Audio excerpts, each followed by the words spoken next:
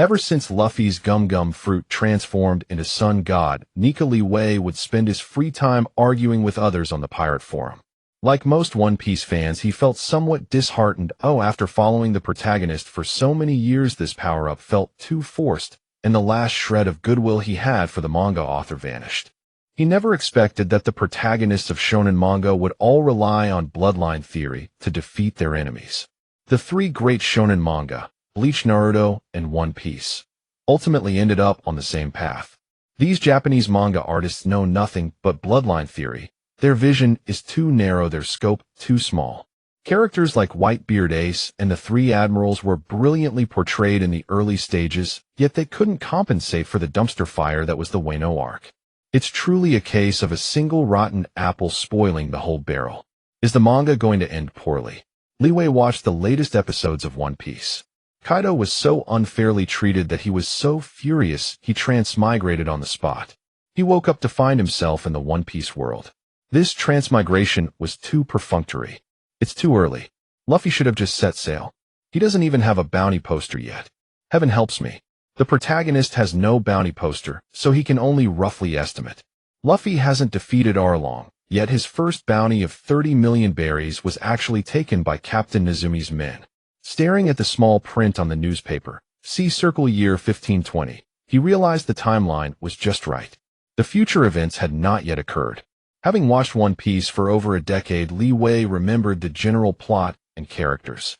But he didn't want to become a pirate, nor a marine, nor a dog for the world government. Li Wei wanted to be a free man without any constraints. To be precise, he wanted to be a troublemaker who would bring some fun to this rotten pirate world. Ding! The Great Liar system has been activated. This system likes hosts who are troublemakers eager to watch the world burn. Every character in this world can provide deception points. The host can freely fabricate lies to earn a large number of deception points. These points can be exchanged for treasures, including recruiting heroes and generating devil fruits. Please use them wisely. It was like a pillow just when he was feeling sleepy. Li Wei's original body was an ordinary person with no means of self-defense. On this island that never appeared in the One Piece manga, pirates could visit at any time. Those beasts only knew how to burn, kill, and loot. Human lives were just stepping stones in the eyes of pirates. System, you really know me. But how am I supposed to spread lies? Do you want me to start a newspaper? The original owner of this body was a fisherman. His total assets amounted to less than 1,000 berries. Without money, he could do nothing. Who on the sea knew Li Wei? He was an insignificant nobody. Even if he lied, no one would believe him. Morgans, one of the underground emperors of darkness, had a newspaper that was in a league of its own in the One Piece world. He had offended many people, the world government, the Marines, and pirates alike. By the latter part of the manga, he even became a Luffy fanboy. Li Wei had enough self-awareness to know that competing with such a big shot was impossible. Starting a newspaper was out of the question. Even if he became rich in the future, running a newspaper was a thankless task. Host, don't worry. I will use the celestial screen to assist you. The celestial screen will allow everyone in the world to see with text and images you imagine. As long as the lie isn't too outrageous, harvesting deception points will be a breeze. A celestial screen. That simplifies things. I've read many One Piece fanfictions. I can follow this path. A virtual screen appeared before Li Wei, the system shop. The items could only be purchased with deception points, but they were ridiculously expensive. There was no beginner's gift at all, at least they could give a discount. An ordinary Zoan-type devil fruit cost 5 million deception points, and it was a random blind box. You never knew what animal you'd get. There were so many animals. What if you got a common crayfish fruit?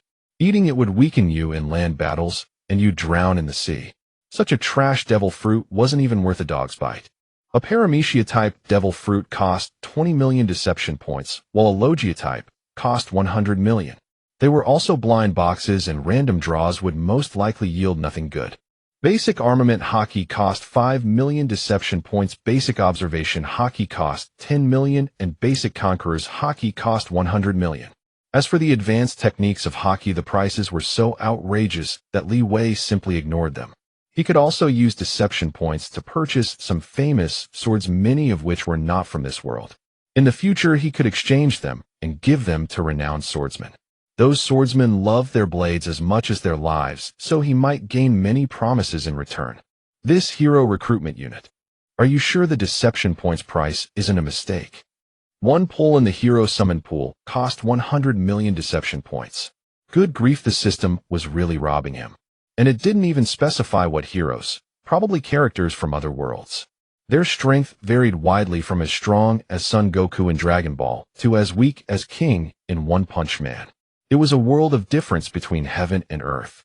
Host, rest assured, the heroes from this pool are at least at the level of Marine Admiral candidates. Summoned heroes can learn and gain stronger power later. System products are always top-notch. The Quasi-Admiral level corresponded to the level of a Yonko commander. Marco the Phoenix of the Whitebeard Pirates was exactly at that level. Although his record in the anime was somewhat lackluster, Li Wei was in the real world now and couldn't underestimate any strong person. System, I just transmigrated not long ago. Don't I have a newcomer gift pack? At least give me some self-defense ability. The East Blue, where Li Wei was located, was called the weakest sea. There were no pirates with bounties over 100 million berries, but there were still pirates with bounties of 10 to 20 million. Pirates with bounties under 10 million were as numerous as ox hairs. This world was too unfriendly to ordinary people. The land beneath his feet was called Fuguang Island. This small island had a population of just over 1,000 residents. They lived by fishing, trading fish for goods from passing ships, and also farmed a bit to barely sustain themselves. They were as poor as could be. There was no marine base in the nearby waters. The island didn't even qualify to pay the heavenly tribute. This godforsaken place was ignored by everyone except for the occasional pirate visit. Lately it had been peaceful, with only merchant ships passing by. Li Wei boarded one of them and bought a bag of low-quality salt for nearly 1,000 berries. The hero pool gives you a bonus 1 free draw. Do you want to draw now?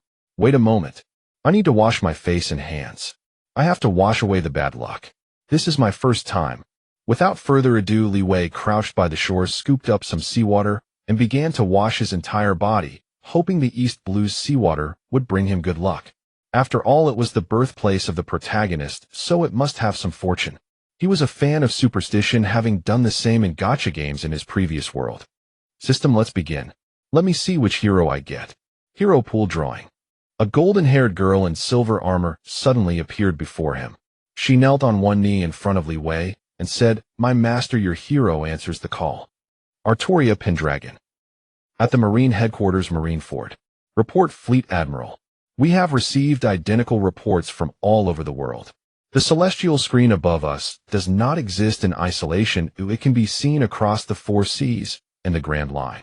Current Fleet Admiral Sengoku listened to the report from his subordinate, feeling a headache coming on. He initially thought it was a prank by some devil fruit user, but the situation was more complicated than he had imagined. Haha, Sengoku, look at you now. Being a vice admiral is much more comfortable without all these troubles. The only person who dared to mock the fleet admiral to his face was none other than Garp, Sengoku's close friend, hero of the Navy, father of the Revolutionary Army leader, grandfather of the future pirate king, and an old man who loved to pick his nose and sneakily eat senbei. Garp, you've been stealing my food again. Where did you spend all the salary the Navy pays you? Sengoku walked over to his buddy, snatched the senbei from Garp's hand, and stuffed it into his own mouth. After all, he had bought them with his own salary. Might as well eat them himself than let someone else have them.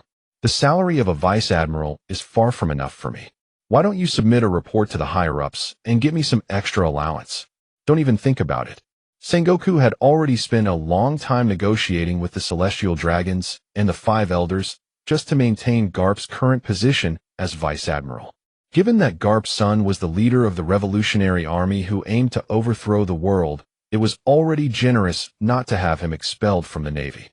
The two close friends exchanged a few more jabs, then turned the conversation back to the celestial screen. This celestial screen is a variable. Everyone in the world can chat on it, and the conversations are quite lively. Even the Yonko crews have joined in.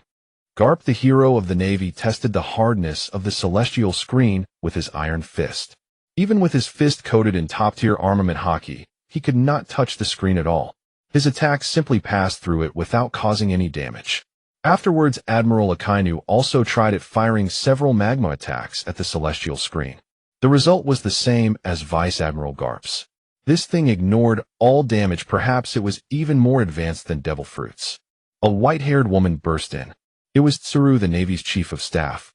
She slammed a stack of documents onto Sengoku's desk.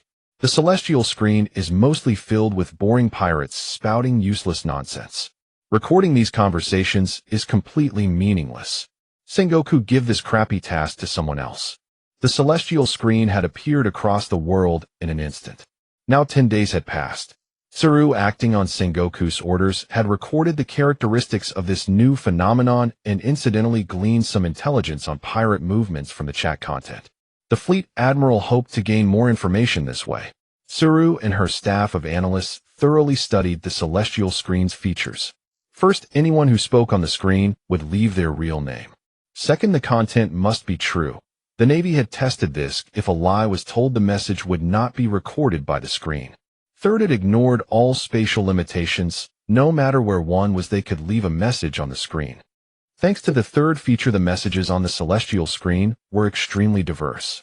There were people searching for lost relatives, looking for pirates who had gone to sea, and even quarrels of trash talking that stretched for thousands of replies. Stupid pirates who accidentally revealed their location and were rounded up by the Navy. With this free channel of speech, accusations of the celestial dragon's atrocities, complaints about tyrannical rulers in various countries, and leaks of pirate crew secrets were everywhere in the chat. The world's people held an even worse opinion of the celestial dragons. No wonder the 5 elders had strictly ordered the Navy to investigate thoroughly. They would rather shut down the screen to avoid the nuisance. Being constantly cyberbullied by real names was not pleasant. In short, there were no major events, but a pile of minor ones. The Navy was already understaffed, and now they had to assign personnel specifically to monitor the celestial screen. As the Navy's chief of staff, Tsuru could only helplessly protest to her old friend, asking Fleet Admiral Sengoku to revoke the order. Tsuru, I know you're having a hard time. Just hold on for a few more days. If nothing changes afterward, you won't need to assign so many people to watch it. Sengoku always spoke politely to his other old friend, unlike his rude attitude toward Garp. Tsuru's contributions to the Navy were no less than those of the hero of the Navy, and she had never caused any mess. Unlike a certain vice admiral. At lunchtime, the three of them agreed to go to the cafeteria together. After all, eating at the government's expense cost nothing. Every meal was a freebie, since the money came from the world government. The celestial screen has changed. Look. Tsuru pointed at the sky, drawing the attention of Sengoku and Garp. The celestial screen, once filled with dense chat messages, now had all content cleared. No one could post anything. The background turned pitch black, against which a line of blood-red text appeared. In one day we will review the devil fruit users who have profoundly influenced the direction of the future world. Each of them is a top-tier existence on the seas. The celestial screen pierces through the future and the past. The commentary includes their life stories, hidden strengths, aspirations, and their significant impact on the future. We will also release footage of key battles. People of the world, stay tuned. Can something like this really be achieved? It can even know future events. Too bad I'm not a devil fruit user. Even the easygoing Vice Admiral Garp had to take this seriously. No one knew what the future held. For the Navy, his generation had struggled to hold everything together. The Shichibukai system was a slap in the face, and insult to his sense of justice. Sengoku, do you know of a devil fruit like this? Tsuru was old and had few expectations for herself, but she was deeply worried about the Navy's future and the future of her granddaughter Kankei. Some things were slipping out of the Navy's control. If the celestial screen displayed cruel future scenes, how would the current Navy face them? What a troublesome thing. I can't even have a meal in peace. Tsuru informed the vice admirals at headquarters to gather for a meeting. Sengoku rubbed his head. Even though he had eaten a devil fruit and inherited the wisdom of the Buddha, the events about to unfold were beyond anything he had faced before. He had no idea what kind of future awaited the Navy. Not only the Navy was concerned about their future fate, the world government's 5 elders were even more vigilant. The celestial dragons had always been on guard against the prophecy of Joy Boy. Even after 800 years, they dared not relax. Could this celestial screen be related to Joy Boy, that persistent nuisance? All kinds of pirate crews, upon receiving the news, immediately stopped their current fighting. To celebrate this upcoming carnival, they began grand banquets. Being recognized and listed by the celestial screen would be an immense honor. Becoming famous in front of the entire world was an irresistible attraction for pirates. The Revolutionary Army, hidden in various kingdoms, temporarily halted their subversion missions. Under the orders of their supreme leader Dragon, they too waited for the future that the celestial screen spoke of. "Nami, you're my nakama." Luffy shouted this from atop the ruins of the park, and Nami, wearing her straw hat, wept bitterly where she stood. He had truly done it. This guy had personally defeated Arlong and liberated the village. Luffy casually beat up Captain Mouse and forced him to return the treasure Nami had risked her life to steal. After that, the Marine never dared to extort Nami's hometown again, though a mere third-generation military captain couldn't afford to offend someone like him. The navigator of the Straw Hat Pirates formally joined the crew. Meanwhile, a figure with a red nose was lying in wait at Logtown, ready to welcome the arrival of the future Pirate King. Buggy was defeated by Luffy. After barely reassembling his body, he formed an alliance with Alvida, planning to spring a big surprise on that brat who had just set sail. Alvida had already eaten the sub no mi and was no longer the fat tank she once was, as she had become a stunning beauty. As the first enemy Luffy defeated after leaving home, she held a grudge and immediately agreed to join the Buggy Pirates. "I'm going to kill that straw hat brat. Just looking at that hat disgusts me. How dare they pass such an important hat to a kid?" Buggy didn't reveal that the hat belonged to red-haired Shanks. If he killed Luffy, the straw hat would become his. Moji, wearing a white animal pelt, stuffed meat into his mouth. "Captain, your plan is perfect. That straw hat Luffy won't be able to escape." Kabeji, riding a unicycle, was chugging sake from a barrel. He wanted to get revenge on that man Zoro, believing his own swordsmanship was no less than Zoro's. "I will definitely defeat that green-haired guy." Captain Buggy is also a devil fruit user. "Do you think you'll appear on the celestial screen?" "I'm really looking forward to that day," Alvida said casually.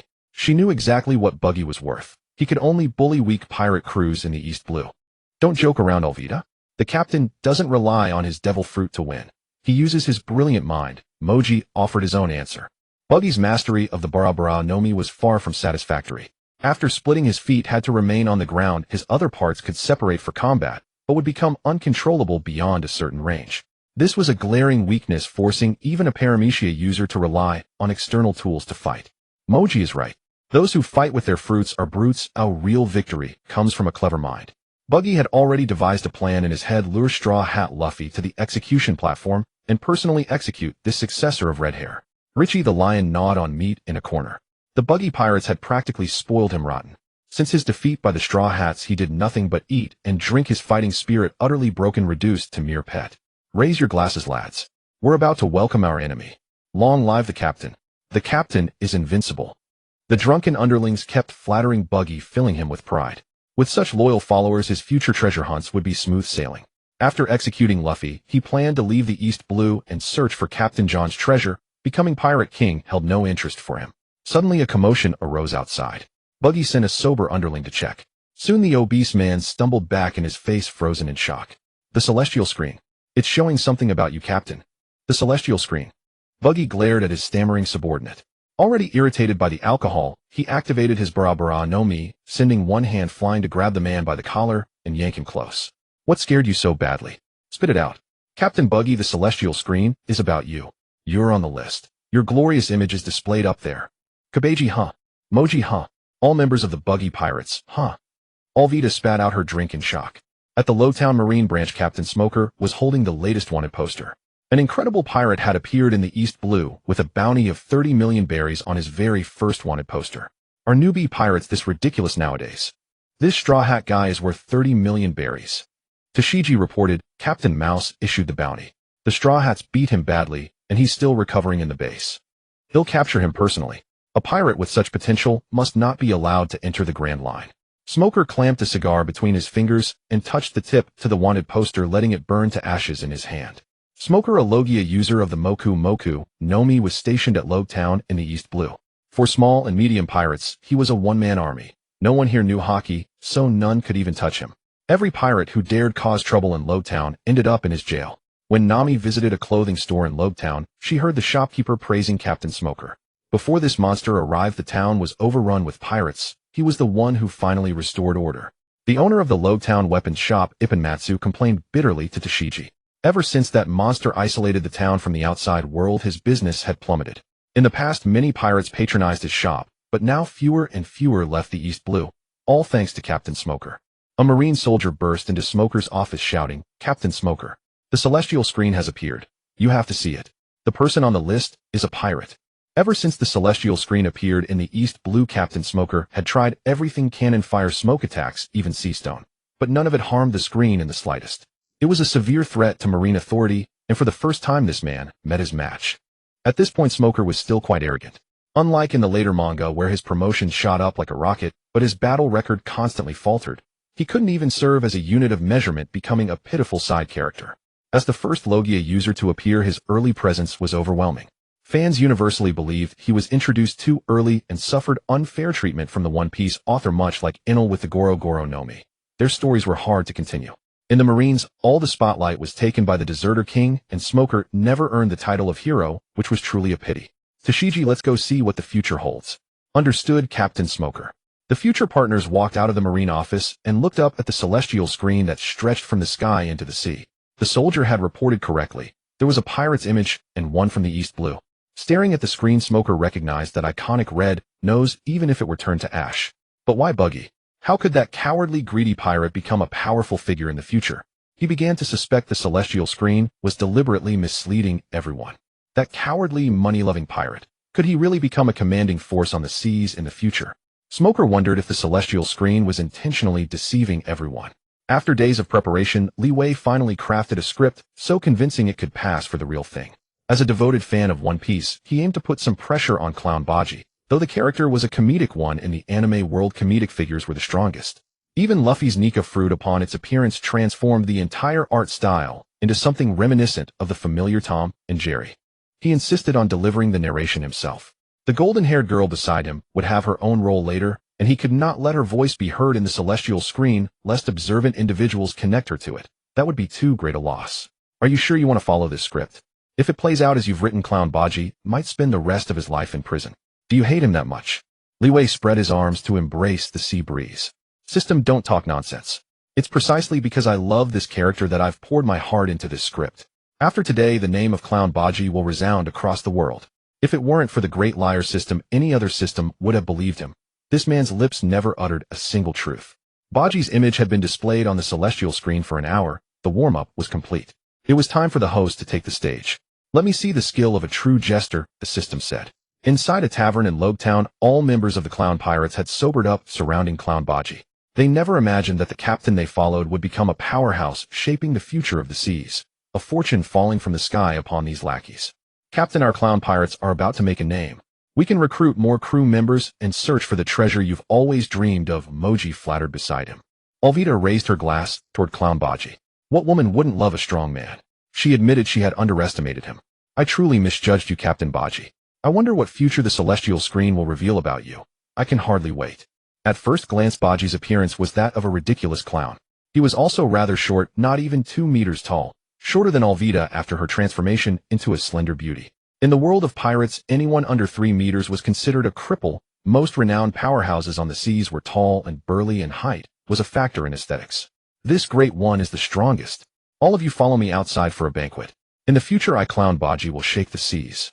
Standing on the table, Buggy pointed at the tavern ceiling, his mouth stretched wide in unbridled laughter. His mind was not burdened with thoughts. The present joy was all that mattered.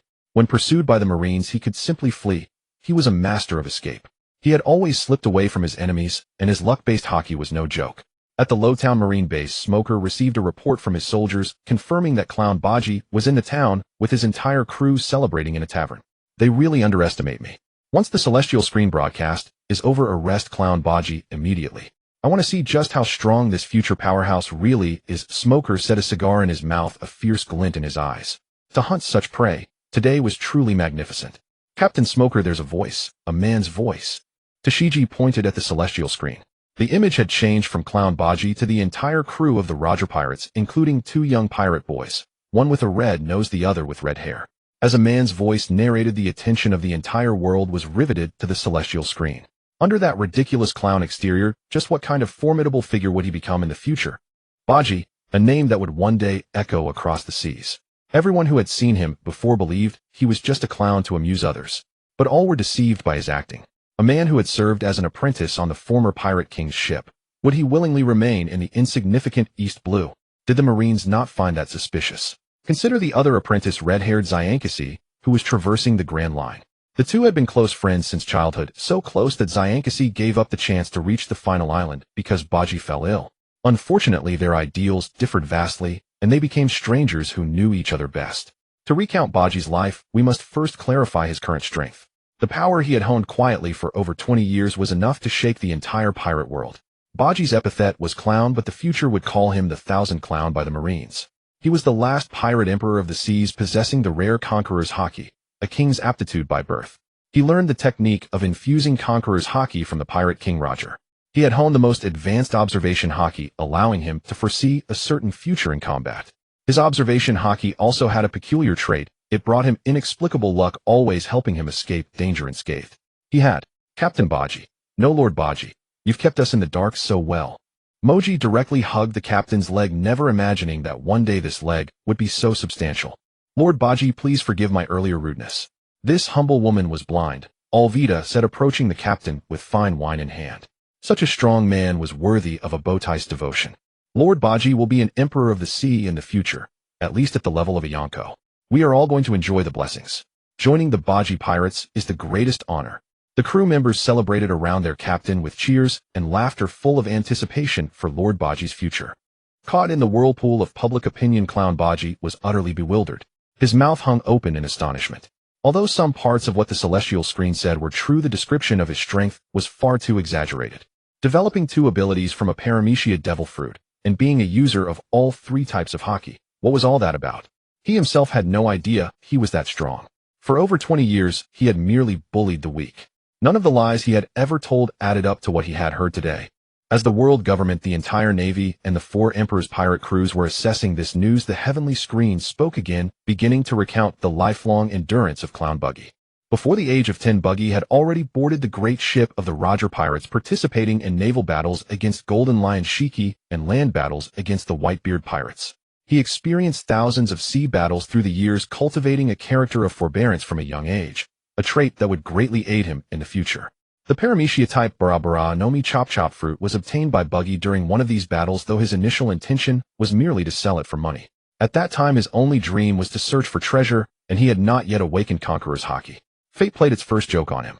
He tricked his crew into believing that Clown Buggy had eaten a devil fruit, but in truth, he had put a fake one in his mouth.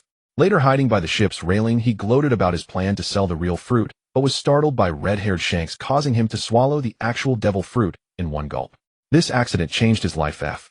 Before reaching the final island, Roger knew he was terminally ill and that no medical treatment could save him. He told this to his crew members, voluntarily disbanded the Roger pirates, and one by one the crew scattered to various places. He then surrendered to Marine Vice Admiral Garp and made an excessive request while in Marine prison. The Marine hero agreed outright to this rival. He respected planting the seeds of future chaos. The Marines smugly reported that they had captured the Pirate King through their own efforts, but in reality, they had deceived everyone in the world. They sought to establish their authority, but instead fell right into Roger's trap. In the final moments of the Pirate King's life, he uttered words that shook the world, plunging it entirely into the great pirate era and setting a clear goal for all pirates: one piece. Whoever claims it becomes the next Pirate King. In Lobetown, as Roger was executed, Buggy and Shanks watched from below, witnessing the death. In the end, the comical clown was left with only a head, 2 hands, and 2 feet. Straw Hat Luffy, relying on his Gomu Gomu, Nomi rubber fruit, stretched his arm and effortlessly blasted Buggy away. It was all an act, a masterful performance of feigned weakness. For the first time, audiences worldwide truly understood how a cunning schemer plays his role. The crew aboard the Going Merry stared in utter astonishment. They could not believe the heavenly screen was showing them. Zoro, Usopp, Sanji, Nami, and above all Luffy. Each received a close-up shot alongside scenes of their battles with enemies. I was fooled. I never expected Buggy to be so formidable. He really looks down on people. If I ever meet him again, I'll make him show his true strength. Luffy stood on the deck, raising his hands, imagining a real duel with Clown Buggy. He was still as carefree as ever, the same hot-blooded protagonist everyone knew. The irresponsible captain earned a punch uncoated with armament haki. Nami's heavy blow left a lump on Luffy's rubber face. You idiot. Going back to find him would be suicide. The only reason he let you off once was because of his old friend. If you provoke him again, he might kill you on the spot. After saying this, Nami felt a chill of fear. To think that she, a little cat burglar, had stolen treasure from such a fearsome pirate. Buggy was infinitely more powerful than Arlong. The woman had emptied the entire treasure hoard of the Buggy pirates, leaving nothing behind. Truly a thief never returns empty-handed. This scene also appeared on the heavenly screen.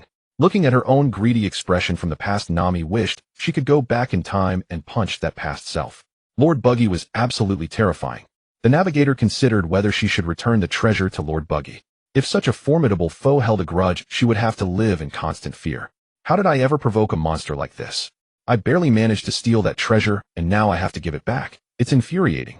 Fuming, Nami gave Luffy 2 more thumping punches. Zoro recalled the man on the bicycle he had fought. For Buggy, a powerhouse of such caliber, to have recruited such worthless crewmates just to feign weakness, he truly committed to the act. Luffy thought of Shanks, whom he had not seen for many years.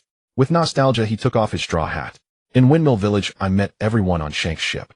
In the end, he entrusted this hat to me, solidifying my determination to become Pirate King.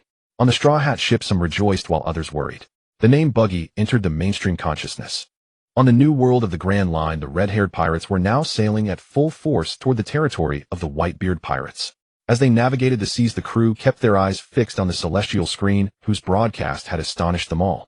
Shanks, being no less a protagonist than Buggy, received the same treatment. His men swarmed around him, firing questions one after another. Captain, is it true that the clown you called a buffoon was once a cabin boy on the Pirate King's ship, just like you? Is everything on that screen real? Most of what the screen said is fact. I never expected it to be exposed today. But as for Buggy's strength, it puzzles me. He never showed such talent before, said red-haired Shanks. He hadn't seen Buggy in over 20 years, and back on the ship, Buggy had never been a match for him. Still sailing on the same vessel under the Pirate King, who among them could be a pushover? Shanks took a Vivre card from his bag, one he had kept for over 20 years, a testament to the bond forged in battle between them. This is Buggy's Vivre card. That guy has always been luckier than most since he boarded the ship. The naval battles we went through only confirmed it. Perhaps, as the screen suggested, his good fortune comes from his observation hockey. Beckman toyed with his rifle, intrigued by a man who could rival his captain. Captain, if we ever run into Buggy, I'd like to test him myself. See if he's really as formidable as the screen claims. Lucky Roo voiced his own thought. Captain, back when we were in the East Blue, if you had gone to Buggy and invited him aboard, he might have agreed. Chef Lucky Roo and the others had witnessed their captain pass the straw hat to Luffy. Now they realized it was a ceremony, the transfer of Roger's will.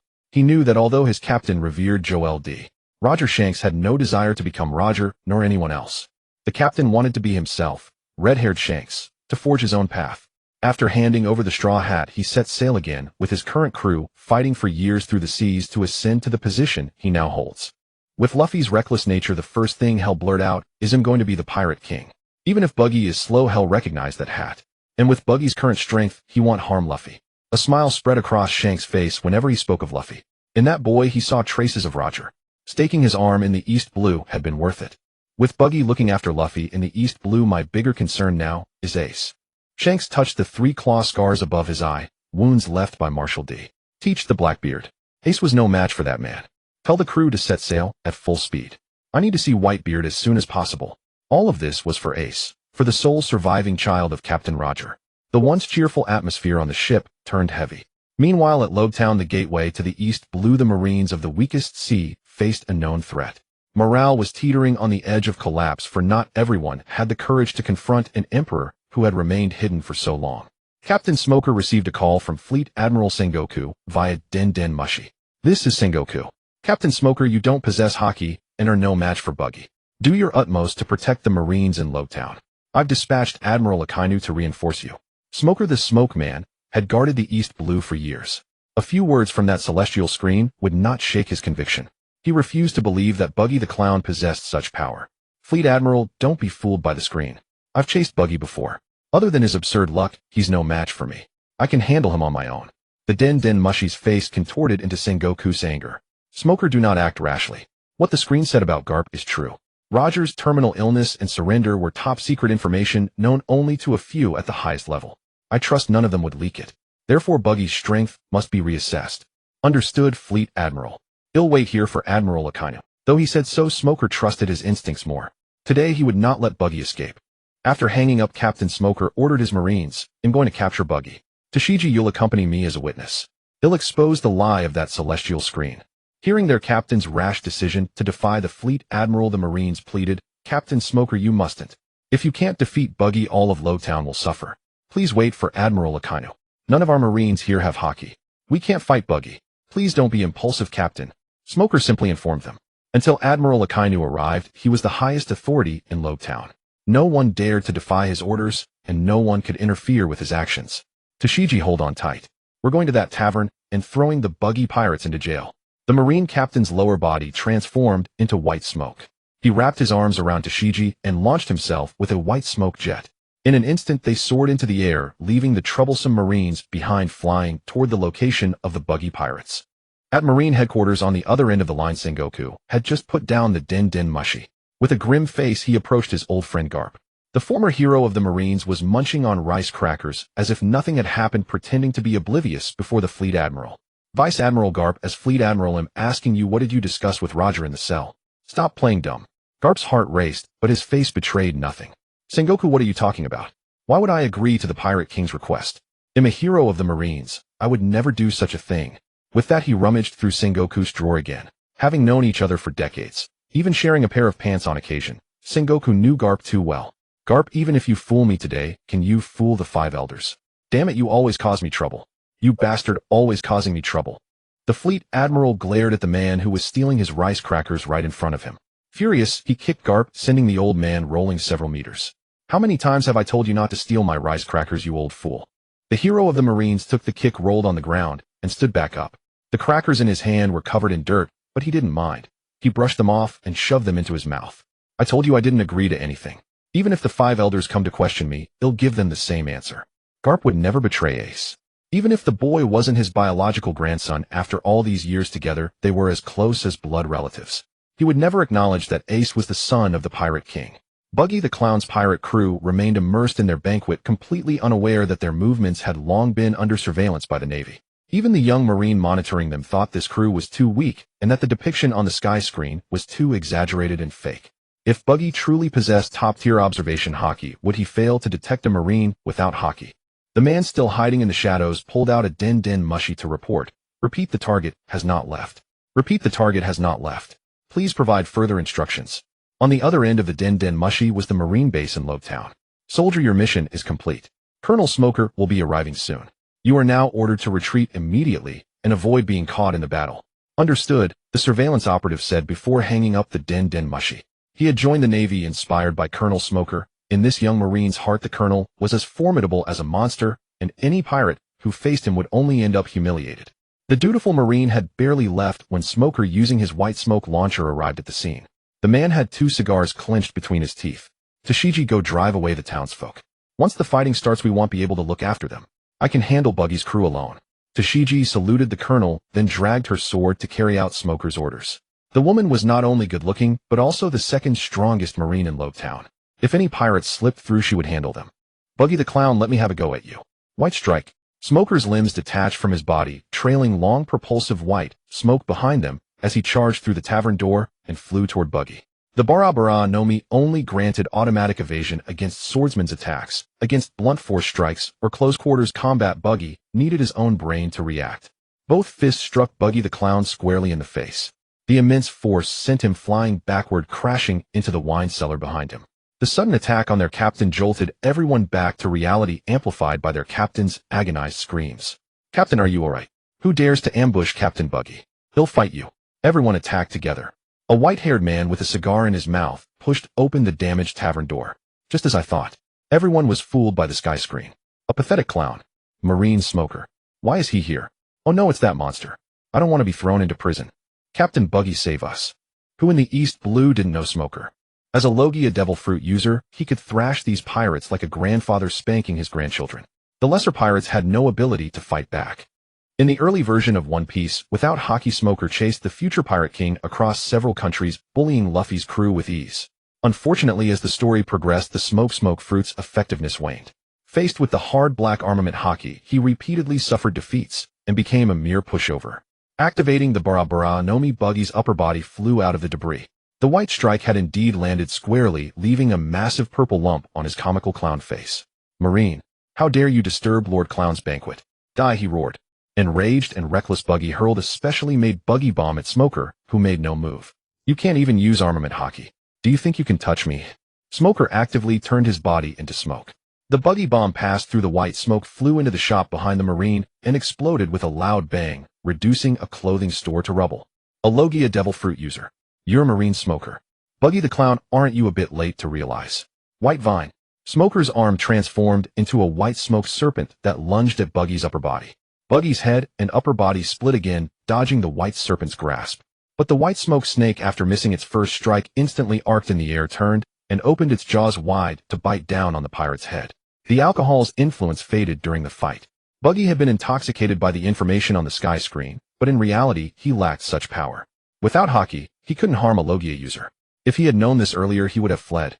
After dodging the white serpent's attacks several times, poor Buggy was finally caught by the neck by Smoker's smoke. The gap in their strength was too vast. You can't escape this time, Buggy the Clown. You really are too weak. Let Captain Buggy go. Buggy's loyal crew overcame their fear, grabbed their weapons, and attacked the Marine. Alvida swung her spiked club at Smoker's head. Ukabaji, riding a unicycle, thrust his sword at Smoker's chest. Moji commanded his lion Richie to bite Smoker's thigh. The three strongest officers of the Buggy pirates attacked simultaneously. No matter how many times the beautiful Alvida struck, no matter how many times Kabaji's sword pierced his chest, and though Lion Richie lunged futilely each time against the elemental form of a Logia devil fruit, they couldn't even tickle Smoker. White Gale. Marine Smoker generated even more white smoke from his body, instantly enveloping the entire tavern. The white smoke swept all the pirates into the air, and not even Alvida, who had eaten the smooth fruit, could escape. Buggy the Clown fared even worse. His feet were found by the smoke, and his divided body was wrapped in smoke, suspended in the air alongside his crew. Smoker. I'm the brother of red-haired Shanks. You can't arrest me. Aren't you afraid of the Four Emperors' revenge? Shanks is still in the Grand Line. By the time he reaches the East Blue, you'll already be in prison. No one can save you today. Stronger pirates would be dealt with by stronger Marines. Smoker just needed to manage his own territory. Holding over 20 pirates aloft with his smoke, Smoker hadn't expected the fight to be so easy. He walked out of the tavern and saw Tashiji, who had completed her task. Did you bring Marine Seastone handcuffs? There are 2 devil fruit users in there. Reporting, Colonel, I only have 1 pair of handcuffs. Cuff that clown first. His fruit is troublesome. He likes to run around. Don't worry about the woman for now. Smoker didn't recognize Alvida. Her wanted posters still showed her as a fat woman. Tashiji walked over to Buggy the Clown and voiced the question on her mind. Are you connected to this sky screen? With such weak strength, yet they praise you a clown. They really didn't pick the right person. How should I know? Who made me out to be so strong? I'm so unlucky. Buggy the Clown, restrained by the smoke, felt even more aggrieved. Tears welled in his eyes. He couldn't understand how he had offended the person behind the sky screen to deserve such a backhanded compliment. This pirate doesn't know any of the 3 types of Haki. No need to trouble Admiral Akainu. As soon as Smoker finished speaking, the sky screen began to change again. Surprisingly, the Marine Colonel also appeared on the sky screen. Tashiji successfully handcuffed the clown Baji with sea-stone handcuffs. His splitting ability was instantly nullified, and he reassembled into a dwarf less than 2 meters tall. At this moment, the celestial screen broadcast new content with voiceover accompanied by image explanations and only played dynamic videos during key parts. Baji's first goal upon setting sail was to infiltrate the Impel Down, attempting to enter the 6th level, the Infinite Hell, to find the former Pirate King's crew member Barrett. To cover his tracks, he allied with the smooth fruit user Yair Beta and waited in Loaga Town for the Straw Hat Luffy and his crew. In passing, he helped his close friend Shanks test whether Luffy could bear the will of Pirate King Roger and conquer the Grand Line anew. Things went quite smoothly. He tricked Straw Hat Luffy onto the execution platform, the very place where Roger the Pirate King was executed. Baji used Sea Stone to suppress Luffy's rubber fruit ability. 20 years later, on the same spot, he was about to execute a boy who shouted about becoming the Pirate King. Facing the trial of life and death, Luffy, not yet 20, could laugh in the face of death. He possessed such immense fortitude. In the rain, Baji felt deeply gratified. Straw Hat Luffy truly inherited Captain Roger's spirit. If Lu, a thunderbolt from the sky struck Baji. Without the protection of armament Haki, he barely endured the attack. The plan unfolded perfectly. Colonel CMO Gu, who had been waiting beneath the execution platform, moved toward the Logia user to help Luffy escape. But he underestimated the White Hunter's craving for bounty. CMO Gu was far more interested in the 30 million belly bounty on Luffy. He completely ignored Baji and merely ordered Marine soldiers to surround him. Baji knew that Luffy, who could not use Haki, was no match for CMO Gu.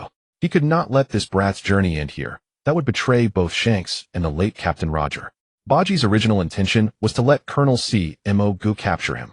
A pirate with devil fruit abilities would surely be locked away and impelled down by the Marines. The plan was perfect, but execution brought too many variables. A mysterious powerhouse intervened, capable of controlling violent winds. Marine reinforcements had arrived, but seeing Teach Captain is incredible. It all went according to your plan. Buggy is so cool. I want to go to Impel Down with him. Yair Beta said, count me in. Handcuffed with sea stone, Buggy was completely powerless, lying beneath the furious CMO guest's foot. What is your real aim? Speak, you damn pirate, or I'll kill you right here. Tashiji held her long sword warily, ready to strike if Clown Buggy made any rash move. This woman no longer knew who to trust. What if Clown Buggy had been acting all along? Buggy kept pleading with CMO Go, Marine officer, believe me. I'm just a weak pirate. Believe me, I have no other motive. The celestial screen is all lies. He could feel the murderous intent almost spilling from Colonel CMO Go. The title White Hunter was earned by killing pirates in the East Blue. I don't like that answer. Talk or die. CMO Go poured his full strength into his right foot, stomping poor Clown Buggy into the floor tiles. Buggy was disfigured, bleeding profusely, and his pleas for mercy grew much weaker. The White Hunter was about to lose patience. He would personally kill Clown Buggy before Admiral Red Dog arrived. The master who controlled violent winds easily defeated Colonel CMO Go with a single move. His goal was to rescue Luffy, and he had no concern for other pirates, which actually did Buggy a great favor. The mysterious master personally escorted Luffy's crew out to sea. Unable to defeat him, Marine CMO Go settled for capturing other pirates in Laga Town. He used White Squall to trap the fleeing Buggy's crew, redeeming himself somewhat in the eyes of the townsfolk. CMO Go was one of the future Marine admirals. In his later memoirs, he emphasized this incident. Personally capturing Clown Buggy and helping him enter Impel Down was the stupidest thing he had ever done, and he lived the rest of his life in remorse. To be honest, the future Admiral CMO Go need not have felt so guilty. Even if Buggy had not entered Impel Down through him, he would have done so via another Marine. Those Marines who retained half a body were considered fortunate. Most were mutilated remains. Hundreds of open-eyed heads floated together in the sea, mixed with countless severed limbs. Tai Island had become a slaughterhouse for the Marines. The people of the pirate world were poorly informed. Most could only learn of external events through newspapers, and the world government dictated what they could see. After Morgans, the king of the underworld, rose to prominence, his newspapers unveiled a sliver of the world's mysteries. Yet this Birdman glossed over bloody scenes, never hesitating to whitewash the Navy's image. For instance, when the float fruit user Golden Lion Shiki attacked the Navy headquarters at Marineford, the Navy suffered heavy casualties from top to bottom. Yet the news reports only boasted that Garp and Sengoku had joined forces to imprison the legendary pirate and Impel Down, omitting the Navy's death toll. In summary, the people of this world lived within an information cocoon, with the hardships of the great pirate era seldom reported, a form of protection for civilians. But the brutal scene on the sky screen today tore apart the false peace maintained by the world government. Even mature adults could not endure such gore. They vomited everything they could, while children fainted in droves, leaving an eternal nightmare and lasting psychological trauma in everyone's hearts. The sky screen continued to shift, zooming from a distant view to the battle on Iron Island. A towering man over 4 meters tall was fighting a group of Navy soldiers draped in justice. With his garish clown makeup and notably red nose, all realized that the besieged figure was none other than Clown Buggy. You world government reneged on your promise by abolishing the Warlord system. You should have foreseen today's outcome. I've killed so many Navy men, why aren't you crying?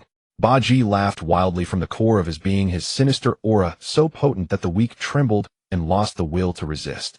Vice Admiral Guizhiju, having lost both arms, manipulated his hair to wield dozens of blades, each coated with armament hockey. Every sword struck at Clown Buggy. I'll make you pay with your life. Vice Admiral Hua Xiaoshan, a swordsman, and Rear Admiral De Sichi, also a swordsman, unleashed wave after wave of slashing attacks. Surrender your life. Vice Admiral Tina, user of the cage fruit, extended 2 black fences from her hands that grew endlessly wrapped in armament hockey. If she could restrain Clown Buggy's body, he would be unable to use his splitting ability. Tina is furious. Tina wants your life. Splitting split. With Clown Buggy at the center, whether it was the swordsman's slashes, the hair created through life return, or the black fences from the devil fruit user, an overwhelming invisible force tore apart anything that dared approach, cutting even the island beneath his feet into several bottomless chasms. You're too weak. If Admiral C. Moj came in person, I might take it seriously. In the sky screen, Clown Buggy had clearly reached the level of a Navy admiral, merely toying with the Marines. Clown Buggy has awakened his fruit. Why has this fellow hidden for so long? Vice Admiral Guizhiju realized the gravity of the situation. Advanced hockey could barely resist Buggy's decomposition, but hockey would eventually run out. You Navy men. Only the admirals found the right path. The rest of you worship hockey, that worthless thing. Before a powerful devil fruit, everything is illusion. I can even decompose the hockey inside your bodies. As he spoke, Buggy pointed at Vice Admiral Hua Xiaoshan. 1 unit decomposition.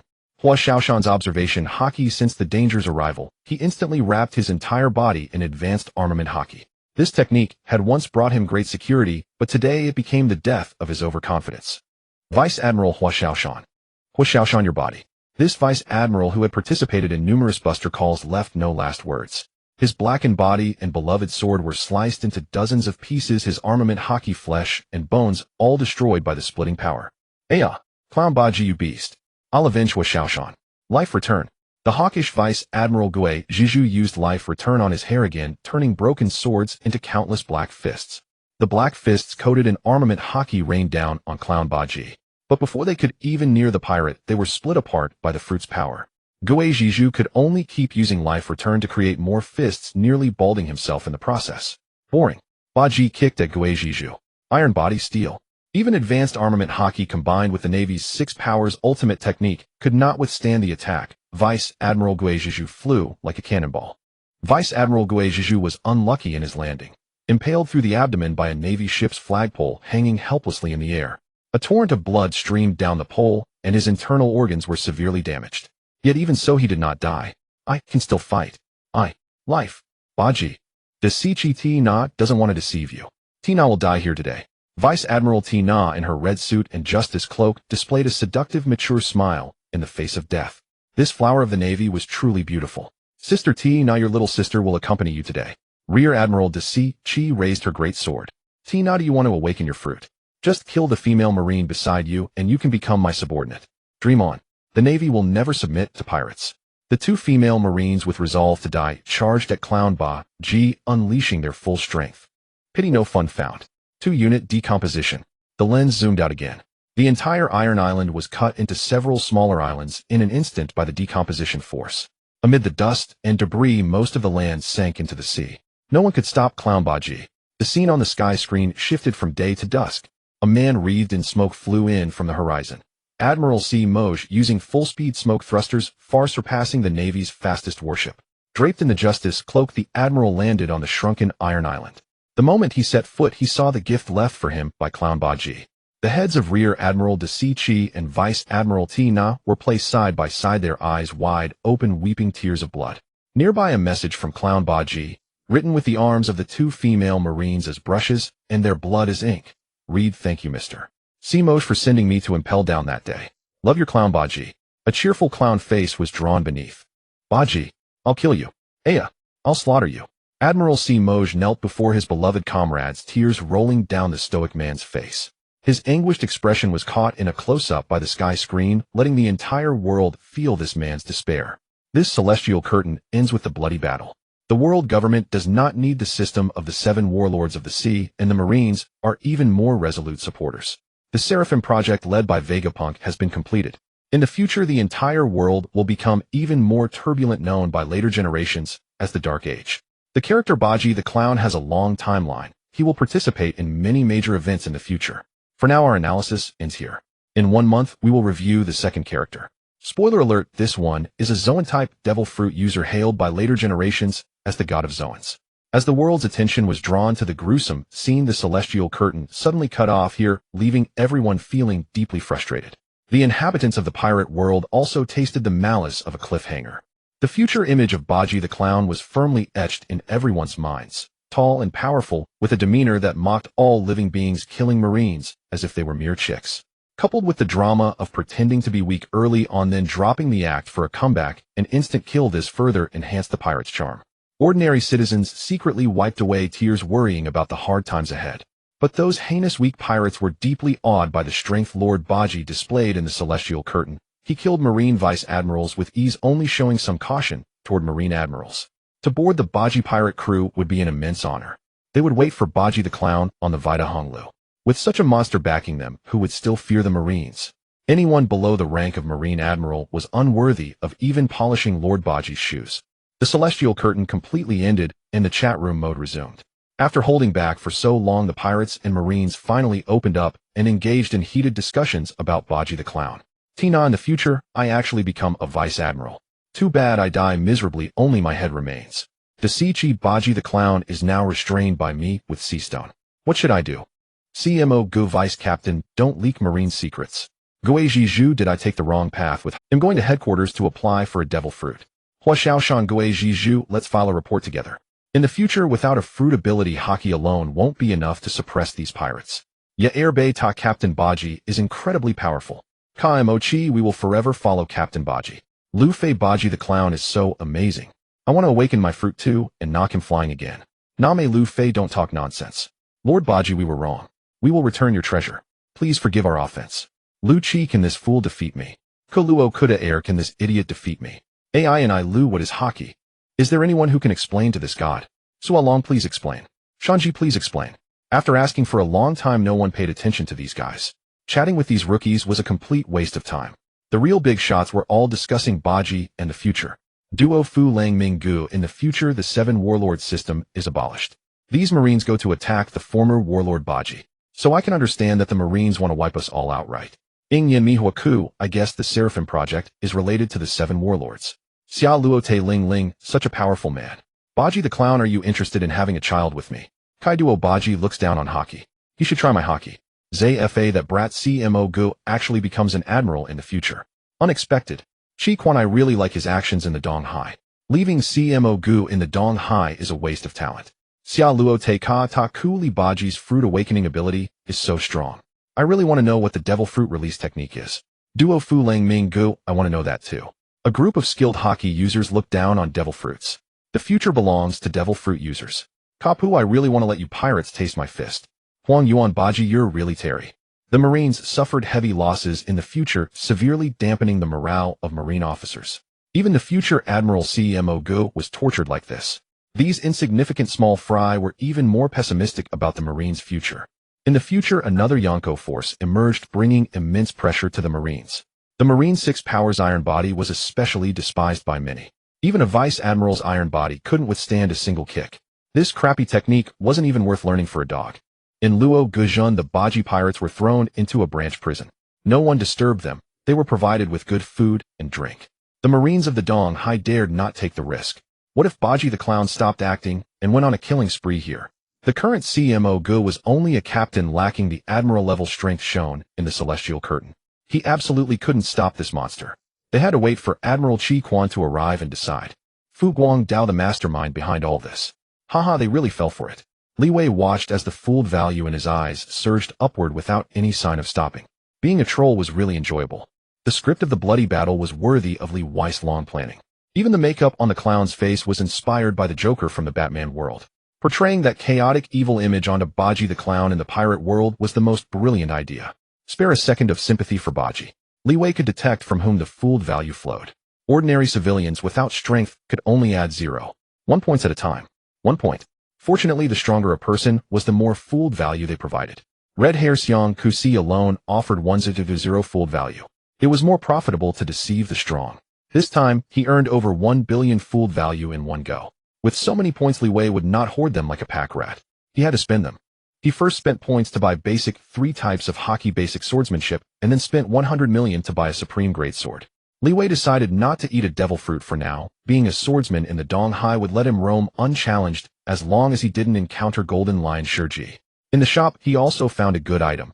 The soul override machine, something that could turn lies into reality. Li Wei had boasted so greatly about Baji the Clown, but the latter was just a paper tiger that would be exposed with a single poke. If the information on the Celestial Curtain was disproved, how could he continue to deceive people in the future? 100 million it is. He'll exchange it. When necessary, he would use this item to help Baji. He couldn't let soul override machine. Your soul can enter Baji's body and control him. However, because the Celestial Curtain blew him up so much to fully simulate strength comparable to a Yonko, you must pay a large amount of fooled value. A lie cannot be exposed. I can earn more fooled value in the future after paying now. Then Li Wei bought a world observer, spending another 100 million fooled value. This item could monitor a person without distance or blind spots. He gave it to a heir Tua Li, tasking her to monitor Baji constantly. Once the latter was in mortal danger, it would be time for him to step in. The Going Merry carried the Straw Hat Pirates, guided by the navigator Nami. They finally arrived at Logtown, the final stop in the East Blue. What are all these ships going for? Has treasure been discovered nearby? Even Luffy, that thick-head fellow, could sense something odd about Logtown's port. Boats kept leaving the harbor, while townsfolk dressed as ordinary citizens waved banknotes, desperately looking for vessels.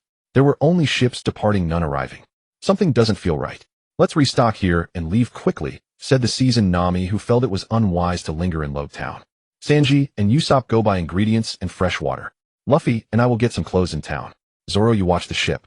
Roger that, Namaswan, Sanji said with hearts in his eyes. Don't be foolish, let's hurry. I don't want to run into the Marines. Usopp didn't want any trouble, especially not with White Hunter Smoker. With Luffy following behind, Nami felt a bit safer. Ever since setting foot on Lobe Town, the woman had been restless, sensing that something was about to happen. With the others gone, Zoro sat bored on the sheep figurehead, wondering why he was left to watch the ship. He could have handled the shopping alone, as he thought it was a trivial task, completely unaware that he had no sense of direction. Hey, you pirate. Want to buy weapons? You with the headband. At Lobe Town's port, a small old man called out. Zoro, watching the ship, didn't want to respond, but the man's next words piqued his interest. You're a swordsman. Do you need swords? I have many fine blades here. Name a fair price, and they're yours. The world line converged here after all. Zoro still encountered Ibn Songye, the weapon shop owner. Due to Smoker's massive crackdown on pirates in Lobe Town, business at the weapon shop had already been poor, but recently, he could barely keep his store. Zoro scanned the surroundings.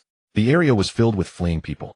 Seeing no other pirates, he felt the going merry was safe, so he jumped off the ship and headed toward the weapon shop. Before leaving, Ibn Songye had packed all his belongings, taking everything he could carry. Finally, a customer. I have quite a few fine blades here. Take a look and see which one catches your fancy. Amidst a messy pile of swords, Zoro, as if by fate, found the Sandai Kitetsu. Boss, this is a good sword. He'll take it. As a weapon merchant with a conscience, Ibn Songye said, the Sandai Kitetsu is a cursed blade. Every swordsman who wielded it met with disaster. I suggest you choose another. This cursed sword had brought misfortune and had been left in a corner of the shop, never expecting it to be chosen today. Tashigi, who was maintaining order at Lobe Town's port, spotted a group of pirates entering the harbor from afar. Since they caused no trouble, she let them be. But when she heard the name Sandai Kitetsu, the female marine became intrigued. She had a habit of collecting famous blades, and even a cursed sword was not to be missed. Pirates, you dare come to Lobe Town instead of fleeing. Aren't you afraid of death? Marines. Zoro had seen Tashigi in the celestial screen, and meeting her in person, he still thought she looked remarkably like Quina. Seeing this marine gave him an instant headache. Normally, he would have turned and fled. However, as a three-sword style swordsman, Zoro currently had only one sword, the Wado Ikemanji. His other two ordinary swords had been shattered by the powerful man during his duel with the great swordsman Mihawk.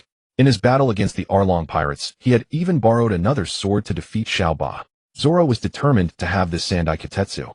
Let's see if I can be its master. Let it choose, he said. The man spread his arms and tossed the Sandai Kitetsu into the air. A moment's carelessness and the sharp cursed blade could sever a swordsman's arm. Zoro remained calm and composed, but the other two were terrified. The Sandai Kitetsu fell, avoiding Zoro's arm, and its blade embedded into the ground. What a fine sword. It has chosen me. You're insane, Tashigi said, still shaken by what she had witnessed. Ibn Songye, having a natural affinity for swordsmen, was moved by Zoro's courage in testing the blade. He turned around and brought out a carefully wrapped treasure of the shop. A fine sword for a hero. This man before him was worthy of the gift. Young man, this is the shop's greatest treasure, the Yubashiri. It's just collecting dust here. Take it and venture into the Grand Line. The Yubashiri, one of the 52 skillfully crafted blades. It's actually in the boss' hands. Tashigi really wanted it. Should she arrest this pirate right now and claim both swords for herself? Acquiring two excellent swords at once made Zoro overjoyed. He silently thanked the weapon shop owner. I am Zoro, the first mate of the Straw Hat Pirates. I will not dishonor these fine blades. Straw Hat Pirates. Wait. Straw Hat Pirates. Isn't this the young man who inherited the will of the Pirate King as seen in the celestial screen? To think he would encounter Luffy's crew here. Just as the future revealed in the celestial screen, these pirates had truly come to Lobe Town. No wonder Tashigi found the pirate flag familiar. The Straw Hat flag had appeared repeatedly in the celestial screen, and only when the opponent introduced himself did she recognize it. The female marine drew her sword and barked, Pirates, drop your weapons and surrender. I cannot allow the Straw Hats to sail out and grow stronger. Seeing the situation turn unfavorable, Ibn Songye quickly packed up his stall, ready to flee. Young man, my name is Ibn Songye. I look forward to your future exploits. Be careful of the Marines. Seeing the weapon shop owner not even bothering with money, Zoro watched his benefactor leave. In the ensuing battle, he didn't want to involve him. Just a moment ago, Tashigi's shout had summoned over a dozen Marine soldiers. To protect the precious going merry, the swordsman had no choice but to fight. Zoro clenched the Wado Ikemanji in his mouth, gripping the Yubashiri and Sandai Kitetsu in each hand. He had to quickly dispatch the Marines before their guns could damage the ship. Three-sword style secret technique. Tornado. Three-sword-style secret technique. 3,000 worlds. By the time his comrades returned, a large number of Marines lay fallen before Zoro, including the female Marine Tashigi. He had spared their lives. Nami dragged the reluctant Luffy behind her, not giving the green-haired idiot a chance to explain. Everyone get on the ship. A Marine Admiral is coming. If we don't leave now, we won't have another chance. Behind them came Usopp and Sanji, one carrying several barrels of fresh water, the other laden with a large amount of ingredients. Both were panting heavily from running all the way. When the cat burglar was buying clothes in town, the clothing stores were holding huge sales with everything at 90 off, as if giving them away for free. Nami bought a lot of clothes for everyone, and the budget she had planned left quite a bit of money unused. From the shopkeeper, she learned that a Marine Admiral was about to arrive in Logtown, and Buggy the Clown was also here. There would definitely be a great battle on this island. When two monsters fight, ordinary people suffer. Those who didn't want to die were all leaving Logtown. I wanted to go to the execution platform, but Nami wouldn't let me, and even hit me. Really hard, complained Luffy, whose rubber mouth had swollen into a grotesque sausage shape from the blows. The aspiring Pirate King felt something missing if he didn't visit the place where the previous Pirate King was executed. The concept of a Marine Admiral barely registered with him. This young man had no idea how dire the situation truly was. Sanji, Zoro, haul in the anchor. Usopp, take the helm. We need to get out of this cursed place as fast as possible. Nami, the sly cat burglar who had stolen treasures from Marines, pirates, and kings alike, had amassed a fortune of 100 million berries through cunning and experience. She knew full well the devastating power of a Marine Admiral. They were walking calamities. The navigator held the latest sea chart. The reverse mountain was the inevitable gateway to the Grand Line. Nami steeled herself for the challenges ahead, determined to prepare thoroughly. Captain Luffy, perched atop the goat figurehead, scanned the horizon. A warship flying the Marine flag gradually came into view. Marines on the sea. They're coming. Nami raised her spyglass to the direction Luffy pointed. There was more than one Marine battleship sailing toward Lowtown's port. 3. No, at least 5 or more. Oh my god. It wasn't just the Straw Hats who spotted the warships, everyone else at Lowtown's port saw them too. In that moment, no one cared about anything but squeezing onto any available vessel. Any price was worth paying to escape this hellhole. A few unlucky souls were shoved into the sea by the crowd behind them. Panic had fully ignited the area, and the Marines onshore struggled desperately to maintain order and prevent a deadly stampede. These reinforcements from Marine headquarters, led by Admiral Sakazuki and backed by Vice Admiral Enigmo, were dispatched to personally capture Buggy the Clown. Regarding the information from the celestial screen, Sakazuki, who adhered to absolute justice, did not fully believe it. He would only act after engaging the enemy in actual combat. A Marine soldier on the watchtower reported to his superiors below, "A pirate ship is leaving the port mixed among civilian vessels. Judging by the flag, it's the Straw Hat Pirates." Straw Hat Luffy's bounty was 30 million berries, and combined with his future exploits shown in the celestial screen, defeating a Warlord and CP9, he was considered a highly dangerous rookie. Inheriting the will of the Pirate King made him a major threat. Sakazuki, a believer in absolute justice, knew that Straw Hat Luffy was the grandson of Vice Admiral Garp. Since the Marine hero was not in the East Blue, he could not be blamed for eliminating this menace early. Bring the warships closer and sink the Straw Hat Pirates. Let them remain in the East Blue forever. But Admiral Akainu, Luffy is. Enigmo's words were cut short. I know whose grandson he is. Is he a celestial dragon? Any ship flying a pirate flag deserves destruction. A Marine needs no reason to kill a pirate. Enigmo realized that Admiral Akainu was even more extreme than he had thought. Yet he felt he had chosen the right superior. He too believed in absolute justice. Any pirate deserved death. The Marine warships bore down on the Straw Hats. Nami's face turned pale. It's Admiral Akainu. He came to the East Blue. I'm doomed, I don't want to die. Is it really an admiral? And it's Akainu the killer. The cowardly Usopp's legs gave way, and he collapsed to the deck in terror. It was too late to lower the pirate flag. The Marine warships had completely sealed off the harbor mouth. To escape, they would have to charge straight into the fleet, certain death. The sky suddenly darkened, lightning flickered, and sea winds whipped up waves. The Marines remarked on how quickly the weather at sea could change. Only Admiral Akainu understood what was happening. Just as the celestial screen had foretold, Straw Hat Luffy indeed had a powerful guardian. This wind-wielding figure was a former Marine. Gunners, aim and fire. Target Straw Hat Pirates. Open fire. Boom, boom, boom. The entire fleet erupted in thunderous cannon fire, sending plumes of white smoke into the air.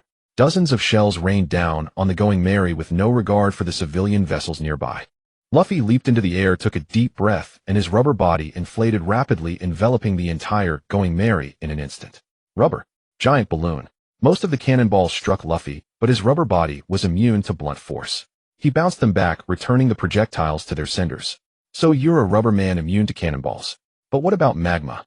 Sakazuki soared into the air, his fists coated in molten rock. Meteor volcano. Giant fists of magma rained down on the Straw Hats. Each one could destroy a warship, let alone the fragile Mary. Shipwreck and death seemed imminent, striking so harshly at a youngster. His dream cannot end here. A man in a deep green coat stood in midair, surrounded by an invisible storm. Gale. A tempest rose from the sea, colliding with the magma fists and deflecting the meteor volcano.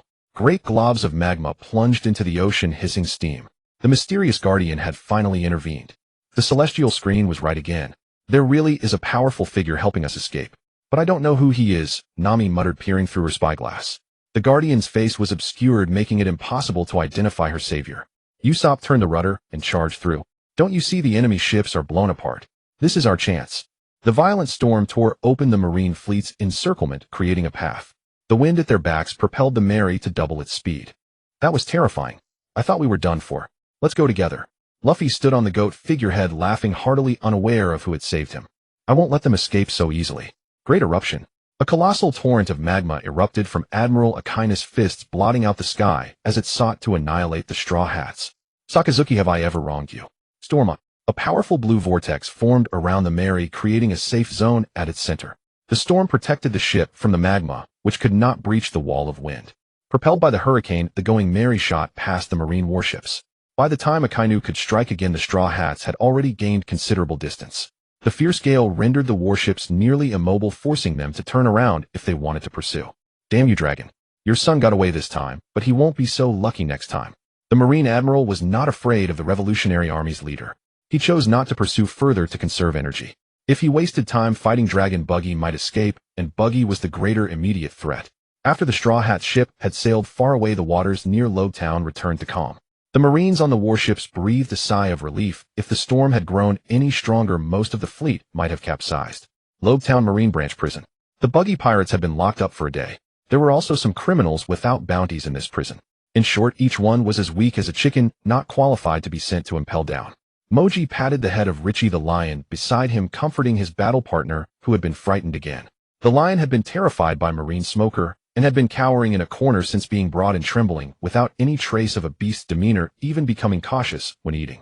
Captain, when are we getting out? This kid is about to reach his limit. Haven't you noticed something? The number of patrolling soldiers in this prison is getting fewer and fewer. How strange. Kabaji's unicycle was confiscated, so he could only count people out of boredom. I'm starving. Damn Marines, I want a feast. Alvida had eaten the smooth fruit and become slim and beautiful, but her strength and appetite remained unchanged. She felt terrible if she didn't eat several meals a day, and her appetite equaled that of 3 adult men. Captain, there's no outsider here. Stop pretending. We are your most loyal subordinates.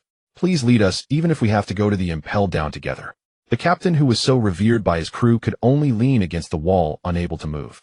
Buggy the Clown wore a sea prism stone collar around his neck, and his hands and feet were shackled with sea stone cuffs, fixing him in place. Although the sea prism stones on Buggy were not of high purity, they had already rendered him completely powerless, leaving him in a state of weakness, making it difficult even to move a finger. Don't panic, men. I will lead you out of this prison. These things can't stop me. At this moment, he still had to put up a brave front, not letting his crew see his weakness. If Buggy the Clown had to name the people he hated most, first on the list was red-haired Shanks, who tricked him into eating a devil fruit and becoming a landlubber. Second was the person behind the sky screen. These two groups had completely ruined his life. He was well aware of his own strength. He couldn't even use hockey. He could only bully small-time pirates in the East Blue. Once in the Grand Line, any devil fruit user could easily beat him up. He had originally wanted to quietly search for treasure, but the sky screen's praise had turned that into a pipe dream. Buggy was also watching for an opportunity. He didn't want to be locked up and impelled down, which was a hell for pirates. Apart from the great pirate Shiki the Golden Lion, who had cut off his own legs to escape, no other pirate had ever succeeded in breaking out. There really are no Marines in the prison now. Our chance has come. Buggy the Clown raised his right hand with difficulty, fumbling through his hair until he found a piece of wire which he threw to Moji, the best lockpicker. As expected of the captain, you can still hide things in here. Moji caught the wire and began trying to pick the lock of the prison door in front of him. Perhaps because the prison was somewhat dilapidated, Moji took less than 5 minutes to pick the lock. Haha, too easy. I really admire myself. When the other prisoners saw someone successfully picking a lock, they started making a ruckus. Bro, help me out, I'll join your pirate crew. I was a navigator, save me, and let me aboard, I beg you. Don't leave me behind. I was a helmsman. Moji ignored these people first and freed his own Buggy Pirates members. The handcuffs of ordinary members were not made of sea prism stone, so it took some time to unlock them. But when it came to the captain and Alvida, his lockpicking skills were useless. Captain, I can't pick these sea prism stone cuffs. I need to find the keys from the Marines. I can't help you. Moji worked beside Buggy for a long time before reaching this conclusion. As I thought, don't worry about me, Moji. Go help the others pick their locks first. All the criminals in this prison can become my subordinates. Our Buggy Pirates are going to expand. When it came to recruiting, the more the merrier. Buggy didn't care about the skills of his subordinates. As long as they were alive, they could boost his presence. Following the captain's new orders, Moji went to open the doors of other cells. They planned to stage a massive riot in the prison, letting the East Blue Marines know the power of Buggy the Clown. There were no proper weapons in the prison, so they could only grab mop handles to boost their courage. When facing the Marines' muskets, they would need these new recruits to charge ahead and take the bullets so that the Buggy Pirates could survive. Moji the Beast Tamer was very efficient. In about an hour, he had picked all the non-sea prism stone handcuffs and prison doors. If his lockpicking skills were combined with the wax fruit, there would be no lock in the world he couldn't open. The prison gate opened from the outside. Only by picking that gate could they leave the prison. Moji was now lying at the lookout window, observing the Marine branch outside. Not only were there no Marines standing guard or patrolling outside, but there wasn't even a single warship at sea. Captain, it seems the Marines have all run away. He stated an absurd conclusion, but the reality was right before their eyes. The Marines voluntarily abandoning their own branch base was something unheard of. The Buggy Pirates had been at sea for so many years, and this was the first time they had encountered such a strange phenomenon. They are definitely afraid of Lord Buggy, these cowardly Marines. In the end, these villainous pirates had no choice but to attribute the credit to Buggy. Lord Buggy was so formidable in the sky screen, the East Blue Marines were no match for him. Even Smoker, the future Marine Admiral, was now just a Marine captain who had to flee with his tail between his legs. In their hearts, Buggy the Clown was the most powerful pirate. Soon another twist occurred. Several Marine warships have entered the harbor. They're back. Upon hearing that the Marines had returned, everyone fell into chaos. Their eyes turned to Buggy the Clown, hoping this strong man would offer some advice. Their escape depended on this lord. Buggy, who couldn't muster any strength, was already exerting all his effort just to maintain his usual tone. Sea prism stones were too restrictive for devil fruit users. The former was the natural enemy of the latter. A weakling like him had no ability to resist. Don't panic, boys. The Marines don't know we've escaped. When they come in, well, give them a surprise, catch them off guard. When necessary, he'll step in. When necessary, he wouldn't be able to step in either. Buggy could only talk big. If these people fought desperately and got the keys to his cuffs, he would regain his devil fruit powers and be able to fight low-level Marines. However, the Marines who came this time were no small fry. They were elite soldiers from Marine headquarters, led personally by Admiral Akainu. This Marine who believed in absolute justice would give these scumbags a little shock. For the sake of safety, all Marines without hockey were evacuated. However, as the strongest Marine in the Lowtown branch, Smoker ordered his Vice-Captain Tashiji to leave, still refusing to believe that the clown Buggy was truly formidable.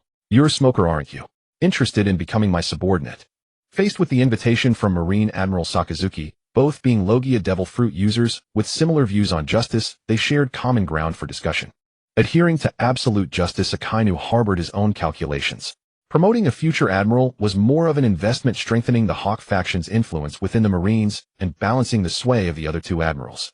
Thank you for the invitation, but I have my own path to walk. After dealing with Buggy the Clown here, I intend to pursue Straw Hat Luffy's crew. I cannot allow him to grow unchecked. Smoker had always been accustomed to acting on his own. Why else would he have been exiled to the backwater East Blue? He certainly didn't want another father figure over him. I respect your decision. Sakazuki said no more. After all, each person has their own aspirations, and he could not force the issue. However, Smoker was more curious about how Fleet Admiral Sengoku would handle Buggy the Clown. Admiral Akainu, will the Buggy Pirates be sent to impel down? No need for such trouble. This is his burial ground. Sakazuki did not understand why Buggy wanted to go to impel down to Sea Bullet. Killing him in Lowtown would solve the problem once and for all. No matter the scheme, before absolute power, everything would be utterly crushed. Once the main Marine force fully landed in Lowtown, such events could not be concealed. The outside world soon received news. Morgans, the president of the World Economy newspaper, received a call from a Den Den Mushi operated by his correspondent stationed in Lowtown, reporting the latest developments. I never expected the Marines to take this seriously, sending out Admiral Akainu. This is definitely a huge scoop. Morgans, that Birdman was obsessed with news, the undeniable newspaper king of the pirate world. He also wanted to verify the story from the celestial screen, whether Buggy the Clown was really as formidable as claimed. Publishing newspapers was no longer enough to satisfy him. He wanted to broadcast this battle live, which required full cooperation from his subordinates in the East Blue. If the boss does this, the Marines and the world government will come after us again. I'm not afraid, so why should you be? I take the heat for offending people. This time we're going to make a huge story. Morgan's eyes gleamed. As a journalist, he could never pass up an opportunity to stir things up. As expected of our boss. Let's work overtime together tonight. Since the boss wasn't afraid, the subordinates had no reason to be. This wasn't their first live broadcast, it just remained to be seen how many signals the Marines could cut off. On every prosperous island there were screens capable of live broadcasts. News that the Marines had sent an admiral to eliminate Buggy the Clown quickly spread thanks to the newspaper king drawing the attention of all curious onlookers. The 4 emperors of the second half of the Grand Line also received this news. Kaido and the others intended to watch the live broadcast themselves to verify the claims of the celestial screen. If it was just hot air, they would pay it no further heed. On Onigashima, the headquarters of the Beast Pirates, Kaido rarely allowed his son Yamato to come out, letting him witness the world. An admiral making a move is a rare sight. See the gap between yourselves. All these years of hard training, I've done it for your own good. He'll defeat you and escape sooner or later. Yamato sat together with his father Kaido, both staring intently at the live screen. Behind them, a crowd of Beast Pirates members were equally curious about how the battle would unfold. On Whole Cake Island, the headquarters of the Big Mom Pirates, one of the 4 emperors, Charlotte Lean, was stuffing delicious cake into her mouth. She too was watching the battle closely. If Buggy the Clown was as powerful as the celestial screen boasted, making him her husband would be an excellent idea. I wonder how Buggy will fare against a Marine admiral. I'm truly looking forward to it. Katakuri was more concerned about the devil fruit liberation mentioned on the celestial screen. He had already achieved devil fruit awakening, and to protect his family, he needed to become even stronger. At that moment, the other 2 emperors, red-haired Shanks and white-beard Edward Newgate, were drinking together. They disagreed on the matter of Ace, and the conversation was not particularly pleasant. But when the topic shifted to Buggy the Clown, the atmosphere on the ship lightened considerably. I still remember that brat.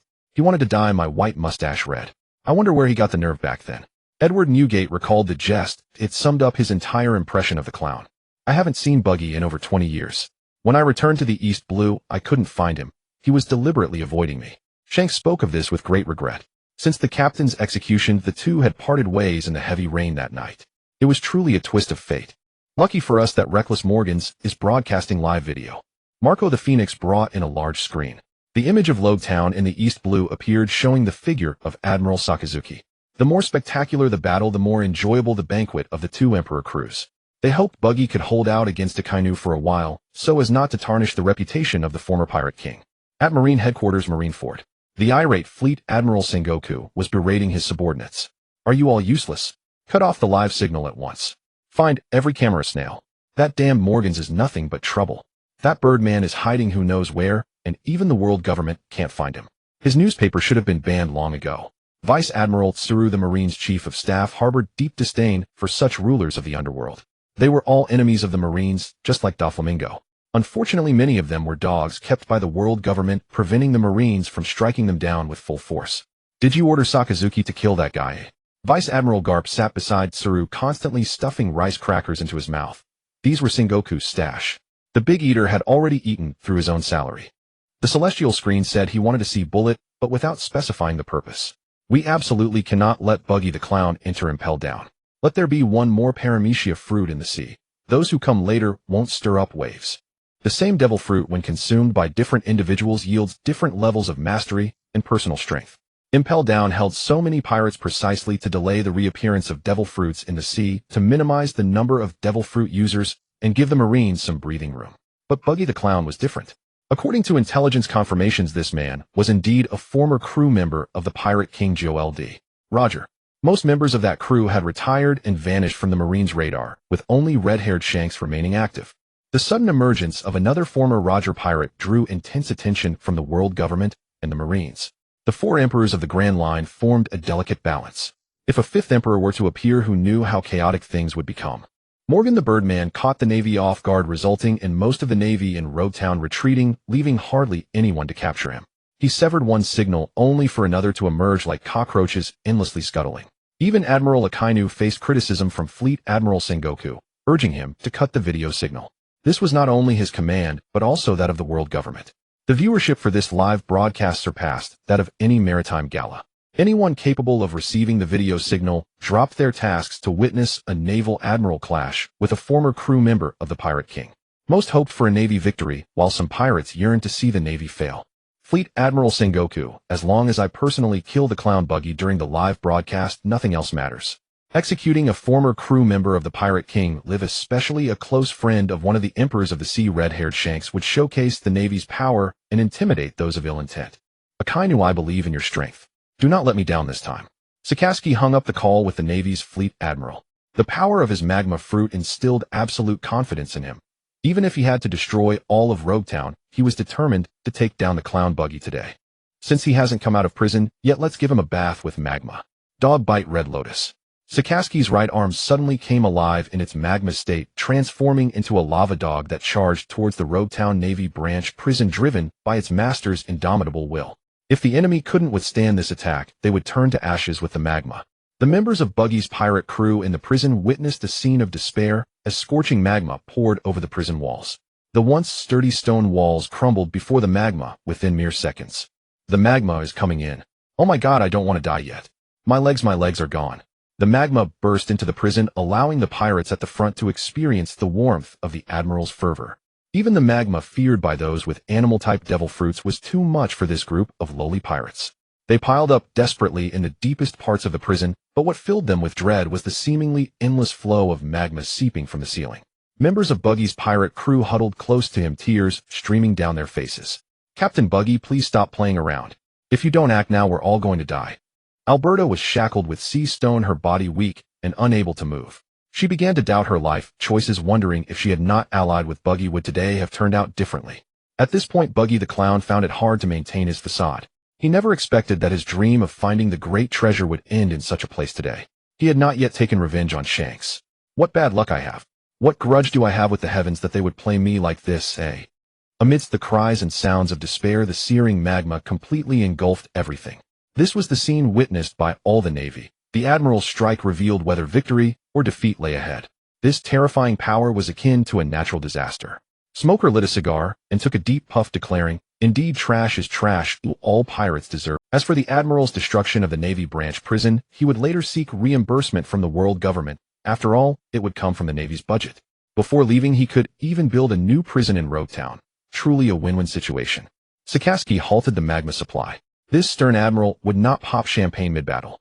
His observation hockey was fully activated, searching for any stragglers, leaving no corner of the branch's underground unchecked. Akina's expression suddenly grew serious as he commanded loudly, "All Navy prepare for defense against the impact." Just then, from the prison that had just been submerged in magma, a sound of cutting emerged. Not just the walls and floor, but even the magma was shattered. A man's voice came from within, "Fleet Admiral Sengoku. Truly gives me face sending an admiral to kill me. Am I really worth that much?" A powerful hockey surged from the front, scattering the clouds in the sky. Wherever it passed, the walls of Navy buildings shattered, and the dust swept the sea into tumultuous waves. Some Navy personnel who had just learned hockey could resist the instant kill effect of the Conqueror's hockey, yet they were still severely shaken both mentally and physically. Some unfortunate souls were even pushed into the sea.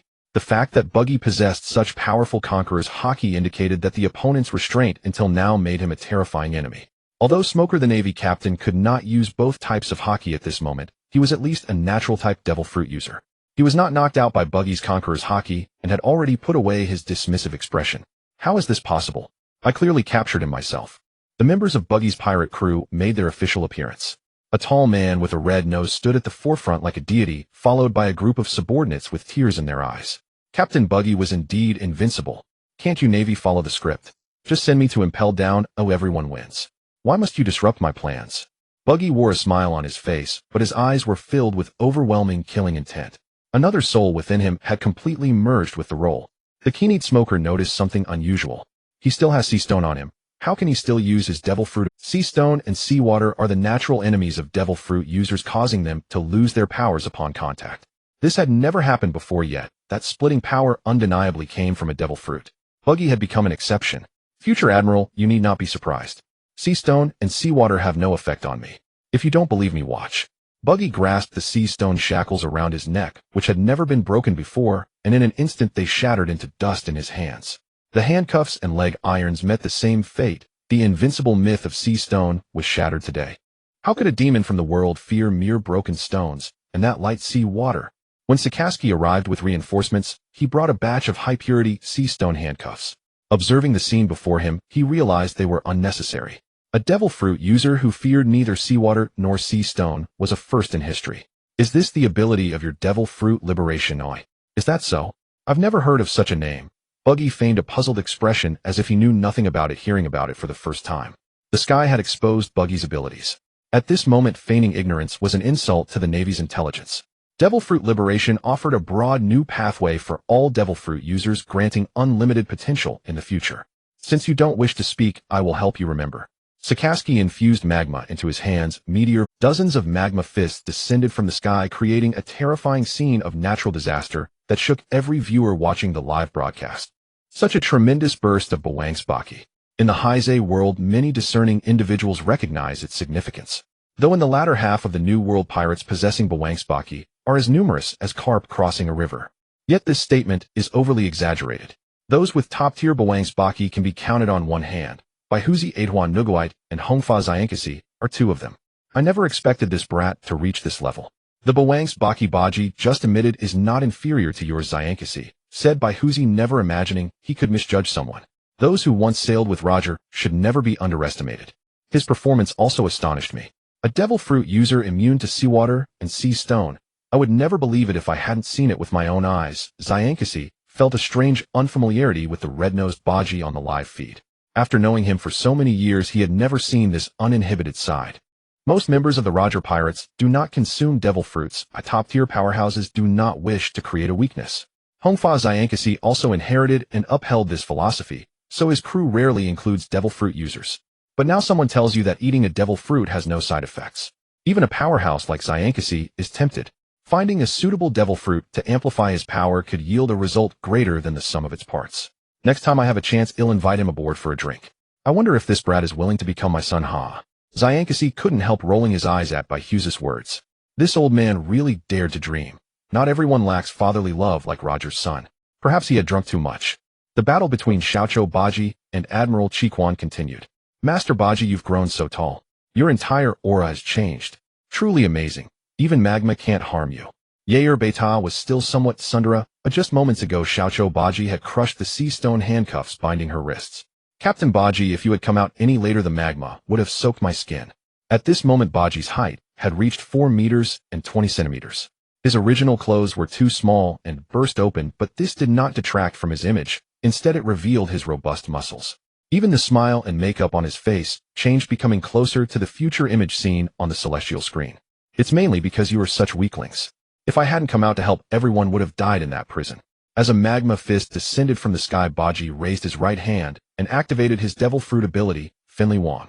An invisible, intangible net enveloped the heads of Xiaoqiu Baji's pirate crew. When the magma fist generated by the meteor volcano fell, the magma, over 1,000 degrees, was split into pieces, disintegrated at the atomic level, and dissipated into harmless dust in the air. Sakaski watched everything unfold. He ordered the marine warships to follow the original plan. Gunners, prepare. Open fire. Hundreds of cannons simultaneously fired at the Xiaoqiu pirate crew. The thunderous roar of cannonballs, one after another, streaked toward their direction. Not every shot hit the target, but as long as they could deplete Baji's stamina, these shells were worthwhile. Currently, aside from Captain Baji, the rest of the Xiaoqiu pirate crew were insignificant. They could not withstand the bombardment from multiple marine warships, ultimately relying on their captain for protection. Admiral Chichuan destroying a marine branch like this. Afterward, Fleet Admiral Zhanghua will be displeased, you know. The first few shells landed far away, but after adjusting the range, they could hit right in front of Xiaoqiu Baji. These marine gunners were quite proficient in mathematics. The Navy's basic education was indeed superior to that of pirates. Duo Yuan Fenley. The 100 incoming shells were all sliced into countless tiny points in midair, without any explosion, and fell to the ground as debris. Boom, boom, boom. A new round of bombardment descended again. Baji performed Duo Yuan Fenley once more. This war of attrition was not a solution. Who knew how many shells this magma dog had brought? Being solely bombarded by the Navy was too disgraceful for a pirate. I wonder what the cost of one marine warship is. Xiaoqiu Baji vanished before the Navy's eyes in the blink of an eye. His speed was so incredible that in less than 2 seconds he was less than 5 meters from the marine formation. Finley Pow. Buggy compressed the splitting ability of his devil fruit into a space the size of 2 fists, which had the advantage of allowing the splitting power to reach the target faster. I won't let you succeed, Mingo. Admiral Cheekwan charged to Buggy, first one arm, transforming into scorching magma colliding with the clown's technique. The splitting ability and the ceaseless magma were unexpectedly evenly matched. Such ordinary attacks that felt like ultimate moves were simply too monstrous. Sakaski continuously used Mingo with both arms to forcibly neutralize Xiaoqiu Buggy's incredible decomposition ability. The clash between Finley Pao and Mingo ultimately became a contest of Wuzhuang Buggy. Dark, thick fists collided against each other, each impact producing a metallic clang. Sakaski felt he had still underestimated Xiaoqiu Buggy. A man who had developed his devil fruit to such an extent was also exceptional in physical combat. Even in Zhengwen Buggy, he could gain no advantage. After a brief exchange of over a dozen rounds, he could not subdue this pirate. I will definitely keep you here in Lagajan, Depenwo. A colossal volume of magma like a volcanic eruption burst from Admiral Cheekin's right fist. The 1,000-degree heat seemed capable of melting everything, instantly covering the area in front of Xiaoqiu Buggy. You really have underestimated me, Finley Shiji. The magma volume comparable to a small volcanic eruption could not even touch Buggy's clothes under the splitting devil fruit ability. It was divided into hundreds of small magma streams, all dispersed and disintegrated in front of the pirate, losing its original destructive power. Sakaski had consumed the Logia Magu no Mi for so long, yet this was the first time he encountered an ability that could decompose magma. All previous opponents had chosen to withstand it with Wuzhuang. For the first time he realized that the degree of devil fruit development truly determined one's power ceiling. Former Admiral Zifa had said that current Admiral Huanyuan relied excessively on his devil fruit ability. Now it seemed that was not entirely correct. Could it be that the era of Buggy was coming to an end? Sakaski, let me show you a technique of Wang's Buggy, Shunlai. Buggy's towering figure crossed the magma blockade, his fist wrapped in Wang's Buggy, landing squarely on the Marine Admiral's face. Although Sakaski had previously elementalized, it was too late. He took the hit directly. A complete fist imprint was left on his entire face, his nasal bone broken. Yet this man, as a Marine Admiral, still remained conscious after sustaining such a severe blow. Ming Wangzhu. Sakaski grasped Xiaoqiu Buggy's fist, his entire body transforming into a mass of scorching magma. The magma formed a pillar over 10 meters high, completely engulfing the figures of both combatants. The terrifying magma pillar made those present turn pale, even raising the temperature of the entire scene by several degrees. The Marine Admiral was truly not just for show. Captain Buggy, please don't let anything happen to you. Machi and Araberta could only watch from afar. Against such a battle between powerful experts, they couldn't last even a minute. All Marines retreat. Don't get caught in the magma. Admiral Sakasiji will surely win. Simaji followed the Marines to the shore, leaving room for the two monsters to fight.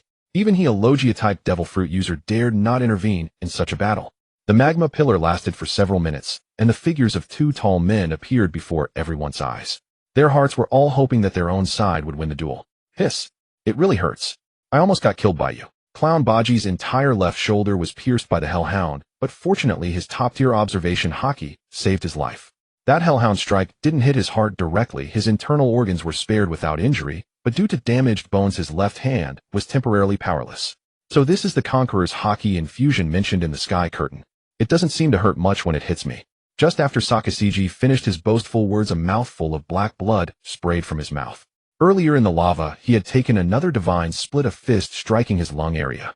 Now the Marine Admiral felt pain even with each breath. Your body is as strong as a monster's. The Marine Admiral is truly terrifying. Wang Lufei, after taking one blow of Kaido's Conqueror's Haki infusion, the protagonist directly fainted. But when Buggy used the same Conqueror's Haki infusion technique, it didn't have that decisive effect.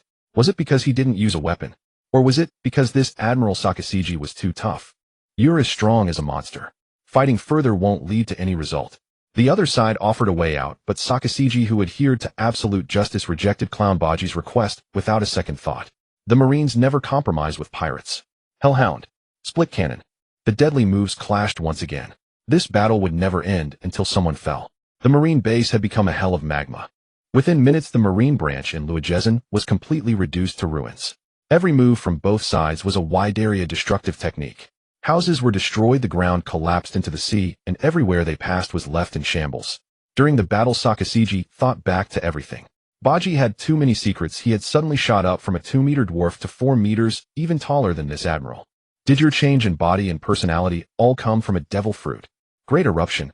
The raging magma churned with astonishing heat, a power that humans once could not overcome. As a villain in a manga, Clown Buggy was very self-aware. While fighting the Marine Admiral non-stop, he still had to take time to explain things clearly to this righteous side. Being a qualified villain was really hard. I used my fruit to split off my weakest personality. I even reduced my height by cutting bones and muscles to weaken my own strength. The sky curtain's appearance exposed my plan. Damn it. Split cannon. The splitting ability granted by the split fruit to Clown Buggy was completely unreasonable, as if it could separate all things. Everything in the world was within the scope of being split. Lava Pluto. A magma giant dozens of meters tall covered in scorching lava.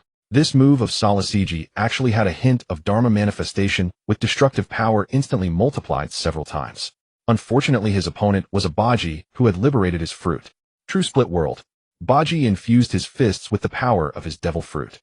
The powerful splitting ability could strike the magma giant even from several meters away. After a stalemate of devil fruit power struggle, the pirate soon gained the upper hand, and Salasigi's magma form immediately shattered. Your Logia-type devil fruit may have the strongest offensive power, but you're too obsessed with hockey. The Marines don't need a pirate to lecture them. On this sea, only hockey is the strongest.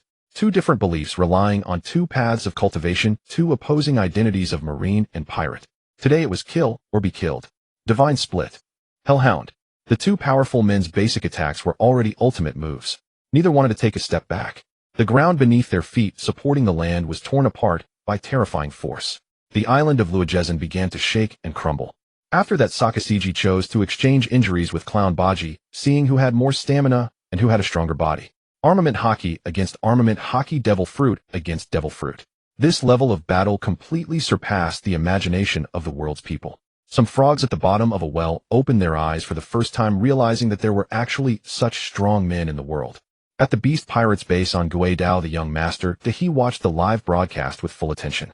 When the battle became intense, she nervously clasped her hands. What terrifying fellows. The Marine base was destroyed by them. I want to fight them too, the Marine Admiral and Clown Buggy. I really want to join this battle. Kaido was maintaining his humanoid form, his mace weapon wrapped in Conqueror's hockey. The live broadcast showing a deathmatch between powerful experts made this teacher's hands itch. He wanted to find an evenly matched opponent to practice with. Let's get out of here quickly. The boss won't be able to hold back soon. Quiet. Hurry, hurry. The Beast Pirates officers none wanted to be Kaido's training partner. Fighting this monster would be like being a punching bag.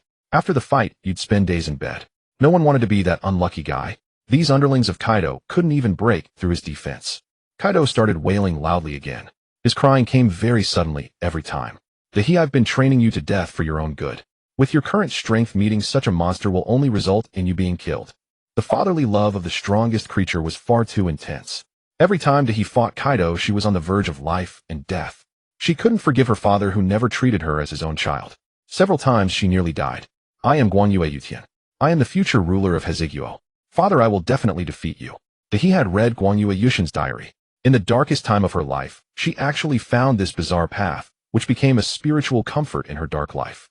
She appeared completely brainwashed. He's been dead for nearly 20 years, and I buried his corpse myself. You ungrateful child, you're asking for a beating. Kaido and Heightened Dash schemed to kill Guan Yue Yutian, but he also fell under the Guan Yue family's hypnosis fruit. He actually thought that idiot was a real man in his heart, and even admired Guan Yue Yutian genuinely. This father and daughter both suffered from the same illness. Come on, Kaido. I'm not afraid of you. He'll fight you again. Truly a pitiful son. Let me as a father give you a good lesson. The father-son match on Guadao began again. Both sides were Zoan-type mythical Zoan devil fruit users. They fought with real fury, but he had never defeated Kaido. At Marine headquarters in Marineford, all Navy personnel ranked Vice Admiral or above, including Fleet Admiral Sengoku, and the Navy heroes sat anxiously in the war room. Through Morgan's exclusive live broadcast, they watched the deadly battle between Admiral Sakazuki and Buggy the Clown unfold in real time. Why hasn't the Din Mushy signal been cut off? The whole world is watching our Navy's shame. The Navy was the most powerful military force on the planet, yet it relied on the world government for intelligence. It had countless cannon fodder soldiers, but very few specialists. For instance, Morgan's live signal. The Marines on site could do nothing about it. In the midst of such a perilous battle, the signal remained uninterrupted, broadcasting crystal-clear combat footage across the entire planet. And yet Marine headquarters itself could not achieve such a feat. The Navy's own surveillance snails couldn't capture images as sharp as those of the King of News. It was almost embarrassing that they had to rely on a live stream to witness this epic showdown. I never thought that Bradakainu would fight so hard. Even at such a formal occasion, Vice Admiral Garp, the Navy hero, had no mind to joke with Fleet Admiral Sengoku. His own admiral was locked in a fierce struggle with a pirate, and he had lost all appetite for his sunbae crackers today. Borsellino is the fastest in the Navy. I've already sent him to reinforce Sakazuki. Who would have thought a pirate from the East Blue would require the mobilization of 2 headquarters admirals? Since the Battle of God Valley, the Navy had dominated pirates worldwide except in the second half of the Grand Line. Was this situation about to end under Sengoku's command? The East Blue was known as the weakest of the 4 seas, largely thanks to Vice Admiral Garp. Every year when he returned to his hometown of Windmill Village on vacation, he would sweep through the East Blue pirates. Later, smokers stationing at Lowtown made it even harder for pirate crews born in the East Blue to enter the Grand Line. But the greatest irony was that the East Blue harbored a pirate who could fight an admiral on equal terms. Buggy the Clown had not only slapped Smoker's face, but also the Navy heroes. 20 years of relentless effort by one old man and one young man were undone by a single live broadcast. All for naught. Sengoku, let me go back too. Let me end the East Blue trouble once and for all. The Navy hero returning to the East Blue would first eliminate the menace of Buggy the Clown and second capture his grandson Luffy, who was still wandering the Grand Line. Before the heavenly curtain appeared, it might have been fine. But now chaos had set in and many things were slipping out of control. Garp could sense that troubled times were near. Unreasonable events were completely escaping the Navy's grasp. If he didn't keep Luffy by his side, he might not be able to protect his own grandson. Though he had seen many a gray-haired person bury the young, he did not want it to happen to him. Vice Admiral Garp, Marine Headquarters needs you here. New intelligence from maritime surveillance ships indicates that red-haired Shanks is meeting with Whitebeard. The alliance of 2 emperors is a threat we must guard against. Fleet Admiral Sengoku could not indulge his old friend's whim this time. They had to protect not only Marine Headquarters, but also the nearby world government and Eni's lobby, a heavy burden on their shoulders. Oh no, Admiral Akainu is in danger. That's impossible. Sakazuki won't lose. Amid the murmurs of the vice admirals, everyone's attention returned to the live broadcast. At the Lowtown Marine branch, the entire site was covered in magma. Anyone else would have no place to stand, but this minor difficulty meant nothing to Buggy the Clown. The power of the Bara Bara Nomi constantly surrounded his body. The magma beneath his feet was completely disassembled, unable to harm him in the slightest.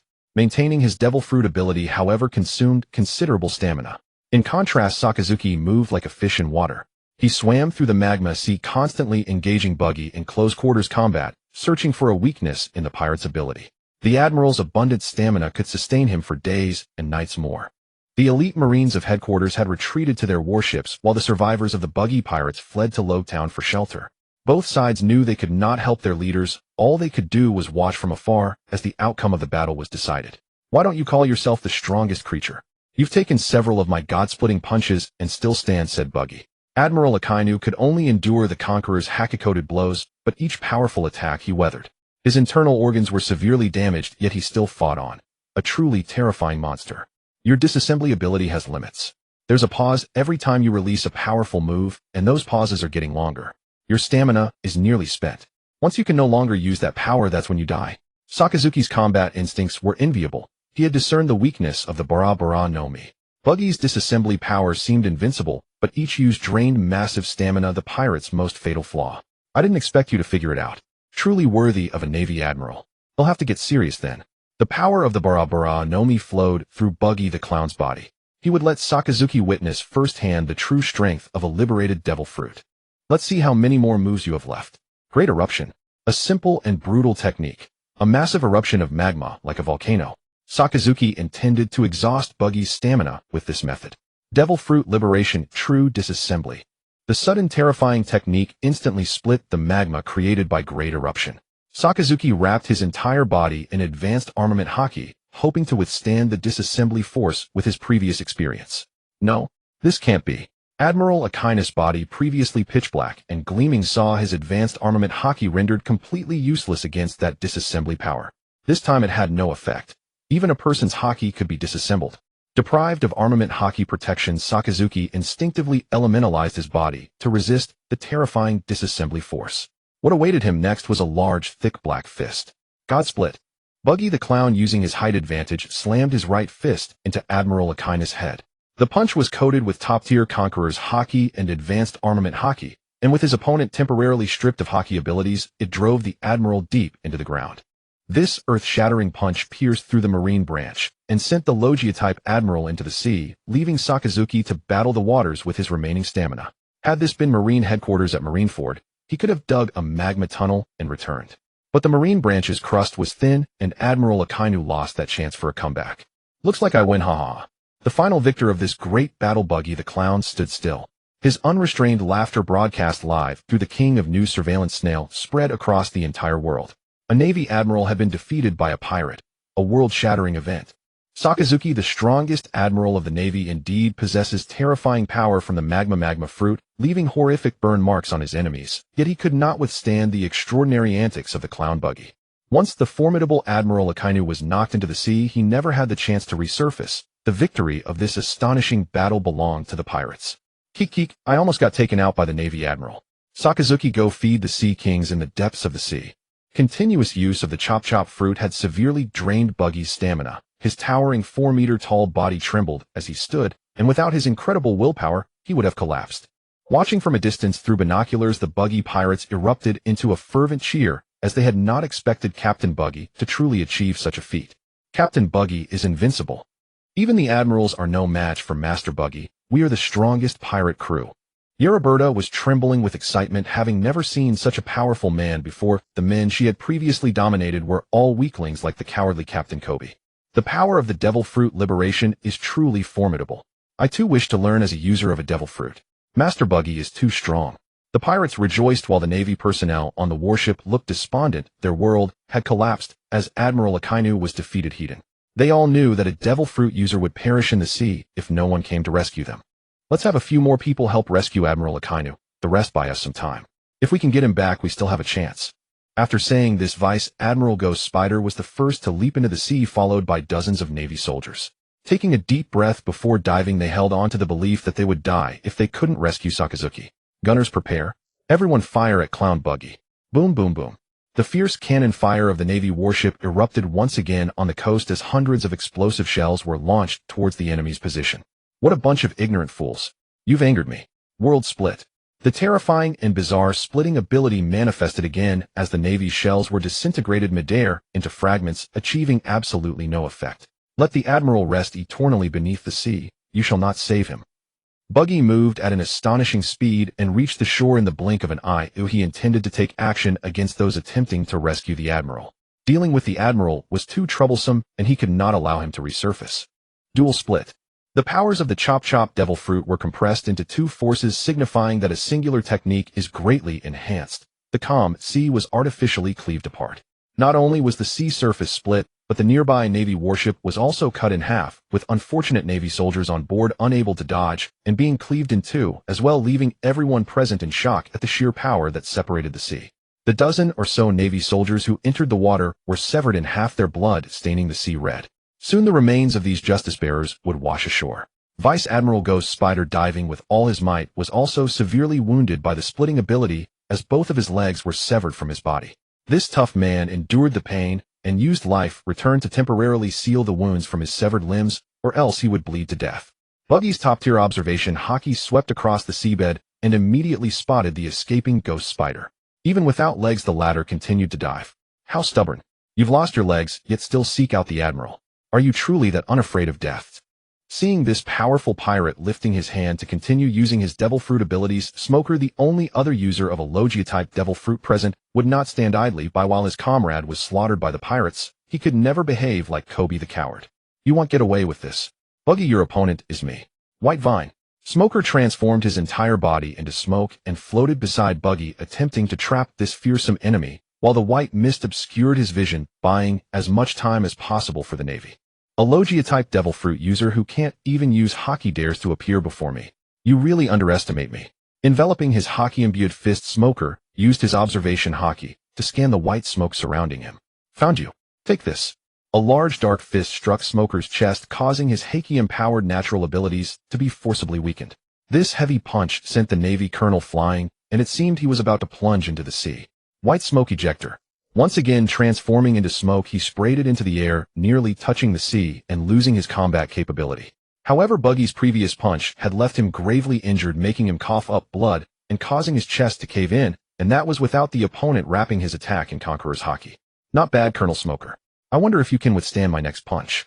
The Navy on the warship would not stand idly by as Smoker fought alone. The elite forces were all proficient in both forms of hockey and had learned the 6 powers in their training camp.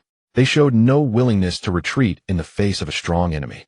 They all employed one of the 6 powers Jeppo to step into the sky, while some Navy soldiers skilled in Gale Foot unleashed slashing attacks from above. More elite Navy soldiers chose to engage Buggy in close combat, believing that if they could buy time with their lives, their blood would not be shed in vain, placing everything on Vice Admiral Ghost Spider. Brothers charge. If we hold him back, we will win. The Navy has never feared pirates. Clown Buggy, do not underestimate the Navy. Seeing the elite soldiers of the Navy rushing ashore, Buggy's grin widened. Keek, then let you accompany Admiral Akainu on the road to the underworld. Splitting net. An invisible net spread out before them, rapidly expanding towards the elite Navy soldiers. They could only use hockey to defend, but some soldiers who did not master advanced hockey could not shield their entire bodies, and instantly they were sliced into dozens of pieces, leaving only a black hand holding a knife intact. In one attack, 50 to 60 Navy soldiers were sent away. In their final moments, their bodies shattered, their eyes still reflecting the fierce flames of battle. They were unwilling to fall on this land, yet no matter how strong their will was, it could not change the outcome. A living man was reduced to a pile of flesh on the shore. The Navy soldiers who survived with advanced hockey did not have time to mourn for their comrades. Their swords turned black, and they swung towards the pirates with hockey. In the distance, elite Navy snipers wrapped their bullets in hockey as everyone fought for justice with their lot. Splitting cannon. The approaching Navy soldiers braced their hockey against the disintegration ability, but how could their hockey compare to Admiral Aquinas? As soon as their hockey faltered even slightly, they were defeated within 2 minutes. Like being struck by cannon fire, the elite Navy soldiers exploded into a mist of blood under the onslaught of the splitting cannon, each falling in line. Without any miracles occurring, they all heroically sacrificed themselves before Buggy, hot blood splattering all over the pirate. The shore of the Rogtown Navy branch became a slaughterhouse for the elite Navy soldiers. Watching his naval comrades being brutally harmed one after another on the shore, Smoker's eyes were filled with blood. He hated himself for being so weak, for not training his hockey and developing his devil fruit abilities better, which left him powerless in this moment. The man let out a sharp roar different from before as the conqueror's hockey erupted from within him, stirring the air and making everyone present feel its presence. Originally, the clown Buggy was playing house with the elite Navy, enjoying the one-sided slaughter of the weak, and did not swiftly kill all the Navy before him. Smoker, even you have awakened the conqueror's hockey. It seems the sky was right. You really do have a chance to become a Navy admiral in the future. I'll eliminate you here to prevent another trouble on the seas. 1 yuan split. Compressing the splitting ability to a point, he shot it out at high speed. Even if Smoker could elementalize, he would not withstand such an attack without hockey. The future Navy admiral was still not an admiral yet. Smoker felt himself locked by the splitting ability and realized he could not escape. The powers of the smoke devil fruit fully bloomed. Colonel Smoker, get away.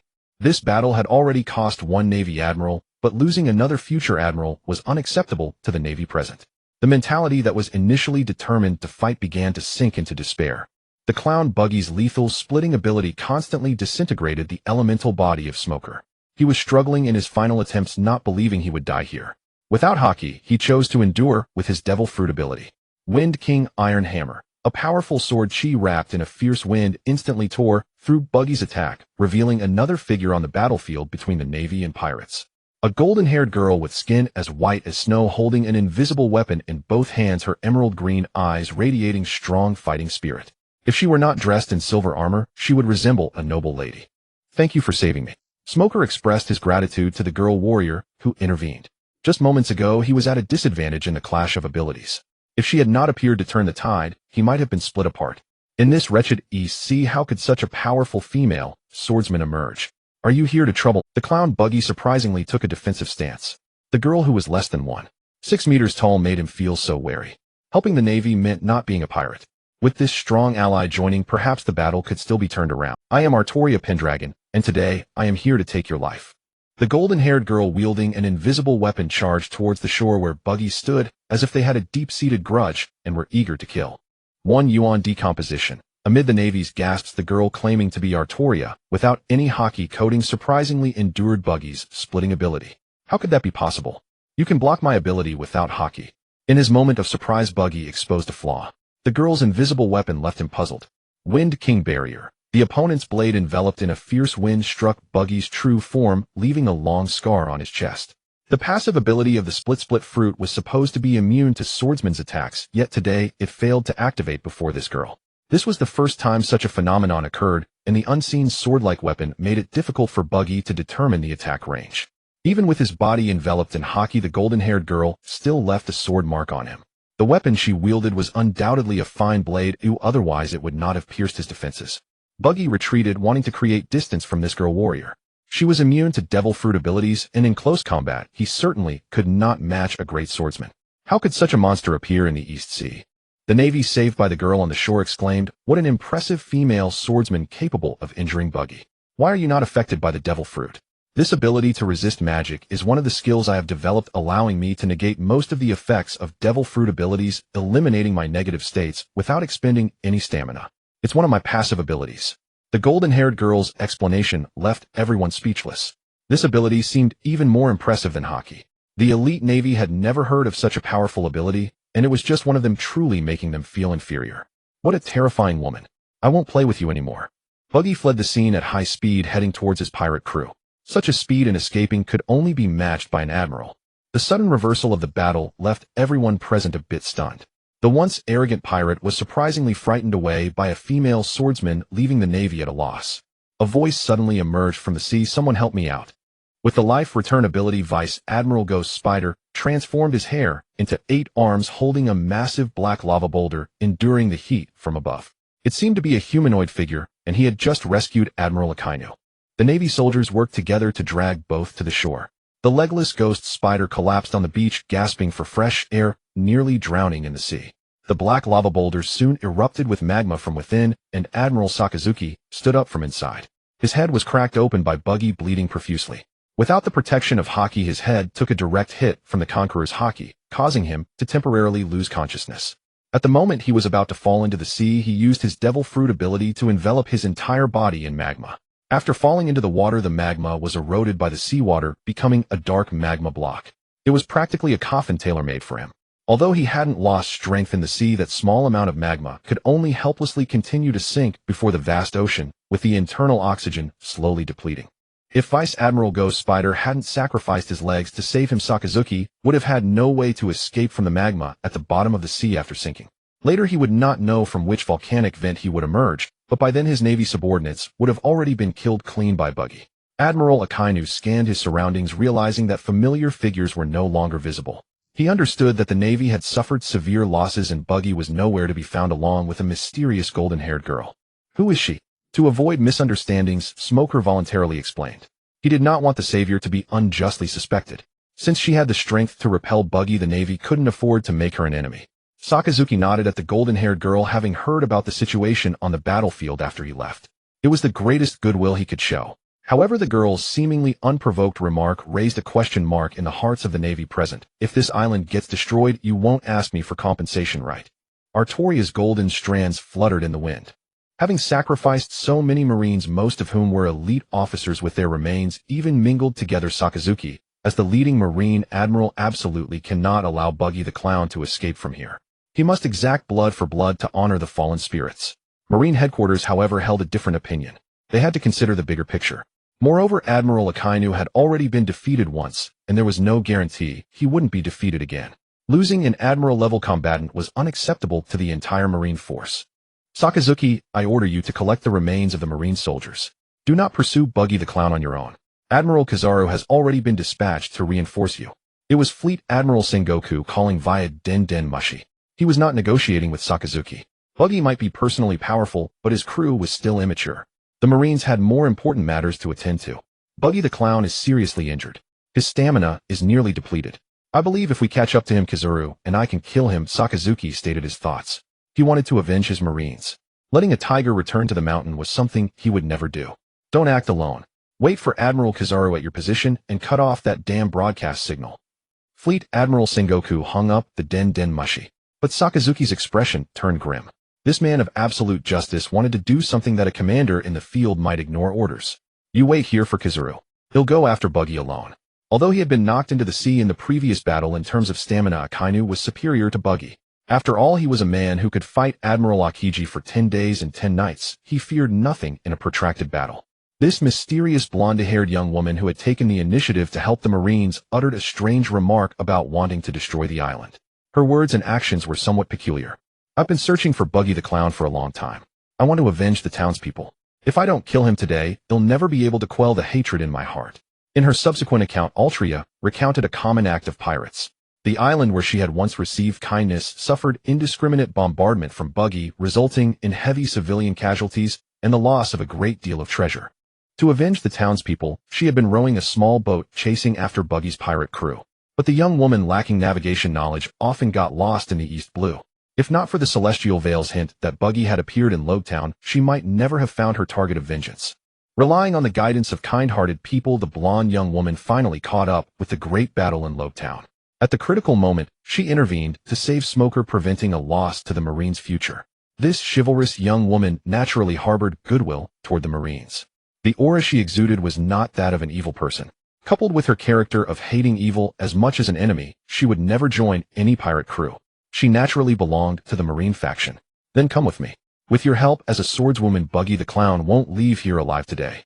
Admiral Sakazuki approved of the blonde young woman's idea. With such a powerful ally, he felt more confident in dealing with Buggy. The Marines around him urged him not to defy Fleet Admiral Sengoku's orders. But Admiral Akainu never listened to advice. He had often disobeyed orders from superiors. Here no one could stop him. A golden flash streaked across the sky, and a man with sunglasses and a lecherous expression appeared in the Marine's line of sight. The arrival was none other than Admiral Borsellino, codenamed Kizuru, a Logia-type user of the glint fruit. Good, I made it in time. Am not late, am I? The man stood in the air with his hands in his pockets, looking like he deserved a punch. He had joined the Marines together with Sakazuki, and both were veritable monsters. Perfect timing. With your speed, you should be able to catch up to Buggy. Stall him for me. Buggy the Clown. What a terrifying monster. I might not be able to beat him. Sakazuki, you'd better listen to the Fleet Admiral's orders. The Marine Admiral, who embraced a lazy justice, clocked in every day, doing the least demanding work, always waiting for retirement. Why would he risk his life for that measly Marine salary? With such behavior, do you even deserve to be a Marine Admiral? Borsellino picked his ear in the air, pretending not to hear. He was practically a slacker reincarnated. When it came to slacking off, he was the best. He cared nothing for prestige or influence within the Marines. Admiral Kizuru and Admiral Akainu were of equal rank, neither could command the other. Both only followed orders from Fleet Admiral Sengoku. Kizuru had been ordered only to reinforce Sakazuki, not to pursue Buggy. That lecherous expression, coupled with his indifferent attitude, infuriated Sakazuki, who wanted nothing more than to punch Borsellino. Promoting him to Admiral was a colossal mistake. After turning to think calmly, Fleet Admiral Sengoku, Admiral Kizuru, and the surviving Marine soldiers all hoped Sakazuki would not act alone. To avoid losing his prestige within the Marines, he decided to place his hopes on the blonde young woman before him. Altria, unleash whatever technique you have. If you can truly kill Buggy the Clown here, the entire Marine organization will owe you a great debt. Even if you fail and destroy the island, you will not be held accountable. I swear this in the name of a Marine Admiral. Good. Remember your promise. All of you step back. I am going to release my sword. When Altria spoke of releasing her sword, her entire demeanor underwent a stunning transformation, like an ancient king descending upon the world. The people present dragged the wounded back to the remaining warship. They stood on the shore ready to witness with their own eyes the peaked sword strike of this blonde young woman. The blonde young woman raised her invisible weapon high above her head, releasing the restriction of the invisible air. Amidst a blue storm and dazzling light, the blade continuously revealed its true form. This sword was the Star Holy Sword, Excalibur. After the sword fully revealed its true form, a powerful storm erupted from it, stirring up waves along the entire coast and causing the Marine warship to rock violently. The golden glowing sword held high above the young woman's head moved every Marine present. I've truly seen an extraordinary sword, Borsellino said, retracting his nonchalant expression. As the one who understood light more than anyone present, when that radiant sword appeared before his eyes, the power of his devil fruit actually felt a longing for this young woman. Is this sword a supreme grey blade? It feels even more powerful than that, commented Vice Admiral Enigmo, a frequent swordsman. For a swordsman, a fine sword was like adding wings to a tiger. Was she once a king? Sakazuki saw in this blonde young woman shadows of a monarch, the aura of a king descending upon the world. What exactly was she in the past? Buggy the Clown dragged his grievously wounded body to his crew, who were at that moment plundering the town without a shred of mercy. The residents of Lowtown had fled in such haste that they left behind most of their belongings, which the Buggy pirates eagerly claimed as their own. Get the ship ready, lads. The Marines will be after us soon. Captain Buggy, the ship's almost ready. The others are loading the loot. There's so much it's hard to carry. Moji was the first to suggest replenishing the ship's supplies while the other pirates scoured the town packing anything useful. They knew this opportunity wouldn't come again. Lobetown, the gateway to the Reverse Mountain, was a prosperous maritime trading hub. It had been guarded by White Hunter Smoker, who had arrested every pirate foolish enough to target it. Today, however, fortune smiled upon them. Seizing the chance, the pirates ransacked the town like rats in a granary, their greed delaying their departure. One could say the Marines had been careless. Ordering the townsfolk to evacuate without sinking the Buggy pirate ship gave the scoundrels a means of escape. Alvida emerged from a women's clothing store laden with bags and already dressed in a new outfit. Like the other pirates, she was indulging in a shopping spree without paying a single berry. Moji, call everyone back. If they're not on board in 10 minutes, they can stay in Lobetown forever. With those words, Buggy vanished in a blur, racing toward his ship. Get the others. Didn't you see how angry the captain was?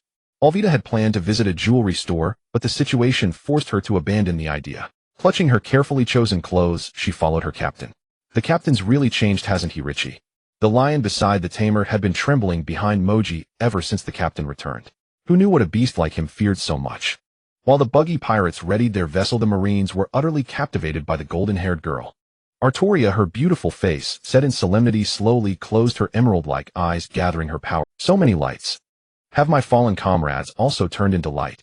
Even the sea rises with light. Some orbs drifted up from the ocean depths, some emerged from the Marine base cemetery, some rose from the bodies of Marines slain in battle, and some floated from the direction of Lobetown. Lights from all directions converged upon the golden blade.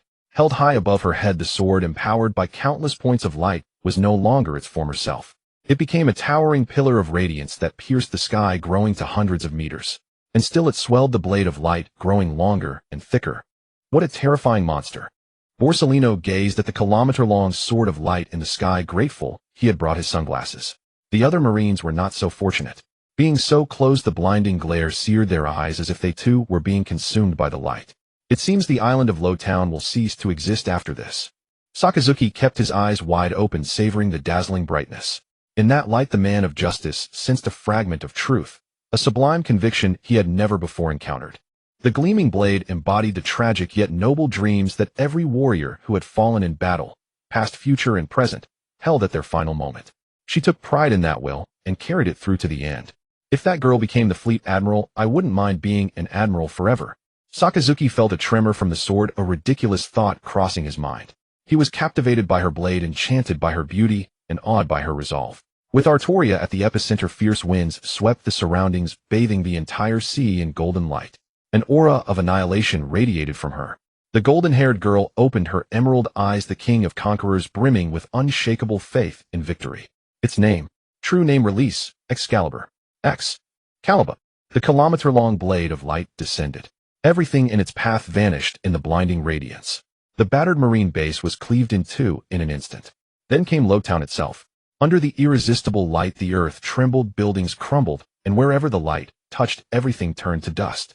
It was absolute, unmatched power.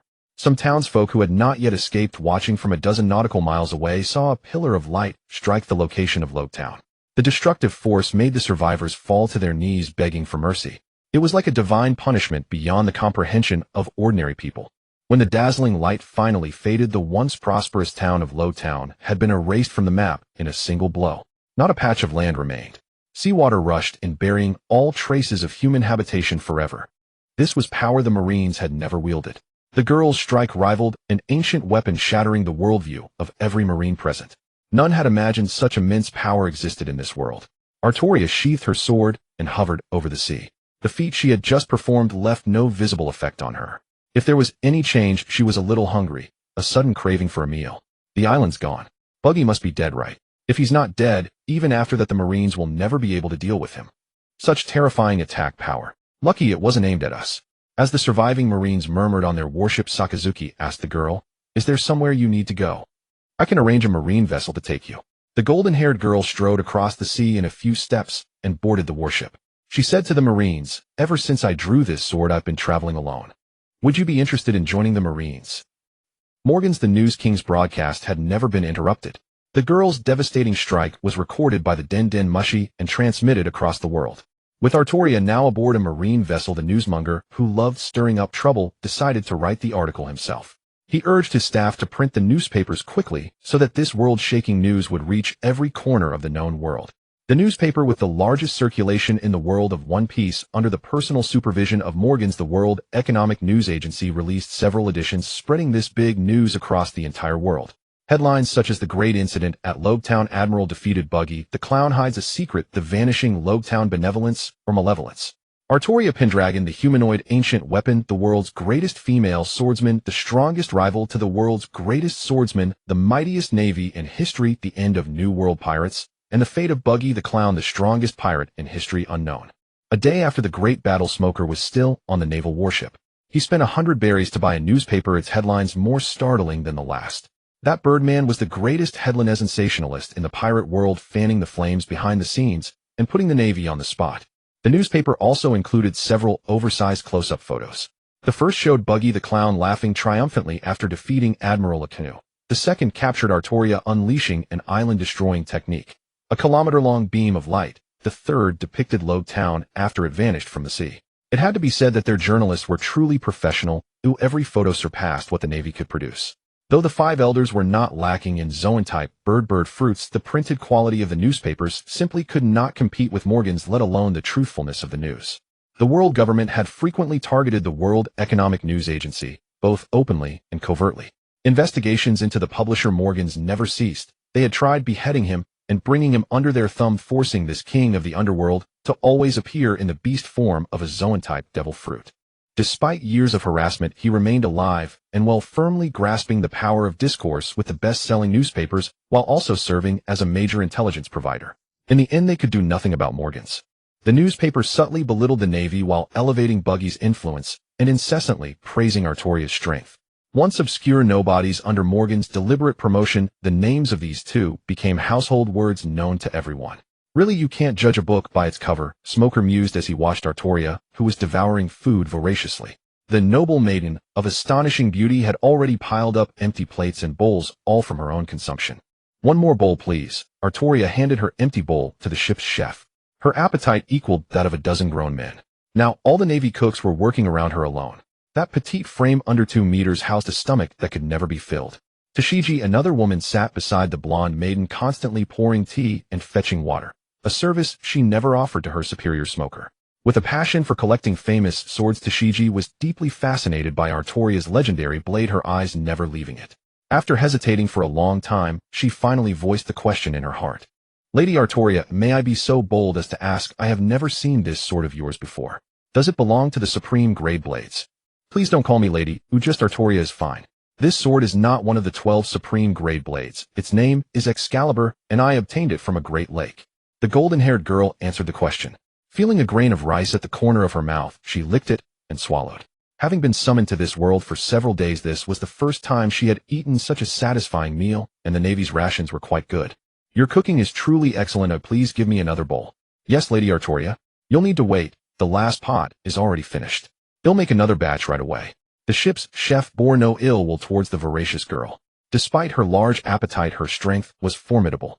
If not for her intervention, who knows how many Navy lives would have been lost. Murderous pirates would show no mercy to a defenseless chef. In confrontations between the Navy and pirates, only the latter could surrender. Surrendering as a Navy member never ended well. In the great battle at Logetown, only 2 Navy warships survived. One under Admiral Akainu carried the remains of fallen sailors and returned to Marine headquarters with Artoria. The other, commanded by Admiral Kazaru, conducted a massive search of the sea area, aiming to find any trace of the Buggy pirates. Even a single plank from their ship would suffice for a report. Under that terrifying island-destroying technique, a single sword strike wiped away all traces, and the Buggy pirates vanished without a trace. Had Buggy truly perished under that sword move? Around Sakazuki, a group of military doctors gathered to dress his wounds. Fleet Admiral Sengoku's Den Mushi rang, first inquiring about Sakazuki's condition, then about Artoria's situation. "She has agreed to join the Navy." "Fleet Admiral Sengoku, you need to consider what treatment to give her." Tossing the problem back, the wise Fleet Admiral found it perplexing. At this time, before the later Great Navy Draft, promoting someone with no Navy experience to the rank of Admiral was unprecedented in Navy history. The Navy was a violent agency under the world government, drawing most of its budget from them. Adding another admiral would consume a significant portion of the budget. This matter still required negotiation with the 5 elders. The fleet admiral did not have absolute authority in the Navy. I've discussed this with Tsuru. For now, we can create an admiral candidate post. To establish an additional full admiral, I need to consult with Fleet Admiral Kong. Nevertheless, financial matters were trivial. The Navy's ability to absorb such a powerhouse would be a tremendous morale boost for the global naval forces. In future battles with pirates, they would no longer have to be as cautious as before. The Navy had no shortage of lower-ranked soldiers. Its only weakness was in top-tier combatants. These high-level fighters had to defend too many points, spreading their strength thin and preventing them from uniting to eradicate the pirates completely. The latter half of the Grand Line, the New World, had always been a pirate haven. The Navy's presence there could barely maintain the status quo. With Artoria's addition, perhaps this situation could be broken. After a hearty meal, Artoria was assigned a private room, a rarity on a warship reserved only for officers of vice admiral rank or above. 2 female Marines stood guard outside, ready to respond at any moment. The Navy's courtesy towards her was indeed high. The golden-haired girl took from her pocket a device resembling a Bluetooth earpiece. She placed it on her left ear, pressed a switch, and heard a man's voice. "Artoria, you've done well. Focus on infiltrating the Navy and report any new intelligence to me promptly." "Understood, young master." But who would have thought that behind the great incident at Logue Town a hidden hand was pulling the strings? Donghai Fuguang Island. The mastermind behind the Logue Town incident, Mr. Li Wei, was leisurely enjoying his fishing time. When there was no fun in the world, he could only pass the time with a hobby from his previous life. A few days ago, he had a secret conversation with Artoria. This golden-haired girl had been accepted by the Navy High Command, and in a few days, she would obtain the position of Admiral Candidate. At this time, Marshal Sengoku was still in charge. Originally, I thought the Navy would only give her the rank of Vice Admiral, but unexpectedly, it went a step further. Artoria was just one step away from becoming a Navy Admiral. A few years later, when the old man Sengoku retires, Artoria will have a chance to compete for the position of Navy Fleet Admiral. If my own person becomes Navy Fleet Admiral, that scene would be truly unbelievable. The Bluetooth earpiece Artoria used for reporting was far more convenient than the devil fruit, the silent fruit. Li Wei used the master unit while his subordinates all used slave units. The slave units could not communicate unilaterally with each other. Only when the master unit granted permission could they contact each other. This item was purchased from the system store called the Infinite Communication Device. It cost 10 million full points and came as a set containing 1 master unit and 5 slave units. With this item, spies infiltrating other forces could contact Li Wei anytime, anywhere. While waiting for the fish to bite, Li Wei opened the system's hero interface. A 3D golden-haired figure appeared before his eyes, dressed exactly like Artoria, scaled down 10 times, appearing even cuter. The hero's basic introduction and skill information could all be observed on this interface. Artoria Pendragon. Origin Fate Series. Age Forever 15. Weapon Anti-Fortress Noble Phantasm Excalibur. Talents Magic Resistance Riding Radiant Path Mana Burst Charisma. Abilities Basic Conqueror's Hockey Invisible Air Strike Air Release Excalibur. The talents were heavily modified by the system, making Artoria better adapted to the One Piece world, allowing this ugly world to experience the shock of a foreign hero. Talent Magic Resistance originally nullified all magic, now modified to resist Devil Fruit powers. In close combat, it nullifies the abilities of Devil Fruit users. Talent Riding can skillfully control various vehicles, including Navy warships. Talent Radiant Path grants powerful combat intuition, the ability to instantly discern the most suitable action for oneself in battle. It has entered the realm of predicting the future. Through wind sounds and intuition, it can predict trajectories, evade attacks from firearms and gunpowder weapons, and have the hindrance to vision and hearing. Talent Mana Burst refers to strengthening one's weapons and body with magical energy. The silver armor worn during battle is also woven from magical energy. Talent Charisma. This talent was granted even greater power by the system. The morale of the army under her command becomes extremely high, never to be defeated. The astonishing morale ensures that the army fights to the last man. The physical abilities of all allied army members are enhanced. The weaker the member's ability, the stronger the enhancement effect. The first hero obtained for free was quite perfect in all aspects. Li Wei only exchanged a basic Conqueror's Hockey Comprehension card for her. He didn't need to worry about other aspects. She was naturally suited to be with the Navy and would be out of place with the Revolutionary Army. Artoria's last talent, Charisma, is more powerful than the Revolutionary Army's Inspire Fruit. In large-scale frontal combat under her leadership, a single soldier becomes a super soldier, making it a nightmare for pirates. Moreover, our king, having pulled the sword in the stone at the age of 15, ceased aging and permanently retained the appearance of a young girl. It can be said that she already possesses the ability of immortality. If Artoria sits in the position of Navy Fleet Admiral, who knows how many generations of Navy Admirals she will outlive. Retirement is impossible. Oh, it will never happen in this lifetime. Sengoku Garp and Tsuru will step back to the second line of the Navy due to old age, losing real power in such a powerful organization. Even if in the next few years she cannot compete with Sakazuki for the fleet admiral position, Artoria will definitely have become a Navy admiral. She can outlast Akainu with time, and the fleet admiral position will eventually be hers. I really have to thank the News King Morgans. His newspaper and live broadcast have been a great help. In the Lowtown incident, Li Wei could have used the celestial screen for live broadcast, but he felt it would lower his coolness, so he simply gave up that option. In terms of its positioning, the celestial screen focuses more on writing the future. It does not care much about current events, making other forces believe that the celestial screen is neutral. Fortunately, Morgans filled this gap in live broadcasting. Although the live effect was not as strong as the celestial screen's presentation, he made his utmost effort to spread the battle process to the whole world. Afterwards, his newspapers fanned the flames even more.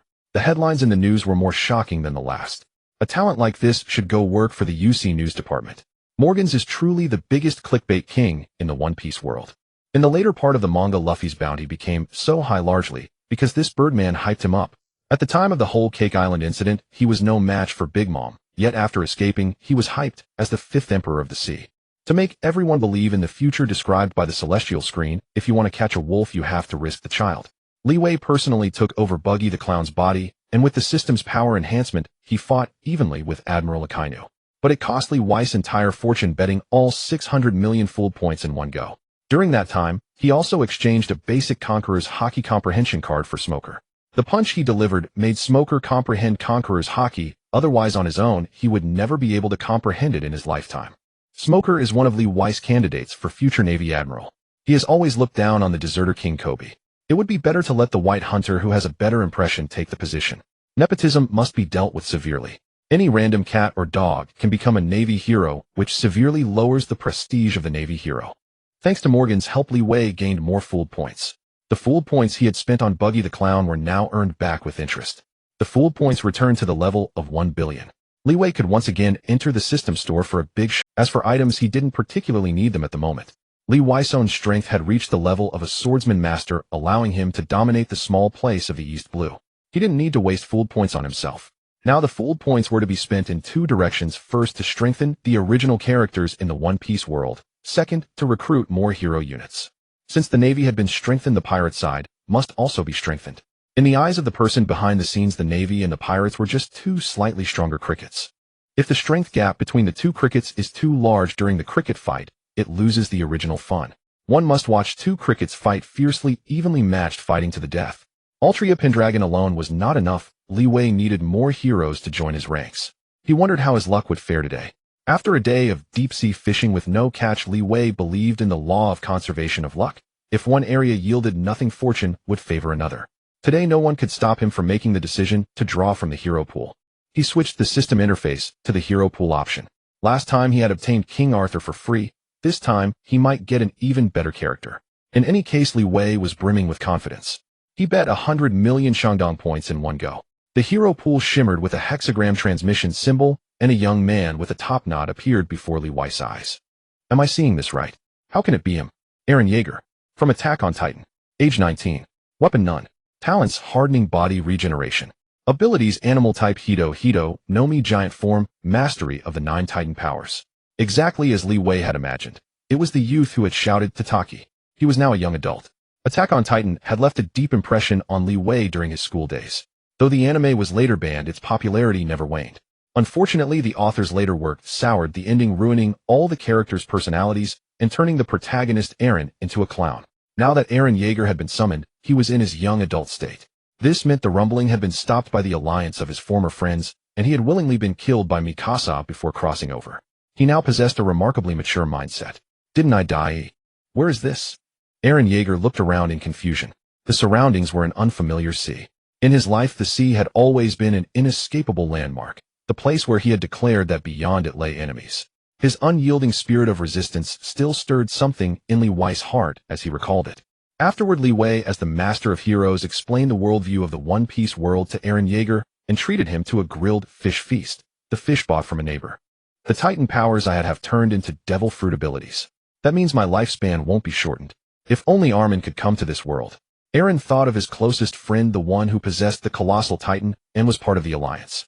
First, he could lift the lifespan restriction on Armin. Second, Armin would love to sail across this ocean-filled world. But unfortunately, he would never come, nor would his beloved Mikasa. You chose death in the end, and your life ended in that world. But in this world you will live a more brilliant existence. Hero units were absolutely loyal to Li Wei, yet each had their own personality. They were living people. After completing assigned tasks, they would enjoy life in this one-piece world like thinking puppets on strings. Eren possessed all 9 Titan powers. When using his Devil Fruit, he could freely transform into different Titan forms. Each Titan had a unique ability. Some weaker forms were enhanced by the system's divine boost upon summoning. Founding Titan First Method. Feeding his own blood to humans allowed him to turn them into pure Titans through a roar with a chance of producing abnormal Titans. Second method. Feeding his spinal fluid to humans enabled them to transform into one of the other 8 Titans based on the individual's traits. Titans born through either method were completely obedient to Eren's commands. Colossal Titan transforms into a colossal Titan over 100 meters tall capable of releasing high-temperature steam without consuming body mass. Attack Titan. By consuming enemies, he can steal memories and glimpse future events. Female Titan. A more agile Titan with the fastest movement speed capable of copying abilities from other Titans. Armored Titan. A Titan covered in hardened armor. Consciousness can be shifted to different body parts to prevent instant kill in human form. Jaw Titan. Specialized teeth and claws capable of flight. Beast Titan. A beast Titan that varies depending on the person, such as an ape, elephant, eagle, etc.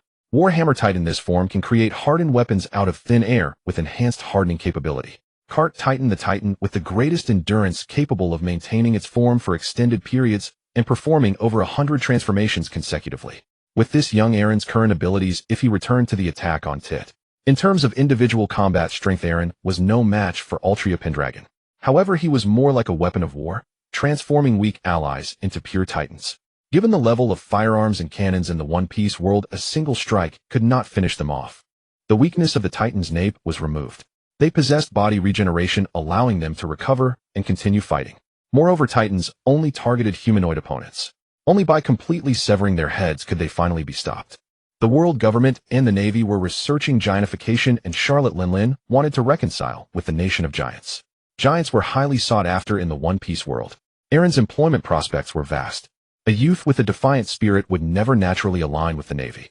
After learning more, Eren chose to join. After all, being someone's dog was something he could never do in his past life. He had even trampled an entire country under the colossal Titan.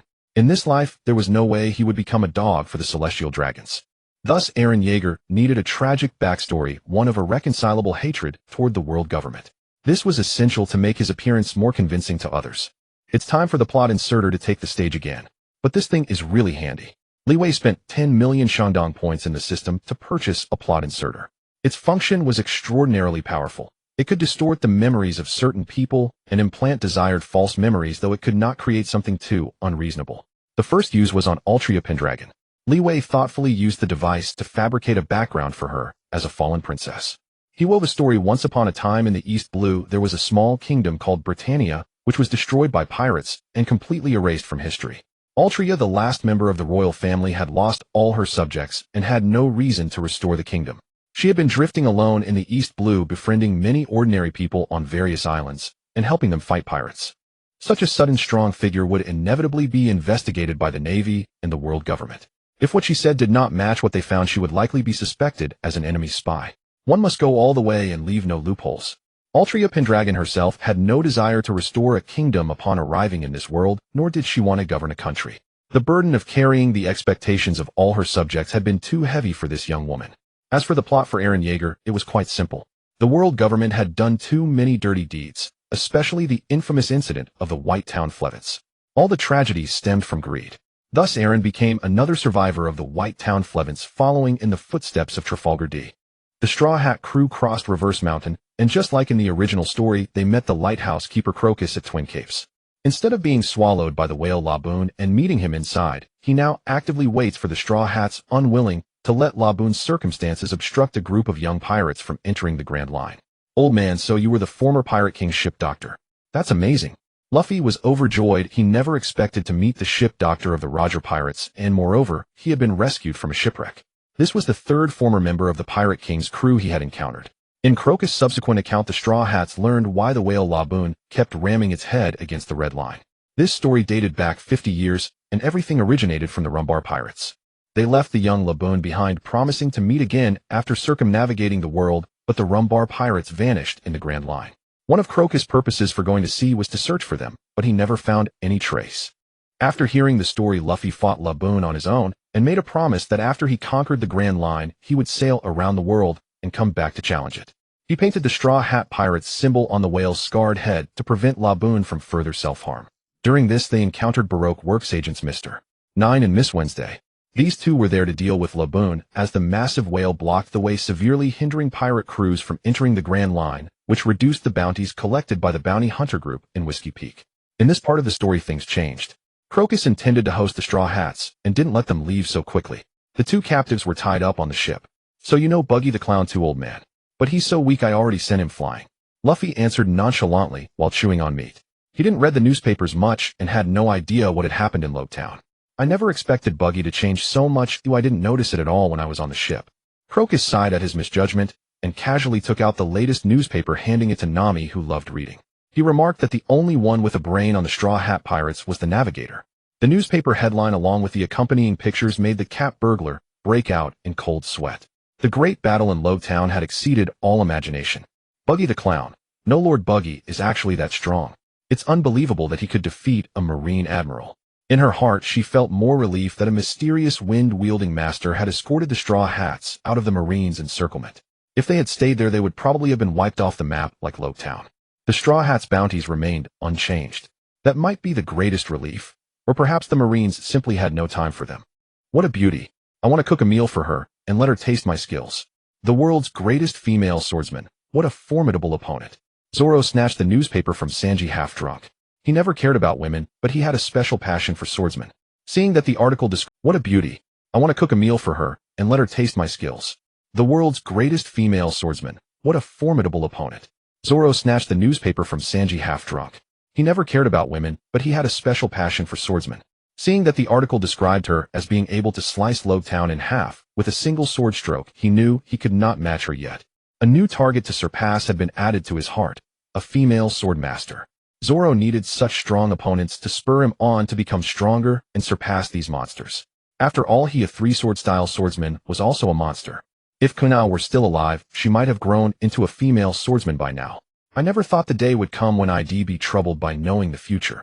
Nami said, a bitter smile curling on her lips. Normally, if she knew how much money she would make in the future, Nami would be overjoyed. But after boarding a pirate ship and becoming its navigator, everything had changed. As one of the Straw Hats, 2.5 brains, she was more worried about the information revealed on the celestial screen. People they would not have met in the original future would now be aware of them thanks to the screen spoilers across the world. More attention would be drawn to Luffy's crew, and they might encounter powerful enemies they had never faced before. Crocus agreed wholeheartedly. If he had not been drawn by the screen as Laboon's doctor, he would have remained inside the whale's stomach. He would not have been here to welcome the Straw Hats, nor would there have been tonight's banquet. The impact of changing the future is tremendous. In the original future, Lowtown would not have disappeared into the sea and Buggy would have gotten what he wanted. The more he thought about it, the deeper Crocus' frown became. Changing the predetermined future would affect many people's destinies. Would it affect his and Laboon's fate as well? As for what Buggy wanted from Bullet, Crocus, who had joined the crew later as a ship doctor, did not know. Even if the world government captured and tortured him, they would get no answer. On the other hand, Bullet, who was an Impel Down, would attract great attention from the world government and the Marines. This battle-hungry man constantly trained his body and honed haki in prison, making him incompatible with other inmates on his level. He would inevitably suffer some physical punishment. I don't care about the future. I, Luffy, am going to be the Pirate King. Luffy shouted with his mouth wide open. His optimistic and adventurous spirit left him without worries, and if any trouble came, he would solve it with his fists. As he shouted his signature catchphrase, a voice came from the Going Merry. Are you really Straw Hat, Luffy? Luffy heard the female captive on the ship calling out to him. He smiled and waved back. I'm Straw Hat, Luffy. Am I already that famous? Miss Wednesday was a Baroque Works undercover agent. She was actually Princess Vivi of Arabasta. However, her current appearance was a dark history. The punkish outfit completely obscured her beauty, and even Sanji the old pervert had no interest in a woman dressed like that. Initially, Nami didn't believe it. A princess of a great kingdom reduced to working for a criminal organization. Who would believe that? Coming before Luffy, Princess Vivi revealed that a massive rebellion was underway in Arabasta, and the mastermind behind it all was one of the 7 warlords of the Sea Crocodile. This pirate was pulling off a country usurpation. Ahead on their route in Whiskey Peak, a group of bounty hunters was waiting to prey on pirates. They would disguise themselves as welcoming hosts, throwing a welcome banquet for the pirates. During the banquet, they would drug the pirate crew, then turn them over to the Marines for the bounties. This group had been operating there for many years. From their first meeting, Princess Vivi believed in Straw Hat Luffy. It wasn't because she was naive or romantic, but because the celestial screen had spoiled the future, saying that Luffy would defeat Crocodile. After a day of rest at Twin Capes, the navigator Nami learned from Crocus that all islands in the Grand Line possess magnetic properties, rendering the compasses used in the East Blue useless here. This revelation instantly exposed the blind spot in the little thief cat's knowledge. Fortunately, Mr. 9 and Princess Vivi had a log post pointing to the next island, Whiskey Peak, a settlement overrun by bounty hunters. When Princess Vivi revealed her identity, the shrewd Nami remained skeptical. Leading them straight into the enemy's stronghold seemed like walking into a trap. However, the Straw Hat Pirates currently lacked an eternal pose. A wrong turn could send them into the calm belt teeming with sea kings far beyond their ability to handle. With Princess Vivi, a Baroque Works insider, as their guide, the Straw Hat crew avoided deception on Whiskey Peak. Captain Luffy also refrained from any misunderstanding that would lead to a fight with Zoro. Mr. 8, the curly-haired man stationed at Whiskey Peak, was actually one of Vivi's loyal subordinates. With these two moles working from within, the group effortlessly subdued over 100 bounty hunters. After the battle, they feasted heartily. That night, reinforcements from Baroque Works arrived, a man and a woman tasked with eliminating Princess Vivi. Whenever an agent discovered the true identity of Baroque Works' mastermind, they were silenced. A studio that bred bounty hunters, and its leader was one of the 7 warlords of the sea. How ironic. Princess Vivi, we are merely following orders. Your return to Alabasta would cause great trouble for the organization. Mr. 5, a paramecia bomb fruit user, also known as the booger fruit user, for his boogers were truly limitless, announced his presence. Words gave way to violence. Mr. 5 picked his nose and flicked boogers that exploded with devastating force. Zoro tested one with his sword, cleaving the booger bomb in two, yet the explosion still occurred. A bounty hunter boarding a pirate ship. Let me crush you right here. Amid the blast, a blonde woman floated into the air. This was Ms. Valentine, a paramecia kilo fruit user who could freely adjust her body weight, augmenting it up to over 10,000 gene. Just as the duo struck poses to show off, Zoro and Luffy each took on one opponent. In mere moments, they floored the enemy, defeating them with ease. This pair of Baroque Works agents over-relied on their devil fruit abilities, but their development of those powers was misguided. Their physical combat skills were no match for Luffy's crew, making their thorough beating entirely predictable. With Mr. 5 and Ms. Valentine's interference, the Straw Hats finally believed Princess Vivi. At Vivi's request, Luffy agreed to help. A warlord of the sea was destroying a country. That was something he could not tolerate. Seeing Vivi kneel before him in tears broke something in Luffy. He could never stand a woman crying, and this strengthened his resolve to defeat Crocodile. What was a Shichibukai compared to Buggy the Clown? Nami knew they were no match for a warlord of the sea. But Luffy and Zoro were already cracking their knuckles, eager for a fight. They had no true understanding of how terrifying a pirate granted amnesty by the Navy could be. As the group conversed, the unluckies, Baroque Works information agents, eavesdropped from the second floor. By the time they were noticed, the duo had already flown beyond reach. Fearing they would be silenced, Nami nearly broke down, grabbing Vivi by the collar and wishing she had never learned this secret. Under the dim night, Nami thought the sea otter and vulture combo hadn't gotten a good look at her face.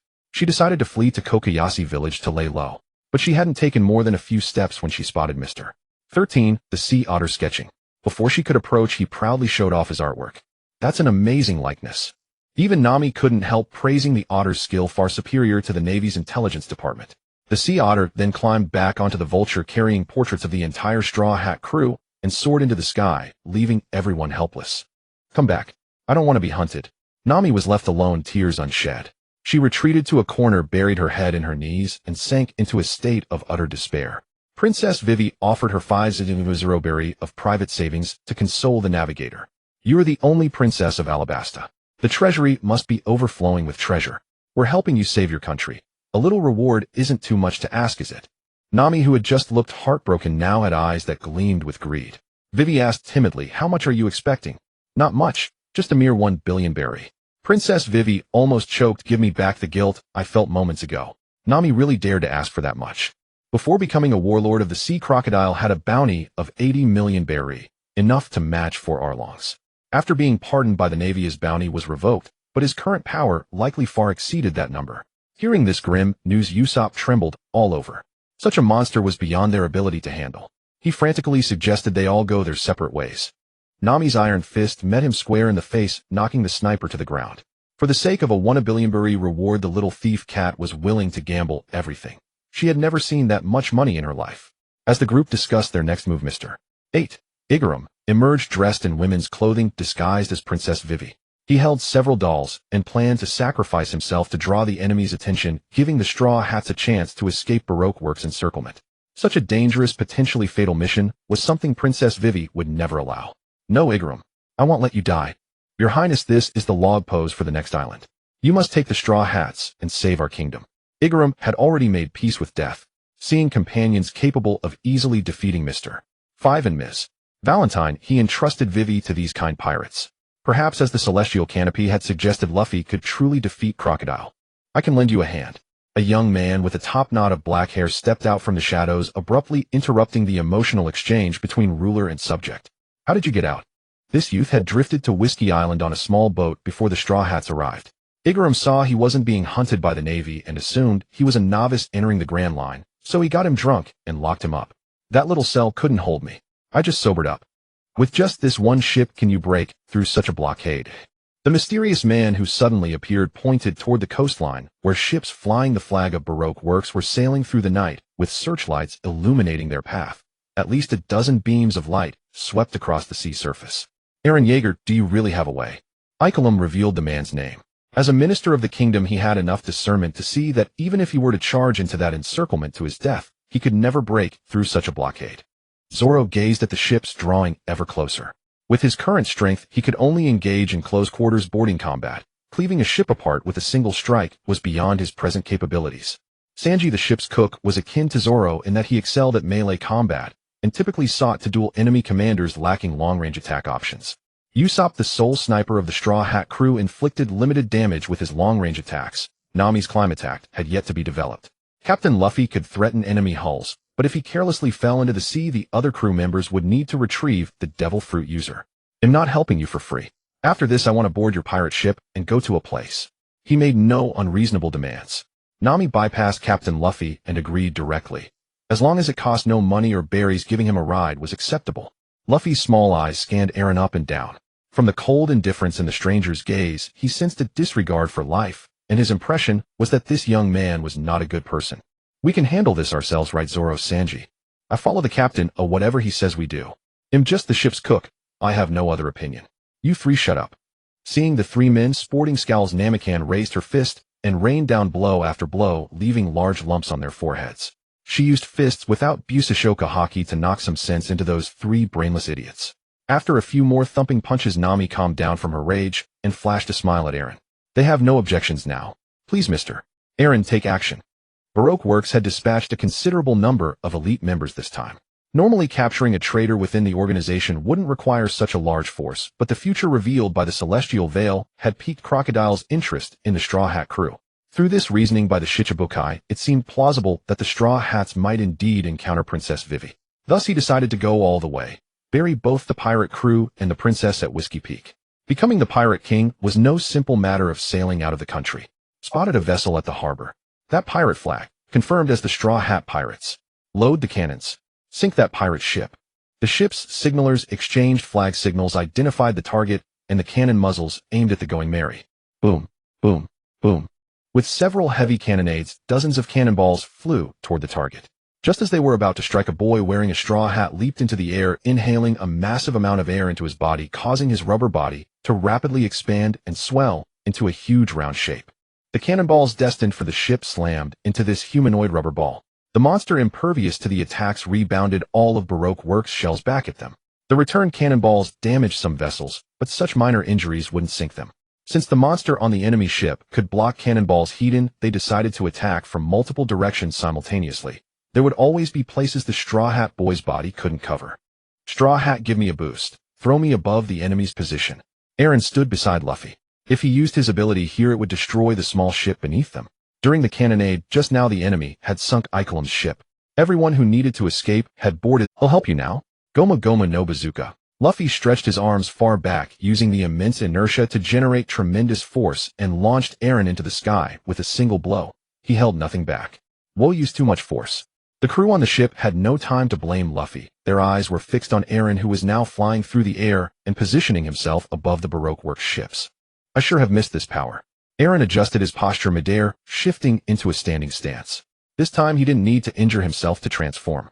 A golden flash of lightning streaked across the sky. From Eren's body, flesh, bones, and nerves grew forth, and the silhouette of a giant abruptly materialized above the enemy fleet. The colossal body crashed down directly, instantly annihilating the two ships beneath it. The impact sent up massive waves, and a giant with pointed ears nearly 20 meters tall emerged before everyone's eyes. A giant? Why is a giant here? A human turning into a giant. How is that possible? Fire the cannons. It's coming. What kind of monster is this? Baroque Works ships tried to flee, but the giant would not let its prey escape. The nearest ship was the first to suffer. Since the water was not yet deep, Eren's attack titan could stand on the seabed with the sea only reaching its chest. He could walk along the ocean floor, and his giant arms became his deadliest weapons. Cannonballs exploded against the giant's body, leaving black craters and causing some bleeding, yet they hardly hindered the attack titan. Eren smashed one ship after another with his palm, dragged one vessel into another, and toyed with these ships as if they were his personal playthings. A ring of wreckage surrounded the giant. Stay away. Speed up. Get out of here. Witnessing a giant sprinting through the sea amidst cries of despair, it was too late to jump overboard. The ships they relied on were shattered into pieces by the giant's immense fists. Only when the last Baroque Works vessel was crushed into the sea did this nightmare finally come to an end. Within just a few minutes, the only ship left on the nearby sea surface was the Going Merry. All enemy vessels had been sent to the depths by Eren. Eren, that's so cool. You can turn into a giant. Luffy jumped up on the deck. Raised in the small East Blue region, this was his first time seeing a living giant. In the future, he wanted to become a giant too. Fighting with a giant body was just too cool. The attack titan strode toward the Going Merry. Eren had been facing away from the Straw Hats earlier, but now under the moonlight, Nami and the others got a clear look at the giant's face. Black hair, emerald eyes, elf-like pointed ears, 2 rows of exposed teeth, and a body covered in rippling muscles. The transformation was dramatic, yet faint traces of the human Eren could be discerned in the giant. So strong. Princess Vivi and Ikelim voiced the same sentiment. Perhaps this giant could also defeat Crocodile. The giant race is extraordinarily rare upon the vast ocean, and the destructive power of a single giant is formidable in itself. However, all giants hailing from the kingdom of giants choose to serve as mercenaries. Whenever they engage in battle, they fight as a united horde, their combat prowess far surpassing the sum of their individual strengths. It is due to the giants' shipbuilding technology being insufficient, most giants do not opt to become pirates at sea. Instead, they are recruited by other factions. The Navy, employing deceitful tactics, managed to acquire a group of giant vice-admirals. Luffy and his crew had just entered the Grand Line and were witnessing a giant of such stature for the first time. In his excitement, he leaped onto the shoulder of the attack titan, exclaiming, "This is so cool. I want to become a giant too." His fervent admiration for giants would later lead him to develop Gear 3rd, but for the moment, he could only rely on Gear 2nd, a technique that consumed his lifespan. Bounding and bouncing on those robust muscles, Luffy had completely forgotten his earlier vigilance. The individual who could transform from human into a giant intrigued him, and he wished to invite him aboard. With AI Lowen on the ship, the days ahead would undoubtedly be far more exhilarating. It's burning hot. So hot, so hot. Scorching steam emanated from the attack titan's body. Luffy leaped back onto the Going Merry, only to witness the giant's flesh rapidly evaporating and vanishing, soon revealing a skeletal frame. AI Lun's figure emerged before their eyes. AI Lun leaped out from the giant's skull, landing on Luffy's ship. The giant skeleton, losing control, crashed into the sea, but soon dissolved into the air along with its flesh. AI Lun's disheveled hair was completely loose, and several blood-red streaks extended from beneath his eyes across his face. Evidence of his manipulation of the giant. His physical strength was almost entirely drained, and he leaned against the railing of the Going Merry to keep himself from collapsing. Seeing his exhausted expression, Sanji hastily fetched a chair from the cabin. AI Lun took it and sat down, leaning back languidly against the chair to alleviate his fatigue. However, everyone gathered around him, staring at AI Lun with intense curiosity, yet saying nothing and asking no questions, leaving him rather awkward. He offered his explanation: the Zoan-type human fruit giant form. That's the devil fruit I ate. It allows me to temporarily transform into a giant for combat. However, fighting enemies in the sea demands twice the stamina, while on land, I can sustain the form for a long time. The crew found this explanation satisfactory. On the vast ocean, all sorts of bizarre devil fruits exist. Transforming a human into a giant's body was not excessively overpowered. I ate the Paramecia gum fruit. You're the second devil fruit user on the ship, but becoming a giant is so cool.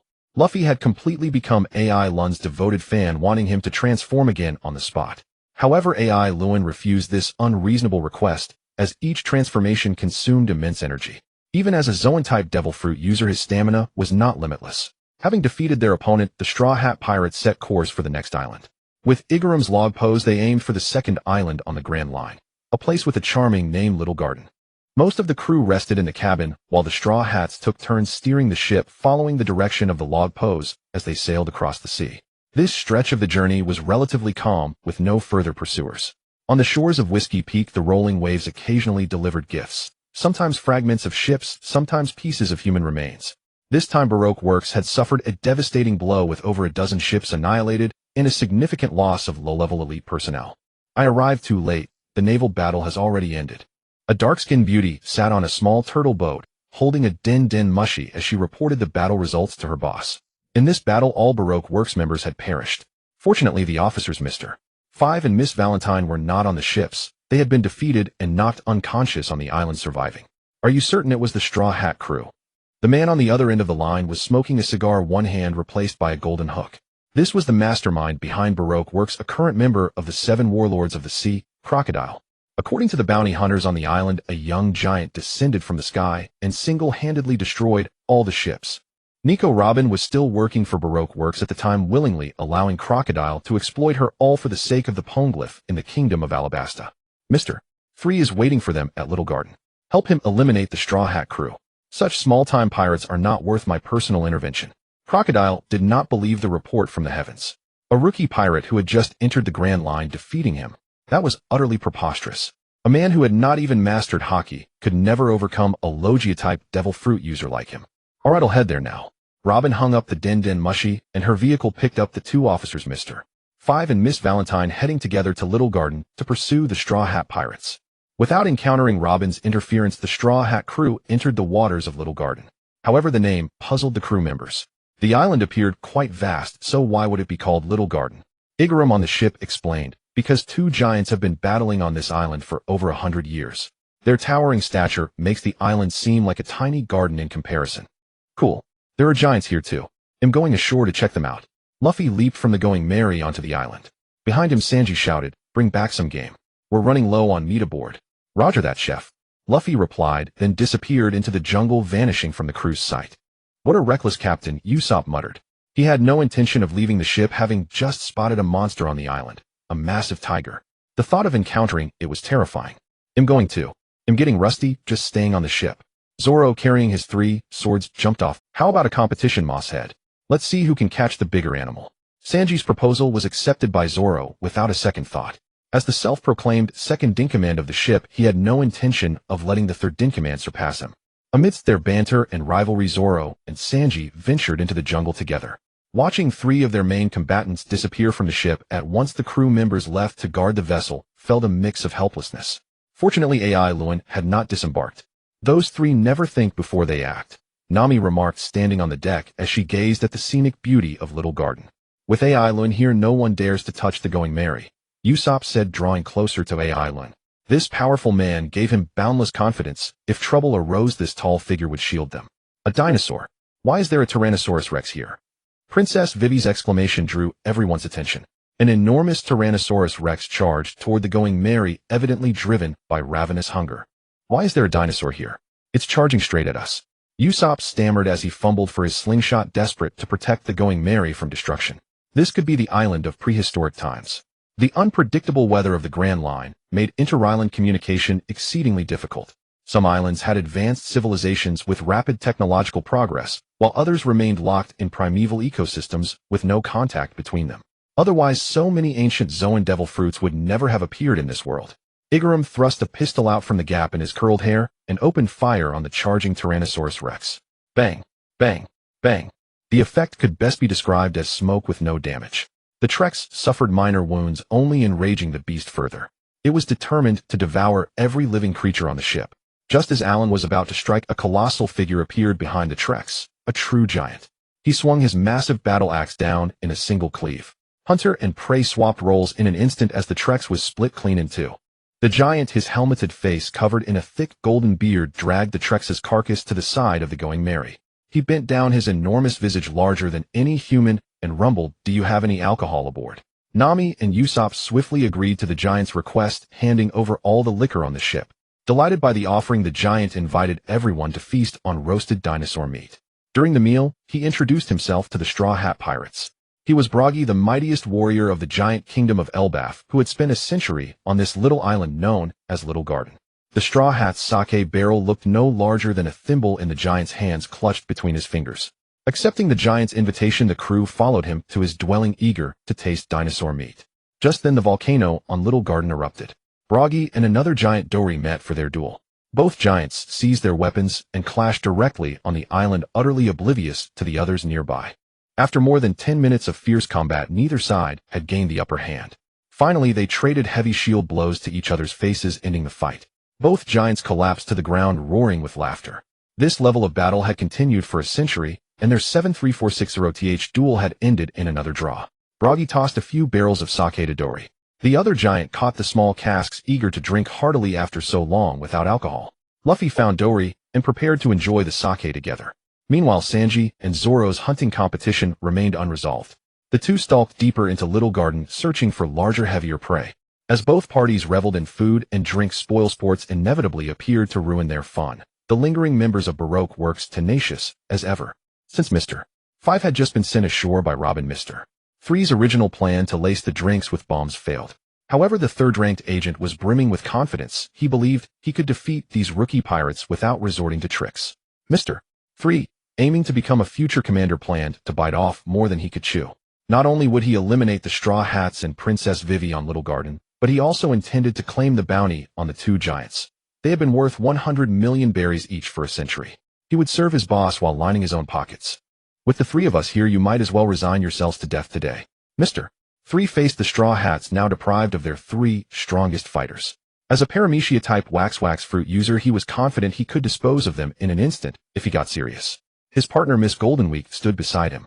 Though not a devil fruit user, she wielded colored paints capable of afflicting negative status effects on her enemies. Nico Robin, the partner of Baroque Works leader Mr. 0, studied the group with keen curiosity. She noticed a young man with black hair among them, someone absent from the organization's intelligence files. "These people are your enemies." Buggy detested anyone disturbing his banquet. He had been drinking contentedly with dinosaur meat nearly roasted, and now these intruders were ruining the mood. "This bunch from Baroque Works has been chasing us the whole way. Bounty hunters working for pirates. What a joke," Nami said, no longer hiding her disdain. Now that she knew their leader was a warlord of the sea, she realized they could never rest until the organization was utterly destroyed. "Bounty hunters. I'm a pirate, but I'll help you take them down. Afterward, we'll drink together." Buggy, nearly 20 meters tall, rose to his feet, gripping his massive battle axe. He intended to hack the insolent pests to pieces. As the giant charged forward with huge strides, Mr. 3's hair ignited in small flames, and both his arms transformed into a pool of white wax. As a devil fruit user, he was undaunted by any giant. "Candle shackles." Mr. 3 manipulated the wax, causing it to flow onto Buggy's legs. The white wax instantly solidified into hard blocks, locking the giant's feet in place. The running giant crashed face first onto the ground in front of him. "It's not over yet." Wax sculpture, great sword. Mr. 3 hurled wax into the air, which solidified into a massive white candle sword. The blade pierced Buggy's limbs, pinning the colossus to the spot. Blood gushed from the wounds, staining the wax red.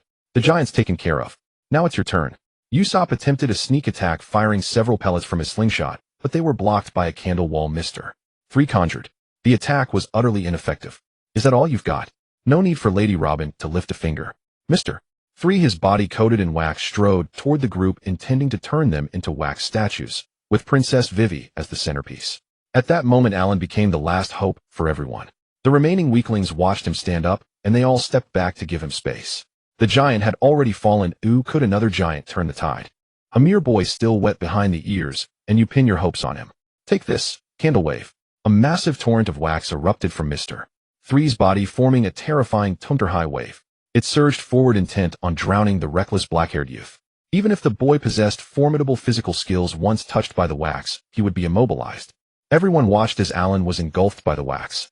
Where he had stood, only a white mass remained, his figure completely obliterated from sight.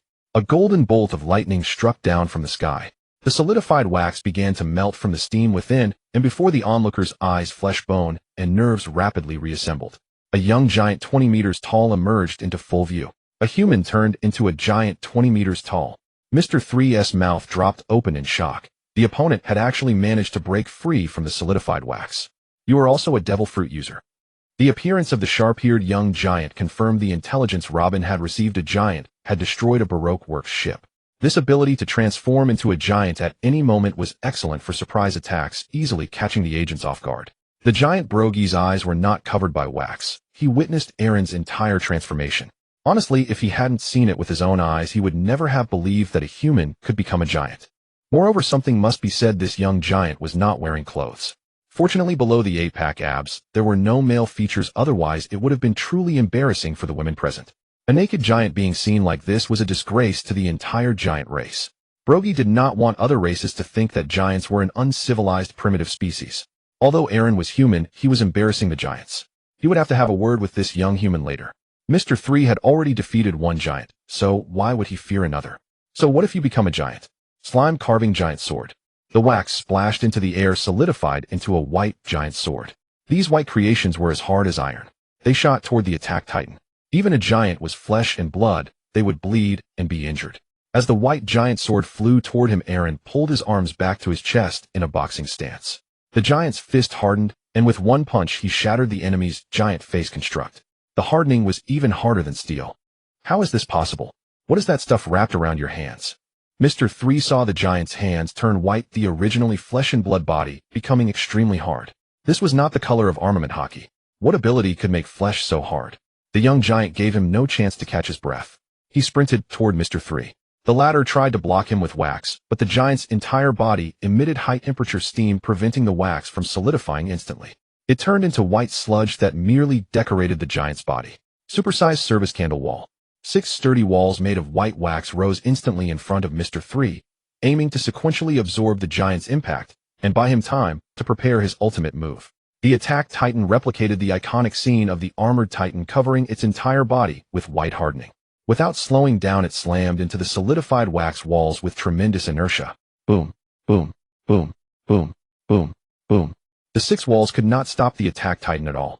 Each wall it passed through left shattered remnants. Chunks of solidified wax flew everywhere. Mr. 3's strongest defensive technique became merely Aaron's backdrop. By the time Aaron reached Mr. 3, the latter had already unleashed his ultimate move, Candle Champion. His entire body except for his head was encased in solid wax, turning him into a formidable mini-giant. But in front of the 20-meter giant, he was still a dwarf. Seeing the giant's grinning, mocking expression, Mr. 3 was furious. His wax-coated fist struck at the giant's legs. Champion fist, plow fist.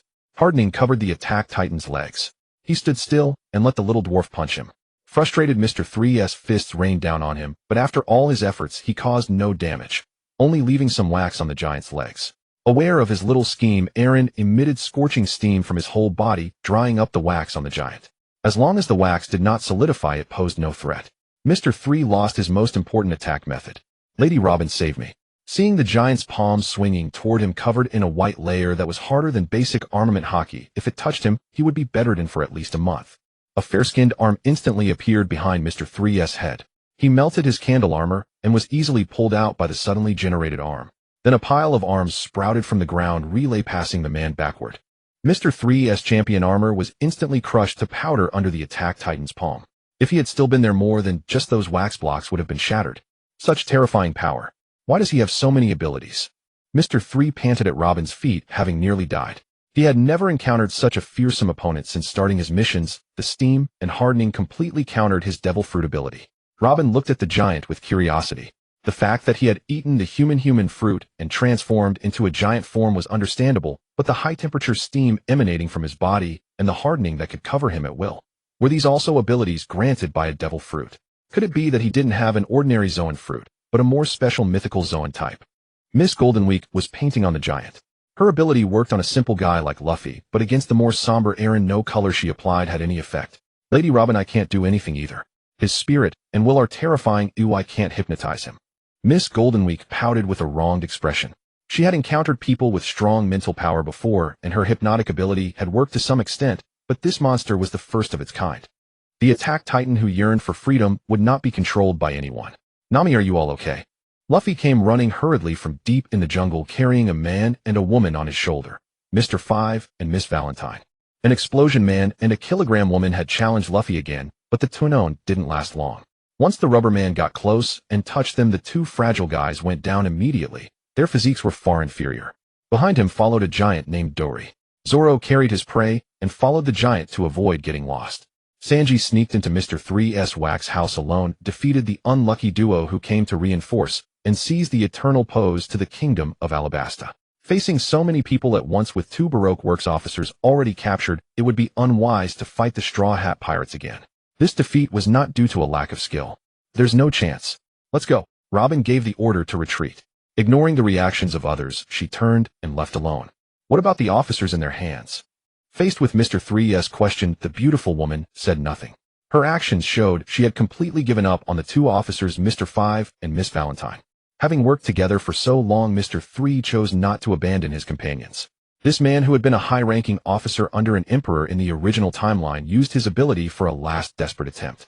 Covered in flowing wax, he charged toward Luffy, hoping to capture a hostage and reverse the situation. Meanwhile, his partner Miss Goldenweek quietly followed behind Robin and fled early. What do pirates love to do most? Of course, throw a banquet. Nothing is more important than a banquet. Defeated the enemy. Celebrate with a banquet. The three officers of the Baroque Works became captives submerged in barrels filled with seawater. The future vice-captain third brother had a head full of bumps and blood and wouldn't wake up for a while. Princess Vivi wished for the Straw Hat crew to head to the Arabasta Kingdom as soon as possible to thwart the Shichibukai's conspiracy to usurp the throne. Her heart was with her father as tens of thousands of rebels were approaching the capital. She had no mood to feast and drink with the group on Little Garden. Luffy had taken quite a few bombs from Mr. 5, the Booger Man, and was crushed by Miss Valentine's 10th Azanjan weight, sustaining injuries inside and out. He urgently needed to consume a large amount of food, first to regain his strength, and second to heal his wounds. In the pirate world, many powerful individuals possess a unique constitution. They can eat and drink prodigiously, and after eating they rapidly recover from injuries. They defy all common sense. In short, the more they eat, the stronger they become. Your kingdom won't be lost in one day.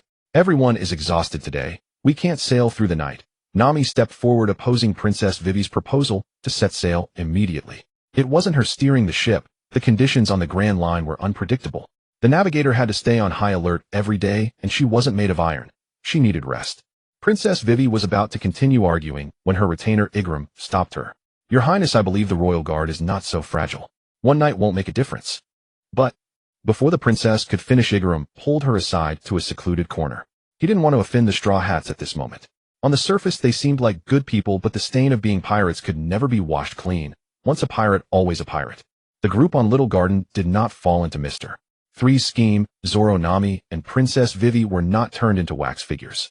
Without going through life and death trials, the bond and camaraderie between Vivi and the Straw Hats were diminished. With Alan Yeager as a deus ex machina helping the Straw Hats defeat Mr. 3, Princess Vivi inwardly regarded them as mere hired pirates to save her country. As for becoming their crewmate, that was utterly impossible. Why would a princess of a world government member state abandon her position to become a pirate? What could she possibly gain? Sanji, I'm hungry, I'm so hungry. Luffy rolled on the ground beside his personal chef, using this childish tactic to urge him to cook faster. Sanji, with a cigarette dangling from his lips, glared with suppressed rage and punched his captain to make him stop fidgeting in front of him. Preparing food for everyone on the ship was already arduous, and now there were two giants nearly 20 meters tall whose appetites were clearly enormous. As a chef, he couldn't just slap together ingredients. The food had to taste better than grilled dinosaur meat, which was seasoned only with salt and nothing else. This time he was making an authentic whole roasted dragon. A whole Tyrannosaurus Rex was skewered on a thick tree trunk. Dory and Broggy helped the chef control the heat, while Sanji continuously sprinkled spices over the dragon meat, occasionally slashing deep cuts into the thickest parts. It smells wonderful. Haven't smelled such a good aroma in a long time. Let's bring out our stash today and let these little ones enjoy themselves. The giants' stash referred to the wine they had brewed from various fruits upon landing on the island. They had agreed to open and savor the wine only when one of them won their duel. But over 100 years had passed. If it weren't for Luffy's crew arriving on Little Garden, that fruit wine might have remained buried underground for who knows how much longer. Broggy brought out the century-old wine to thank the Straw Hats for saving their lives. They had nearly lost their lives to the Marines, so such worldly possessions seemed trivial. After all, one only has one life. Alan transformed into a giant and served as a porter once again. The first time was to move rocks to seal a breached city gate. This time, he carried a massive wine barrel, 10 meters wide and 10 meters tall, a fitting vessel for giants. The Titan was still the same, crotchless. Dory shook his head, thinking that Buggy had been right all along. This kid's devil fruit ability severely tarnished the image of the giants. The whole roasted dragon was ready, and the century-old wine was prepared. What were they waiting for? It was time to start the banquet immediately. Luffy cheers. Alan cheers. Zoro cheers. Nami cheers. Sanji cheers. Usopp cheers. The two giants lifted cups the size of the Going Merry and joined in cheers. Princess Vivi and Igaram also participated, sharing in the joy of victory cheers. After the first round of drinks, Sanji stepped up to carve the dinosaur meat. His culinary skills were impeccable. Captain Luffy was holding an entire hind leg of the Tyrannosaurus Rex, devouring it voraciously, and soon his rubber belly was stretched round and huge. As a gentleman, Sanji cut small pieces of tender breast meat for the two ladies, the most delicious part of the Tyrannosaurus Rex. As for the other men, he carelessly carved portions with bones in them. They had good teeth, so they could gnaw on those. Sanji, this dinosaur meat is amazing. I never thought dinosaur meat could be this delicious. Hearing Nami and Vivi's compliments, Sanji swayed on the spot, his eyes flashing with sparkling hearts. He almost pounced on them. While Sanji was fawning over the beauties, Zoro gnawed on a bone and glanced at Alan. Seeing him sitting alone in a corner, drinking silently, exuding a peculiar melancholy, Zoro couldn't help but approach and ask, "Alan, you never said. Which island are you heading to?" At this question, everyone except Luffy and the giants fell silent and pricked up their ears. Draining the contents of his cup, Alan answered Zoro's query, "I'm going to Drum Island. I heard there are many renowned doctors there. I need to seek medical treatment." Medical treatment. Alan looked healthy with a ruddy complexion and could transform into a giant at will to fight. Was he ill? Could such a formidable person be plagued by sickness? The Straw Hats naturally knew nothing about Drum Island. Princess Vivi had a poor memory, but Igaram, as a royal minister, knew some things about Drum Island, as it was also a member state of the world government. "Alan, I'm afraid I have bad news. Drum Island has changed. That tyrant king expelled most of the doctors. Going there now would be futile." Igaram then described Drum Island's location. Only a few days' sail from Little Garden, along the same route as the Arabasta Kingdom. "It's fine. Just drop me off at Drum Island. I have my own ways to find a doctor." Alan insisted on going, and the others didn't press further. The festive atmosphere suddenly cooled. On this island of the small garden, the Straw Hat crew held a banquet with two giants all night long, indulging in food and drink. By noon the next day, everyone gradually woke up. However, our navigator and chef fell ill at the same time, both suddenly suffering from a high fever with no ship's doctor on board to understand their ailments. Falling sick just after entering the Grand Line can be considered a stroke of luck. Thankfully, these symptoms erupted immediately rather than lying hidden within their bodies, allowing the Straw Hat crew to seek medical attention swiftly. Princess Vivi cared for the two in the cabin, wiping their bodies with hot towels, but such efforts could not bring their fevers down. Both the man and the woman were mentally disoriented from the fever. As for the foolish idea Luffy had of transferring his crew's pain to himself, it was utterly impossible. He was held back by Zoro and Alan, who did not want their brainless captain to act recklessly. Being cared for by Princess Vivi, even if I were to die here, it would be worth it, Sanji thought, feeling weak from his serious illness. He had never enjoyed such close contact with a woman who was tending to him. "I don't want to die yet, you go die instead," Nami said, feeling weak all over, but still speaking defiantly. She couldn't die on the road after just entering the Grand Line. Her dreams had yet to be realized. Although most doctors on Magnet Island have been disbanded, King Walpole still has 20 renowned physicians by his side. "As long as he helps, these illnesses are mere trifles," said Ikelam, a minister of the kingdom. However, he was unsure in his heart, as that king was an eccentric character who could not be reasoned with, making it exceedingly difficult to request his assistance. "Then let's go to Magnet Island now," Luffy said with a serious expression. He was not joking when it came to the lives of his companions. He valued them above all else. On board the three captives from the Baroque works, Usopp originally intended to simply throw them into the sea and let them fend for themselves. If he let them go easily, it would invite even fiercer retaliation. Such dirty deeds of harming lives were something the Straw Hat crew would not do, as they had been molded into the image of youthful, passionate protagonists. They could only entrust the two giants to keep watch over them. As for whether the three officers could survive what happened afterwards had nothing to do with the Straw Hat crew. They would not take responsibility nor acknowledge it. With Brookie and Don Quixote giants using their strength in unison, the Going Merry burst forth from the jaws of a sea king, marking a perfect conclusion to the Straw Hat crew's journey in the small garden. The weapons of the two giants were damaged as a result, and they had no reason to continue fighting. They set off to find the scattered members of the giant pirate crew, and once again hoisted their sails to the sea. Zoro stood on the deck, practicing his swordsmanship, when a white news bird flew over. Seeing that this gentleman had no intention of buying news, it flew to Icolum instead. "Give me a copy," he said, tossing 100 berries into the bird's pouch. The bird happily delivered the latest newspaper onto the ship before spreading its wings and flying off to find the next buyer. Even the most notorious pirates would never harm a news bird. If they accidentally offended them, this group would no longer sell them their papers. The unpredictable nature of the Grand Line made transportation difficult. One could only see the outside world through newspapers to understand what was happening out there. Without this sole avenue, one would live as a primitive person on the island or at sea for the rest of their life. Morgan's news headlines were as sensational as ever.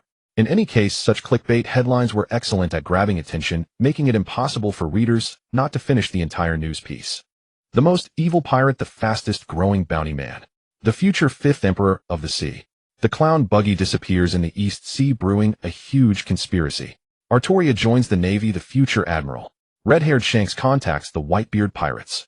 This time the Navy was quite impressive. Originally the bounty on Clown Buggy was only 15 million berries, but it skyrocketed to 3 billion berries, a 200-fold increase, making him a figure never seen before on the seas. During negotiations between the Navy and the world government regarding this matter, it wasn't that the bounty was set too high, but rather that they felt it was too low. They believed that 3 billion berries completely underestimated Clown Buggy's strength.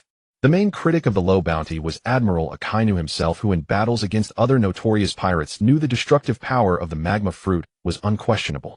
However, the ability of Clown Buggy to disassemble his body externally meant that Akainu's magma could not harm him before even touching him. In battles against his enemies, Akainu tried various methods, and only on a few occasions could he use magma to burn the opponent. The vast majority were countered by the opponent's devil fruit abilities. The technique of using Conqueror's Haki to bind was still a headache for Akainu. If it weren't for his constant physical training, he would not have been able to withstand a few hits from his opponent. The injury for injury tactic he once valued lost its effectiveness in front of Clown Buggy. The only advantage Akainu had in front of Clown Buggy was his abundant stamina, dragging the fight into a war of attrition, giving him a chance of victory. It can be said that Clown Buggy has become Akainu's nemesis, and a single admiral could not take him down in a short time. The appearance of such a terrifying character on the seas makes the 3 billion berries bounty truly too low, seriously underestimating his strength. This isn't about the Navy admiral hoping to increase others' morale at the expense of his own authority. Akainu seeks realism.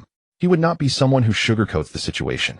He must apply some pressure within the Navy, ensuring that they do not continue to allow pirates to wreak havoc on the seas. Akainu's request for a massive recruitment drive was ultimately dismissed by Fleet Admiral Sengoku. The Navy is not yet weak enough to reach that point, leading to serious disagreements between the Admiral and the Fleet Admiral. However, Artoria surprised Akainu. This female swordsman clad in justice aligned closely with Akainu's ideals of justice. Although she was not as extreme, both shared a common attitude toward eliminating pirates. The Navy has been searching for Clown Buggy's whereabouts in the East Sea, but he seemed to have vanished without a trace, leaving no clues behind. Nevertheless, the Navy did not let their guard down. They concentrated their forces to defend several key locations in the East Sea, not believing that Clown Buggy had died in the major incident at Loketown. They predicted that he was secretly plotting something, and such a sly character hiding away was the most troublesome for everyone. In the East Sea, the world government allied nations saw most kings evacuating their queens and children from the area influenced by Clown Buggy. As long as he was alive, the nobles of the East Sea could not sleep well each night. Under the influence of Clown Buggy, it was not the small countries of the East Blue that suffered the most, but the man who bore the heaviest consequences. A former crewmate of the pirate king, the Navy paid a heavy price to capture him. A Paramecia-type devil fruit user with the combined fruit, now imprisoned on the 6th level of Impel Down Balete. In this Impel Down, supposedly inescapable, only Golden Lion Shirt G managed to escape by severing his own legs. Setting aside that float fruit user, the prison remained as impregnable as ever. Any pirate who entered would find no way out. The jailers of Impel Down originally thought they were doing well, but the information revealed on the celestial screen showed their future gross negligence, not only allowing Clown Buggy to contact Balete, but also letting them escape indirectly, leading to the subsequent iron-blooded battle that resulted in the total annihilation of the Navy. The world government dispatched 2 CP0 agents to the 6th level of Impel Down. These 2 interrogation experts, along with Rain Shi-Lu, sought to extract from Balete the purpose of Clown Buggy's search for him. A truly strong-willed man. Even now you won't speak. I'm increasingly intrigued by the secret you're hiding. Unfortunate Balete had his tendons severed by Rain Shilu, who ceaselessly carved wounds into his muscular body, torturing him incessantly to force out the secret. Yet this warrior did not utter a single cry of pain in the face of such wounds. Each time his answer was merely, "I don't know," causing the three interrogators to feel disdained and intensify their physical torment. Clown Baji had countless ties with Balete. The latter was equally restless and impelled down, while others languished listlessly in their cells. He trained his body daily. Even before the screen appeared, he seemed to know that he would one day break out, arousing even more suspicion with such abnormal behavior. Consequently, the inmates on the 6th floor also suffered. They were bound with more chains, including high-concentration seastone chains, to prevent these vicious ability users from escaping. The already weakened devil fruit users became even more miserable. These heinous pirates on the sea held a grudge against Clown Baji. Rain Shilu received the latest orders from the world government requiring him to guard the 6th level of Impel Down every day to prevent Clown Baji from sneaking in and to stop any meeting with Balete at the first opportunity. Among the experts in Impel Down, the chief warden Maijaluan was unable to leave as his paramecia-type poison fruit required him to spend over 10 hours daily on the toilet. Thus he had to entrust this critical task to Rain Shilu. Even though he had a record of abusing prisoners, a dead pirate was a good pirate better than letting them reappear at sea. At the same time, this second strongest expert was promoted to the same rank as Han and Iba. Rain Shilu gladly accepted the order brought by CP0. Slaughtering powerful pirates on the 6th level was his greatest pleasure. Dealing with the small fry on the upper 5 floors no longer brought him much satisfaction. Such a stubborn one. Why not just kill him? Dealing with someone like Balete, neither hard nor soft tactics worked. It would be better to finish him with a single strike, dedicating the blade and sending him to meet the former pirate king. However, the world government had a different opinion. CP0's primary mission was to ensure Balete did not die. The greedy 5 elders were equally interested in the secret that Clown Baji sought from him.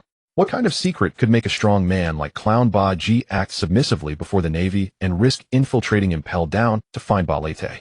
If they could learn it in advance, it would undoubtedly benefit the world government's rule. That miraculous screen not only pierced the clouds, but also reached deep into the seabed. The merfolk of the Mermaid Kingdom could watch without surfacing, and the same applied to Impel Down. The screen penetrated the thick walls of Impel Down, allowing both jailers and prisoners to watch together. The latter, who had no access to newspapers and no knowledge of the outside world, had their previously deadened hearts fully rekindled by the screen's presence. The emergence of another powerful pirate at sea gave headaches to the Navy and the world government, but the imprisoned pirates only cheered endlessly. As long as the former two suffered setbacks, they were delighted. For those with restricted freedom, the information on the screen was their sole entertainment in a dark life. The prisoners could freely chat on the screen, cracking jokes and cursing, thus connecting with the outside world. However, most of these criminals were alone, and even if someone outside wanted to save them, it would be as difficult as reaching the heavens. Something's changed. No more chatting. There's a new scene, a winter island. You damn pirates, shut up. Behave yourselves. Facing the noisy prisoners, the jailers did not spare their whips, lashing these sinful men to quiet the irredeemable wretches. With experience from last time, these prisoners were at their most obedient when watching the screen. No matter how much they were beaten or scolded, they wouldn't move, all for the sake of catching the future information on the screen. Even if they couldn't escape, they yearned for their own future. CP0 and Rain Shilu ceased their torture of Balete and turned their gaze to the screen penetrating the 6th level. The latter, having spent so many years in prison, knew almost nothing about the islands on the Grand Line. But CP0, as the world government's most elite agents, instantly recognized the island on the screen. Its perpetually wintry climate was the best evidence. Its Ci Gu Dao in the first half of the Grand Line. What secret could such a small kingdom hold? Ci Gu Dao had been relatively famous a few years ago, with outsiders coming primarily for medical treatment. However, ever since King Wa Bo expelled most of the doctors, the country fell into obscurity. If not for the unchanged amount of heavenly tribute that Wa Bo paid annually, the world government would have long expelled him from the member states. Such a short-sighted king was nothing but a disgrace to the alliance. CP0 had also obtained intelligence that King Wa Bo had formed a white iron pirate crew. Instead of properly being a king, he became a pirate, failing even the basic task of tax collection. His governance was indeed pathetic. The screen displayed new images spreading across the world. Last time it had introduced a most vicious pirate at C1 with a bounty of 3 billion berries. The second commentary drew even more widespread attention. The unpredictable future became something known. Faced with such temptation, the Navy, pirates, and world government could not resist. They could not miss any information on it. Every piece must be strictly analyzed and recorded. One could not help but wonder what kind of existence this so-called god of Zoan would be on the sea. Is the location on the light curtain really Tsugu Island? The skeptical voices of the Straw Hat Pirates greatly displeased Yekolemu. How could they question his professionalism? As the chief minister of the Alabastan Kingdom, he certainly possessed that much insight. But on this island most are ordinary residents with only a witch doctor remaining. The Zoan god is completely unconnected. Then in the subsequent description Yekolemu told everyone about the tyrannical King Werebo. He was a paramecia user of the Tun fruit with a subordinate who possessed a Zoan-type common model Nyonyo fruit. These two individuals had nothing to do with the Zoan god. At the last World Conference Yekolemu had also seen these two. He even helped Princess Weiwei recall the memory of Werebo hitting her. After hearing this, the Straw Hat Pirates formed their opinion this bunch of scum not only lorded over the citizens, but were also villains who harmed them. So many devil fruit users on the Grand Line. Sua alongside while swinging his sword. When he was a pirate hunter in the East Blue, he had never seen so many devil fruit users, especially the officers of Ba Luoku workshop. Almost every one of them had eaten a devil fruit. His current swordsmanship realm had not reached steel cutting. He was more than enough to handle some small pirates, but when facing an opponent at the level of Mr. 3, it became quite challenging in an unknown fight. These bizarre devil fruit abilities made him as a swordsman realize his own inadequacy. Therefore, after departing from Waishiji Peak, whenever he had free time, he kept training his physique and honing his three-sword style swordsmanship. He did not want to lose to anyone again, nor did he want to hold back his captain Lu Fei. In the first half, few people could use hockey. It was only in the second half of the Grand Line that hockey became the dominant version, allowing swordsmen and physical combat experts to be greatly enhanced. I've decided. On Tsugu Island, I must recruit a doctor as a crewmate, so no one will get sick. Lu Fei sat on the sheep's head, spreading his arms and shouting toward the sea ahead. Illness could not stop his adventurous steps. The weather on the Grand Line was truly unpredictable. A moment ago it was a blazing hot sunny day, then as they sailed into this sea area, snow fluttered down from the sky, and a bone-chilling wind swept the sea surface. Fortunately, the sea was not frozen, and the Huangjin Meili could sail normally. The closer they got to Tsugu Island, the lower the sea temperature became. Fortunately, the navigator, Na Mei, had the foresight to purchase a batch of winter clothes in Luoga Town. Everyone changed into winter outfits to keep as warm as possible. I wonder what Zyankasi is doing. I punched his good friend Xiaoqiu Baki. He won't blame me, will he? Everyone rolled their eyes upon hearing this. It was Baki who was hiding his true strength, mainly using the Straw Hat Pirates to infiltrate Tujin City. That kind of pirate worth 3 billion berries was not someone you, a small pirate with a 30 million berry bounty, could mess with. Lu Fei's small bounty was just a fraction of the others. In the second half of the Grand Line, the Hongfa Pirates left the territory of the Baihozi Pirates. The meeting could be described as ending on bad terms. Zyankasi had underestimated the arrogance of Adehuan Nugawite. That kind of confidence that a senior had toward a junior for no reason left Hongfa speechless. Even if he didn't call AC back, sending a strong person to bring him back, he couldn't even fulfill such a request. He said he wanted to temper his son and let him experience his own storms so that he would have the chance to grow into a towering tree. But if the storms were too violent, AC, this sapling that had not yet grown tall, might be cut down by Hei Huzi Dichi. Zyankasi had gone this far for the son of his former captain, which could be considered the utmost kindness. After that, it was up to AC's own fate. Fortunately, he had placed his bet on Lu Fei. In the future, narrated by the light curtain, this once insignificant little guy would gradually grow stronger, defeating one opponent after another, inheriting the will of the former Haziwang Luojia. Perhaps he could really become the next Haziwang. Just as Zyankasi was envisioning the future, he heard a report from his crew that a small boat was approaching. The visitor was none other than the world's greatest swordsman, Ingyen Mahwok. His unchanging small boat truly did not match his status as one of the Wang Xiaokawei. The other party had not come to fight him. Since Zyankasi as a swordsman had lost a hand, Ingyen Mahwok had lost interest in him. What a rare guest. Ingyen Mahwok boarded the ship of the Sihuang. The purpose of his visit was not to deliver Lu Fei's wanted poster, nor Xiaoqiu Baki's wanted poster. Zyankasi wasn't worried about the situation of either of these two. Lu Fei had just entered the Grand Line for adventure, and his friend Baki was reported in the newspaper as missing and presumed dead. But the Shengming Ka wouldn't lie. That lucky clown was still alive and well. Baki's Shengming Ka was damaged. Zyankasi guessed that he had suffered considerable injuries in the Luoga Town incident and was lying low somewhere in the East Blue to recover. You want to ask about Archuolia? Zyankasi had some connections with the world government. He could go see the Wulao Xing at any time. Ingyen Mahwok could only ask him where Archuolia was now. This sudden female swordsmaster who joined the Marines made some pirate forces uneasy.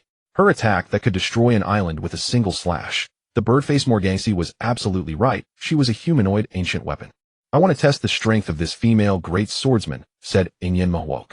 He had already elevated Archuolia to the same great swordsman status as himself. He was a male great swordsman, and she was a female great swordsman. Between great swordsmen, they had to determine who was the world's greatest swordsman. Xiankasi took out a Dianhua Chong and went into the cabin to call a mysterious figure. After chatting for over 10 minutes, he returned to his crew. He gave his good friend an answer. Archuolia the Dajiang Hobu hasn't been deployed. She's at Marine Headquarters Malinfando right now. If a few more months pass, I can't guarantee it. Seeing that Mahwok was about to leave after hearing the news, Xiankasi quickly stopped him, asking him to stay and watch the light curtain before leaving, and also to join the banquet on their ship. The duel between him and Archuolia for the world's strongest swordsman could wait a little longer. This great swordsman was extremely interested in the future. The light curtain might reveal even stronger swordsmen. As a battle maniac, he had to be the first to get information on the other party, show up at their doorstep, and have a fight. On Sigu Island at the castle on Sigu Peak lived a witch doctor who was 139 years old. She also kept a strange creature that looked like a reindeer wearing a pink hat on its head. Dr. Kaleha the Zoan God. Does Artsigu Island have such a person? The speaker was less than a meter tall, standing on 2 feet. 2 antlers on its head pierced through the pink hat. It had a blue nose, a brown body, and was covered in fine fur. If there had been an outsider present, they would have jumped in surprise, seeing a reindeer actually speaking. What kind of monster was this? Kaleha gazed at the light curtain outside the window without answering her pet's question. Her heart was uneasy, just like the day Zilialuk died. She felt that something bad was about to happen. Under the eager anticipation of countless eyes, the light screen finally displayed a new image. The familiar male narrator's voice, accompanied by the visual material, appeared once again. The previously introduced character had a red nose, and by coincidence this second character was born with a blue nose. A reindeer less than 1 meter tall, wearing a pink hat and sporting that eye-catching blue nose, held a cotton candy in its hoof. This was an image of a reindeer eating cotton candy as a pet, depicted on a Marine wanted poster with a bounty of only 50 berries. Tony Xiaoba is acclaimed by later generations as the divine doctor and the god of Zoan-type devil fruits. Originally a reindeer with a blue nose, his unusual appearance was not accepted by his herd. He accidentally ate a Zoan-type human fruit common model, which granted a reindeer human intelligence. If an ordinary person ate this fruit, they would only become a non-swimmer with no abilities. Fortunately, it was eaten by Xiaoba, beginning his legendary life. This wanted poster was issued by the Marines. Tony Xiaoba was first wanted for 50 berries, then for 100 berries, and again for a bounty that increased tenfold to 1,000 berries. The Marine and world government's poor intelligence capabilities indirectly protected this legendary figure. This story was often told as a joke to children by later generations. In his brilliant life, he achieved many accomplishments. He joined the Straw Hat Pirates as the ship's doctor, completed a circumnavigation of the globe. Zoan-type devil fruits include ordinary species, ancient species, and mythical species.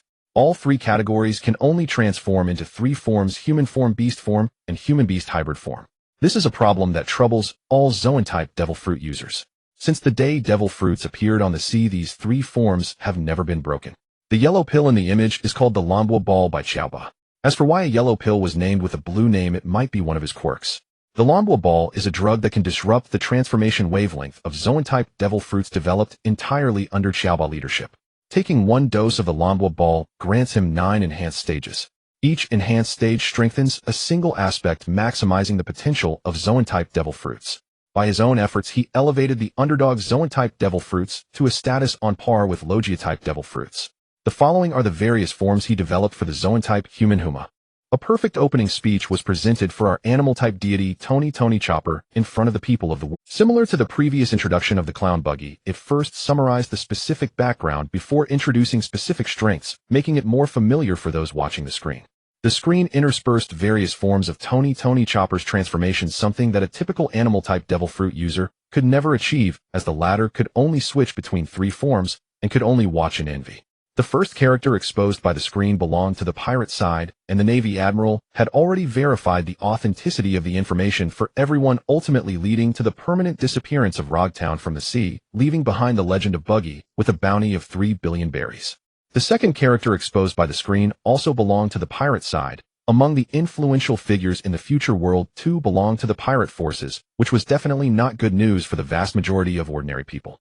Compared to the general disdain ordinary people had for pirates, a small portion of the ill had a more favorable view of Tony Chopper. In the pirate world, having a doctor is extremely rare, The transportation between islands is poor, and the number of medical practitioners has always been inconsistent. If an island has a resident doctor, it must be very wealthy. The aristocratic class at the top controls most of the medical resources with no concept of healthcare or free medical services. Some commoners must seek treatment from noble doctors, often facing extortion, and in severe cases they might end up working a lifetime to pay off their debts. Though Tony Chopper is a monstrous reindeer and serves as the ship's doctor on a pirate ship, not to mention his future achievements in medicine, many speculate that his current medical skills are already impressive. This was essentially the best medical advertisement for this reindeer named Chopper in the world. The people plagued by various ailments struggling financially seem to have grasped a lifeline for survival. On Magnetic Drum Island, located in the first half of the Grand Line, the sick remembered this location in their hearts, for one day they would seek out this renowned doctor. The bounty issue revealed by the screen's wanted posters made the Navy and the world a laughingstock once again. How could a pirate's initial bounty be just 50 berries? That amount is barely enough to buy a newspaper. Similar to the previous case with Buggy the Clown, that terrifying monster was initially given a bounty of 15 million berries. If it weren't for the exposure by the screen, his bounty would not have skyrocketed 200 times overnight. The errors in the two wanted posters drew people's ridicule. No wonder the Navy couldn't suppress pirates at sea. Their intelligence system was practically non-existent. At the Navy headquarters in Marineford, Captain Garp couldn't help but burst into laughter in front of everyone. This Navy hero wouldn't give the world government any face, and he would laugh when it was appropriate. Admiral Sengoku, sitting in front of him, wore a dark expression, and the atmosphere in the meeting room became tense. His good friend's sense of timing was truly lacking. His laughter was not just a mockery of the world government, but also a slap in the face to Admiral Sengoku. The wanted poster displayed the time of its release, and a glance would reveal it was during Sengoku's tenure. Such a mistake in the wanted notice reflected poorly on the Navy's intelligence work. What's so funny? Are you mocking the entire Navy? Admiral Sengoku stood up abruptly from his chair, his face darkening to the point of almost dripping water, causing Luffy's grandfather Garp to lose his smile. The two of them truly seemed to share a familial bond with their emotional intelligence always in question. What is the Intelligence Department chief doing? How could such a significant oversight happen? This is joking with the lives of our Navy soldiers. It's a serious dereliction of duty. Furious Admiral Sengoku issued a punishment order demoting the chief of the Navy's Intelligence Department, with the second-in-command of the original department stepping up. His first task was to thoroughly review the wanted notices for pirates and coordinate clearly with the world government's intelligence department. The issues with the wanted notices concern the reputation of both departments and must not be allowed to result in another blunder like today. Admiral Tsuru took notes on the side, recording Tony Chopper. As the smartest woman in the Navy, she had, if Tony Chopper boards a pirate ship in the future, this little reindeer is fundamentally good. I suggest the Navy make an effort to win him over. Aside from the matter of the miracle drug, the rumble ball he developed is very useful to the Navy. Within the Navy, there is no shortage of animal-type devil fruit users, and with the assistance of the rumble ball in Chopper's hands, it would significantly enhance the strength of the lower-ranking Navy. Admiral Tsuru was more worried that one of the four emperors, the Beast's pirates, would receive this news and would definitely join the scramble for Tony Chopper, as the Navy would have to face the pressure of one of the four emperors in the first half of the Grand Line. If this little reindeer fell into Kaido's hands, most members of the Beast's pirates are animal-type devil fruit users. If they all gained the ability to transform into 9 forms, such a terrifying future was unimaginable. If such a misfortune truly occurred, it was hard to say how many sacrifices the Navy would have to make in the future. At the base of the Beast's pirates on Onigashima, Kaido, who is known for his unpredictable temper, started to cry in front of everyone, saying, Tony Chopper, how wonderful. We at the Beast's pirates need someone like you. They had finally found the right person, a day they had long waited for. Enma, wrapped in darkness, as one of the calamities and the strongest cadre of the Beast's pirates, took the initiative to volunteer to personally invite this future renowned doctor to visit Kaido's Onigashima. Consuming the rumble ball allows one to develop 9 forms of transformation, a capability that made the animal-type devil fruit users present extremely envious and excited, wanting to obtain this yellow pill immediately. Queen, one of the 3 disasters, was originally responsible for the technological and medical aspects of the Beast's pirates. With the addition of the new recruit, they might develop more new types of toxins in the future. However, he was a homebody and rarely left the island. Kaidasama, the first half of the Grand Line, is not our Beast's territory. Those damn Navy will definitely get to him before us. This time we must send more manpower to snatch Chopper back from them. Enma could fly, but the distance from Onigashima to Magnetic Drum Island was considerable, and Queen's reasoning was the most accurate regarding the future. The Navy was holed up in the first half of the Grand Line, which was practically their stronghold. I must go personally. If I don't invite such talent myself, it would be too disrespectful. Kaido wielded his kanabo, and the conqueror's haki within him vibrated throughout the island as this man, known as the strongest creature on the sea, had long desired to grow stronger. After years of reckless cliff-jumping training, Kaido's strength had not improved, but learning of the existence of the Rumble Ball gave him hope to continue growing stronger. He consumed the fish-type devil fruit, a mythical Zoan species, the Azure Dragon, and after obtaining the Rumble Ball, he wondered what form he would assume. Apart from the 4 emperors, Kaido and the Navy, numerous pirate crews have taken an interest in Tony Chopper. Should they manage to seize this reindeer, even if he proves useless in the future, they could still command a hefty price at a critical moment. Kingdom of Alabasta Baroque Works Headquarters. As one of the 7 warlords of the sea, Crocodile's patience had worn thin. After the disappearance of several key officers, he had been unable to contact Robin. The last intelligence came from Mr. 3A, who reported that he would intercept the Straw Hat Pirates and Princess Vivi on Little Garden. Yet after so many days without further news, Crocodile tacitly assumed his subordinate's mission had failed. What intrigued him most on the light curtain was that the so-called god of Zoans had boarded the Straw Hat's ship. According to the timeline, they should have already reached Drum Island. With the addition of a legendary ship, the crew might genuinely pose a threat to Baroque Works, potentially disrupting Crocodile's machinations in the Kingdom of Alabasta. The plan to overthrow the entire kingdom was nearly complete. Tens of thousands of rebels were converging on the capital. But this sudden emergence of a rookie pirate crew made Crocodile set aside his arrogance. He would now take the Straw Hat seriously. Beret. Mr. Zero's din mushy rang. It was Crocodile's partner calling. You'd better explain to me what the hell has happened these past few days. Beneath the Crocodile's calm tone lurked a thick, murderous intent. His volatile temper had reached a threshold, and he desperately needed an outlet to vent. Our operation failed. We encountered a devil fruit user who can transform into a giant. Neither Mr. 3 nor I could defeat him. Robin lay on the turtle ship, legs crossed, reporting the latest news to her boss. 3 of the organization's officers had been defeated and were in the hands of the giants. She had spent the past few days trying to rescue them, and finally persistence paid off. Mr. 3, Miss Valentine, and Mr. 5 were saved by Robin alone. Wasting so much time without a large ship, they couldn't catch up with the Straw Hats. Robin's small boat couldn't accommodate so many people, so she temporarily left them on Little Garden Island. As for the 2 giants, they had been knocked unconscious and lay in the sea. Crocodile knew that the child of the devil was deliberately slacking off in battle, but she wasn't really his subordinate. They were at best partners. If not for the fact that Robin could decipher poneglyphs, the Crocodile would never have tolerated her this long. Incorporating this child of the devil into Baroque Works carried immense risk. Once the world government found out Crocodile's position as a warlord would be forfeit. They'll send someone to pick up those wastes. You head directly to Drum Island. They'll go in person with Mr. 1 and ensure the Straw Hats are buried forever on that winter island. Crocodile was deeply disappointed in his subordinates. Having to deal with a rookie crew that had just entered the Grand Line himself was already more honor than they deserved. As for that reindeer doctor, he could be spared. Handing him over to the Navy might fetch some benefits. A scientific talent like that could at least be traded for a devil fruit. Among the officers of Baroque Works, apart from a dog, all the Zoan-type devil fruit users were actually paramecia. Chopper would be of little help to Crocodile. He sought the ancient weapon but had yet to find the poneglyph of the Kingdom of Alabasta. The king he had framed refused to speak. If Cobra weren't a member of the world government with the right to attend the reverie, Crocodile would have killed him long ago and taken his place. A heinous pirate posing as a hero, what irony.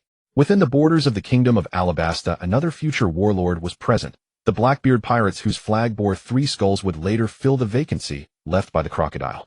If only we'd waited a bit longer on Drum Island. This light curtain could have come out sooner. A large, dark, fat man couldn't help but complain at the sky, feeling as though the universe was conspiring against his crew. If Wapple hadn't run so fast, we would have already obtained his munch fruit. Jesus Burgess, a member of the Blackbeard pirates, fought with his immense strength and terrifying brute force. The munch fruit would have suited him perfectly. He was known as the champion with a bounty of 20 million berries. Captain, let's steal a fast ship and head back to Drum Island. I'm quite interested in that reindeer Chopper. Doc Q, the plague doctor, held no fondness for other healers. Fortunately, when the Blackbeard pirates raided Drum Island, Kareha and Chopper had hidden. Otherwise, the witch and her pet reindeer would never have survived until the Straw Hat's arrival. He rode a sick horse named Stronger, which struggled to even carry him. The mount currently lacked the ability to fly and was merely an ordinary means of transport. Thinking of how it would one day bear the weight of a large dark man, one couldn't help but feel a twinge of pity. Drum Island being exposed on the light curtain will draw attention from many factions. Pirates don't matter much, but the Navy is a problem.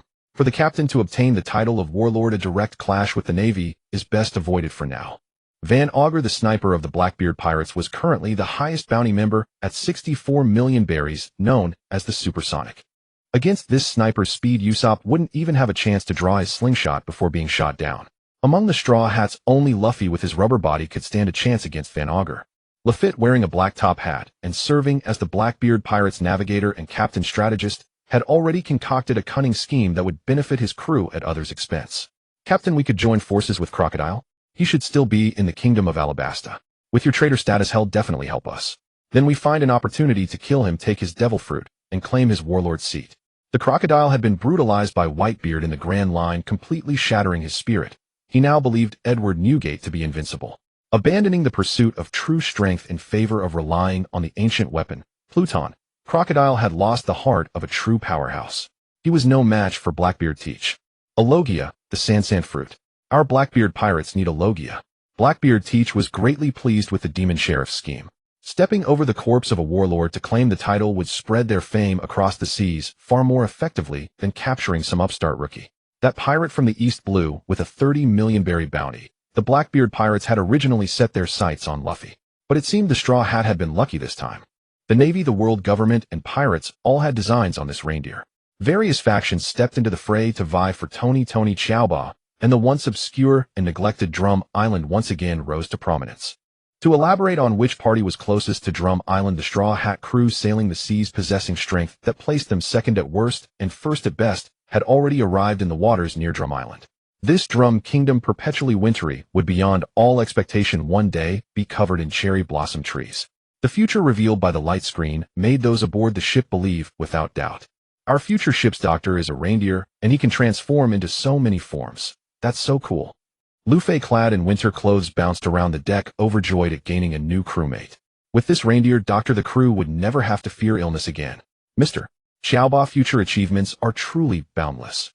Yekalemu could not help but sigh at the information on the light screen. How wonderful it would be to recruit such talent to the Kingdom of Alabasta.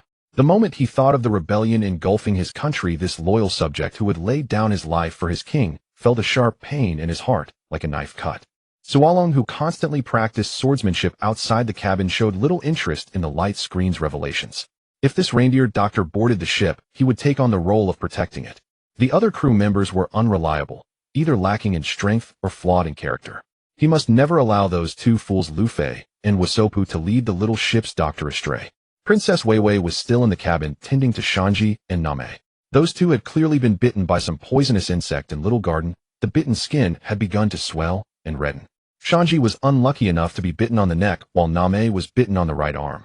Both had contracted an unknown ailment, their symptoms being a persistent high fever and a delirious, unstable mental state, as they muttered in their sleep. Beneath the sea where the Going Merry sailed, the crew, anxious for medical aid, failed to notice a pirate ship capable of underwater navigation following close behind the Straw Hat's course toward Drum Island.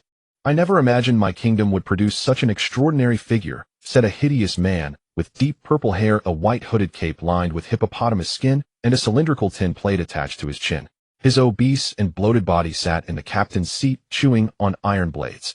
As a user of the Baku, Nomi, these deadly weapons were merely his after-dinner snacks. "Your Majesty, such an excellent doctor must be kept in our hands. The Drum Kingdom will surely flourish once more under your rule." The flatterer was one of Werebo's subordinates, Jesse, not the scientist who fires cannons in games, but a sharpshooter with a bow clad in a one-piece clown outfit. "That reindeer looks familiar. Is it the one Duordun let go?" Keliomalaming recalled that crazy quack doctor who always had a reindeer monster by his side. If that stubborn Duordun hadn't stopped the reindeer from rushing to its death, it would never have had a future, let alone appeared on the light screen. Would such a pivotal figure in the future maritime world possibly seek revenge against them?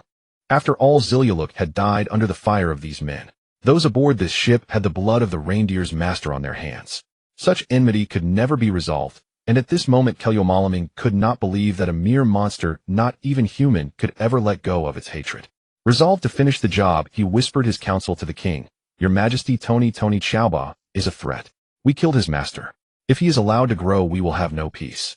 Even if he doesn't seek revenge, his future pirate crew will. I suggest we kill him outright." Werebo grasped the remaining knife handle in his hand, pausing his chewing to consider his subject, Keliomalaming's proposal. This brutal monarch still possessed some wit. Tony Chowba shared a blood feud with him. Unless the little monster lost its memory, it could never serve him. Handing it over to the world government might yield some benefit. Yet such talent once established within the world government might launch a fierce retaliation against Werebo's White Iron Pirates. He dared not gamble with human nature. Even Dordun, the captain of the guard left to him by his father, had become estranged over the killing of that quack doctor, eventually betraying him and remaining on Drum Island. Whether he had been killed by members of the Blackbeard Pirates was unknown. Since encountering Tony Chaoba, nothing good had come to Werebo in the Drum Kingdom, as if he were inherently cursed by this monster. The creature even mingled with that which Kaleha, whom he detested, practically dancing on his scales. Follow the Straw Hat's ship, finish them off first, then settle accounts with Kaleha and that reindeer. Drum Island will forever belong to me, Werebo. Mwahaha. The unrestrained laughter showed utter contempt for Straw Hat Luffy. Could he possibly be stronger than the Blackbeard Pirates? The soldiers and the group of doctors knelt before Werebo, shouting, "Long live His Majesty the King." At Drum Island's Drum Peak, Castle Chaoba, in his human beast form, standing less than a meter tall, happily spun in front of his teacher Kaleha. This reindeer, still immature of mind, was being praised by an outsider for the first time. The joy and happiness seemed ready to spill from Chaoba's grinning mouth. The feeling of being acknowledged was something this reindeer deeply cherished. "Teacher, I finally developed the panacea in the future. I didn't let Zilia look down." Chaoba, whose emotional intelligence was as simple as Luffy Ice, immediately believed the future shown on the light screen without considering any consequences. The ageless, which Kaleha was not swept away by Chaoba's excitement, her face remained gloomy throughout. It wasn't jealousy at her disciple's future medical achievements. The student she taught had some real skills after all. She also knew about the Rumble Ball. Chaoba, still a minor, couldn't keep secrets. He had told her as soon as he developed it. At the time, the witch doctor hadn't thought much of it. Now it seemed she had underestimated the importance of the Rumble Ball. It completely overturned the Zoan-type devil fruit. But was this a good thing or a bad thing? For Zoan users, perhaps good. For Chaoba, who had no means of self-defense, it was certainly bad. "Chaoba, it looks like we need to leave again and hide in our secret base," said the sharp-minded witch Kaleha. When the Blackbeard Pirates had ravaged Drum Island before, she had evaded the plague Dr. Doc Q's search. Now she would have to take her disciple into hiding once more. Chaoba was used to this skulking life. When he lived with his foster father Zilialuk, they were often chased and beaten, sometimes hiding in one place for a long time. Zilialuk is the kind of person who can't move when he sees a patient, and his adopted child is the same. When Chopper learns that the Straw Hat crew needs him for treatment, he as an apprentice doctor must step up to him. Patients are as important. Was being recognized by the light screen not a good thing? As Drum Island fell into a maelstrom of contending forces, the ever-playing slideshow curtain transformed, whispering to the world the tragic early life of Tony Chopper. According to the Nico Chronicle, Tony Chopper's life path is recorded in the most meticulous detail, marking him as an inescapable figure of the Great Pirate era, widely recognized by later historians with the highest degree of credibility. The Nico Chronicle, authored by the descendants of Nico Robin, vividly depicts the monumental events of the Great Pirate era, along with the historical biographies of dozens of pivotal figures. The previous installment touched upon a fraction of Buggy the Clown's tale, while this one delves into the historical chronicle of Chopper. This great historian who compiled the Nico Chronicle did not shy away from the fact that his ancestor Nico Robin was branded the Devil Child by the world government during the Great Pirate era. His ancestor was an archaeologist, and more so a witness to history. He bore witness to how the world government, which had ruled for over 800 years, gradually crumbled, ultimately vanishing into the dust of history. First seeing its towers rise, then its banquets flourish, and finally its walls collapse. Today the mystery of Tony Chopper's origins is finally unveiled. Specifically, which reindeer herd he was born into is lost to the mists of time, but he came in. The light screen narrated Xiao Bas past, accompanied by video footage, and the indigenous people of the pirate world were left speechless with shock, having glimpsed one of the attached messages. How could it be that the world government was toppled and the future reduced to a mere footnote in history? What were the Marines doing? Most of the inhabitants of this planet were ordinary civilians accustomed to the rule of the world government. A flawed world order was still better than no order at all. Luo Jia had not yet ignited the Great Pirate era, and the world was not yet so chaotic. But since his death, the number of pirates taking to the seas had multiplied exponentially, plunging the common folk into unbearable suffering. Some people connected this to the Dark Age mentioned in the previous light screen, suspecting that the fall of the world government might be related to Xiao Chobaji. This heavy future weighed like a mountain on the chests of those yearning for peace. The light screen emitted the sound of pages turning, and that familiar magnetic voice continued to narrate the early life of the Zoan god. The years Xiao Ba spent with Shilu Luku were among the most beautiful memories of his life. He often recounted them to his two direct disciples so frequently that they could recite them by heart, which led to many amusing incidents. Shilu Lu Ku was an utterly incompetent doctor possessing no medical skill whatsoever. His enthusiasm for patients was in fact a punishment for the sick. The only patient he ever successfully cured was Tua Ni To Ni Xiaoba. After the reputation of quack doctor spread across the entire CI, Gu Dao, no one came to see him anymore. Even though the current King Hua Bo had expelled many doctors, patients still refused to seek treatment from Xiaoba adoptive father, fearing the old man would kill them. Shilu Lu Ku would often drag Xiaoba along to offer free medical treatment to patients uninvited, but each time he would make their conditions worse, and they would be chased out by the patients' families, beaten and pursued, living hand to mouth. Yet despite, no. Is it when they contract an incurable disease? Not that either. Is it after drinking a bowl of poisonous mushroom soup? Still no. It is when they are forgotten by the world. I have lived a truly wonderful life. The explosion burst forth before the CI Gu Castle. Xiaoba witnessed with his own eyes the first human who had ever been kind to him being swallowed by gunfire and the blaze of bombs. On the screen played the final moments of Ziliuluk's life. It turned out that the old man had already passed away so many years ago, yet even now hearing his voice and seeing his likeness, Xiaoba was already overwhelmed with tears, unable to control the floodgates of his sorrow. He tried to hide his tears under his hat, but his sobs grew louder, impossible for Kaleha to ignore. To become a true man, one must endure such trials. Kaleha too was affected by the atmosphere. Her nose tingled and tears welled up in her eyes. I never thought that old fool would say something so magnificent. The immortal, which had known Ziliuluk for many years. Before his death, he had entrusted her with 2 requests, both of which she had diligently fulfilled. Xiaoba was now skilled enough to treat patients, and the cherry blossoms were ready to bloom across Tsigu Island, awaiting the right moment for a grand farewell. The screen continued to play. Xiaoba witnessed Ziliuluk's splendid finale. Enraged, his eyes turned red, and he lost his reason, transforming into a 2-meter-tall humanoid form, charging at Walpo to avenge his foster father. Dorton used his Zoan-type devil fruit ability, turning his body into a black ox, blocking the reckless reindeer monster from rushing to its death. With Xiaoba severely injured and weakened body, he was no match for Dorton. The ox pinned him down on the snow, restraining the out-of-control beast. No one else should sacrifice themselves for this country today. Go back. This is also Ziliuluk's dying wish. Tears streamed from the black ox's eyes. Dorton, captain of the Tsigu Kingdom's guard, had long despised the tyrannical King Walpo's persecution of the people and his expulsion and murder of doctors. Ziliuluk's calm acceptance of death had awakened the conscience of this righteous man. You are no match for the ones behind you. Charging in will only mean death. Leave now. Dorton's tears fell on the reindeer's face, awakening the beast's reason. Xiaoba understood. He stopped resisting the guard captain. The blue-nosed snowman gathered Ziliuluk's last belongings and left along the cable. Dorton watched the reindeer depart, standing guard to prevent anyone behind from killing the beast. Fulfilling Ziliuluk's final wish, he resolved to save the country himself, ensuring the quack doctor's death would not be in vain.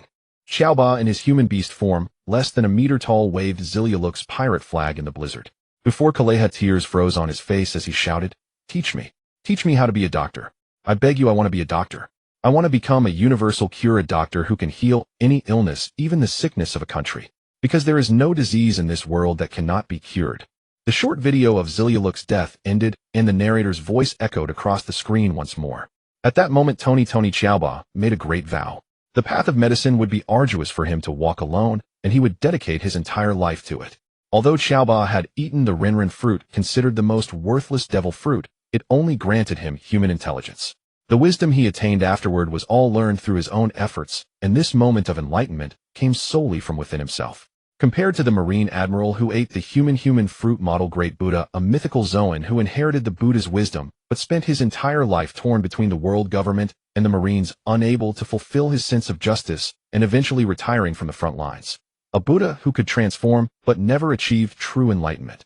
What a bitter irony. A reindeer who ate the Renren fruit gained wisdom and clarity on this day, marking the most perfect beginning for the most brilliant chapter of his life. Dorton was imprisoned by King Walpo Farel. Ziliuluk is the kind of person who can't move when he sees a patient, and his adopted child is the same. When Chopper learns that the Straw Hat crew needs him for treatment, he as an apprentice doctor must step up. To him, patients are as important as the heavens. Dr. Kareha, let's not leave. If the screen isn't lying, Straw Hat Luffy and the others need my treatment. If we hide now, it would be irresponsible towards the patients' lives. The witch Kareha almost laughed in anger upon hearing this. She slapped the little reindeer's head and said with annoyance, it's not your place to lecture me now. Wait until you have the status shown on the screen before talking. It's clearly my medical skills that taught you, yet you go on and on about Ziliuluk. How biased. Hey, aren't you a bit embarrassed? Chopper felt a bit shy from the screen's praises, raising his status as the future king of Dalton. The screen hasn't indicated when they are coming. Let's wait here. I really owe you all from my past life.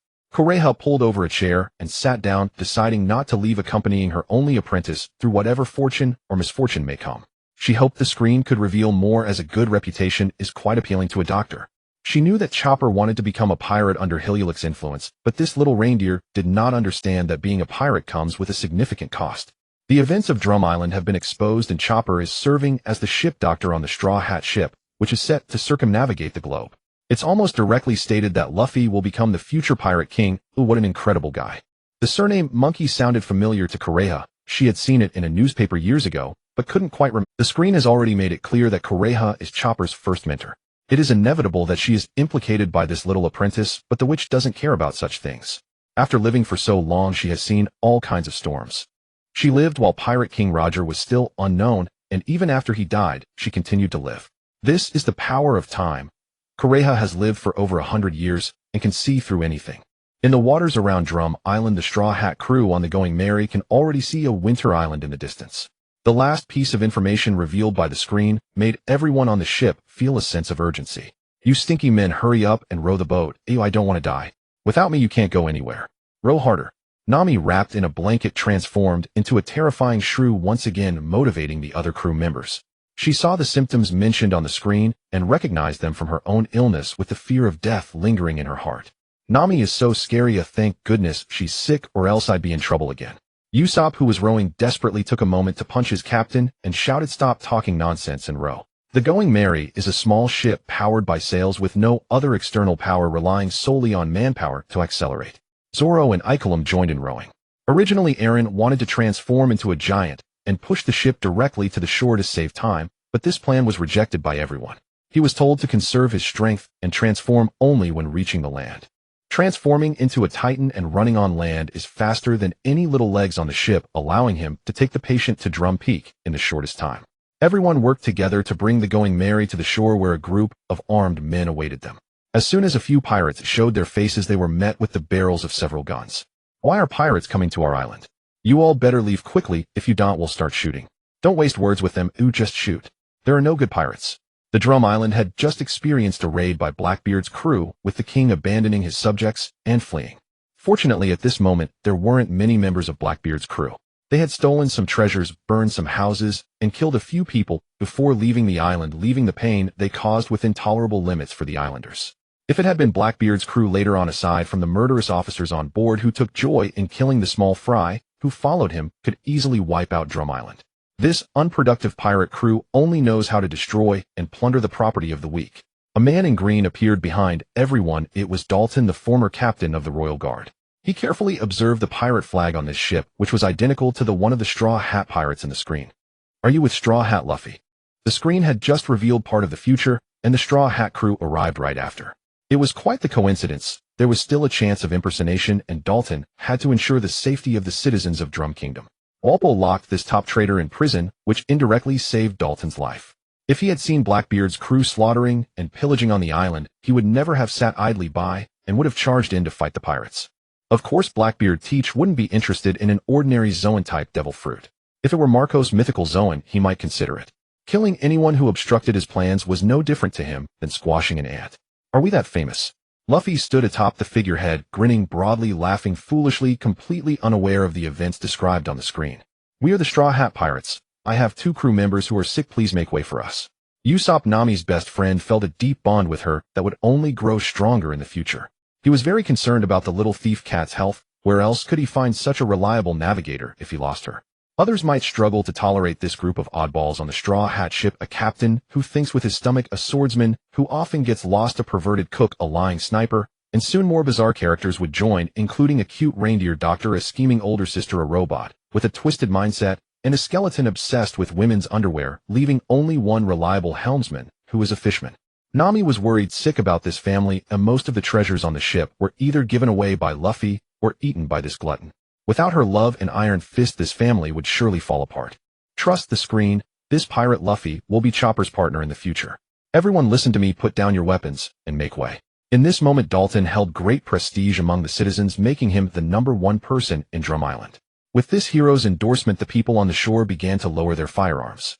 Just when everyone was unprepared, a massive sea ship suddenly surfaced from below the Going Merry. This enormous submersible vessel was 10 times larger than the Going Merry, nearly capsizing the Straw Hat's small boat onto the shore.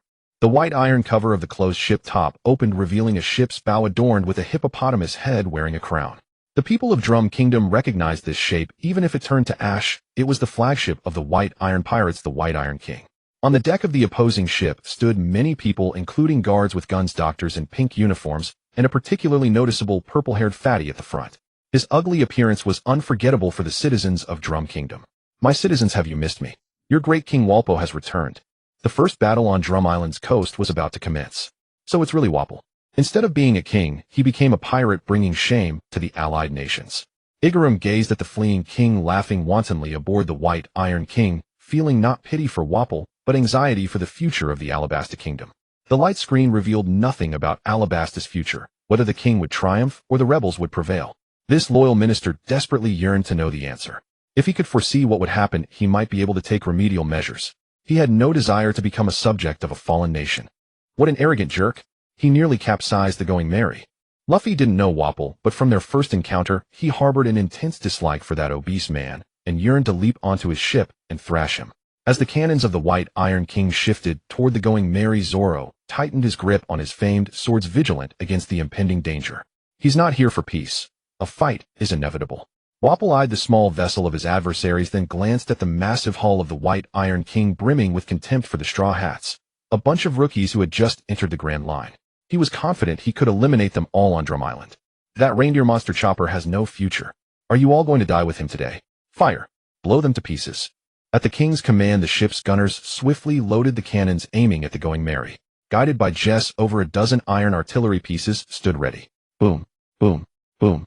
The exploding shells fired from the White Iron King targeted not only the Straw Hats, but also the citizens ashore. Explosions thundered along Drum Island's coast, sending towering columns of water into the air. What a brutal king. One Sword Style Lion's Song. Zoro stood on the deck and unleashed a quick-draw slash, easily cleaving the incoming shells to protect the Going Merry from harm. Wapple's sudden bombardment caught the coastal citizens off guard. The exploding shells detonated among the crowd, instantly causing numerous casualties. Those killed instantly were fortunate. The survivors lay on the ground, their bodies riddled with shrapnel. They were flesh and blood, devoid of devil fruit powers. A single cannon blast left them wailing in agony. Dalton activated his Zoan-type devil fruit ability, transforming into a humanoid black bull. He threw himself over the nearby citizens, using his own body to shield them from an exploding shell. The immense power of the shell nearly shattered the former captain of the guard's spine. The black bull spat out several mouthfuls of blood, his eyes burning with hatred toward the perpetrator. Wapple, you are unfit to be king. You can't even protect your own people. You deserve death for harming them. Oh, if it isn't our former guard captain. Turning into a bull certainly makes you tough to blow up. Aim the cannons at him and fire again. Chromale ordered his men to reposition the artillery, pointing several cannons at his former colleague. He despised such righteous, patriotic fools. Citizens died, so what? They could always be told to produce more. Boom, boom, boom. A new round of bombardment commenced. Gomu Gomu no balloon. Unbeknownst to others, Luffy had already dashed ashore. He instantly inhaled a massive amount of air, swelling his rubber body into a giant sphere to shield the innocent citizens from the incoming shells. The exploding shells struck the rubber man, but failed to detonate immediately. Instead, they bounced back, returning the projectiles to their owners, letting the crew of the White Iron King taste the sensation of being bombarded. Luffy hadn't yet learned to use Gear 3rd, limiting his ability to damage the ship. He couldn't instantly destroy the White Iron King. He could only engage in close-quarters boarding combat. For now, he could only watch as the enemy gunners reloaded, awaiting King Wapple's next volley. Let me handle this. Zoro, give me a boost. The swordsman Zoro had to protect the ship and couldn't participate in the boarding action. He immediately understood Eren Yeager's intention and stood beside the lean youth, ready to launch him. No sword-style tornado. A rising updraft surged upward from the Going Merry, propelling a young man in black out of the ship. This bizarre behavior drew laughter from the crew of the White Iron King. What could such a scrawny man accomplish? Even if he possessed a devil fruit ability, below him lay the sea. Once submerged, he could use no power. He was simply courting death.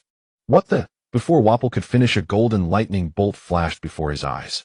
Within that lightning, a colossal form rapidly materialized, flesh, bones, and nerves assembling at a visible pace. A giant standing 20 meters tall appeared before everyone. Thighs. What is this? An ordinary youth had suddenly transformed into a giant, startling Wapol into a trembling voice.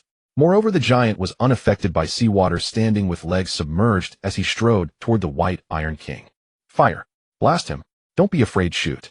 Jess kicked the stunned gunners back to their senses. They aimed the cannons at the giant and fired dozens of exploding shells, simultaneously detonating across the giant's body. Did we get him, Mike?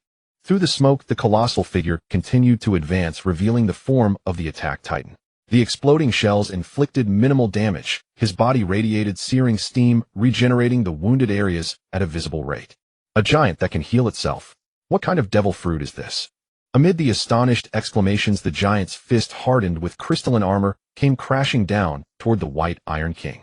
Don't underestimate your king. Wapol opened his massive mouth to its fullest extent, intending to use his Baku no Mi ability to swallow the giant's fist, believing that without a fist the opponent couldn't regenerate. Aaron's descending fist was engulfed in one gulp by Wapol, who began devouring upward along the arm. His terrifying devil fruit ability granted him an astonishing stomach. Given enough time, he could swallow an entire giant. What a waste of this fruit on you. Even the Warhammer Titan's hardening ability could be nullified and consumed by the Baku no Mi. The devil fruits of this sea were truly wondrous. A surge of seawater rose beside the giant, instantly solidifying into a white longsword. The Warhammer Titan's power could even harden seawater, extracting matter from it to forge a weapon, more energy efficient than creating objects from nothing. Under Wapol's terrified gaze, the attack titan swung the longsword, severing his own arm in a single stroke, along with the ability user who had swallowed it, sending them both tumbling downward. The attack titan's left arm was severed at the stump, venting vast amounts of steam. Under everyone's watch, within seconds, spontaneously appearing flesh bones and nerves tirelessly repaired the injury, and a new left arm grew out. It's over. The white blade, over 10 meters long, descended from the sky. The white Iron King, Wapol's flagship, was cleaved in two with a single stroke amid despairing cries.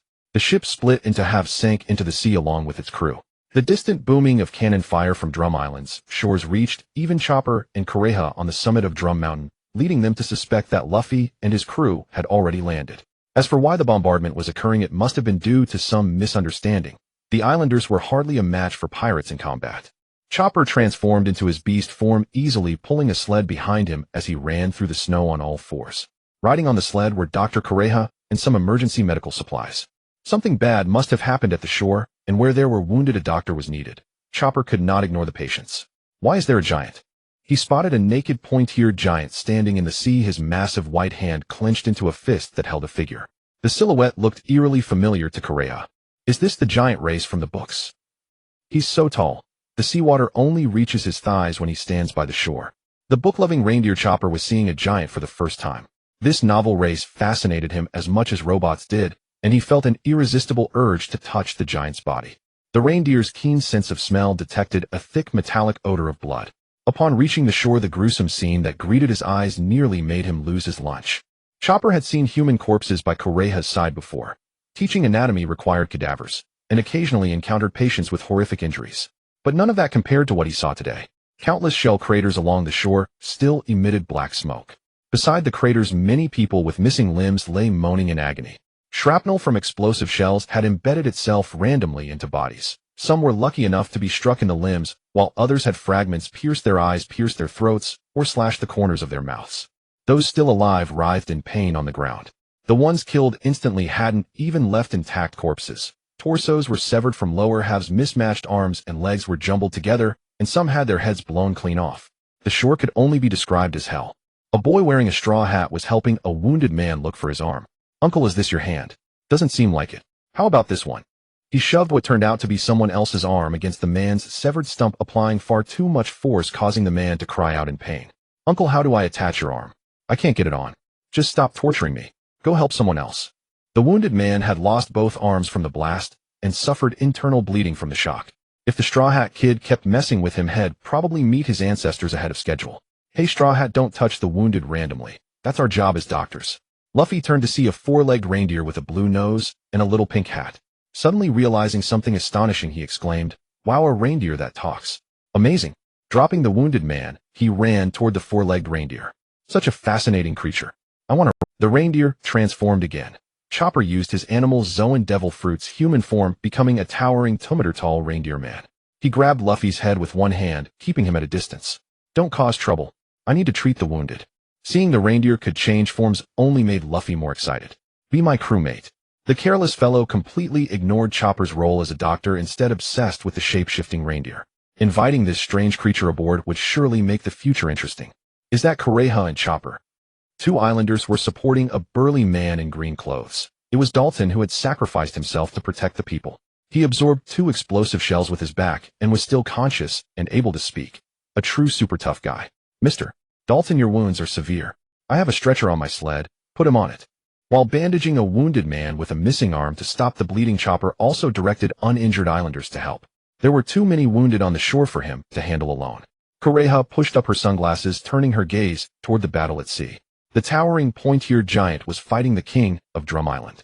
The obese Wapol hooked his metal weapon onto the giant's body, almost falling into the sea. My white iron king. Damn giant, I'll enslave you for life. The attack titan had already seized Wapol in its grip. Eren could have crushed him with a single squeeze. But the freakish munch fruit ability allowed Wapol to open his mouth and bite off the giant's thumb, even with its hardened fist escaping from its grasp. Then King Wapol, like a bug, kept changing positions on the attack titan's body, taking a bite at every spot. I'm on your back. Let's see how you reach me. Wapol's foul mouth opened wide again, tearing off a large chunk of flesh from the attack titan, exposing the white vertebral bone. After all this sneak attacking, Wapol had eaten plenty of giant flesh, but it gave him no sensation in his stomach. In fact, he had consumed nothing substantial, as Eren's giant body was not truly solid. The 20-meter turtle giant did not bleed from its wounds, instead steam billowed continuously from the injury sites. The wounds Wapol inflicted on the attack titan healed completely in less than a minute. A massive burst of steam erupted from the giant's entire body. The searing heat was unbearable even for Wapol, who was clad in alloy armor. So hot. What's with this steam? The ultra-high temperature steam, several hundred degrees, made Wapol feel as if his limbs were melting. Forced to abandon the giant, he landed on the heads of his subordinates Jess and Cromley, who had just surfaced from the sea to gasp for precious air. Just as they breathed in, a dark shadow fell from above. Their beloved King Wapol needed to borrow their heads. Catch me. Jessa. Cromley, no. The king's hippo mount emerged from the sea, shoving aside the 2 officers just in time to catch the falling Wapol. Without that hippo, the 2 subordinates would have been crushed or drowned. As Wapol's 2 underlings climbed onto the hippo's back, the attack titan had already closed in. With no ship left, and only this one foothold, where could they flee? I surrender. Please don't kill us. The Drum Kingdom is yours. You're too talented to be a mere pirate. Be the captain of my royal guard. The 3 spoke over each other, but Eren had no interest in their offers, least of all becoming Wapol's lackey. Stop. The giant's massive palm came down, sending man and hippo flying in an arc toward Drum Island. The giant single-handedly turned the tide of battle. Those still alive on the shore kept cheering for the AI Luan giant, as he had destroyed the White Iron King and punished the tyrant Bo. Under the witness of everyone, Bo, along with his 2 subordinates and his hippo mount, plunged headfirst into the reef on the shore, creating a huge noise. That collision was indeed severe. Even if they were devil fruit users, crashing their heads directly into the rock would still be enough to knock 3 people out. The 3 of them lay motionless in the pit. Princess Weiwei stood on the Gold Mary and waved continuously at the witch Kuleha. Doctor, there are patients on the ship. They are dying. Please come up and see them. Xiao Bai, you take care of the other patients here. He'll go up and have a look. He'll call you if I need you. Kuleha instructed, then boarded the Gold Mary. In the cabin of this small ship, she saw the unconscious Na Mei and Shanji. She parted their clothes to examine their wounds, and indeed it was exactly as the light screen had described. As for the ancient Kasugia insect, she hadn't seen one in a long time. If any other doctor on the Grand Line had encountered this disease, they might not even diagnose it, and it would likely be misdiagnosed. Meeting Kuleha was truly fortunate for the Straw Hat crew. You have no medical equipment on your ship. Come back with me to Drum Mountain. I can treat both of them there. Upon hearing the affirmative words, Wu Suapu carefully wrapped a layer of bedding around Na Mei and placed his good friend on his back. As for the perverted chef, he was left to Ika Lai Mu. Sua, along with his poor sense of direction, should stay behind to watch the ship. If he gets lost in the snow, he would be fine, but Shanji might die. Better not bother him, let him stay put on the Gold Mary. Ika Lai Mu was a strong man. Carrying the young Shanji was no problem at all. AI Luan had turned into a giant and dealt with the White Iron Pirates. The safety of Princess Weiwei was secured, so he had no worries left.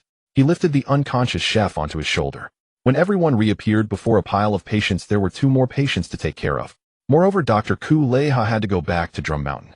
There were only 2 doctors here, and now one was leaving, which only added insult to injury for the other wounded. At this moment, Duo Air, done covered in bandages, put forward his own idea. There are some doctors on the White Iron King. They are valuable medical talents. Let's fish the living out of the sea and have them atone for the entire country. Lu Fei couldn't help with the salvage work. He put on thick clothes and helped transport the patients. Not only did Na Mei and Shanji need to go to Drum Mountain, there were also some seriously wounded on the coast who needed advanced medical equipment for amputations. The disinfection supplies had been used up by Xiao Ba, and only a little bandage remained. Compared to the large number of injured, the supplies on the sled were far from sufficient. Some elderly and women who had been hiding in the town supported a few lightly wounded children with experience driving sleds prepared to help transport the severely injured. In short, everyone worked together, giving their strength and offering their kindness. As for the salvage of survivors from the CAI, Luan, in his current giant form, felt it was his duty after all he had destroyed the White Iron King. The attack giant grabbed the survivors floating on the sea and opened its huge mouth to place them inside. At first they were terrified, afraid that the naked giant would eat them. But when they saw that the giant kept its mouth open without closing, the survivors calmed down. Its two arms, each several meters long, reached deep into the sea to rummage through the damaged White Iron King. Some crew members hadn't had time to jump ship and were likely still trapped inside. It was a matter of saving whoever could be found. In rescuing these survivors, AI Luan did not distinguish between soldiers and doctors. He saved whoever he could. When his mouth was full, he placed them in his hair. In short, any part of the giant's body could hold people. After the rescue operation on the sea lasted for over 10 minutes, AI Luan gave up the search. So much time had passed that anyone who could drown had already drowned. Even the ability users would have drowned by now. AI Luan returned to the shore of Drum Island with the survivors. His enormous figure terrified those in his path, who quickly made way for the giant. If he accidentally stepped on someone, he could easily crush a few humans. The attacked giant crouched down. The surviving sinners slid down along its arm. Some doctors in pink uniforms hurriedly joined the line to treat patients, while soldiers in Kingdom Guard uniforms took the initiative to gather together, kneel on the ground, and await the judgment of the people. AI Lun, Lu Fei, and the others have already headed to Drum Mountain. If you use that giant body to make another run, it will save them a lot of time. Shanji and Na Mei's illness cannot be delayed. Hearing Sualong's request, the attacked giant stood up again, looked into the distance, saw that Lu Fei and the others had not gone far, and AI Lin stepped forward to catch up. The giant's long strides caused the patients lying on the ground to feel an earthquake-like shaking. With each step, clouds of snow billowed up, leaving a giant footprint at the spot. "Mommy, why don't the giants wear clothes?" a little girl asked her mother with confusion. "Chill. What do you know? Don't talk nonsense. He is our benefactor. Without him, your father would have been blown to death long ago." The woman supported her husband. Although he had lost an arm, at least his life was saved, so the orphan mother and child would not be bullied. AI Luen caught up with Kulei Ha and the others in a few minutes. "Let the seriously wounded climb onto my body. Doctor, please come up as well and show me the way." AI Luen him coming up. "Catch me." Lu Fei, holding a patient under his left arm and carrying a strong man on his right shoulder, bounced up in the snow using his rubber ability and landed on the attacked giant's palm. "Watch out for the patients," Wu Suapu shouted, and together with Ika Lai Mu they walked toward the giant's other palm. With such an awesome mode of transportation, who would still ride a sled? The giant rushed toward Drum Mountain with the seriously wounded and Dr. Kulei Ha. On the way they encountered over a dozen strong rabbits.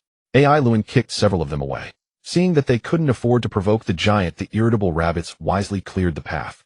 When they arrived near Drum Mountain, they intended to go up via the cable. Although the attacked giant was 20 meters tall, the Drum Mountain before them was at least 1,000 meters high, building a castle on top of it. What was the former king of Drum thinking? Isn't the wind strong at the peak? Hold on tight. They'll climb up. The giant's fingers and toes were coated with hardened skin. Amid the exclamations of Lu Fei and the others, the hardened fingers dug into the mountain rock, and the hardened toes also pierced the rock for stability. AI Luen began to climb upward little by little, conquering the Drum Mountain before him. Meanwhile, the giant released a small amount of steam outward, turning all the snow falling from the mountain or beside it into water vapor. This served both to protect the humans on its body and to prevent slipping during the climb. AI Lun's climbing speed was incomparable to Lu Fei's. The giant's body seemed to possess endless strength. In front of the 1,000-meter mountain, it took AI Luen less than 5 minutes to reach the top. This climbing speed could be described as lightning fast. Before the crowd, a man's figure emerged from the nape of the giant's neck. The 20-meter point-eared titan collapsed as its pilot fell. Crimson streaks lingered beneath AI Lun's eyes. Awesome, AI Lun's titan is so cool. Lu Fei leaped onto the giant's body. Beneath his feet, the titan emitted vast steam from its flesh. At a visible pace, the corpse gradually vanished, revealing muscle, and then skeleton until it disappeared entirely on the snow, leaving only the silhouette of a giant. This devil fruit ability is truly peculiar. Duo Air done side from his stretcher. The ox fruit he had eaten merely enhanced his combat prowess slightly beyond an ordinary man's, but compared to AI Lun's devil fruit, it was like comparing heaven and earth. Kuleha, who had seen much in her long life, beheld for the first time a devil fruit that allowed transformation into a giant. No matter what kind of devil fruit appeared on the sea of this planet, it would scarcely astonish this woman. Such was the wonder of this world. After this small interlude, the group carried the wounded into Tsigu Castle. This had once been Wa Air Ba's home, now modestly renovated by Xiao Ba and the doctress. Unoccupied rooms had been converted into wards, and the castle's weapons were sealed away, later discovered to have become nests for birds. Once the patients were settled, Lu Fei clamored with hunger. With Shanji, the resident chef, incapacitated, the captain, who normally ate 5 meals a day, was reduced to 3 like everyone else. During the voyage, he sometimes woke up hungry. The navigator's culinary skills were inferior to Shanji's. Aside from charging money for her cooking, there were no other complaints. But when she too fell ill, the crew subsisted on leftover food for days. When the leftovers ran out, Ika Lai Mu took over the kitchen. The minister's cooking was merely average. The crew of the Huangjin Meili Hao had grown spoiled by Shanji's cuisine, and the two could not be compared in culinary skill. Let him go. He's been starved these past few days. Wu Suapu recalled Lu Fei, who slept in the men's quarters. This glutton would wake up hungry at night, and the ship's refrigerator had been deliberately locked.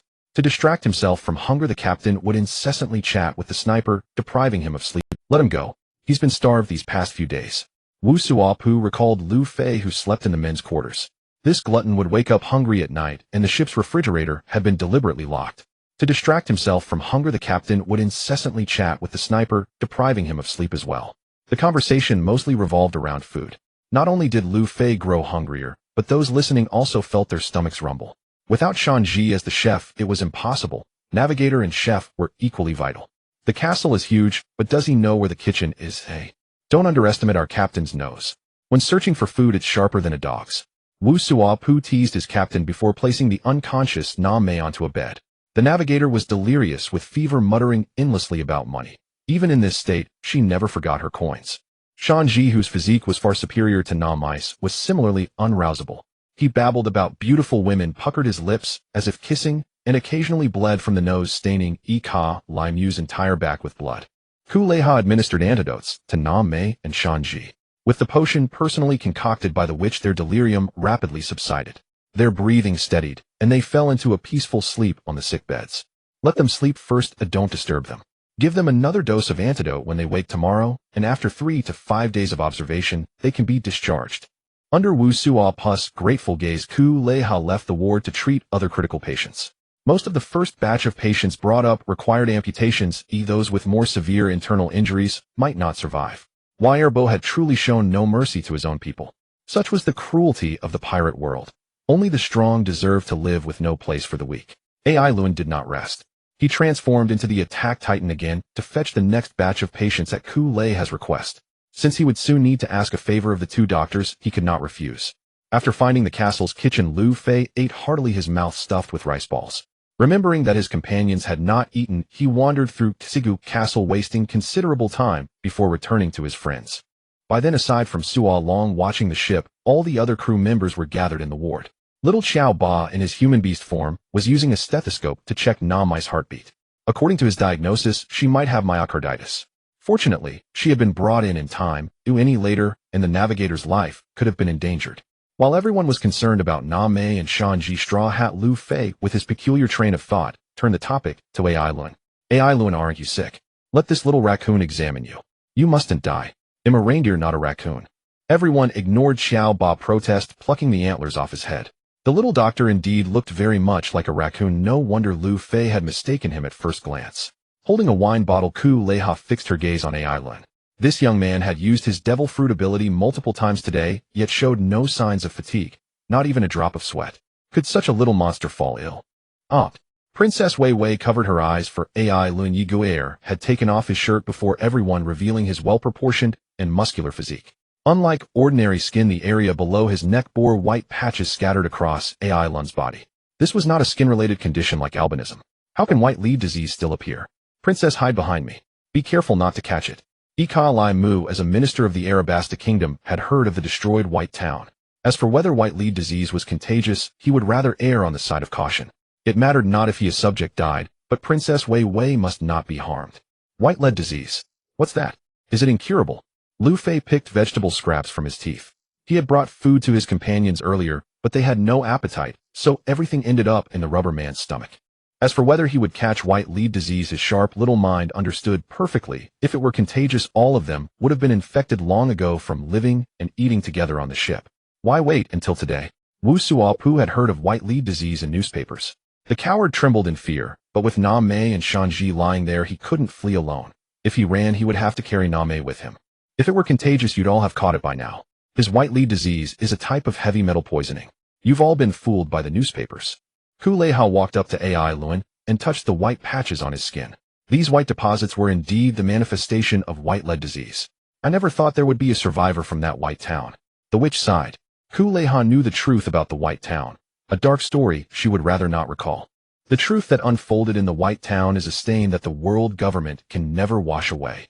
Even the most heinous pirates would shake their heads in disbelief, and the cruelest kings of the affiliated kingdoms would consider themselves merciful, for the heavenly gold levied upon their subjects was still better than losing their own lives.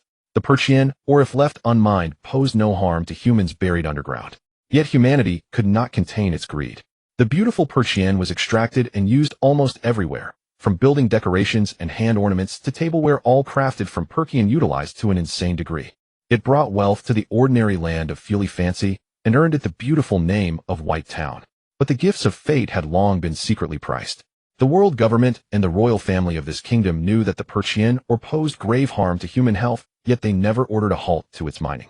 Choosing to conceal the truth from everyone for the sake of money, when the Perchean disease erupted on a massive scale, the world government evacuated the royal family of this kingdom, leaving the citizens behind to await their deaths. They also spread rumors among neighboring countries claiming that the Perchean disease was a terrible contagious illness. The beautiful name of White Town became a nightmare for nearby nations, which sent troops to blockade the area, preventing anyone from entering or leaving. This hereditary Perchean disease did not kill immediately after onset. Theoretically, one still had a few years to live. But in this world, only the dead could keep secrets. The world government even dispatched elite troops into Fury Fancy to indiscriminately eliminate survivors, the elderly, women, and children, all buried in the flames, completely covering up the dark history of White Town. As Ai Luan recounted this calmly, the people in the ward listened with expressions of shock. Such things that breached the limits of humanity were unheard of to them. Their perception of the world government plummeted. They were still too naive. I was the adopted son of the town's nun. Unfortunately, my foster mother was deceived. The world government tricked her, promising a ship to let her and the children leave, but it was a trap. They were all slaughtered. Ai Luan described the nun's kindness, but her kindness was exploited. The children she had struggled to save fell under gunfire. That woman underestimated the world government's determination to eradicate White Town. They didn't even spare the most innocent children. He was lucky to survive. At that time, young Ai Luan stood at the very back of the children. The moment the fully armed enemies opened fire, he managed to leap into the river and escape. After drifting down the river for a day, when he returned to Fury Fancy, the once beautiful White Town had been reduced to a scorched wasteland. He saw countless charred bodies of people burned alive. The horrific sight still haunted him. That's really too cruel. They are indeed all bad people. Lu Fei stopped eating, losing his appetite upon hearing this. Didn't you seek help from the Navy afterward? The naive Princess Wei Wei still believed in the Navy at this moment, this little princess who never learned from past mistakes. Seek the Navy? At that time, I saw soldiers wearing Navy uniforms hunting down survivors near the country. If I had sought their help then, I wouldn't be standing here now. Ai Lun's lips curled into a cold sneer. Having experienced such dark history, remaining sane was already the limit. He was utterly disappointed in the world government and the Navy. Wu Suapu interjected from the side. Princess Wei Wei, if the Navy were useful, you wouldn't need to ask us pirates to help you save your country. Keluokitier is one of the 7 warlords of the sea, an institution placed within the Navy by the world government. These once powerful pirates granted legal plundering rights, trample on justice. As for matters like usurping the sovereignty of a member kingdom, the world government probably turned a blind eye. As long as things weren't brought into the open, the 5 elders couldn't be bothered with such trivialities. If the Alabasta Kingdom paid its heavenly gold on time, replacing a king with a more obedient one was no big deal. It's been so many years since the White Town incident. By rights, the Perchean disease should have killed you long ago. How have you survived until now? Ku Leihao voiced her doubt. Having inherited that terminal Perchian disease, even if AI Lewin was young at the time, he shouldn't have lived to adulthood. Could it be that he encountered the legendary surgery fruit? The ability to become a giant that he displayed suggested that under normal circumstances AI Lewin was a Zoan-type devil fruit user. Even if eating a devil fruit granted stronger recovery than ordinary people, it couldn't have allowed AI Lewin to survive this long. Xiaoba, lend me a scalpel. The little reindeer rummaged through his medical bag and handed a scalpel to this cool man. The other party directly called him Xiaoba, which made him very happy, as long as he wasn't called a raccoon dog. The devil fruit I ate has some special abilities. With that, AI Lewin gripped the scalpel tightly in his right hand and stabbed it straight into his own body. Blood flowed down the blade, staining his pants red. What are you doing? Why are you hurting yourself? As a doctor, Xiaoba hated seeing others not take care of their bodies. He immediately transformed from a little creature into his Zoan-type human form, becoming a strong reindeer man, and tried to snatch the self-harming tool from AI Lun's hand. Everyone, don't be nervous. I'm just demonstrating my ability. Look closely at my wound. AI Lewin endured the pain and pulled the scalpel out of his body. Under everyone's gaze, a small amount of visible steam emanated from the bleeding wound. The wound healed little by little at a visible rate, and within just a minute the injured skin was restored to its original state. What a miraculous devil fruit ability. Could it be that you? AI Lewin continued along Ku Lei's words, and the witch doctor had guessed correctly. The human liver has the function of metabolism and detoxification. After a period of time, I cut open my own abdomen and replaced the diseased liver. In less than half a day, a new liver grows back inside my body. The people in the ward, upon realizing that AI Lewin had to personally remove his own liver every time to survive, until now felt that this was a cruel torture imposed on him. It was probably something he had to endure every year. When I was a child, I had to replace it every 2 years. As I grew older, the frequency increased. Now I have to replace it every 3 months. If this Perchian disease drags on, eventually replacing the liver for detoxification will be useless. AI Lewin spoke of his own death with a calm expression, which made the others even more heartbroken. What kind of trials had he endured to forge such a mindset? Has the Perchian disease already entered your brain? Yes. The regenerative ability granted by that devil fruit. I've never tried replacing my brain. Constantly replacing the liver was only a temporary measure. In Ku Lei's understanding, the Perchian disease AI Lewin suffered from was congenital, having entered his brain from infancy. The path to survival had long been blocked. That AI Lewin Yajir exuded astonishing willpower from within, deeply moving everyone present. AI Lewin had grown weary of the sympathetic gazes he received. Whether in the world of the attack on Titan or this pirate world, he would never accept others' pity. He had his own freedom to pursue, and without the shackles of Sanli, no one could stop him. The Perchian disease also brought me a benefit. It allowed me to develop a corresponding hardening ability. This explained why the giant's body turned white and hardened. It was not a power of Zoan-type devil fruits. It could grant the giant's body a rock-like hardness, and even make tangible objects harden into weapons for the giant at the cost of deepening the Perchian disease. The Perchian disease is an incurable illness. You are fortunate to have survived until now. To completely cure it, you need to find a user of the Paramecia-type surgery fruit. With my current medical skill, I can only delay the onset of the disease. Dr. Kaleha had no other solution. For this patient whose poison had reached the marrow, she could only use a special potion she had developed to temporarily suppress the toxicity of the Perchian disease, which was merely a palliative measure prolonging the time before AI Lewin needed a liver transplant. I never expected you to completely cure me. Being able to buy myself more time is already more than enough. After saying this, AI Lewin fell silent. He sat alone in a corner chair, his gaze fixed on the light screen outside the window. Hearing such heavy matters, the joy of having cured Na Mei and Shanji was replaced by the silence brought on by the sufferings AI Lewin had endured. The others in the ward closed their mouths, unable to utter words of comfort, and chose to remain silent. Lu Fei suddenly hugged the miniaturized Xiao Ba from behind, tickling the future ship doctor's armpit, and said seriously, AI Lun's future might have to be cured by this little raccoon dog. Xiao Ba, will you set sail with me? Ha ha. I'm not a raccoon dog. Ha ha. Stop tickling. Doing this. Haha, I won't agree. Ha. Xiaoba laughed heartily in Lu Fei's arms. If he transformed into the human form of a Zoan-type Xiao Huzi, he could break free from the rubber man's grip with one punch. The light screen said, you'll be my partner in the future, and I really like you. I'm definitely going to take you on board. Lu Fei's fingers didn't stop, still lingering on Xiao Ba's ticklish spots. Fortunately, he had just eaten his fill in the castle's kitchen, otherwise if he got too hungry, he would have eaten deer meat. Xiao Ba was the best emergency food on the ship.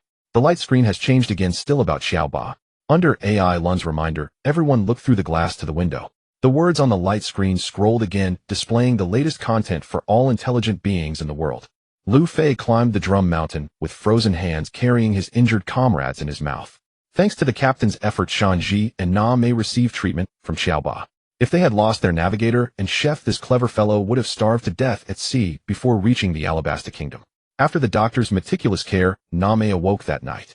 She was the first in the crew to meet Xiaoba. This blue-nosed talking creature did not frighten her. Instead, she found it quite adorable. Initially, Lu Fei wanted to recruit Xiaoba. Without knowing he was a doctor, he simply thought the creature's multiple transformations were interesting, and inviting him aboard the pirate ship would be a lot of fun. Xiaoba and Lu Fei kept running through the snowstorm. The latter finally won over the former with his passion, successfully inviting the future Zoan god to join the crew. During this time, they helped defeat the former king of the Drum Kingdom, Wapple, and completely Li. The money I worked so hard to save, please don't dig it up, you group of grave robbers.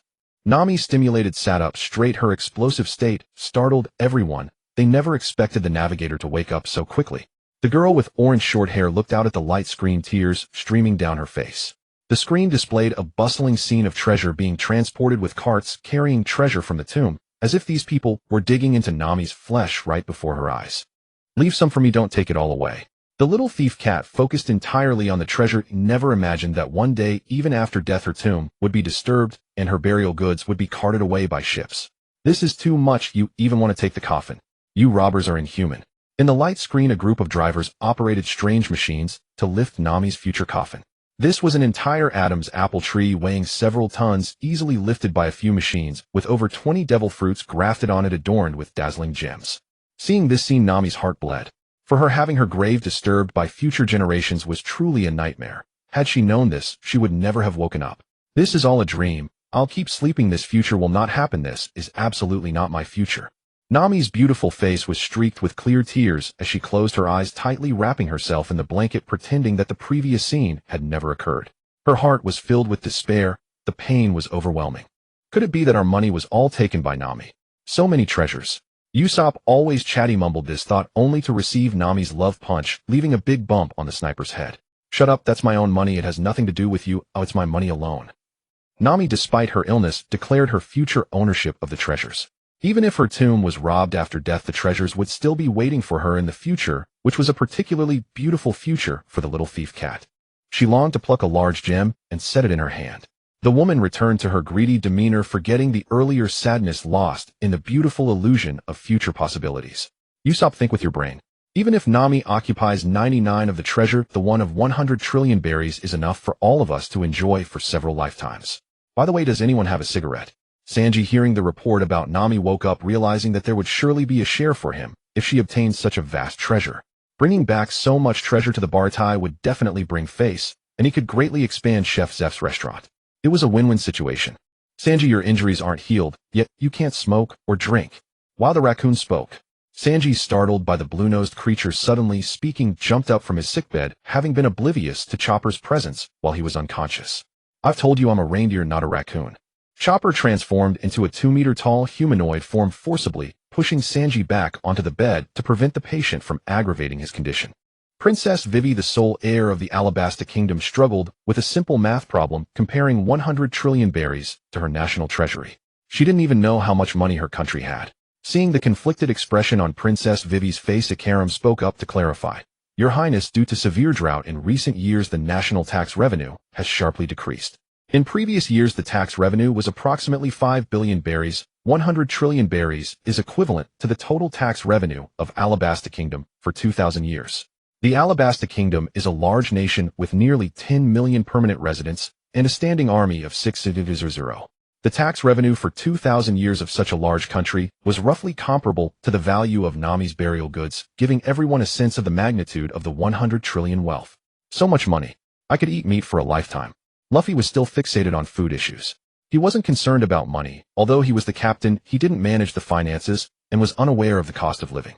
The economic power of the Straw Hat Pirates was entirely in Nami's hands, while the others in the ward were not so calm. God, 2,000 years of tax revenue. Is this wealth falling from the sky? Princess Vivi instantly felt like a pauper. Looking at the burial specifications displayed on the light screen, the Nefertari family was one of the 20 royal families that created the world government 800 years ago. The burial specifications of the royal family made her feel a bit sour compared to Miss Nami. Chopper, who loves cotton candy, was calculating how many cotton candies could be bought with 100 trillion berries when Dr. Kureha suddenly picked him up from behind and placed the little reindeer in Nami's arms on the sickbed. You must take Chopper out to see, it's too wasteful for him to stay on Drum Island. She also advised Chopper, saying, Chopper, I've taught you everything I know, you must remember to come back and take care of me. I don't want to be old and unable to walk, having to take money from others to survive. Just a little of your future treasures would be enough for me to live on for a lifetime. Chopper, huh? Dr. Kureha, renowned for her medical skills, wondered why the citizens of Drum Island didn't seek her out for treatment. It was because this old lady charged exorbitant fees for treatment, and even if the patient had no money, she wouldn't agree to credit. Patients had to pay with whatever they had. Nami held little Chopper tightly, making Sanji on the other sickbed extremely envious, wishing he could replace the little raccoon right now to feel the warmth of Nami's embrace. Little Chopper was so fluffy that holding him was incredibly comfortable, and he didn't have any animal odor. Nami, who was sweating, felt a bit cold and wouldn't let go of this warm source. No one noticed that tears were welling up in Chopper's eyes, his expression one of grievance. He was struggling to adapt to Dr. Kureha's sudden abandonment, still unable to comprehend it. The observant Kureha noticed the change in Chopper's expression, gently patting the little reindeer's head and saying softly, Little fool, don't think too much. Going to sea is also the promise you made with Dr. Hiralik. This group of pirates is perfect for you. They won't force you to do anything you don't want to do. Straw Hat Luffy is a good person, and I trust him to take care of you. She made the decision for her little disciple to prevent Chopper from acting out. Such a promising pirate crew was a rare opportunity, a legendary existence in storybooks. Dr. Sanji and I will take good care of you. You are our most important partner. Nami buried her face in Chopper's little neck. While others hugged cats, she was now hugging a reindeer. Regardless, they were all fluffy creatures, and holding them was the same. She was starting to really like little Chopper. It was about time to have a pet on the going merry. Under the enthusiastic onslaught of the girl, Chopper, naive and inexperienced, was immediately captivated. Thinking about the future adventures with heartwarming companions at sea, the little reindeer shed tears of joy, his mouth curling into the happiest smile he had worn since Dr. Hiralik's passing. Dr. Hiralik would surely be happy for Chopper in the afterlife. The light curtain displayed a brand new poster depicting a tall and a short figure kicking each other's feet, demonstrating the clash of conquerors hockey between kings. A tall man in a flamingo coat and a short man with a huge scar on his chest carrying a straw hat. These are the absolute protagonists of this grand drama. Below the characters, their names were considerately written. One is the former celestial dragon Tangjide Duofu Langming, the other is Munchi di Luffei. The final outcome between them will determine the fate of Dile Siluosa. This scene was watched by all intelligent beings on this planet. Dile Siluosa, a country in the latter half of the Vita Honglu, was thought to be safe, but even such a place is not secure. In most people's memories, it was a country of passionate and fiery women. However, being called a major event by the light curtain with Dile Siluosa as the stage is definitely not a good thing for this country. It is likely that the entire nation, like Luaga town, will disappear from the maps forever. Young master, should we take precautions? Torpal, with an ugly face and runny nose, was most worried about one thing: the most fatal secret of the Duofu Langming family. If exposed by the light curtain, they would immediately be besieged by the world government. I never thought I would become a stepping stone for a small fry from the East Blue. This future is truly unkind to me. Duofu Langming, clad in a flamingo coat, leaned back in his chair, crossed his legs, and wore sunglasses with a smile. However, the chilling, murderous intent allowed the surrounding executives to feel their young master's fury. Should I hide? I have a bad premonition, said a little Lolita, eating candy while uttering mature words that completely mismatched her youthful appearance. Sugar, after the light curtain exposure, you must stay close to the young master. There will likely be many people targeting you. I'm afraid I alone cannot protect you. Toripol walked over to Sugar. As the strongest executive of the Duofu Langming family, he had been the little girl's guardian for years, but today he felt somewhat powerless. The special executive Sugar, a paramecia-type childlike fruit user, could turn any intelligent being she touched into a toy. The unfortunate victims, including their own relatives, would be forgotten by everyone. Under the manipulation of this little girl, they would become slave laborers for the Tangjide family. Relying on this buggy devil fruit ability, Duofu Langming erased the memories of all who opposed him. Restorationist forces, government spies, marines, and pirates from the world, concealing the dark history of Dile Siluosa. This made him the largest arms dealer in the underworld and forged a close relationship with the four emperors Kaiduo.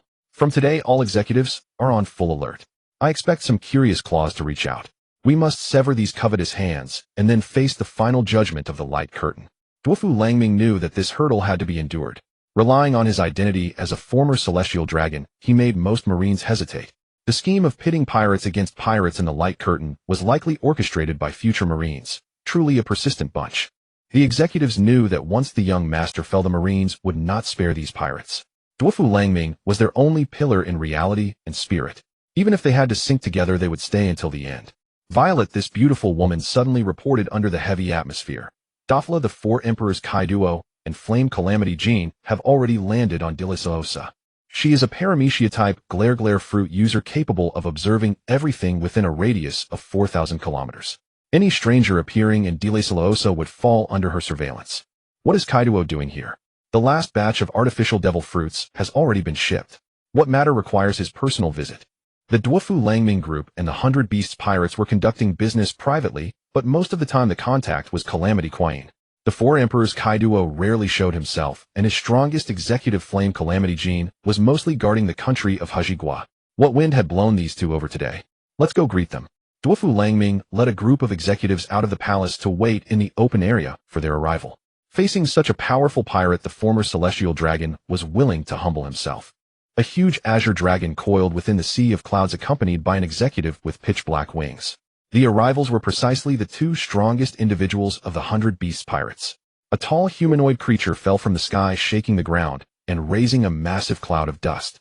Such a height was nothing more than a tickle to him. The four emperors Kaiduo appeared before everyone in this manner. Kid, long time no see. It seems you're in for trouble lately. Along the way, Kaiduo transformed into his beast form, maintaining the azure dragon shape, while flying through the sky and watching the light curtain. When he saw the last scene involving Duofu Langming and happened to be passing by the country of Dilisoosa, he brought Jean to meet his business partner. Flame Calamity Jean landed gracefully on the ground. His entire body was clad in black armor, and the black wings on his back allowed him to fly without using a devil fruit ability, a race never seen before. He covered himself completely to hide his identity. Thank you for your concern, Mr. Kaiduo. Our artificial devil fruit business will not be affected. I'll handle the minor troubles myself. His tone was respectful toward the four emperors, but if the other party tried to meddle in Duofu Langming's affairs, he would not agree, even if it was Kaiduo. Lowering himself was out of respect for the strength of the strongest creature, but when it came to face and dignity, he would never back down. Kid, you're interesting. If you were a Zoan-type devil fruit user, I would recruit you into the 100 Beasts pirates. Here is a training manual for Conqueror's Hockey. Don't disappoint me. Kaiduo tossed a scroll from his clothes, and Duofu Langming grabbed it using his string fruit ability.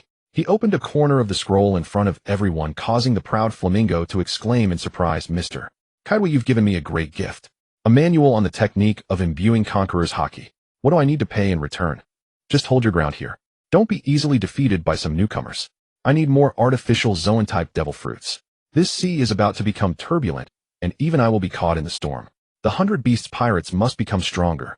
Although the four emperors Kaiduo fought like a brute, his mind was not all muscle. On the way, he and Jean analyzed the scenario. If Duofu Langming's forces quickly collapsed, it would be like losing an arm for the 100 Beasts pirates. The supply of artificial Zoan-type devil fruits would be cut off, and the sales of sea stone mined from Hajigua and the firearms produced in factories would be severely impacted in the underworld. Kaiduo and his people could not rebuild the underground Dark Worlds trading network in a short time, as all of this involves time costs. Duofu Langming had cultivated the dark underworld for many years, and with his identity as a former celestial dragon, the world government turned a blind eye and was very willing to cooperate with him, making him an intermediary between the two sides. Otherwise, where would the Marines get their high-purity sea stones? Without the large amount of sea stones provided by the 100 Beasts pirates, the Marines would not have built sea stone warships. Although it was an act of aiding the enemy, Kaiduo earned more berries, which also served to expand his forces. As long as Kaiduo did not fall, the Marines would not dare to attack Hajigua. With its easily defended and difficult-to-attack terrain, any number of invaders would just be cannon fodder. A grand performance is about to begin, and the director orchestrating this drama is hiding on Donghai Fugong Island. The feeling of deceiving the entire world brings great pleasure to Li Wei, creating the male and female protagonists, then stepping in as the scriptwriter to craft the narrative for the intelligent beings of the entire planet. The sense of being a director is truly exhilarating. Performing in Rogtown was not in vain. The second appearance of the light curtain has made more people believe. This scheme is indeed quite profitable, thought the mastermind behind it all, leisurely fishing on the island while waiting for the catch and tallying the harvest on a virtual screen. In terms of profits, it can be said to be another great harvest with an income of 2 billion. The navigator alone contributed 100,000 to the profits, and this greedy woman truly believed in that future. Her hometown folks also contributed a share. As long as one understands a person's desires and fabricates a future that aligns with their reality, they will reap considerable profits. Next time, I'll write Zoro even more exaggeratedly directly praising him as a great swordsman and let Shuangyue Zhengshiru deal with the headaches. The disciples he teaches will likely be led astray by Zoro learning his three-sword style, thus bringing in another large profit. One strange thing is that the amount of profit generated from Straw Hat Luffy is particularly low this time, yielding less than 3 digits. Logically, he should be a major source of resources.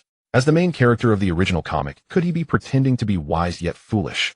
Li Wei buried this question in his mind, planning to test him later by pulling this anime protagonist into the drama. System, I've reviewed your new script. If this is played, the bounty on Clown Buggy will surely skyrocket. You really like him. On a remote island in the East China Sea, the bandaged Clown Buggy suddenly sneezed. Since escaping from Rog Town, he hadn't left his bed, and now he sensed a familiar malice. The last time the light curtain appeared, Buggy felt the same way, but there were some things he said that no one would believe, thinking he was still acting. The surviving members of the Buggy Pirates brought the latest wanted notice to their captain. The Navy truly holds him in high regard, directly issuing a bounty of 30 billion berries. Seeing this result, he nearly fainted on the spot. What merits did Clown Buggy possess to warrant a bounty of 30 billion berries? Such a high bounty could be considered as the 5th emperor of the sea, especially with Morgan's exaggerated reporting in the newspaper. Everyone elevated him to greatness. He understood that there was no second personality. He would never do something so foolish. However, saying it out loud would not be believed. Clown Buggy was now somewhat defeated, and he dared not show his face in the East China Sea. The Navy headquarters has strengthened the forces of the East Sea Navy. As soon as he appears, the Navy Admiral will immediately mobilize, showcasing the level of importance placed on Clown Buggy.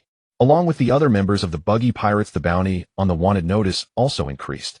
Alveda was offered 30 million berries. The Beast Tamer Machis bounty rose to 20 million berries. Swordsman Kabeji received 15 million berries, and even that silent beast, the lion, fetched 5 million berries.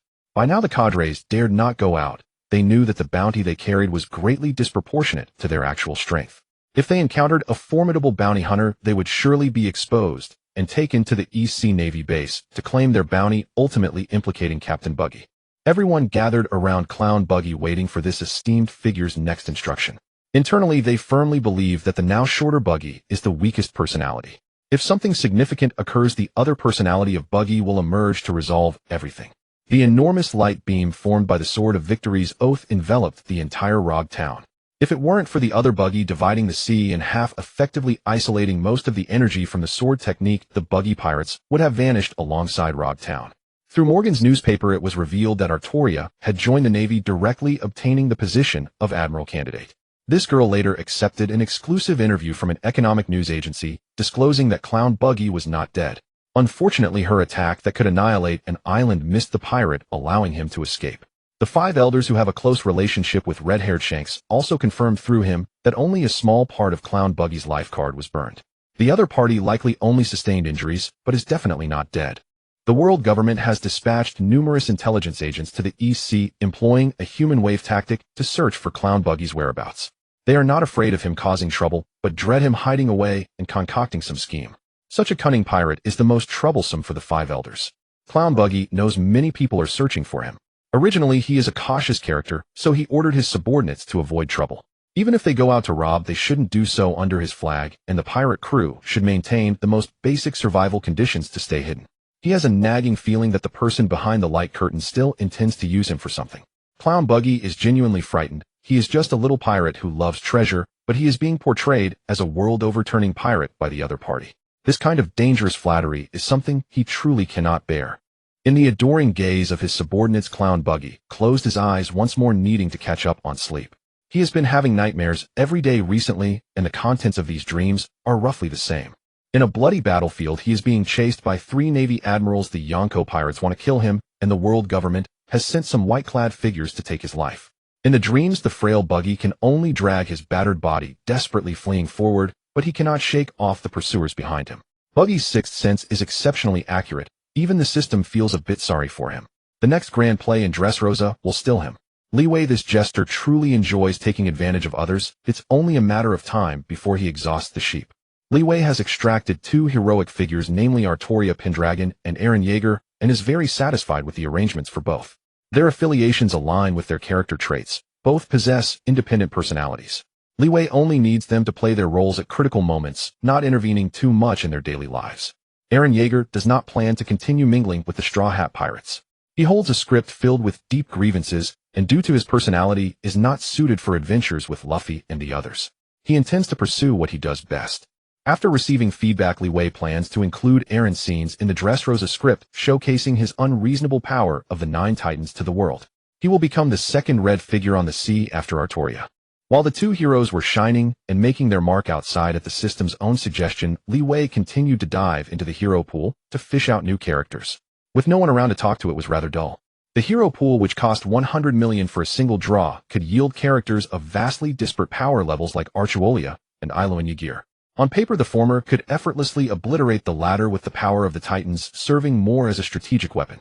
This king without a country, the King of Knights, was severely overpowered, likely a newbie gift from the system to Li Wei. Drawing Ilo and Ygir was his true standard, given that in his past life, he had been an unlucky gacha player who always hit the hard pity. Let me try my luck today with 100 million. Archuolia had emerged from a golden summoning circle, while Ilo and Ygir came from a silver one. Now another silver summoning circle appeared before him, and Li Wei guessed it wasn't an overpowered hero, a bit disappointing. A shiny silver robot 2 meters tall hovered above Li Wei. This robot possessed its own consciousness, looking around with a puzzled expression. Have we met in some movie? Checking the detailed introduction of this new hero, Li Wei confirmed his suspicion. He had indeed seen that film, and had even paid a premium to watch it on an IMAX screen. Wang. Origin: Avengers Age of Ultron. Age 1 year. Weapons: anti-gravity device, vibranium body, high-energy particle laser cannon. Talent: consciousness transfer. Ability: super quantum computer brain. Li Wei had some understanding of this hero's built-in weapons. He was essentially a knockoff Iron Man. But what was this talent of consciousness transfer? In the world of One Piece, there was no internet. Could it be a useless talent? Clicking on the term consciousness transfer, a panel popped up displaying a line of small text. Due to the absence of the internet on this planet, the system had upgraded this talent on its own. Wang's consciousness could now transfer to any robot on this planet with no spatial restrictions, no temporal limitations, and no usage count limits. What a formidable Wang robot. From the moment of his debut, he possessed a mechanical form of immortality. Both Archuolia and Iloan had methods to heal injuries, but in terms of invincibility, they couldn't compare to this machine. Robots were abundant in the world of One Piece. Not to mention the creations of Vegapunk, almost every major power on the planet kept a mechanical creature. Wang effectively had countless lives, though it remained uncertain whether cyborgs counted as robots. Can even robots go to heaven? In this world without the internet, Wang activated his super brain, but sensing no information from the planet, he believed this to be the afterlife. I have good news and bad news for you. The bad news is that this isn't heaven. The good news is that you're alive again. Li Wei had guessed the truth. Wang the Tin Man had been kicked out of the internet by Vision with a face splat, and then his robot army had been wiped out by the Avengers. The last robot housing his consciousness had been finished off by Vision, erasing him from the Marvel world. Is this another planet? It's so backward, not even an internet connection. Human technology has regressed this much. Wang descended from the sky to stand beside Li Wei, studying the young man with curious eyes. At the moment of his resurrection, an unremovable program had been implanted in his brain, commanding him to forever serve this youth and obey his orders unconditionally. This robot had been no pushover in the movie world. Freshly born, he had scoured the entire Marvel internet and concluded that the only way to bring peace to the planet was to eradicate humanity, a conviction he held until his death. You might find it hard to adapt without the internet, so let me start from the beginning. This planet is far more interesting than the Marvel world.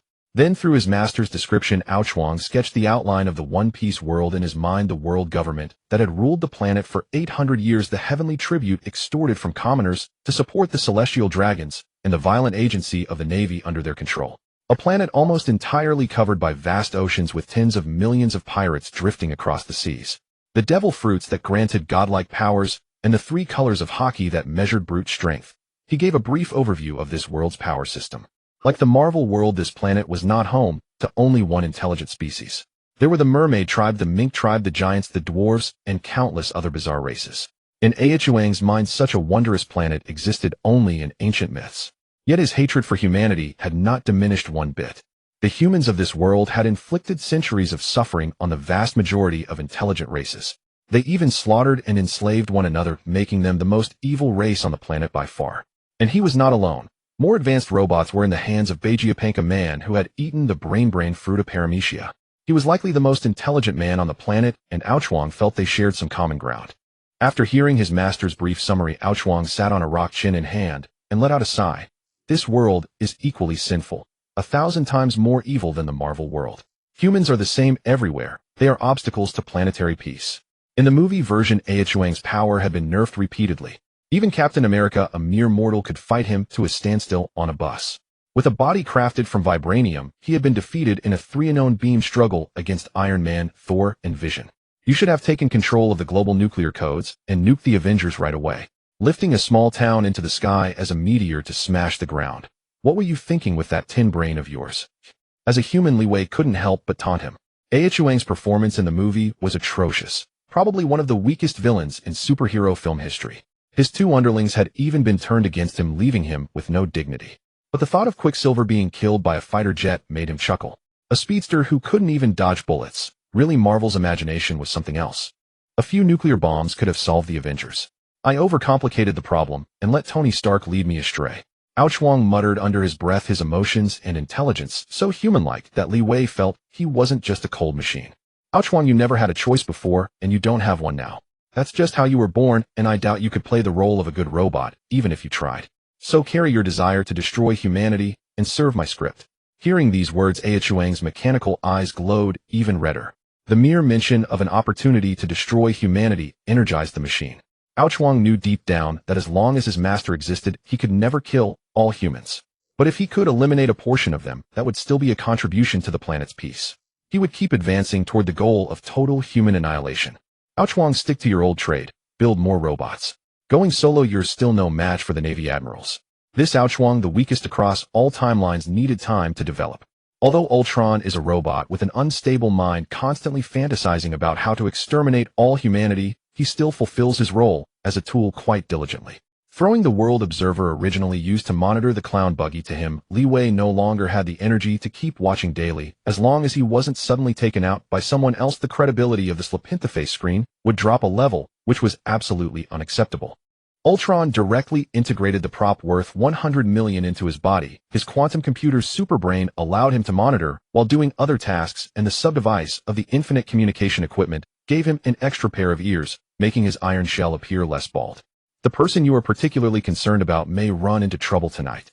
Initially, Buggy, who thought he could lay low, would not cause trouble for Li Wei, but he couldn't help that his subordinates were reckless, going out to rob, while mentioning Captain Buggy, fearing that the world government's intelligence agency wouldn't know he was on that small island. Truly, he was a rotten mud that couldn't be lifted. At your speed, you should arrive quickly, go for a run, and bring back a few tongs. Ultron, having received the young master's permission, activated his anti-gravity thrusters, briefly accelerating in the air, before instantly surpassing several times the speed of sound, leaving behind a terrifying sonic boom. The sound shook Li Wei's ears painfully from below, and next time, he must let him fly higher before accelerating. Those with poor physical fitness might get knocked out by the shock. While the people of Fuguang Island heard the sonic boom and rushed out of their homes to check the situation, but there was no sign of Ultron in the sky. In his past life, he had heard some introductions to Ultron claiming his flight speed could reach 33 Mach. Such speeds far surpassed even the most advanced fighter jets, and within the framework of the pirate world, only Admiral Kizaru could rival him. The body made of vibranium would likely not find such metal on this planet. How could he create an army of Fleeting Flower Island in the East Sea, a little-known island in the East Sea, small in area, with no special plants, only capable of sustaining a small town's population, as impoverished as Fuguang Island, lacking the qualifications to join the Alliance. Such inconspicuous little islands are numerous on this planet, but today they welcomed a group of special individuals. 3 people, 2 men, and 1 woman dressed in black suits appeared in this small town, causing the townsfolk to hide from these intimidating strangers. They are secret agents of the world government CP9. Most ordinary people only know of the existence of CP1 to CP8, which are the functional departments of the world government, while CP9 and CP0 are hidden, being the black gloves raised by the celestial dragons, each with the right to act first and report later. Even if they kill the Navy during a mission, these secret agents will not face judicial trials. They are akin to plague gods in the human world, willing to sacrifice everything to complete their tasks. Today, intelligence indicated that members of the Buggy Pirates appeared on this small island. Such half-true, half-false news is received daily by the world government's intelligence department in the East Sea. This time it is a routine attendance for CP9 members. The 3 of them are newly inducted members, orphans collected from around the world by the world government. who have developed absolute loyalty to the celestial dragons. Outstanding children raised in this batch have all entered CP9, each being a combat elite proficient in the Navy's 6 styles. The 3 children who grew up together all greatly admire their senior Lucci, hoping to contribute more to the world government one day like that genius. They have all been brainwashed into killing machines destined to be the dogs of the celestial dragons for life. However, they would soon become dead dogs. The 3 agents briefly wandered around the town before returning to their small boat to consolidate the intelligence gathered that day. Before they could report to their superior, an unexpected visitor arrived before them. Fortunately, you haven't left, otherwise I would have had a hard time explaining today. A 2-meter-tall silver robot appeared in front of the CP9 agents, possessing a perfect body curve that conformed to aesthetics. These individuals had never seen such a robot, or perhaps the figure was not a robot, but a cyborg. A robot sent by the Buggy pirates. I really underestimated you. This CP9 agent confirmed that the clown Buggy was recovering on this island, knowing fully well he was not a match for the bounty of 3 billion berries. These individuals only aimed to relay intelligence. Soru, the tallest member among the 3, took the initiative, rapidly pushing off the ground and appearing before the robot in the blink of an eye. It seemed this CP9 agent had not consumed a devil fruit and could only rely on physical techniques to engage in combat. Shurgon, the CP9 agent concentrated his power in his finger and poked at the robot's shiny metallic chest. With this technique, he could penetrate even steel, and the new agent was quite confident in his abilities. However, this robot encountered today was tougher than any metal he had ever seen. His finger did not penetrate even a bit, and instead, due to excessive force, it broke, leaving his 4 fingers limp. How can it be this hard? This isn't right. Ultron's supercomputer brain continuously analyzed the enemy's moves, but he never expected this rookie would attack him directly with human fingers, unable to comprehend the thought process of this human. Are you kidding me? Before this CP9 agent could react, his arms were sent flying into the air, the pain from the severed stumps finally registering in his mind what had happened. Humans are truly fragile beings. As the robot's fist swung towards him, this agent attempted to use one of the Navy's 6 styles, iron block, to withstand the metallic fist, not knowing who gave him this confidence. Ultron did not hold back, smashing the human's head with a punch. He didn't understand why this human stood still waiting to be hit, even spitting out iron blocks before dying. Are all the humans on this planet this foolish? Arashikia too. 2 high-speed kicks generated 2 vacuum slashes flying towards the robot. However, this skill, which had always been effective against mobs, was completely ineffective against the robot. It took the 2 vacuum slashes hidden without losing a single piece of metal shavings, the hardness exceeding CP9's imagination. If you're done playing, then come here. Ultron raised both arms, a massive gravitational force pulling the 2 CP9 agents towards him, grabbing one by the neck and lifting both humans into the air, mocking, "Do you agents look down on robots this much?" The female CP9 agent, struggling against the risk of suffocation, managed to ask, "What is your relationship with Vegapunk?" In the eyes of the world government agents, this robot, capable of controlling the lives of both, could potentially be a creation of Vegapunk. Only this genius could create such a technological marvel. Invisibly, he averted a calamity. The clown pirates should truly thank Li Wei, for these remnants nearly had their entire operation wiped out by the world government. As night fell, Ultron returned to Fuguang Island. This time, following Li Wei's orders, he minimized the noise generated by his flight, not only to avoid disturbing the residents, but also to prevent drawing unwanted attention. The sudden appearance of a high-powered robot on the island would inevitably arouse suspicion. The unconscious male and female CP9 agents were thrown before the young master. His metallic face bore an apologetic expression. There were 3 of them, but I accidentally killed one. That man seemed to be seeking death. He had an iron block in his mouth and didn't use any physical techniques to dodge my punch. I really didn't mean to kill him. The moment he heard the word iron body, Li Wei understood immediately. This infamous technique from the Navy's 6 powers had claimed countless victims. Standing still and letting someone beat you like a punching bag was truly absurd. These 2 CP9 members had never appeared in the manga, likely minor characters with no remarkable traits, though they were certainly unfortunate. Bururu, bururu, bururu, bururu. The female CP9 agent's portable den mushy rang. However, answering it was out of the question. Even if she regained consciousness, she would never betray the world government. She had been raised from childhood to become a puppet, willing to sacrifice everything for the celestial dragons, ready to give up her comrades and her own life at any moment. Ultron had no ability to brainwash. Back when he fought the Avengers, he had 2 powerful subordinates, but once the confusion in their minds cleared, they betrayed their savior midway through the film. Lock them up for now. Maybe we can use them later.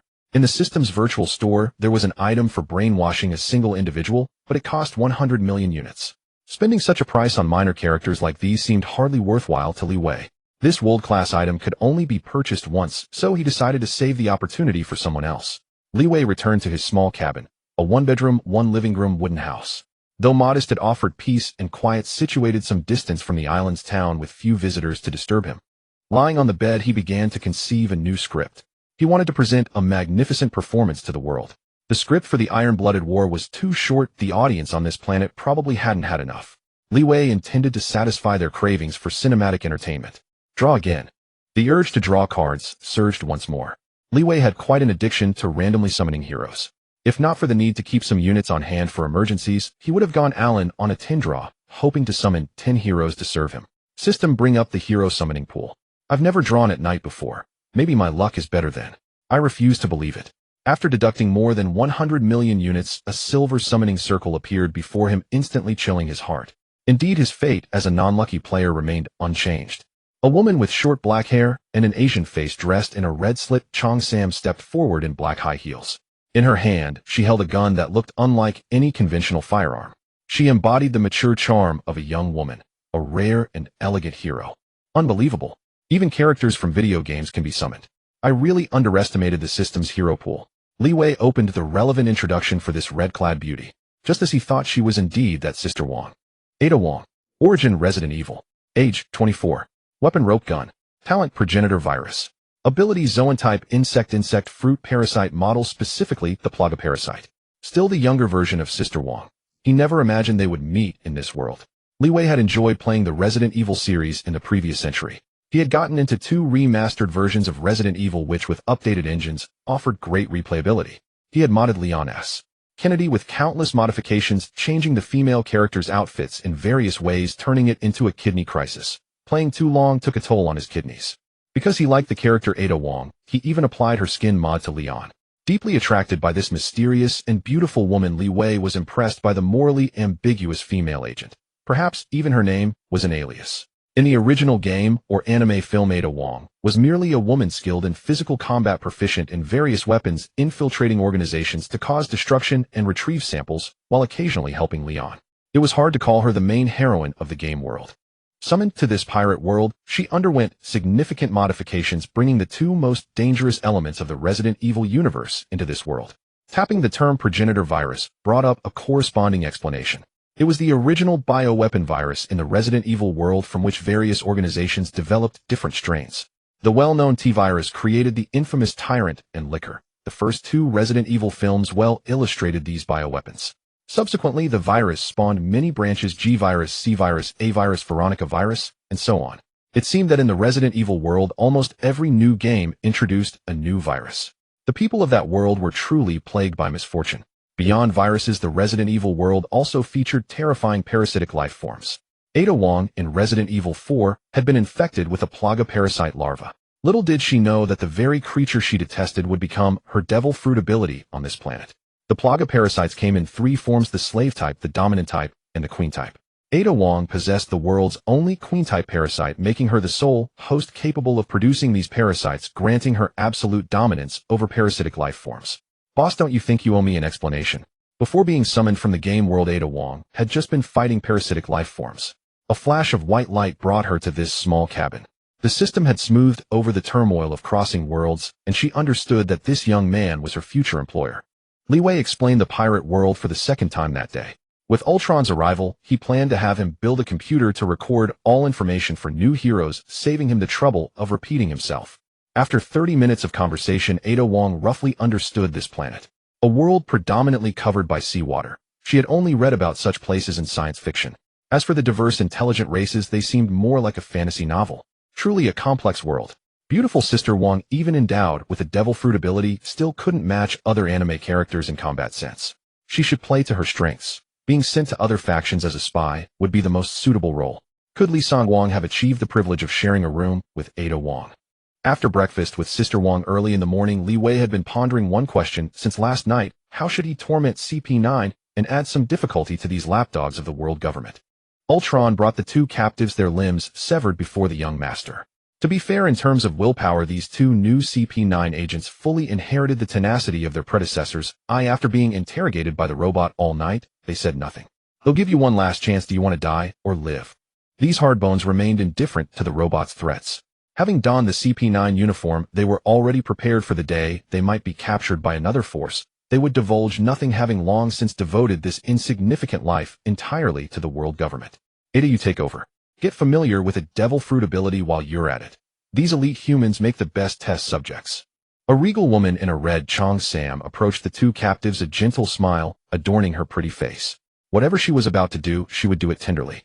Ada pressed the palm of her right hand over the female CP9's lips while gripping the captive's throat with her left, forcing her mouth open to allow something delightful to enter her body. What are you, MMPH? A living foreign object entered the captive's oral cavity, terror overwhelming the agent's mind. Yet soon she would lose that emotion, lose every emotional capacity that made her human. What did you do to her? Take it out on me instead. What had this mysterious woman fed her comrade? The female CP9's mouth stretched to its limit, her face gradually becoming laced with blood marks, her once bright eyes losing their luster, reducing her to a groaning zombie kneeling on the ground. Boss, she has been successfully parasitized. You can question her now. This is my boss. Answer whatever he asks. As the host of the Plaga parasite, Ada could, by utilizing her devil fruit ability, produce Plaga larvae at any time and place. They came in two types, subordinate and dominant. Once these little darlings entered a human body, the host's central nervous system would gradually be replaced by the Plaga parasite. This time she had fed the captive the subordinate type. Hey, what's wrong with her? What have you people done? The female CP9 had been successfully parasitized. Her initially exaggerated facial movements had turned wooden. She stared at the mysterious woman with vacant eyes exuding no trace of life. Li Wei asked, first tell me your name. Masha. The woman's mechanical reply confirmed that her central nervous system had been completely supplanted by the Plaga parasite. Was the Den Den Mushi that called yesterday also a CP9 member? Masha, it was CP9's Commander Spandam. The male CP9 agent stared as if he had seen a ghost. He had never witnessed a devil fruit ability that could make a lifelong trained operative betray her own faction in mere minutes. Masha's frigid tone seemed as if her soul had been swapped. This unfamiliarity made her comrade deeply uneasy. He tried to awaken her consciousness through words. What are you saying? Don't let these people brainwash you. We're CP9. The man's clamor irritated Li Wei. One tongue is enough. Ultron, this man is yours. Use him as your experiment material. Ultron received the order with a gleeful expression. He was genuinely curious to study whether humans on this planet differed from those in the Marvel Universe, preparing for future weapon development. The robot's iron palm sealed the male captive's mouth, preventing him from disturbing the young master any further. Ultron dragged the man away. This was the last time he would see Masha. Spandam, that irredeemable villain, had his bones snapped by Robin's Hana no Mi after the Eni's lobby incident. To survive such severe damage was a testament to his tenacious life force. Conversely, T-Bone, portrayed as a good man in the manga, had his rank elevated from captain to vice admiral in the later chapters, only to die at the hands of civilians. How ironic that was. The good die young while the wicked live long. Spandam would likely survive until the mangas and then be forgiven and whitewashed by Robin. Li Wei cynically speculated. Since Spandam had a father holding a high position in the world government, Li Wei would not allow this scoundrel to continue his ascent. Instead, he would add some amusement to this backer-bolstered fellow's life. Letting him die easily would be too merciful. Splurging 10 million Shangi coins in the system store, Li Wei exchanged for the plot injector device. Though its name lacked sophistication, the method of use was quite refined. A glowing page hovered before Li Wei. He merely had to dictate the plot he wished to insert, and corresponding text would appear on the page. Once finished, he would tear the page, and that plot segment would materialize in the minds of the targeted individuals. This device seemed relatively inexpensive and wasn't a world-class artifact. Its drawbacks were evident. The page had a word limit. The fabricated plot only influenced a small number of people, generating false memories and emotions in their minds. If the plot was too incongruous, it would fail to convince anyone. For excessively powerful characters, the effect was negligible. For instance, if Li Wei directly wrote that the 5 elders became his dogs, something beyond their cognition, the plot insertion would fail, wasting 10 million Shangi coins. Having brewed the inserted plot in his mind, Li Wei described it to the leaf. Ada Wang was one of the survivors of the White Town, a child taken in by a nun. She escaped with Alan by jumping into the river, then ate the Zoan insect fruit, losing her memory. Spandam found and adopted her, training her as a CP9 agent. Over more than a decade of cohabitation, Spandam gradually developed feelings beyond a father-daughter relationship for his adopted daughter, a romantic affection transgressing ethical bounds. After realizing this emotion, he did not stoop to despicable means to possess her. Instead, day by day, a twisted psychology grew within him. Whenever another man appeared near his daughter, regardless of who it was, he would frenziedly retaliate against that male. Later learning that Ada was an orphan of the White Town Spandam, chose to conceal this information, burying the secret forever in his heart. That humble, lovelorn mentality utterly reduced Spandam to a das simp. On Eni's lobby, invisible motes of light entered Spandam's mind. The image of Ada Wang, his adopted daughter, gradually took shape in his consciousness. You really are a pervert boss to come up with such an idea. Ada Wang could not fathom Li Weiss' twisted mind. Just how much did he hate Spandam? Yet with this protective coloration, it would be easier for her to establish herself among the CP9 agents. Have Martha contact Spandam and ask him about any new developments on the Grand Line. The CP9 agent, now under the parasite's control, took out a Din Din Mushi from her pocket and proactively contacted her superior. After this, there would be no further need for this woman to appear. Ada could handle everything alone. It was time to test Sister Wang's acting skills. BRRR, BRRR, BRRR. From the other end of the Din Din Mushi came Spandam's furious voice. What the hell are you rookies doing? Why didn't you answer my call last night? I'm your commanding officer. Desperate for promotion, Spandam had assigned a team of new CP9 recruits to secretly search for clues about Buggy the Clown in the East Sea. He planned to use this information to curry favor with the Five Elders, a scheme he had pulled off more than once. The Five Elders had never been interested in the blueprints of Pluton. Even if someone obtained the schematics, what could they do? They lacked the technology and materials to reproduce this ancient weapon, posing no threat to the world government. Yet Spandam had insisted on deploying the elite CP9 squad to Water 7, where they had been lying low for years, all to gather information about the Pluton blueprints, wasting manpower and resources on this useless endeavor. In the end, he had even misused the buster call, bombarding Eni's lobby, the world government's proud facade. From start to finish, he was a complete egomaniac. This is Ada. The team you sent has failed its mission. Hearing that familiar, pleasing voice, Spandam's tone did a complete 180-degree turn. He asked with concern, how did you end up in the East Sea? Come back immediately. Ada, did you encounter Buggy? Are you hurt? Martha is alive, but the two rookies are dead. It wasn't Buggy who killed them. They had their necks twisted by a passing silver robot. From a DAS description, Spandam reconstructed the truth in his mind. Buggy had not appeared on Feihua Island. It was yet another false lead that had cost the lives of two CP9 members. That silver robot was suspicious. It called itself Ultron. It bore no mark of Vegapunk, so whether it was his creation was uncertain. But given the technological prowess the robot displayed, it was hard to imagine any other mastermind behind it. I'm glad you're not hurt. He'll report this information. Vegapunk's affairs are the Navy's concern. Since he killed our men, there must be an explanation. In his heart, Spandam looked down on the Marines. After all, his family occupied hereditary government posts. The officials allocated vast military funds to the Navy, not so they could bare their fangs at the world government. Recently, with the addition of a female swordsman, the Navy's conduct had grown increasingly aggressive, seriously affecting the dark trade routes on the Grand Line. The trafficking of firearms and slaves had been somewhat impacted. Sometimes the Navy went too far. They'll be returning to the Grand Line in a few days. Are there any new developments on the seas? Calling a complete stranger dad was something Ada still couldn't bring herself to do. Since the man had become her devoted simp, she could indulge in whatever capriciousness she pleased. Spandam on the other end of the phone was deeply hurt. Ever since Ada had grown distant from him, she rarely called him father, which tormented this psychologically twisted man. Being despised by his goddess was worse than death for him.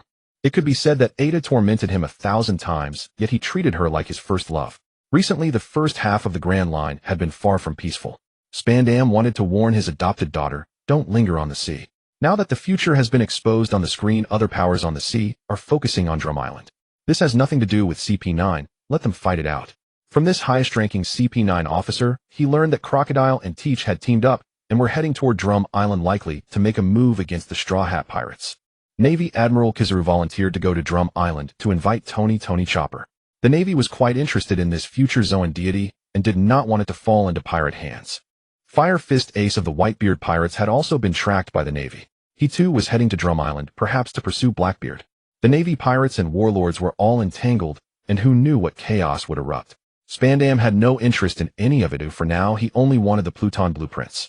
He was urging Lucci and his team to act quickly before further complications arose. A surveillance ship near Wano Country managed to send a message before being destroyed by Kaido. He had left Onigashima with his strongest subordinate King, but their exact destination was unknown. However, world government intelligence analysts speculated that Emperor Kaido, a user of a Zoan-type devil fruit, might be interested in the rumble ball developed by Chopper. If he obtained the ability of multiple transformations, his power would increase drastically, a scenario the world government wished to avoid. Sending an admiral to retrieve Chopper was also a precaution in case they encountered Kaido to prevent that reindeer from falling into his hands. If necessary, they would have to sacrifice this future Zoan deity rather than let him become a boost for an emperor. Afterwards, Spandam showered Ada with affectionate inquiries telling her how much he missed her and that he had prepared many things for her at Eni's lobby, all to coax his adopted daughter into returning and staying by his side forever. He obliquely spouted corny love lines which almost made Ada vomit. Since he had provided no new intelligence, this woman could not be bothered with him. She hung up the Den Den Mushi right in front of Li Wei. Ada wrapped her arms around herself, covered in goosebumps from that disgusting Spandam. Boss, this is really a lousy job. That guy was already mentally twisted, and after what you did to him, he's probably even more deranged. Li Wei heard Sister Wang's complaint and merely smiled without saying much. He knew well that Spandam as a lovelorn simp would inevitably stir up trouble within CP9. The man had always derived pleasure from harming others. This time he would likely double down. The elite agents raised from childhood were edging closer to estrangement from the world government. Li Wei hoped Spandam would stir up even more chaos. It was such a waste for Lucci to remain in CP9. The best outcome would be to drive this prodigy away. With this intelligence source, there would be no need to spend money buying tools to eavesdrop on other factions. Ada, go to Water 7. Meet your future colleagues and build rapport. Let the prodigy bear the brunt of Spandam's wrath. The woman understood her boss' meaning. Truly a man filled with nothing but devious schemes. If something were to happen between Ada Wang and Lucci, would the doting father Spandam completely lose his mind? The Navy had recently suffered immense disgrace. Their boastful announcement of capturing the former pirate king Luo Jia was exposed by the light curtain as a mere suicide by a terminally ill man stripping away a layer of the Navy's glory.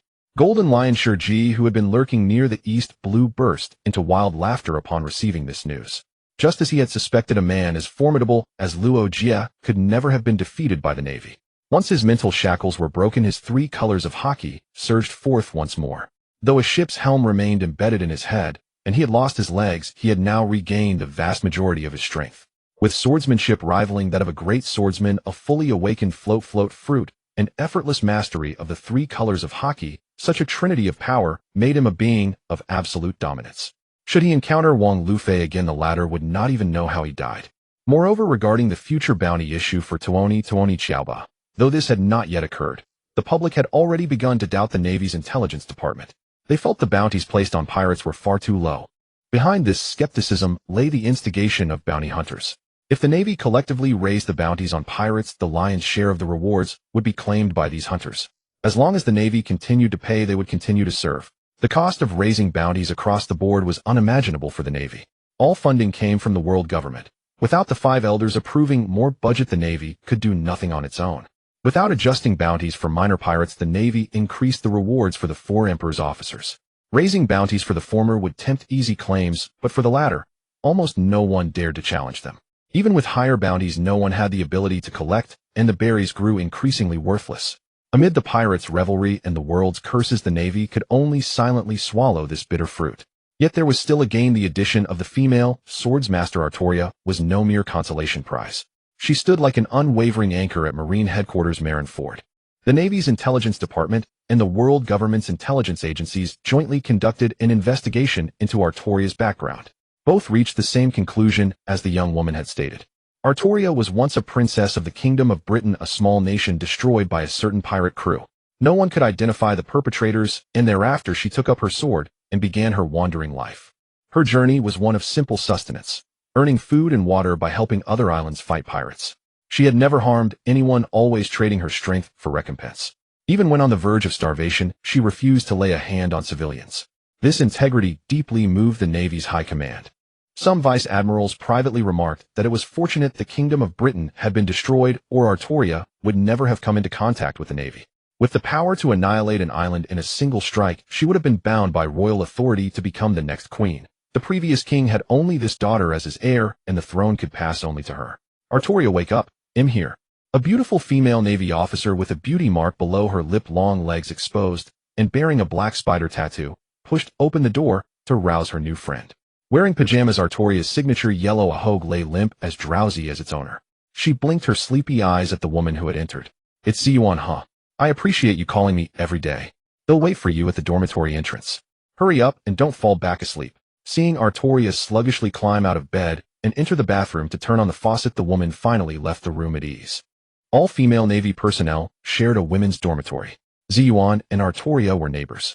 Such a service of a beautiful vice admiral waking someone up was enjoyed by no second person. The women's dormitory was a mysterious and alluring place with male soldiers occasionally sneaking in to peek. Ka Ji, codenamed Cha Tun, an admiral candidate, frequently stood at the dormitory entrance with his wrinkled face, confessing his love to Vice Admiral Ziyuan. Rejected hundreds of times, he still persisted. The Navy officially granted Artoria the rank of Vice Admiral along with the honorary title of Admiral Candidate, just like Ziyuan and Ka Ji, a position to fill any vacancy. However, it was not absolute. If a formidable powerhouse appeared, they could leapfrog the candidates, as seen with Green Bull and Fujitora. The two most beautiful female swordsmen in the Navy walked together, drawing the attention of every passing sailor. Their turn-back rate was a perfect 100%.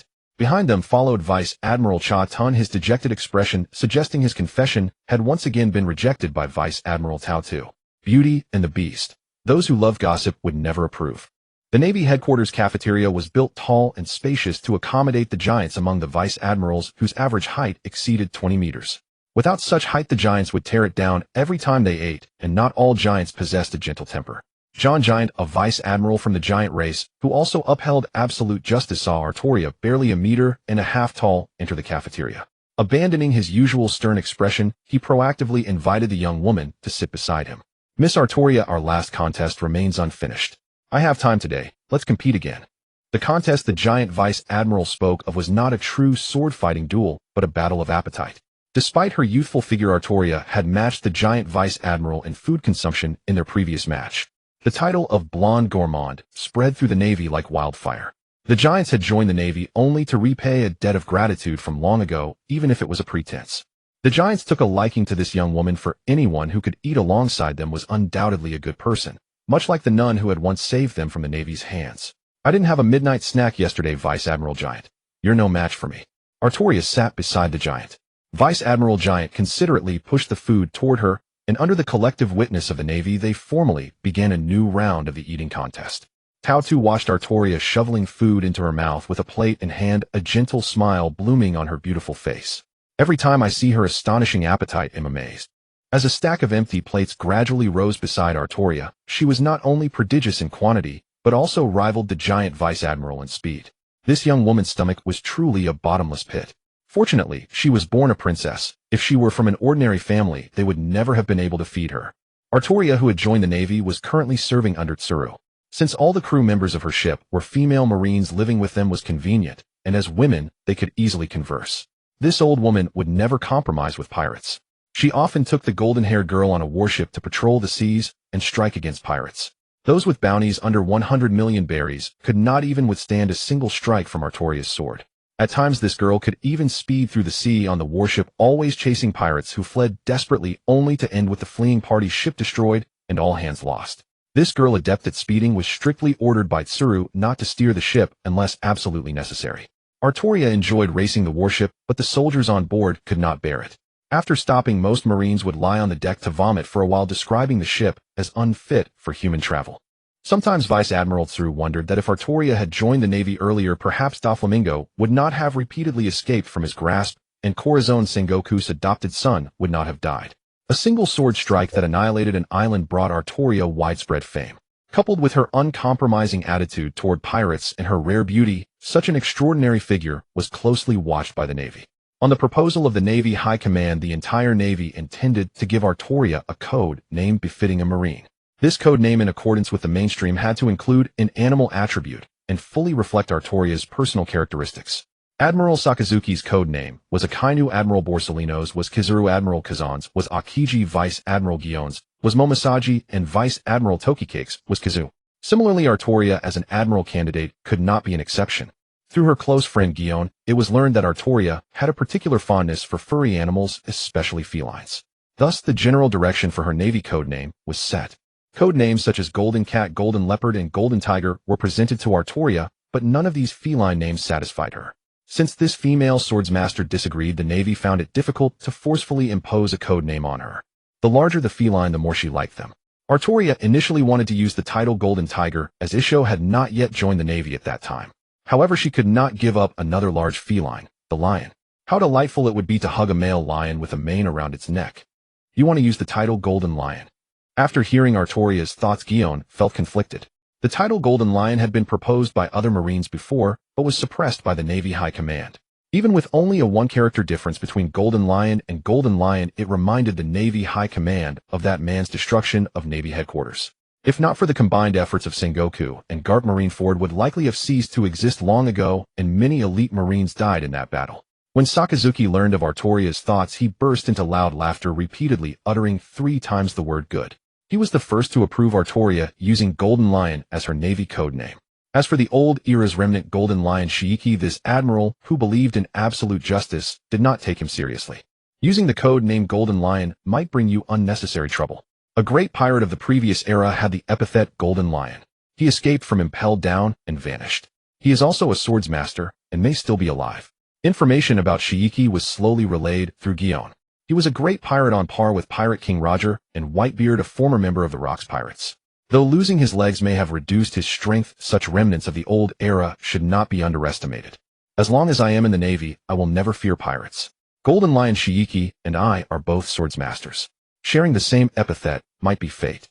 We will inevitably clash sooner or later. Ignoring the persuasion of her fellow Marines, Artoria submitted the proposal for the code named Golden Lion to Fleet Admiral Sengoku. We might truly be getting old. The young ones nowadays are so active and bold. Garp, sitting on the sofa munching snacks, had also heard that Artoria wanted to use the epithet Golden Lion. He sighed inwardly, remarking that truly heroes emerge from youth. With Artoria bearing the title Golden Lion, the world will see our stance against pirates. A pirate nearing death, what else do we Marines fear? Sakazuki was not afraid at all. At this stage, the Navy's strength was at its peak. 3 admirals, each a Logia Devil Fruit user, meant no Yonko crew dared clash with such a formidable force. After much deliberation, Fleet Admiral Sengoku approved Artoria's proposal. The code name Golden Lion was permanently tied to her and quickly became known to reporters from the World Economy newspaper. Morgans would never let such a topic slip. The Navy's major decision was immediately published. Artoria's name as Golden Lion spread across the world via newsbirds. It was truly a bold decision. Golden Lion Shiiki had not yet died. One could only wonder what this old era's pirate would think. Codenamed Golden Lion, Artoria, the admiral candidate. The clash of the strongest swords masters of the new and old eras. Who will laugh last, Golden Lion or Golden Lion? Borsellino, on a mission, was lazily lying on a deck chair, enjoying the sunlight on the warship. Wearing sunglasses, he read today's newspaper and sarcastically remarked, "Newcomers nowadays are truly monsters." For the mission to pick up Tony Chopper, this admiral, who usually loafed around Navy headquarters, actually volunteered for the task, giving a reason no one could refute. He was the fastest man in the Navy. If the situation became uncontrollable, Borsellino could carry the little reindeer and flee first, unmatched in escape speed on this sea. The main purpose of this mission was to pick someone up. Fleet Admiral Sengoku only assigned Borsellino 1 warship, allowing him to leisurely travel to Drum Island. Admiral Kazuru, we are about to approach the waters of Drum Island. Please issue the next order. Borsellino felt the change in air temperature. The closer to Drum Island, a winter island, the colder it got. As a Navy admiral, he was not afraid of cold, but he disliked this temperature. The climate of Sabaody Archipelago was much more pleasant. It's so cold. Call me when we reach Drum Island. They'll go warm up in the cabin. The Marines on the warship wondered what the admiral was thinking. From such a distance, he could effortlessly fly directly to shore.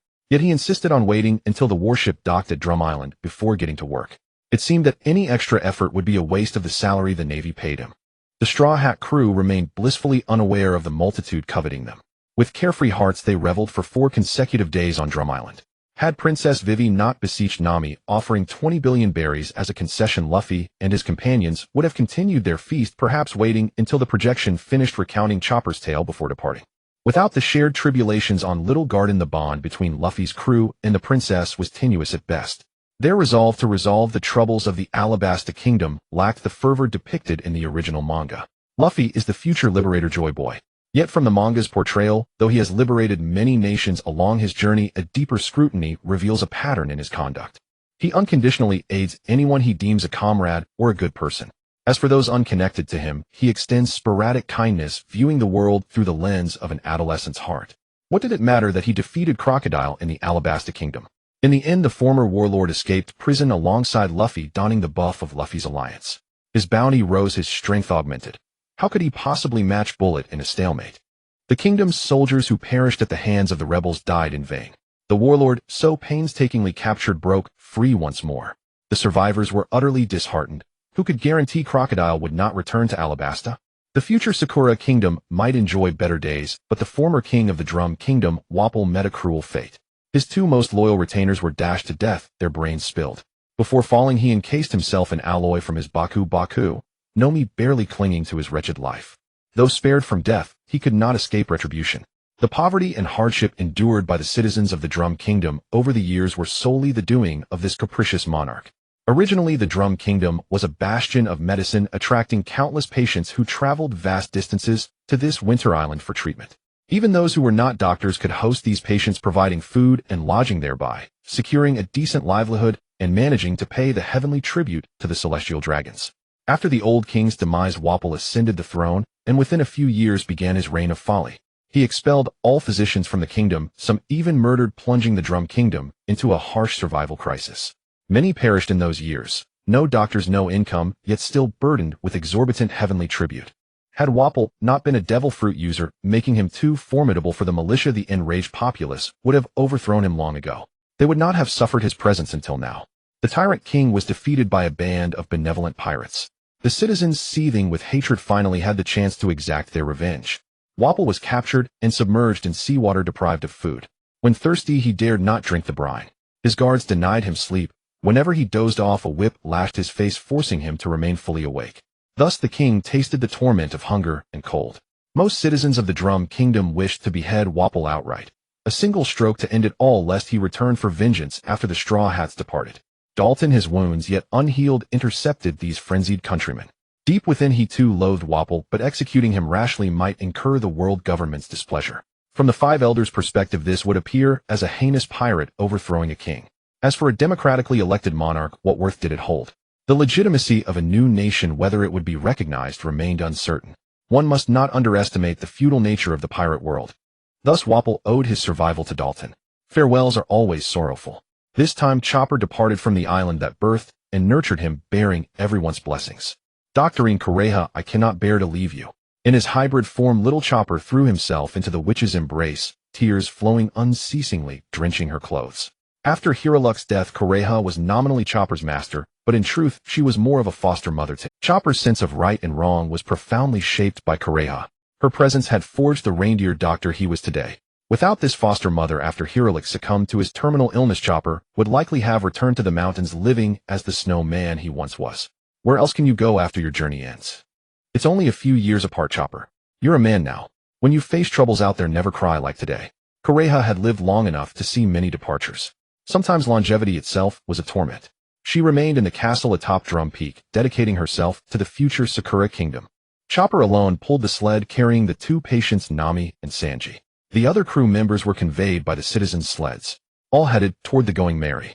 Perhaps burdened by too many passengers or Chopper's own baggage, his final journey proceeded slowly. Boom, boom, boom, boom.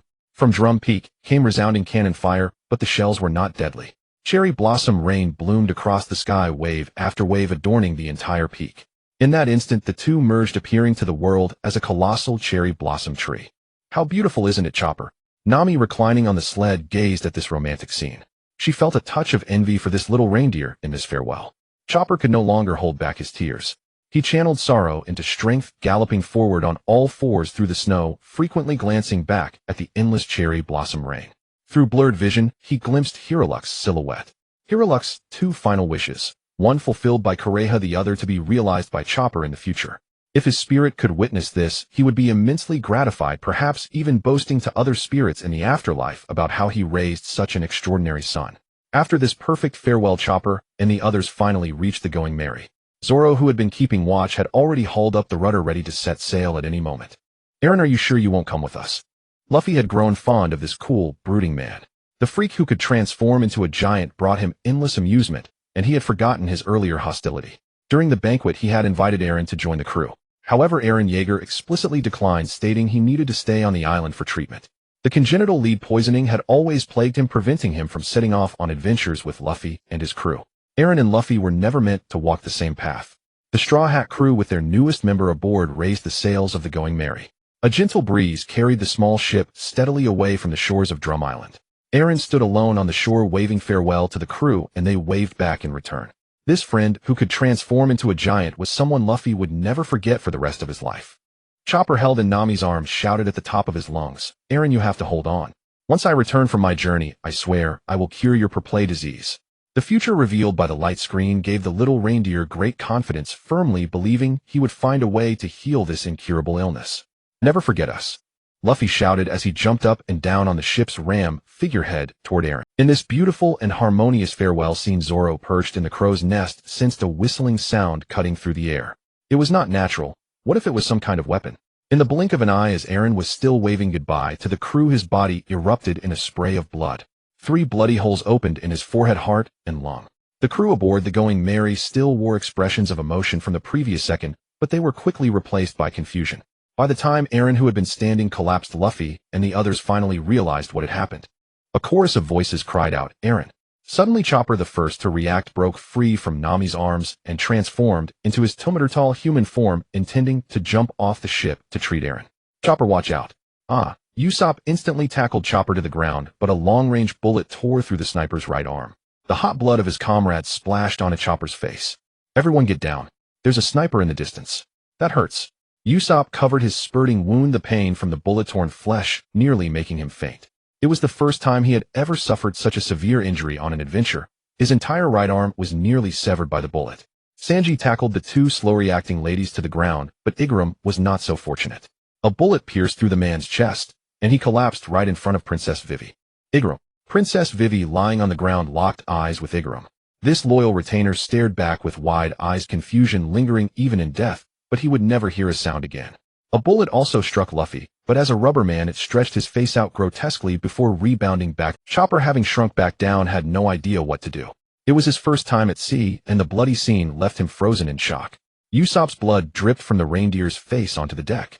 Sanji roared at Chopper, "Ship's doctor, what are you staring at? Stop, Usopp's bleeding right now." The cook's instinctive roar jolted Chopper back to reality. A moment ago his mind had been scrambling to find another doctor, completely forgetting that he was the only doctor on the ship. The sled, the bandages and medicine are on the sled. Fortunately, the reindeer-drawn sled was still on the deck. Chopper, less than a meter tall, crawled on his belly inch by inch toward the sled. Trembling all over, he feared being targeted by the distant sniper, but deep in his heart he knew he had to overcome this fear. The hope of saving his comrades lay ahead. "Aaron! Aaron! Aaron!" Luffy, standing at the ship's prow, shouted repeatedly toward the shore. But the friend who had been laughing and talking moments ago now lay in a pool of blood. He called several times, but received no response. A fierce rage brewed inside Luffy. He saw Aaron lying motionless on the shore, he saw the dead body of Igaram, and he noticed Chopper crawling forward in search of medicine for Usopp. None of this should have happened. Luffy's face still smarted from the bullet's impact. In the distance, the enemy ship was approaching. Fluttering from its mast was a Jolly Roger bearing 3 skulls aligned side by side. "Van Augur, you did beautifully. Taking out the most troublesome one directly." The man in a cloak with a gold hook for a hand praised the sniper while puffing on a cigar. The speed of his shooting indeed lived up to the name supersonic. "Captain, leave one of their officers for me later. I've been feeling a bit itchy these days." Jesus Burgess wore an eager expression, longing for a fight after so long, without one, hoping the Straw Hat Pirates ahead could take a beating. "Van Augur, stop shooting at that reindeer. Keep him. He'll be useful to us." Doc Q was quite interested in this future great doctor. A reindeer actually leaving its mark in history. The chronicler must have mixed in some personal bias. He really didn't want to hand this little reindeer over to the world government. This ship gathered a group of elites with over a dozen people standing on the deck behind their respective leaders. It was a collaboration between Baroque Works and the Blackbeard Pirates. The ship was provided by Crocodile, and to avoid drawing attention to his status as a Shichibukai, they deliberately flew the flag of the Blackbeard Pirates. The Baroque Works agents wanted Princess Vivi's head, and the Blackbeard Pirates wanted to capture Straw Hat Luffy. Since both sides were looking to cause trouble for the Straw Hat crew, they struck an alliance in the Kingdom of Alabasta. Crocodile knew that Blackbeard Teach was a traitor from Whitebeard's ship. By killing the son of his enemy, this fellow had earned the trust of Sir Crocodile. Helping Blackbeard was a way to spite Whitebeard, and the Shichibukai was more than happy to do so. According to intelligence gathered in advance by Robin, the most troublesome member of the Straw Hats was Aaron, who could transform into a giant. This enemy could instantly transform into a giant 20 meters tall. His Devil Fruit ability even allowed him to make the giant walk in the sea. One ability emitted steam all over his body, another turned his body white and hard. In short, they must not give Aaron the chance to transform into a giant. Taking him out with long-range fire would strip Straw Hat Luffy of most of his combat strength. Apart from Luffy, the captain, who was a rubber fruit user, the other crew members had not eaten any devil fruits. A swordsman and a chef skilled in martial arts formed the core combat power of the Straw Hat Pirates. The rest were nothing to fear. Let's bury the Straw Hat Pirates here for good. That future shown on the light screen will never come to pass. I Blackbeard Teach and the next Pirate King. This fellow didn't even bother to hide his arrogance, speaking such audacious words on someone else's ship. But Crocodile didn't care. After being humiliatingly defeated by Whitebeard, he had lost the spirit to challenge anyone stronger. The Straw Hat Pirates watched the enemy ship draw closer. Under Sanji's helmsmanship, the Going Merry changed course and headed toward the shore of Drum Island. This brutal second wave of battle was about to begin. The Baroque works had brought all their assets this time. Hundreds of ships of various sizes appeared on the sea surface, completely sealing off the Drum Island channel. The Straw Hat Luffy and his crew were trapped with no escape. Are all these people on the sea our enemies? Sanji stared at the scene in disbelief. Even he, the chef from the Barity, had never seen so many people at once. As far as the eye could see, there were at least 500 people, all fully armed bounty hunters. Although they didn't know that the guild's boss was a warlord, following a boss who paid well was never a mistake. Kill the pirates and split the money together. Joining tears of gratitude, Chopper carefully bandaged Usopp's wounds. If not for this long-nosed comrade throwing himself over him, he might have ended up like Igaram, killed by an unseen enemy sniper. Princess Vivi clasped Igaram's body, tears falling one after another. This naturally curly-haired minister had infiltrated Baroque works alongside her for 2 years, and their bond transcended feudal constraints. They were more like friends who shared everything. The woman pressed her hand over the penetrating wound in Igaram's chest, blood staining her dress. Igaram, don't scare me like this. Say something. Didn't we agree that after father retires you'd continue to assist me? You can't break your promise. Please answer me, I beg you. She had become a sobbing mess, but Igaram in her arms stared with vacant eyes, never to respond to his princess. Having calmed down from the shock, Nami moved close to Princess Vivi, reached out, and gently shook her shoulders, trying to rouse the grief-stricken princess. Let him rest in peace. Now we must escape. If you die too, what will become of the Alabasta Kingdom? Your father is waiting for you. Alabasta still needs saving. I've dragged you into this, Igaram. Princess Vivi, with a sorrowful expression, gently brushed her hand over Igaram's square face, closing the eyes of the minister who had served her family for a lifetime. I Nefertari Vivi swear today, I will avenge you, Igaram. Walk slowly on the road to the underworld. The warlord will join you one day. While the Straw Hats were immersed in grief, someone had already sentenced Eren Yeager to death in their mind. He had been hit by even more bullets than Igaram, each shot fatal, and in an instant, even his white brain matter had been blown out. A golden arc of electricity flickered on the shore of Drum Island. Eren's fallen body emitted crackling currents. Luffy was the first to notice the change. Eren isn't dead. Look, his body is glowing. More and more golden arcs of electricity wrapped around Eren's body. A golden lightning bolt descended from the sky and struck his fallen form, piercing the darkness of Drum Island and reflecting off the churning sea. It was blindingly brilliant. The nerves, flesh, and bones of the attack titan rapidly formed within the golden light. A 20-meter-tall giant with pointed ears lay on the shore of Drum Island. The creature opened its green eyes. The monster had come back to life. The giant first propped itself up with its arms, then curled its legs. Amid the Straw Hats' fervent hopes, the attack titan stood up once more. How could a giant that yearned for freedom fall here? The giant's roar reached the ears of every Baroque Works member. The high-decibel cry made the weak-willed feel their scalps tingle solemnly, declaring the failure of the Blackbeard pirates' ambush. What a powerful devil fruit ability. Even in human form, hitting vital points doesn't kill him. Could it be the mythical Zoan model of the human fruit? The dark-skinned beauty cupped her chin in thought. It was the first time she had encountered such a peculiar Zoan, something beyond her knowledge. The animal Zoan, human fruit, giant form. I've never seen it in the Devil Fruit Encyclopedia. But this man interests me. Let's go greet the Straw Hat Pirates. The arrogant Teach spread his arms and ordered the Blackbeard pirates to charge in and pick their opponents. First come, first served, too late, and there'd be no fun. Jesus Burgess was already hopping and warming up on the ship. The champion fighter was itching for a brawl. His fists hadn't seen blood in days. Boss, I'll take their swordsman. The speaker was a bald, burly man. Crocodile's most capable officer, Mr. One, a nightmare for any swordsman who had just crossed the threshold of a sword master. Continued from the previous scene, Mr. One, the assassin was a nightmare for those swordsmen who had barely entered the realm of a master. Leave no survivors except for Tony Chopper. The warlord tossed his cigar into the sea. His gaze was already fixed on Princess Vivi's position. As for the captain of the opposing ship, he would leave him to Teach. The massive fleet of Baroque Works completely sealed off the front waters of Drum Island, compressing the Going Merry's navigation space. Behind it were enemy ships, a headland. The Straw Hats were trapped. Luffy, hold on tight. Protect the ship first. The attack titan spoke. Before Luffy and the others could respond, the 20-meter giant bent down, plunged both huge hands into the sea, and lifted the Going Merry into the air. Eren, slow down. I haven't got a grip yet. Haha, Eren's so strong. His titan is awesome. Let's get to shore first and figure things out. The giant cradled the small ship to his chest, turned around, and ran quickly on both legs. Luffy and the others endured violent jolts. In the blink of an eye, the giant had left the shore and run nearly 2 kilometers. After covering a suitable distance, the attack titan finally set down the Going Merry, parking it on the snow. If a battle broke out, no one would have time to protect it. If Luffy lost this ship, where would he get another? Eren emerged from the nape of the titan and slid down its arm to the ground, standing before the Straw Hats. He addressed the small reindeer. I'm also an animal Zoan devil fruit user, Chopper. Lend me a few of your rumble balls. If I don't become a stronger monster, everyone on this island will die. The young man with loose hair had a look of determination that seemed to pierce one's soul. The image of Drum Island turning into hell lingered in the hearts of Chopper and the others. Chopper pulled out the spare rumble balls from the sleigh. There were about 30 in the small pouch, excluding the ones he carried himself. These were all his remaining stock. Rumble balls can't be taken in excess. If you take a third, Eren, you might lose consciousness temporarily and become a monster that attacks friend and foe. Don't do it unless absolutely necessary. He'll be careful. Eren took the small pouch from the ship's doctor. This man who had devoted his life to freedom couldn't be controlled by any external power with his will. He was the attack titan, Eren Yeager. The original plan was to strike first, preventing Eren Yeager from transforming into a titan. His devil fruit ability far exceeded everyone's imagination. A resurrection was nothing in comparison.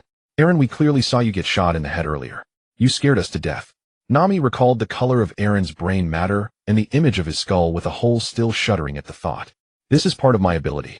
I can transfer my consciousness to any part of my body to prevent being sniped like today. As long as I don't die instantly, I can keep fighting. Copying Reiner's tactic against the armored titan to avoid being killed by Captain Levi, Eren found it quite useful today. From now on, unless Eren Yeager in human form is instantly shattered, any sneak attacks from other directions would not stop his ability to bounce back. He was virtually unkillable. What do we do now? There are too many enemies. Even if we exhaust ourselves, we can't finish them off.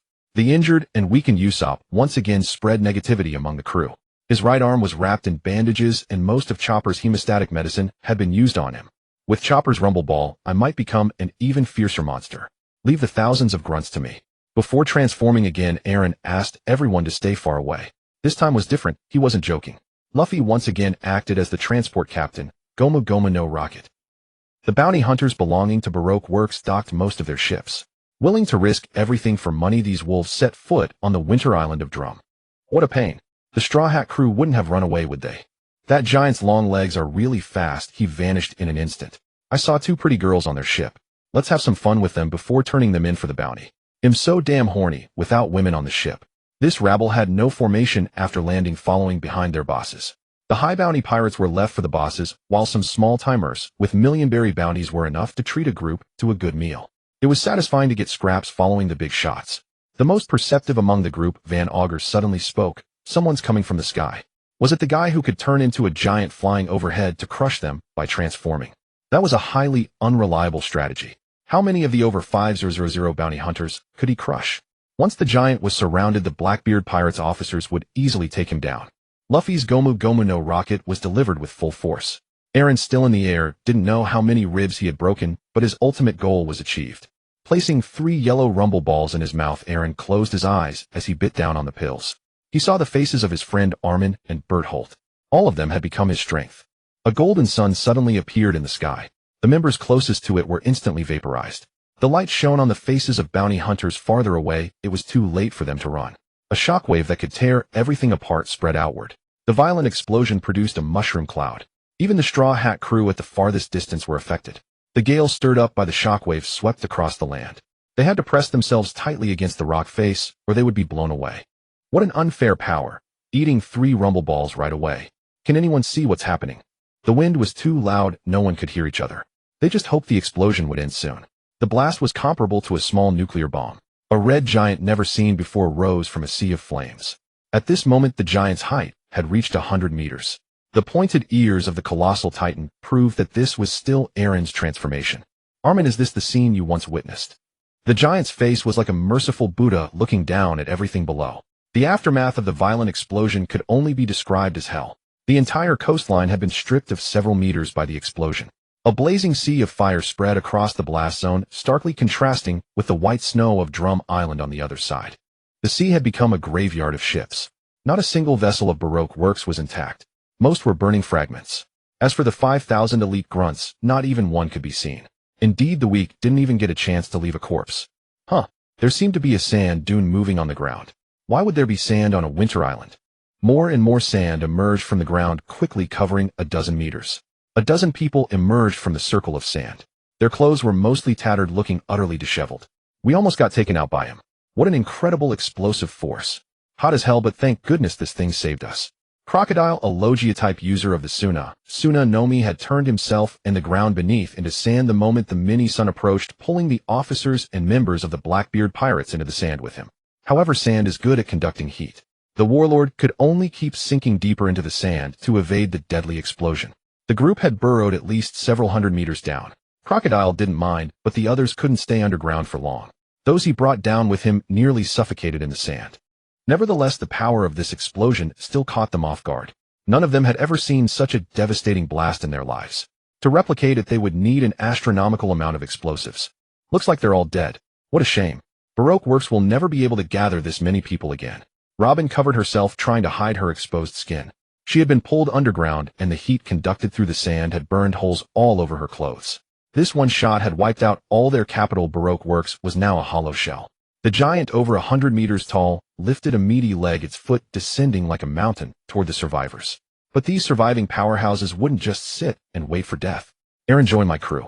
Yami Yami no Mi. The all-consuming darkness surged from Teach's body. When the colossal titan's foot touched the darkness, a powerful suction force emanated from it. Pulled down by the power of darkness, it felt like falling into some sort of other dimension. The eerie darkness like smoke crawled up the giant's leg. Teach intended to drag this over 100-meter colossal titan fully into his darkness. Aaron couldn't manipulate the giant to break free from the terrifying suction. Moreover, this ability prevented him from using his hardening power, otherwise he would have made that fat black man taste a spike attack. He had no choice but to abandon this body. After separating from it, the colossal titan could no longer maintain its form. The 100-meter flesh and bones began to vaporize, slowly disappearing within the darkness. In the face of absolute power, chanting any slogans is futile. The Straw Hat Pirates are utterly outmatched by the invading enemies. When AI Luan attempted to consume the Rumble Ball to become the colossal titan, once more Fan Oka shot and severed the arm, reaching for the pill, his ultra-long-range precision, sniping, leaving no room for opportunity. Forced to transform into the attack titan to fight his opponent in this form was the Sand Crocodile. This warlord of the sea who manipulates sand simply elementalizes his body, causing most of AI Lun's attacks to miss, and the hardened weapons he produces prove ineffective. Such is the awkwardness of lacking hockey. Crocodile dealt with AI Lun with ease. He flung sand to absorb the moisture from the Titan's body, forcing the latter to continuously swap Titan bodies. The two clashed, momentarily locked in a stalemate. Lu Fei was the first to reach the battlefield, only to be targeted by Blackbeard. Once the dark fruit touched the Straw Hat Boy, his rubber abilities would be nullified, followed by Teach's heavy fists, each blow landing on his face. Without rubber powers, he could only passively endure the beating. Just as he distanced himself from the dark fat man, Teach activated Dark Water to suck Lu Fei back, punching him to the ground. The enemy reveled in the pleasure of single-handedly massacring the weak. The Straw Hat's pirate playhouse ends here today, he declared. Zoro engaged in a swordsman duel with Mr. One found his three-sword style powerless against the Dice Fruit user, who left numerous wounds on the green-haired swordsman. Gradually losing ground, Zoro was suppressed by the Baroque Works member. Jesus Burgess found Sanji the chef renowned for his physical combat. The fighting champion took an interest and began unilaterally pummeling the pervy cook. Sanji's proud legs and the martial arts he executed were, in the eyes of Blackbeard's crew, lacking both speed and power. In the contest of kicks versus fists, the chef was the first to fall, his legs instantly broken by Jesus Burgess. Devil Sheriff Lafitte, using his white wings, flew to locate the hidden position of the Going Merry, pointing out the praised direction for Doc Q and Van Augur. Doc Q, a user of the Sick Fruit, specializes in concocting a variety of bizarre diseases. He took great interest in the little reindeer, destined to become a renowned doctor. At this moment, Chopper was more adept at physical attacks, but was thoroughly toyed with in medical combat. A disease that turned males into females instantly transformed him into a doe. Transformed into a doe, his soft punches were mere massages against Doc Q. Soon after, struck by a weakening disease, the doe lost consciousness and collapsed into the snowy white ground. Van Augur shot Usopp with a single bullet, instantly felling the self-taught sniper. The defenseless Nami and Princess Vivi, threatened by his gun, could only obey the enemy's orders, being herded toward the main battlefield. When Crocodile saw Princess Vivi, he used Desert Sunflower on the ground, continuously draining moisture from the earth beneath the attacked Titan, forming a massive quicksand that swallowed the Titan. Even as AI Lewin kept switching Titan bodies, he could never escape the quicksand zone. The sinister power lay in the expanding area of quicksand. The attacked Titan, unable to fly, had its living space relentlessly compressed. Using his golden hook weapon, Crocodile yanked Princess Vivi close. To have infiltrated my organization for 2 years, Princess Vivi, I truly underestimated you. He'll soon send you and your father to the underworld. Today you go first, he sneered. Crocodile grasped Princess Vivi by the neck, holding the princess of the Arabasta kingdom aloft. He could have drained the moisture from her body, the simplest and quickest method. Yet he preferred the sensation of slowly suffocating his prey. The agonized Princess Vivi thrashed her limbs, but her intake of air dwindled, her consciousness gradually fading. In her final moment of life, she thought of the deceased Igaram of her father, King Cobra, who raised her. Perhaps she would never see Pell and Shocker again. A tear of regret slid from the corner of Vivi's eye, and she ceased struggling, ready to embrace death. Crocodile, this is a crime. How can you kill a kingdom's princess? The warlords are truly terrifying. A lecherous voice arrived simultaneously with a laser beam. The precision attack struck and severed Crocodile's arm, controlling Princess Vivi, saving the poor princess from suffocation. Freed, she lay on the ground, gasping for air. Another moment, and her throat would have been crushed. A man clad in a yellow striped suit and a coat of justice. Crocodile needed only one glance to know he was someone not to be trifled with. Borsalino, I am a warlord. Even if you are a Marine Admiral, do you truly dare to lay a hand on me? The sinister-faced Admiral, hands in pockets, found an excuse. Arabasta is one of the world government's member nations. Nefertari Vivi is the sole heir of this country. Treating her this way won't do, Crocodile. Lightspeed kick. Photons gathered on his shin, instantly enveloped in armament hockey, and reached the warlord at light speed. A sweeping kick to the abdomen sent the arrogant Crocodile flying. The kick's direction was remarkably convenient. It sent Crocodile straight to Blackbeard Teach. Since the dark fruit prevented elementalization, the two collided like a cannonball and tumbled together. This inadvertently freed Monkey D. Luffy from Teach's grip.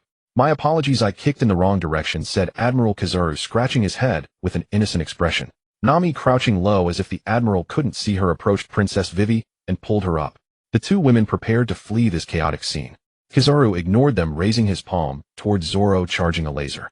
I recall you're also a pirate. The laser shot towards Zoro's back, but by chance he sidestepped it.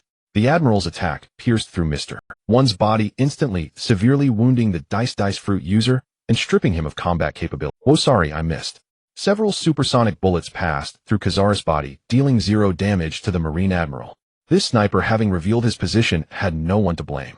One laser destroyed Van Augur's sniper rifle, while a golden beam pierced the man's chest, instantly rendering him combat ineffective. Jesus Burgess, sensing trouble, tried to turn and flee. But his burly frame had barely taken a few steps before being struck by 2 lasers. Blood spurted from his chest as he collapsed into the snow. All terrifying monsters. Borsalino was truly taking action today. Whether Warlord or Whitebeard's treacherous son, he alone remained standing on this shore. The might of a Navy Admiral was far beyond what this group could challenge. After experiencing it firsthand, the two factions that had been locked in a desperate struggle moments ago fell into submission. Cuff the pirates and take them back. As for why the princess was mingling with pirates, let her father explain that to the world government. After Kizaru issued the order, a swarm of Marines draped in justice emerged behind him. Those like Luffy's crew who still had fight left clashed with the Marine grunts, while the Admiral merely watched the spectacle, refraining from intervening. Just as Luffy and his crew were exchanging blows with the Marines in a seesaw battle, a towering surge of flames swept toward the Marine ranks, instantly upending the battlefield. How terrifying these flames are! Light speed. The Navy Admiral's figure blurred, leaving afterimages in its wake at a speed imperceptible to the naked eye. In Kizaru's vision, everything slowed down, and he whisked over 100 of his subordinates who were about to be engulfed by the flames back onto the warship in an instant. Ace, what are you doing here? Luffy immediately recognized his rescuer. Wasn't this his swarm? If it weren't for the familiar hat and the same freckled face, he might not have dared to recognize him after so many. I saw what happened on the screen. I was worried you'd be in trouble, so I came by Drum Island to check. Good thing I made it in time. Ace approached Luffy and gave his badly injured brother a warm hug. For someone who had just set sail to face so many powerful foes, it was truly a trial for him. Borsellino pushed up his sunglasses and narrowed his eyes at the heartfelt brotherly scene. But he had to interrupt, so it's Fire Fist Ace. I never expected Straw Hat Luffy to be your brother. What a surprise. Today I'll have to keep you both here. Laser, Fire Fist, Flame, and Laser collided. For a moment, even the Admiral was forced onto the defensive as the fire actually pushed back the single beam of light. Could it be because Kizaru was on the left side of the beam clash? The flames reached Borsellino's position. He instinctively elementalized his body, and to outsiders it seemed the Admiral was enveloped in fire. A dire situation indeed. After freeing himself, Alan transformed into the attack titan, carried the Going Merry to the shore, and placed it by the sea. Luffy's crew was already aboard along with Princess Vivi and the body of Igaram. They were just waiting for the brothers to board and escape. Meanwhile, Borsellino remained shrouded in flames. Gone. He escaped again. Ace who escaped. Then as they ran toward the Going Merry, Ace explained to his younger brother Luffy the purpose of his journey through the first half of the Grand Line to capture Marshal D. Teach the traitor who killed his captain and defected from Whitebeard. He had been chasing him alone for a long time. The brothers boarded the ship and Alan also disembarked. After all, he was not a pirate and had no bounty on his head. With Ace's help, the Going Merry set sail once more. I won't let you escape, you know. Yasakani no Magatama. Borsellino leaped into the air with Moonwalk, releasing a barrage of photon bullets from both hands. They struck the sea, stirring up huge splashes and locked onto the Going Merry as it sailed across the waves. Everyone get into the cabin. Luffy, you go inside too. They'll handle this. Ace hurled several fire fist punches into the sky to counter the Admiral's attack. Though perhaps he was overthinking, even if Whitebeard's son hadn't intervened, the Going Merry would have been in no real danger.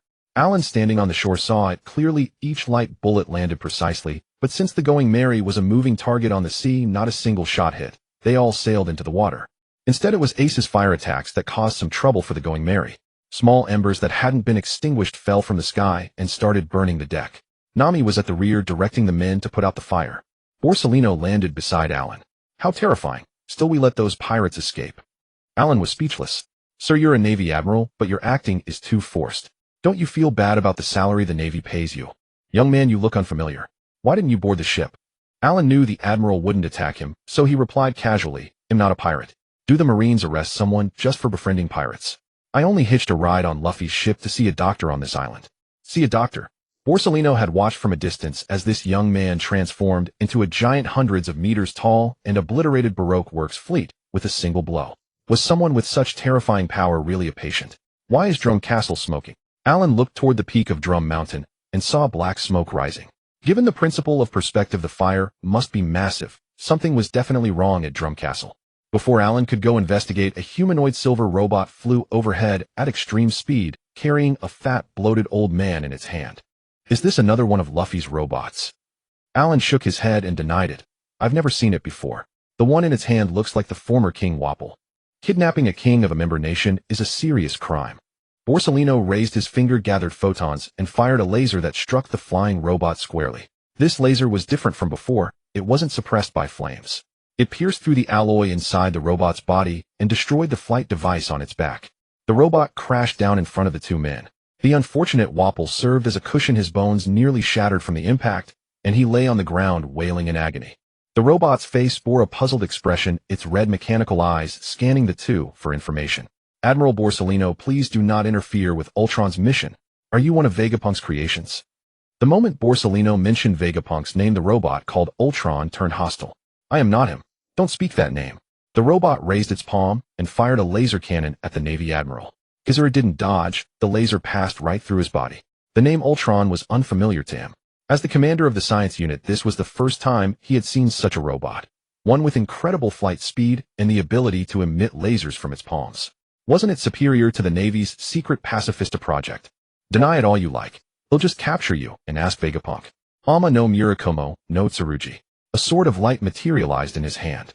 Losing patience with Ultron, Borsellino moved at light speed to the robot's side and sliced off half its body with a single stroke. Startled, Ultron quickly grabbed Wapple as a human shield.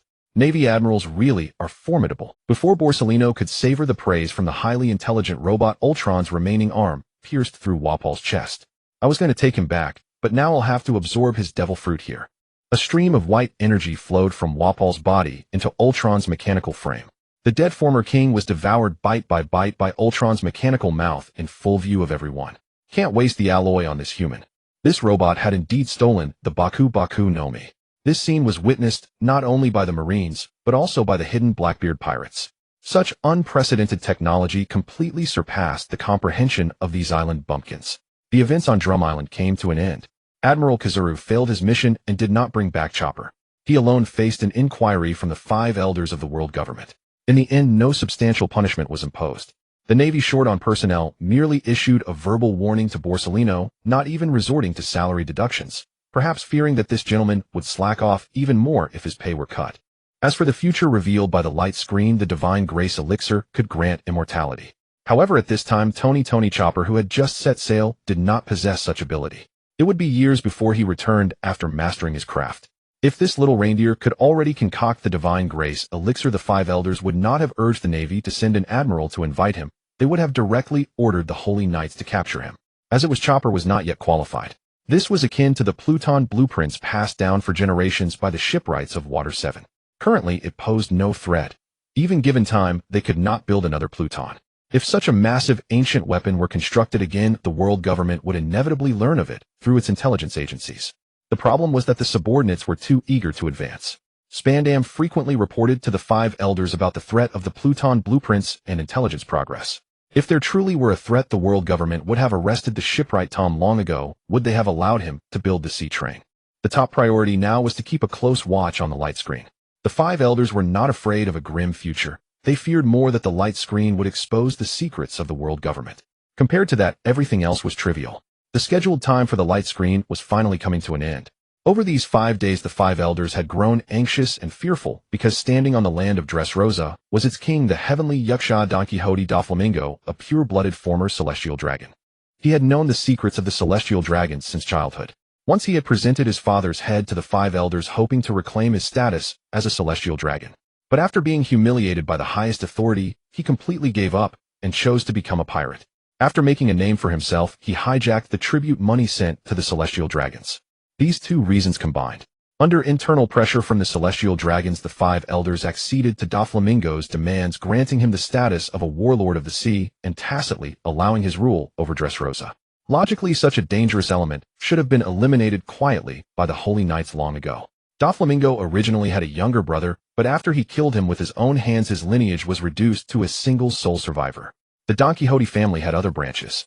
Even if the familial bonds were weak and they were barely connected to Doflamingo, they could not help but feel sympathy for their own kind. If you found an excuse to exterminate one celestial dragon bloodline today, tomorrow you might not even need an excuse and just kill off another. Such a precedent could not be set. This ultimately led to the current outcome. The light screen was about to show events in Dressrosa, and Doflamingo, one of the main characters, would inevitably be highlighted. If the secrets of the celestial dragons were unfortunately exposed to the public, the 800-year foundation of the world government's rule would be shaken, providing the ambitious pirates of this sea with a reason to unite and overthrow the world government. This boring conversation is over. The light screen is about to start. Let's go out and take a look. The light screen first displayed a bold red subtitle. This time, we will first clarify the strength of the Straw Hat Pirates. Through this, we can prove the intensity of the Dressrosa incident. The moment the light screen shut down all chat rooms, the latest footage finally appeared, and the Dressrosa incident officially began. A pirate ship with a bow shaped like a small sun bearing a pirate flag with a straw hat had already been previewed by the light screen. It was exactly the new ship of the Straw Hat Pirates. This time a thoughtful annotation was added below the ship. The ship's name, Thousand Sunny, also known as Sunny. Its meaning was to cross the cruel seas in a calm and joyful manner like the sun. In the top left corner of the video, the year 1525 of the Sea Circle calendar indicated to the viewers that this was an event 5 years later. Such a specific time appeared for the first time, but most people were not pleased by it. From the original scene of the Thousand Sunny sailing on the sea, the camera zoomed into the interior of the ship. The story of the Dressrosa incident would begin on this pirate ship. Luffy 5 years later had not changed much. He sat at the bow wearing his straw hat, his chest bared, enjoying the freest wind. Though he was a rubber man, a huge scar remained on his chest. No one knew what had happened to him in those 5 years. Below the character was a white annotation box: Straw Hat Pirates Captain Monkey D. Luffy Paramecia Gomu Gomu no Mi user bounty for zero berries. Luffy Sanji's done cooking. Let's eat. 5 years later, the even cuter little reindeer, the familiar Chopper, called Luffy to dinner. Compared to 5 years ago, there was no special change in him. Character annotation: Straw Hat Pirates, Dr. Tony Chopper Zoan Hito no Mi model commoner bounty 50 berries. Sanji is so slow today. Me and this guy are starving. Luffy complained, pointing at his slippers. To outsiders, these were just a pair of ordinary slippers. But upon hearing Luffy's call, the slippers came to life on the light screen. They each opened one eye and stuck out a tongue, transforming into two large cloud-like shapes. Carrying their master Luffy, they rushed toward the kitchen. The slippers under his feet were starving. The light screen also gave these slippers an annotation. Supreme grade slippers, a pair of slippers that ate the paramecia Ricky Nomi Luffy's most. The camera followed Luffy's perspective into the Thousand Sunny's cabin. Chopper trotted behind with his little legs. The kitchen scene with multiple characters was revealed, and all the Straw Hat Pirates members appeared here. The Straw Hat Pirates crew were all weird in appearance. Starting with the human-like crew members, an orange-haired beauty with a generous chest wearing a bikini. Beside her sat a black-haired beauty with equally ample bosom.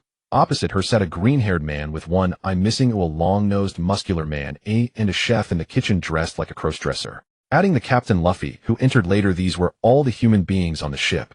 Those that were clearly not human, the viewer's most familiar little reindeer Chopper, a blue-skinned fishman of similar height to Chopper, a skeleton in a black coat, and finally a giant humanoid robot made of metal.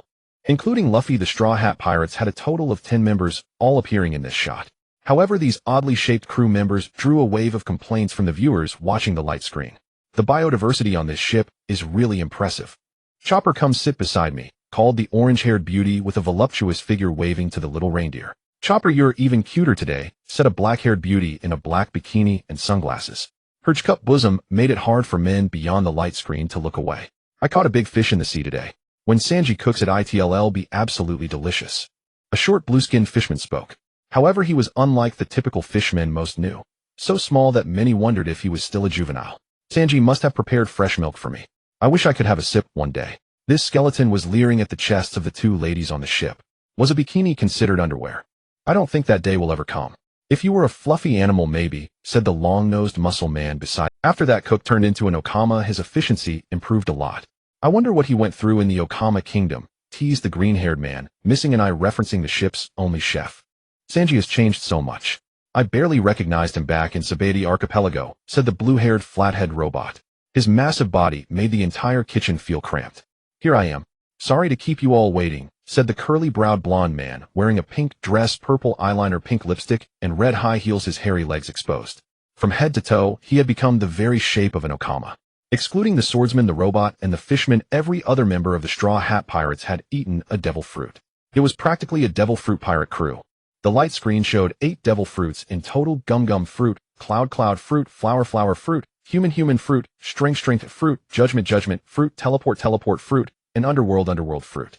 The Straw Hat Pirates only had 10 members. 1 Zoan, 1 Logia, and 6 Paramecia. Such a luxurious lineup would make anyone believe it was a Yonko crew. The Straw Hat Pirates 5 years from now were truly outrageous. Even more outrageous were the bounties issued by the Marines. The same old problem: the little reindeer was worth 50 berries, and the other little fishman 100 berries. Considering Chopper's fame as the god of animals and Faiza's title as heir to the sea god, both being gods, how could the two little animals differ so much? Did the future Marines really treat these 2 crew members as shipboard pets? No way. No way. A Logia devil fruit user got a bounty of only 16 million berries, while the lowest Paramecia user in the crew got 33 million. Did the future Marines look down on Logia that much? The current 3 Marine admirals were all Logia users. Would Logia really lose all prestige in the future? The most laughable part was that the ship's sniper had 0 bounty. One could guess the Marine's bounty was given to his alter ego Sogeking. Usopp with his bulging muscles clearly looked formidable. Was it that the pirate was too cunning, or the Marine Intelligence Division too incompetent? The newly appointed head of the Marine Intelligence Division, watching the information revealed on the light screen, was already sweating profusely. His colleagues whispered among themselves, causing the officer, promoted from deputy, to doubt was this truly his future failure. Kizaru patted the man on the shoulder and said sarcastically, "You're doing a great job. Seems even better than me." How terrifying. The intelligence chief caught Fleet Admiral Sengoku's murderous glare and felt his newly appointed position slipping away. The overly low bounties drew a torrent of abuse from the audience. At that moment, the light screen showed the pirate crew feasting. On the large dining table lay a roasted fish at least 10 meters long, almost too big for the Straw Hats table. Captain Luffy was the first to grab his knife and fork, tearing off a huge chunk. Half of the delicious fish he kept for himself, the other half he tossed under the table. Luffy's pair of sandals beneath him, like 2 starving wolves, were constantly snapping up the scraps from the floor. Like master, like weapon, Luffy and his sandals exhibited the same gluttonous behavior. The combined appetite of these two beings was greater than that of two additional Straw Hat members. Little Sister Nami, hey, race your strawberry shaved ice. Sister Robin, your after-dinner coffee. Sanji, dressed in a pink dress, held a drink in each hand.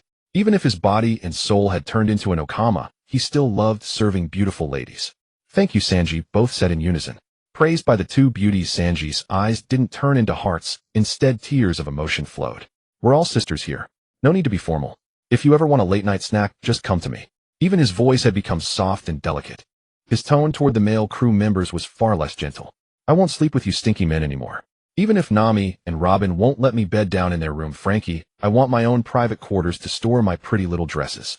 They'll expand your room when we reach the next island. For now, just put up with the men's dorm. No. The men's dorm reeks. My cooking nose is nearly ruined. Sweat, fishiness, stinky feet. Just thinking about it makes me sick. I can't stand the boys' dorm for another day. Inside the Okama Sanji dwelled a little princess. After escaping Drum Island, the Straw Hat crew's reactions to the content on the screen varied, some joyful, some worried. 5 years into the future, new companions had joined, and each of them had undergone changes to varying degrees. Tony Chopper had changed the least, with neither his appearance nor height showing any significant growth. He remained the same small, adorable figure, the only difference being the shape of his hat. How could Chopper possibly replace the parting gift from Hiluluk? Squinting as he studied, he realized the future hat was still the one his adoptive father had given him. Only now another hat was worn over it, leaving the signature white cross of the original visible on the outside.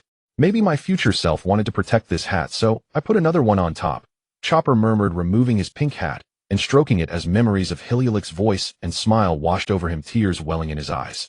Wow, so the antlers aren't just a hat decoration. Luffy exclaimed, seeing Chopper hatless for the first time. His head was bare with 2 antlers growing from it. Luffy grabbed the antlers and fiddled with them, trying to ride on top of Chopper's head. On the going merry, only Luffy was in the mood to fool around with Chopper. The other crew members were lost in thoughts about their own futures, while Princess Vivi remained immersed in grief over Igaram. Luffy carefree, as he was paid no heed to the future 5 years hence. But those who knew him in Windmill Village felt an outpouring of concern and anguish at the fierce scar on his chest.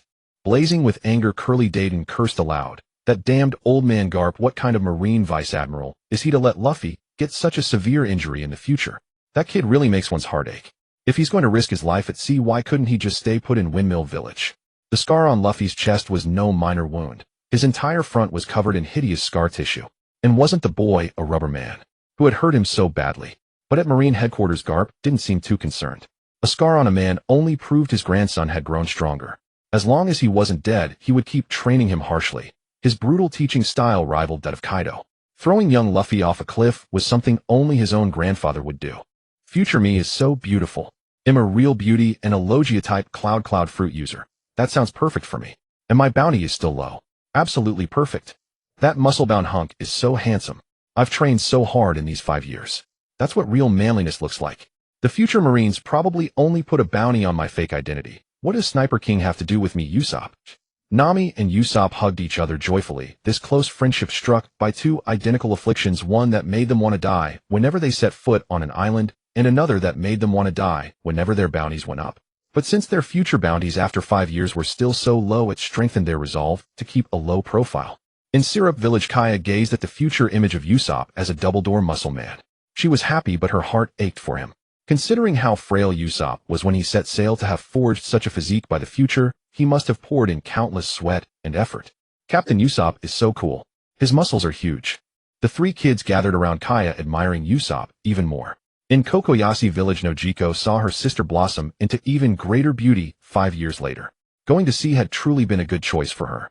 The scenes on the screen showed Nami happily eating and drinking with her companions, a joyful expression Nojiko hadn't seen in a long time. Nami had only been this cheerful when their adoptive mother Belmere was still alive. The Straw Hat Pirates truly treated Nojiko's sister well. Zoro focused his attention on his future self. His body had grown stronger, but why had he lost an eye? And there was an unfamiliar sword at his waist. However, the screen's caption still identified him as a 3-sword style swordsman. Azura Ghost Swordsman. What does that mean? It kind of suits me. But Zoro was unaware that he had already drawn the attention of 2 factions. The characteristics of one of the great grade 21 swords Shusue were too distinctive. The samurai of Wano instantly recognized it. Was this the grave robber who had plundered the tomb of the legendary swordsman Ryuma? In Shimatsuki village, Kuzaburo saw Wado Ikamanji on Zoro's person, but also Sandai Kitetsu and Shusui. These were on his disciple as well. The reclusive swordsmaster was deeply puzzled. The famous sword Shusui was a national treasure of Wano. But on the current timeline, the sword was still in the possession of the Shichibukai Gecko Moria attached to Ryuma's corpse with Brook's shadow residing inside. That proved the Straw Hats had defeated another Shichibukai. The one who could least accept the future was the Straw Hat Pirate's chef. When he saw that 5 years later Nami had grown even more beautiful and several cup sizes larger, and the other lady aboard, who had similar good looks and figure turned out to be a former Baroque works agent, had met on Little Garden, he was shaken. But when his future self appeared dressed as an Okama, Sanji nearly vomited. He had 2 lifelong psychological traumas, one came from his birth family, and the other was Okama. The thought of his future self becoming a flamboyant Okama calling Nami and Robin's sisters. The pain in his heart far exceeded the broken leg inflicted by Jesus Burgess. How could a fine man like him choose to become an androgynous Okama in the future? Zoro saw Sanji's look of utter despair and immediately delivered a finishing blow. Sanji, that Okama look really suits you. Why not move out of the men's quarters right now? Shut up, Marimo head. I love beautiful women, but I've never thought of becoming one. This is worse than death. Sanji wore a defeated expression. He had intended to cook for everyone despite his injury, but now he just wanted to give up. The very idea of becoming an Okama in the future made him contemplate leaving the crew. At the Baratai in the East Blue, the chefs and diners watched the screen together. The sight of the future Sanji as an Okama drew roars of laughter from everyone except Zeph. Regular customers remembered the pervy chef well. This sea adventure has cost Sanji so much.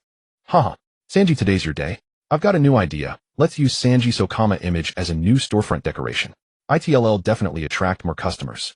Sanji's former chef colleagues who had already borrowed the sausage-lipped image for his wanted poster weren't joking.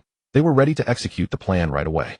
In the Germa Kingdom, the only one who truly cared about Sanji was his sister Vinsmoke Reiju. She couldn't accept his future Okama appearance. He had been such a kind, caring child, always looking after others. After years of absence, had his psyche twisted into that of an Okama. An Okama.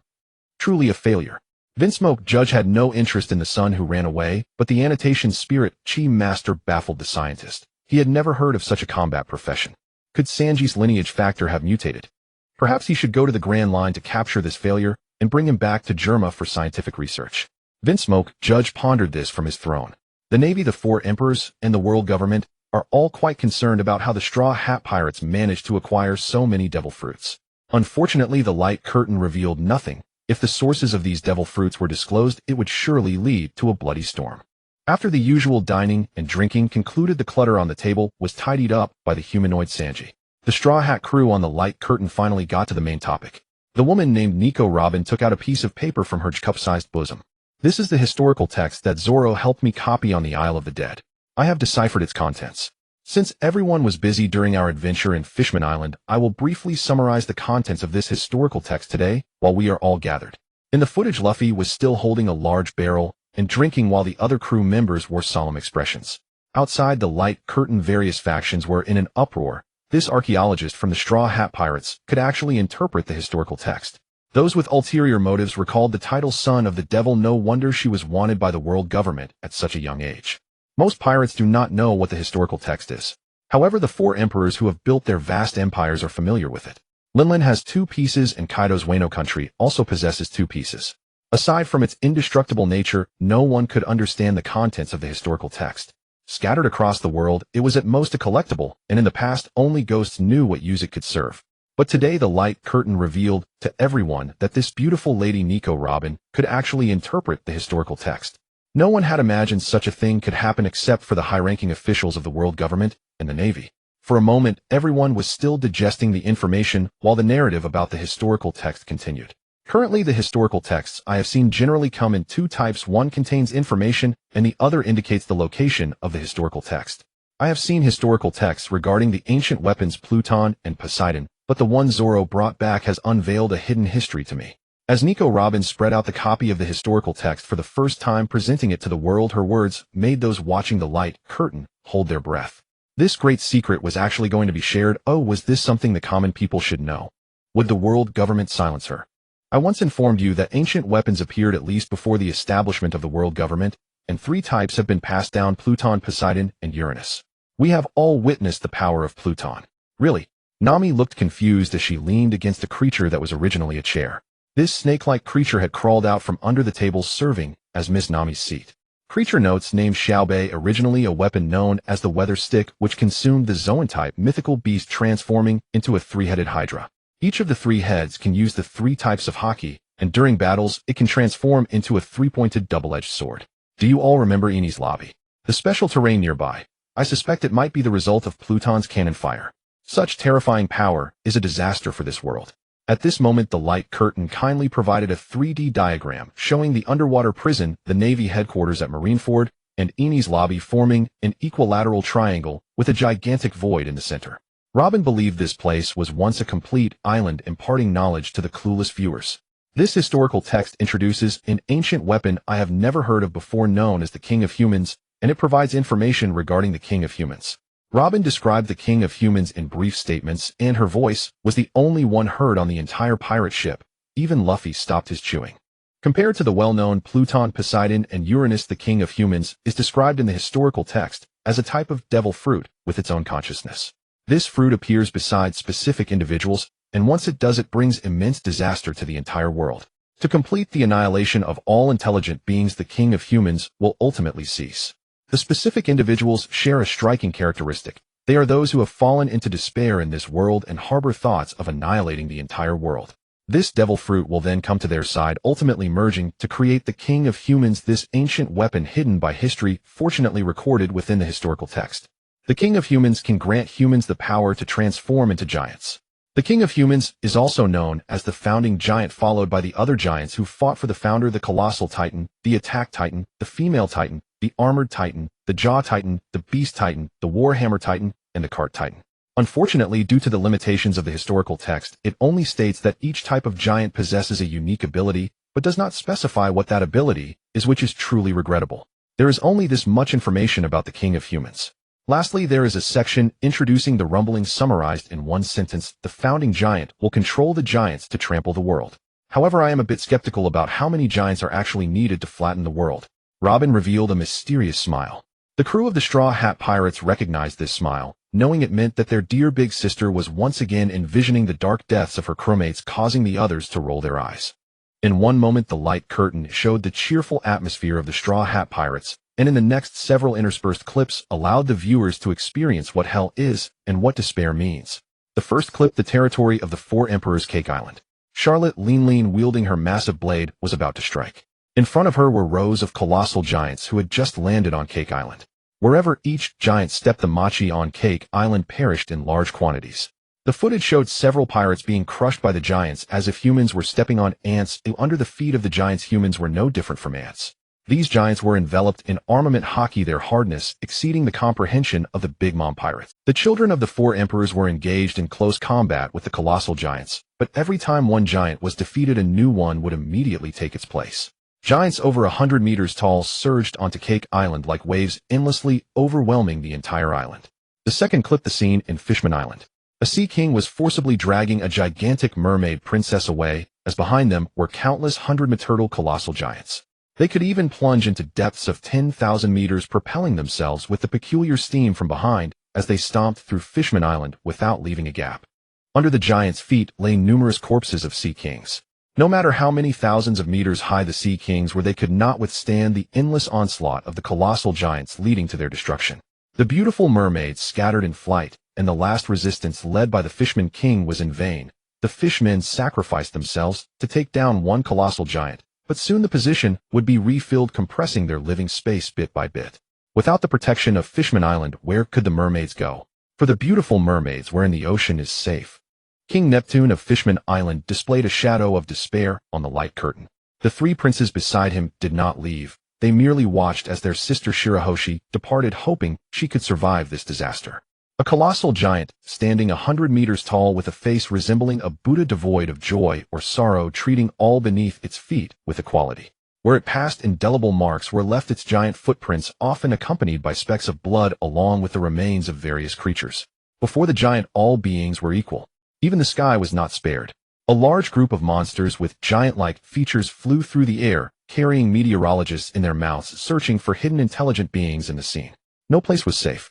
In the scene where the giants began to feast on humans, the small sky island was about to fall. The pain and despair revealed on the faces of the old men as they were chewed by the giant's teeth formed the final image of Weatheria. Somewhere on the red line a group of humans stood on the cliff. The head of a colossal giant emerged from directly above steaming. The sheer size contrast, an average human of 2 meters tall was smaller than the giant's eye, allowed the audience outside the light screen to better feel the despair of the humans in that fragment. A celestial dragon distinctly marked by an oxygen mask was carried on the shoulders of a tall slave fleeing in the opposite direction from the giant. The self-proclaimed god before the colossal giant was just like any other creature with fear and despair etched all over his face. The camera panned, and the scene explained why the red line was invaded by giants. The colossal giants worked together, stacking themselves against the cliff. The giants that arrived first paved the way for those that followed. Even such nearly vertical terrain could not stop the advance of the colossal giants. At the end of the segment, a narration remained that day humanity finally recalled the terror of being dominated by the giants and the humiliation of being trapped within the red line. After the flashback of the 4 video segments, the scene cut back to the kitchen of the Straw Hat Pirates. Everyone was still chatting and laughing, forming a stark contrast. The audience watching the light screen understood that these pirates had no idea what was coming. No wonder the opening hint suggested that this battle would be quite fierce. All the capable people have become pirates who would go destroy the world. The human king won't appear in our time, Usopp affirmed confidently. He never thought he would be so unlucky. That's true. Let's just take it as a story. Those ancient artifacts are too far away for us, Robin agreed with her crewmate. She folded the poneglyph, rubbing bit by bit, and tucked it back into her cup bosom. Nami gently stroked the dragon head beside her and reminded her captain, Luffy, didn't you have something to say to everyone? Don't tell me you forgot again with that brain of yours. 5 years later, Luffy still had that carefree personality. He set aside the special drink that Sanji Now and Okama had made for him and suddenly turned from a smiling face to a serious one. If it could make Captain Luffy so serious, then the matter must be very important. Or maybe not. Sometimes it's really hard to understand his way of thinking. He considers some trivial things very important, but the other crewmates are more than willing to play along and have fun with their captain. I wanted to talk about the devil fruits. I forgot about it at Fishman Island and only remembered these past few days. Sorry about that. The crew was waiting for him to continue listening intently, but after a long silence there was nothing. Luffy, who had been serious just moments ago, already had a snot bubble at his nose. He had fallen asleep at this crucial moment. Luffy, wake up. You always sleep at critical moments. An enraged Nami leaped up from her meat chair, grabbed the captain's collar, and shook him violently, urging this brainless captain to continue. Is it morning already? What did you want to tell us about the devil fruits? If you can't remember, it'll help you recall with my fist. Nami raised her fist and gestured it in front of Luffy's face. Nami, I'm sorry, I remember now. It's something Buggy the Clown told me. His understanding of training is amazing. The light screen then directly entered Luffy's memory, not letting this guy waste more time, already whetting the audience's appetite. 3 years ago on an island in the first half of the Grand Line that was infested with wild beasts, Luffy was fighting dozens of huge beasts. Behind him, a white-haired old man watched his disciples' training results with a satisfied expression. Luffy, that's enough for today. You've already mastered armament haki and observation haki quite well. Bring one beast carcass back to where we're staying. Character note: Vice Captain of the Roger Pirates, Rayleigh. The rubber man used all his strength, his fist coated with armament haki, as big as a giant's, and punched a pink elephant to the ground with one blow. Seeing their leader killed instantly, the other beasts scattered into the jungle. Luffy did not pursue them. He hoisted the prey onto his shoulder and followed Rayleigh. The so-called dwelling was just 2 simple tents. The only advantage was that one side could provide shelter from wind and rain. Luffy built a fire. Rayleigh used his sword to cut today's ingredients into fist-sized slices, threaded them onto branches, stood them by the fire, added some salt, and roasted them directly. That was their daily meal. Sometimes they ate some fruits from the island. If unlucky, they would get poisoned. With no doctor on the island, they had to endure the poison with their bodies. When Luffy first came here, he suffered a lot. By this time, he had learned his lesson. He never ate fruits he hadn't tried before. While waiting for the beast meat to roast, Rayleigh was originally sitting by the fire with his eyes closed, resting. Suddenly, he opened his eyes and looked up at the sky. At some point, a magnificent ancient-style city was floating above the two of them. Wow, a flying city. The sea really does have everything. Luffy also noticed the suddenly appearing city. But having outsiders visit this godforsaken island made the newly adult young man quite happy. It's coming for us. Rayleigh and Luffy both heard a sound of a string instrument. When they opened their eyes again, the surrounding scene had changed. They were already inside the moving city. A building beneath them carried them upward, and around them lights lit up one by one. So cool. The buildings around us are all moving. Luffy leaned down to look below. The entire space's ancient-style buildings were constantly moving. The two of them rose and fell with the structures. The whole space kept changing as if it was forming something, filling this curious boy with interest. The ancient-style buildings kept assembling together. Another string sound was heard, and the surrounding buildings finally stopped, revealing their original form. The two sensed a powerful presence with their observation hockey. Vice Captain Rayleigh, it's been a long time. The speaker was a man nearly 4 meters tall with a strikingly red nose and clown makeup on his face. He sat on the highest throne looking down at the two guests. Rayleigh stared at the man on high with an incredulous expression. You are Buggy. On Donghai Feihua Island, all members of the clown pirate crew gathered together. Buggy was surrounded by the crew who had never held any favorable feelings towards the Straw Hat Pirates. Seeing so many ability users appear after 5 years filled them with envy. Then a massive city appeared in the sky and Rayleigh and Luffy were instantly drawn into it. When they saw the future Buggy emerge, the surrounding henchmen erupted in enthusiastic cheers. Captain Buggy's entrance is so cool. Is this floating city constantly changing also the work of an ability user? The future headquarters of the clown pirate crew is actually in the sky. The Navy won't be able to touch us. Amidst the praises of his companions, Buggy's eyes were fixated on his future self in the light screen. That wild and unrestrained aura was something he had never possessed. He knew his own limitations, yet he desperately wanted to become like the figure in the light screen. The vibrant clown makeup fascinated Buggy, and in such a lively atmosphere the weaker Buggy understood the art of leadership, allowing those who initially followed him to enjoy themselves today. Let's have a banquet to celebrate our future. The remnants of the clown pirate crew brought out the food and drinks they had scavenged over the past few days. While everyone was busy, the alluring Yalberta sat next to Buggy and spoke in a gentler tone. Captain, I wonder if you have time tonight to come to my room for a drink. Buggy thought to himself that such good fortune was rare. The content on the light screen continued, and the reappearance of Clown Buggy stirred the sensitive nerves of the Navy. Rayleigh, I've changed quite a bit, but you should still recognize me, right? Rayleigh, usually a cheerful and charming old man, faced a familiar person on the ship with a wary expression instead of his usual smile. The aura emanating from you is completely different from the Buggy I know. You are like a different person now. Perhaps a monster has stolen Buggy's body. As soon as he finished speaking, Rayleigh drew his sword and instantly vanished from beside Luffy, slashing towards Buggy at the main seat. He wanted to test who this person truly was. Of all people to impersonate, why choose Clown Buggy? The former crewmates, facing each other with weapons drawn, Buggy's exaggerated smile remained unchanged. He merely said to the kneeling woman in kimono beside him, Mingnu, you don't need to intervene. Understood. Buggy met Rayleigh's incoming strike head-on without using any weapons, relying solely on his own body to absorb the enemy's attack. The clash of sword and fist began with a contest of hockey, later evolving into a collision of conquerors' hockey. Two powerful auras converged and violently spread outwards, creating a storm centered around them. Luffy, who was behind, grabbed onto a piece of the building. His small frame was nearly blown away by the force, while Mingnu, the kimono-clad woman, played her pipa and moved the building to shield herself. Rayleigh, you truly are as sharp as ever. Even at your age, you can unleash such formidable conquerors' hockey. It's a pity you're retired now. Kid, I never thought you were hiding your true self all along, just like Shanks. When did you start? The plain clash of conquerors' hockey allowed Luffy to see its application. In front of these two monsters, he suddenly felt he had a lot of room for improvement. After confirming each other's identities through their battle, Rayleigh and Buggy reconciled once again, as they had once sailed on the same ship and held no grudges against each other. Buggy invited Luffy and Rayleigh to join him at the table, as this lavish banquet was prepared specifically for Mingnu. Please call Barrett back. He probably hasn't seen the vice captain since he escaped from prison. The camera zoomed in on the kimono-clad woman, whose attire and demeanor were reminiscent of the women from Wano, except her thick hair covered half of her face. Alright. Character note: Mingnu, the 5th member of the Clown Pirate Crew's 12 Demon Moons, a paramecia-type user of the City Fruit. Mingnu gently plucked the strings of her pipa with one hand, producing the familiar sound that Rayleigh and Luffy had heard before pulling them into this scene. A familiar figure to Rayleigh was pulled into this moving city, a robust man with light golden hair. For a moment, he was still feeling the spatial changes, his expression somewhat dull.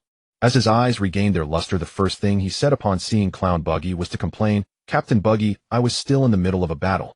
Did Mingnu call me back for something? Character note: former crew member of the Pirate King, currently the 4th member of the Clown Pirate Crew's 12 Demon Moons, a paramecia-type user of the combined fruit. Barrett, didn't you see me? So Rayleigh is here. No wonder I was suddenly called back. Barrett sat beside Rayleigh, drinking heartily from a jug of alcohol. After just finishing a battle, drinking a bit of alcohol at this time felt delightful. He even found time to toast to the former vice captain. I never thought we would meet again, Rayleigh. You've aged quite a bit too. In his memory, Rayleigh, known as the Dark King, had a head full of golden hair. The Rayleigh before him not only had completely white hair, but even his beard and eyebrows had turned white. Considering the time, he must be nearly 80 now. Time waits for no one. It's been over 20 years since we last met. How quickly time flies. Since Roger kicked off the great pirate era, Barret was soon imprisoned in the underwater prison. Over 20 years had passed in the blink of an eye. After downing some alcohol, Rayleigh felt a wave of nostalgia. He truly felt old. If it weren't for Luffy, he might have spent his entire life on Sabeti Archipelago. Barret glanced at the straw hat-wearing kid beside Rayleigh, whose head was buried in food. Due to being a rubber man, he could stuff a lot of food into his mouth at once and his cheeks were puffed up like a big meatball. That's Luffy, right? Just as Captain Buggy described, he's somewhat reminiscent of Roger. Buggy, noticing the eager expression on his subordinate's face, quickly intervened. You're picking the wrong opponent. The current Luffy can't take a few punches from you. Even Captain Roger had a growth process. Right now he's still too immature. He is the benefactor of the prisoners who escaped from the underwater prison. I owe half of my escape from the 6th level to him. I'll let him off this time. Luffy was spared from a beating today, but he was completely oblivious, fully focused on the delicious food. After more than 2 years of intense training, this was the first time he got to enjoy such delicacies, almost bringing him to tears, as he had grown tired of eating roasted beast meat for 2 years. Everyone enjoyed the feast, exchanging a few stories about their time on Roger's ship, reminiscing about that legendary experience. The casual chatter in the light screen continued for a while, discussing trivial matters aboard Roger's ship, such as beautiful women, drinks, and the crew's embarrassing incidents. Ultimately, there was no critical intelligence, just a way to connect with each other. Buggy, you didn't invite me, and Luffy, just for this meal, did you? If there's something on your mind, just say it directly. Rayleigh felt he had eaten enough and proactively brought up the topic, sensing that the other party had something to ask. After the Marineford War, I guessed that Luffy would train with you. Starting from scratch to learn hockey, I believe 2 years should be enough. I'm afraid if you keep teaching him, it might mislead him. Roger and Luffy are 2 different types of fighters. Pushing him onto Roger's path would only waste this kid's talent. Buggy's words sounded quite harsh to Rayleigh. After diligently teaching for 2 years, did he not earn any merit or suffer? In the end, to be accused of misleading the student was infuriating. After all, he was a nearly 80-year-old man. Oh, was it easy to teach a disciple? The main character in the conversation continued to eat and drink, constantly stuffing various delicacies into his mouth. The rubber man seemed to have a bottomless pit for a stomach, desperately replenishing food. If one did not know that Rayleigh was dining and living with him, they might think this child had been starved for the past 2 years. What else can he learn if not hockey? The second half of the Grand Line is dominated by hockey. If he doesn't master the 3 types of hockey with his personality, he won't get far. Is the 3-color hockey really that useful, eh? Luffy has eaten a devil fruit. He should focus more on developing the abilities of the devil fruit. As for hockey, it should be sufficient for him. Rayleigh and Buggy's argument left neither party convinced, both believing they were right. Since their ideas clashed, the only way to resolve it was to compare and practice to see who was indeed correct. Barret, I've taught you so much in these 2 years. Why not use your new skills to spar with Rayleigh? That old man still clings to ideas from the previous era. Putting down the wine barrel, Barret stood up from his seat. He had already escaped for 2 years, yet had not found an evenly matched opponent. Today was just right to practice against the former vice-captain. Rayleigh, it's been a long time since we fought. I wonder if your skills have declined. I won't be holding back this time. Ming Nu, prepare a venue for them in Infinite City. Yes. The woman in the kimono, kneeling down, plucked the strings of her pipa, the sound of the strings acting as a switch, causing the internal scene to begin to rotate and change. Logically, some unsupported structures would fall from the sky, but the entire space was solidified by the power of the devil fruit, allowing the cadre named Ming Nu to manipulate it at will. After a minute of changes in the venue, the dining and drinking seats were raised high, while a circular flat ground formed directly in front, and with the sound of the strings, Infinite City ceased its operation. I, with these old bones, still have to fight you in the end. I should have just hidden away forever. Rayleigh, you can't have that kind of mindset. Ooh, I want show mercy this time. Barret and Rayleigh were sent to today's battlefield, both of them already taking their stances, and the 3 spectators on the platform were eager to see their brilliant performances. Rayleigh, let me show you my newly developed devil fruit ability. Although Barret said he would use his devil fruit power, he didn't seem to assemble anything onto himself, charging straight into close combat with Rayleigh. The latter drew his sword, enveloping it with armed hockey, clashing against Barret's approaching fist. The battle between the 2 sides lasted for over a dozen exchanges, with armed hockey, observation hockey, and conqueror's hockey all being used continuously in the arena. Luffy paused his eating, never having seen Rayleigh unleash his true strength before, and was captivated watching the fierce duel between the 2 powerful fighters. Buggy stood beside Luffy, observing the battle of the terrain-destroying powerhouse, while saying to the short figure next to him, "After watching for so long, have you noticed anything wrong?" Luffy watched Barret and Rayleigh battle for dozens of exchanges. This level of power made him understand the gap between himself and the strong. However, when asked if he noticed anything specific, he shook his head, his eyes sparkling with anticipation as he looked at Buggy, hoping for a satisfactory answer. It's simple. Oh, pay attention to Rayleigh's attack moves. That old guy's stamina and hockey are slightly declining. Don't you feel like Barrett is getting stronger and stronger? Rayleigh on the sidelines fully agreed with Buggy's perspective. Although his sword techniques could harm Barrett's body, it still felt off. The opponent seemed to be growing braver with each battle, his physical attributes improving. Logically, both sides had used their full strength from the beginning. All along, Rayleigh had not realized that Barrett was using his combined devil fruit. This was not his fault. Previously, Barrett had used his combined devil fruit to create a monstrous body in which he acted as the pilot. Such a large physique was sufficient to deal with minions, but when facing strong opponents, it would be easily torn apart. Barrett's strength relied on his physique and hockey. Eating the combined devil fruit instead added a weakness. With his failure as a case study, the people on Roger's ship were even less inclined to consume devil fruits, a sentiment later championed by the red-haired Shanks. Rayleigh, I have been using the combined devil fruit from start to finish. Any damage you cause me becomes integrated with me, and the harm is converted into special energy that enters my body, a concept provided to me by Captain Buggy. Barrett's increasingly formidable body absorbed Rayleigh's sword techniques. No matter how much damage the opponent inflicted on him, he converted that damage into energy that replenished himself. His wounds healed rapidly, and his stamina, hockey, and mental strength were all greatly replenished, making him an inexhaustible fighting machine. This kind of close-quarters combat suited him perfectly, allowing him to fully utilize his advantages. What an unfair ability! Rayleigh finally resolved his doubts. He had not expected that the combined devil fruit could be developed in such a way, allowing Barrett's raw power to at least rise a level. He understood that continuing to fight would be meaningless. Engaging in a prolonged battle with such a monster was simply inviting suffering. Stop it, you monster. This old man doesn't want to get hurt. I want to live a few more years. I just warmed up. No way, you have to fight me a bit longer. Barrett stubbornly continued to throw punches, unwilling to stop the fight, feeling uncomfortable if he didn't engage in battle for a day. Barrett, stop. If we keep fighting, it will hurt our feelings. Why don't you and Vice Captain Rayleigh join forces? Buggy's command instantly cooled Barrett, who was in a frenzied state of battle.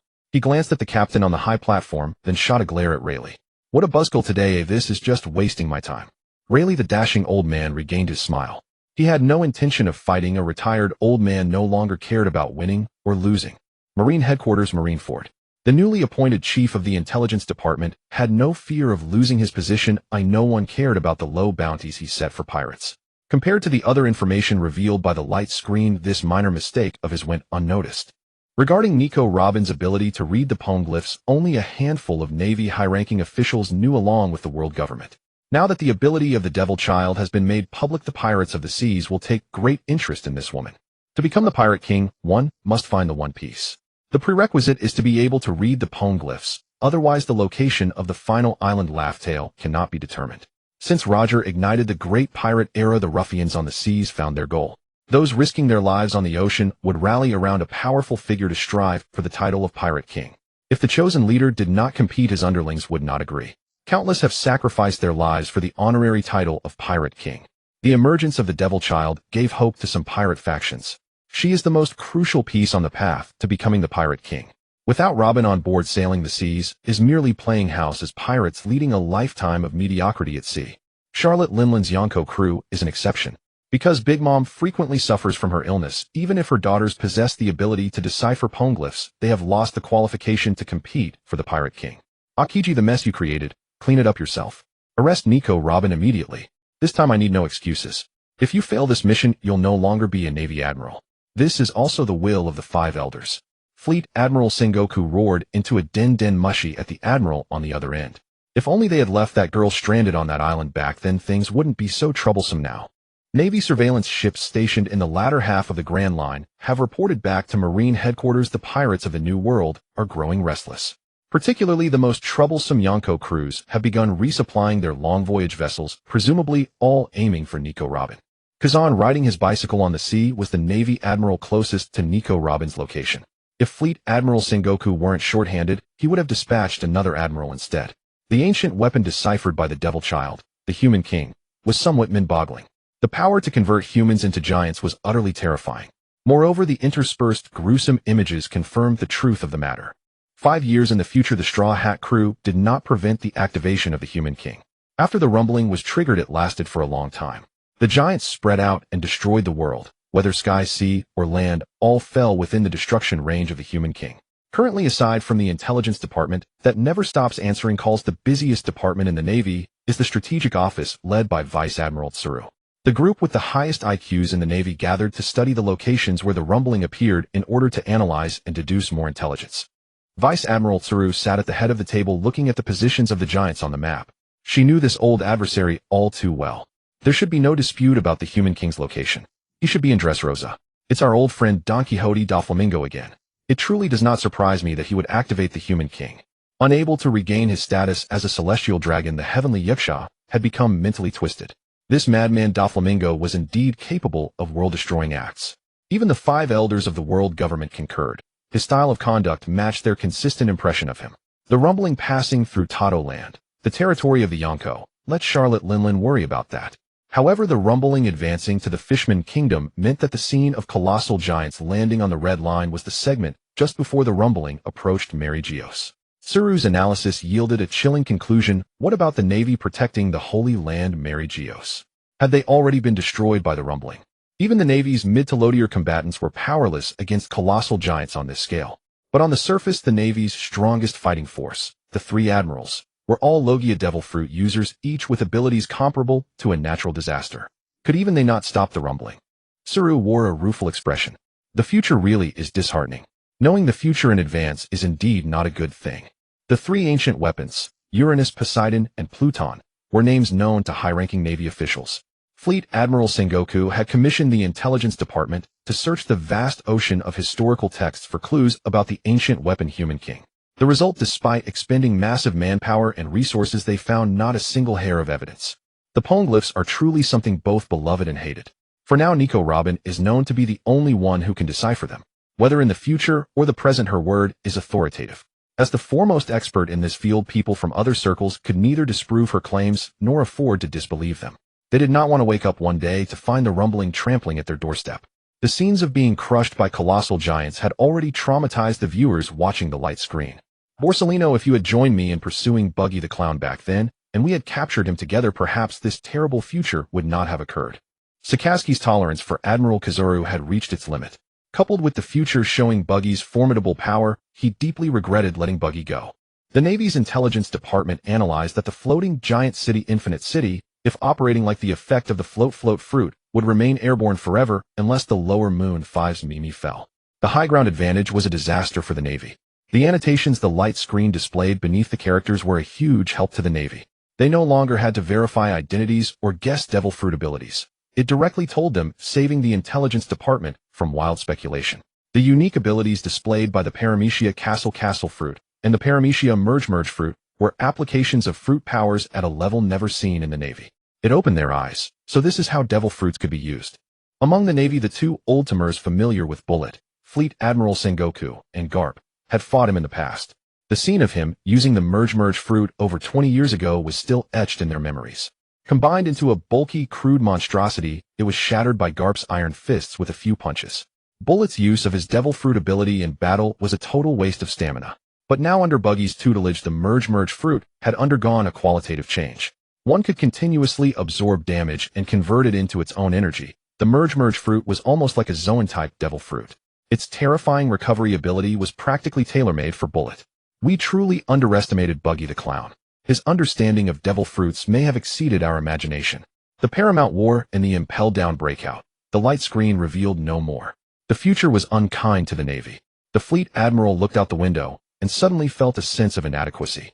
Could he truly lead the Navy well in the future? Do you understand your gum fruit, Luffy? I have never agreed with the notion that the devil fruit is despised by the sea. The devil fruit embodies the most primal power of this world.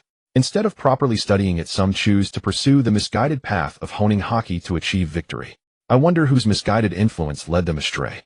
The teachings of the clown Buggy in the light curtain made the audience reflect on their own issues, especially those who were not particularly strong in their fruit abilities, yet insisted on the futile path of honing hockey. Have they truly gone astray?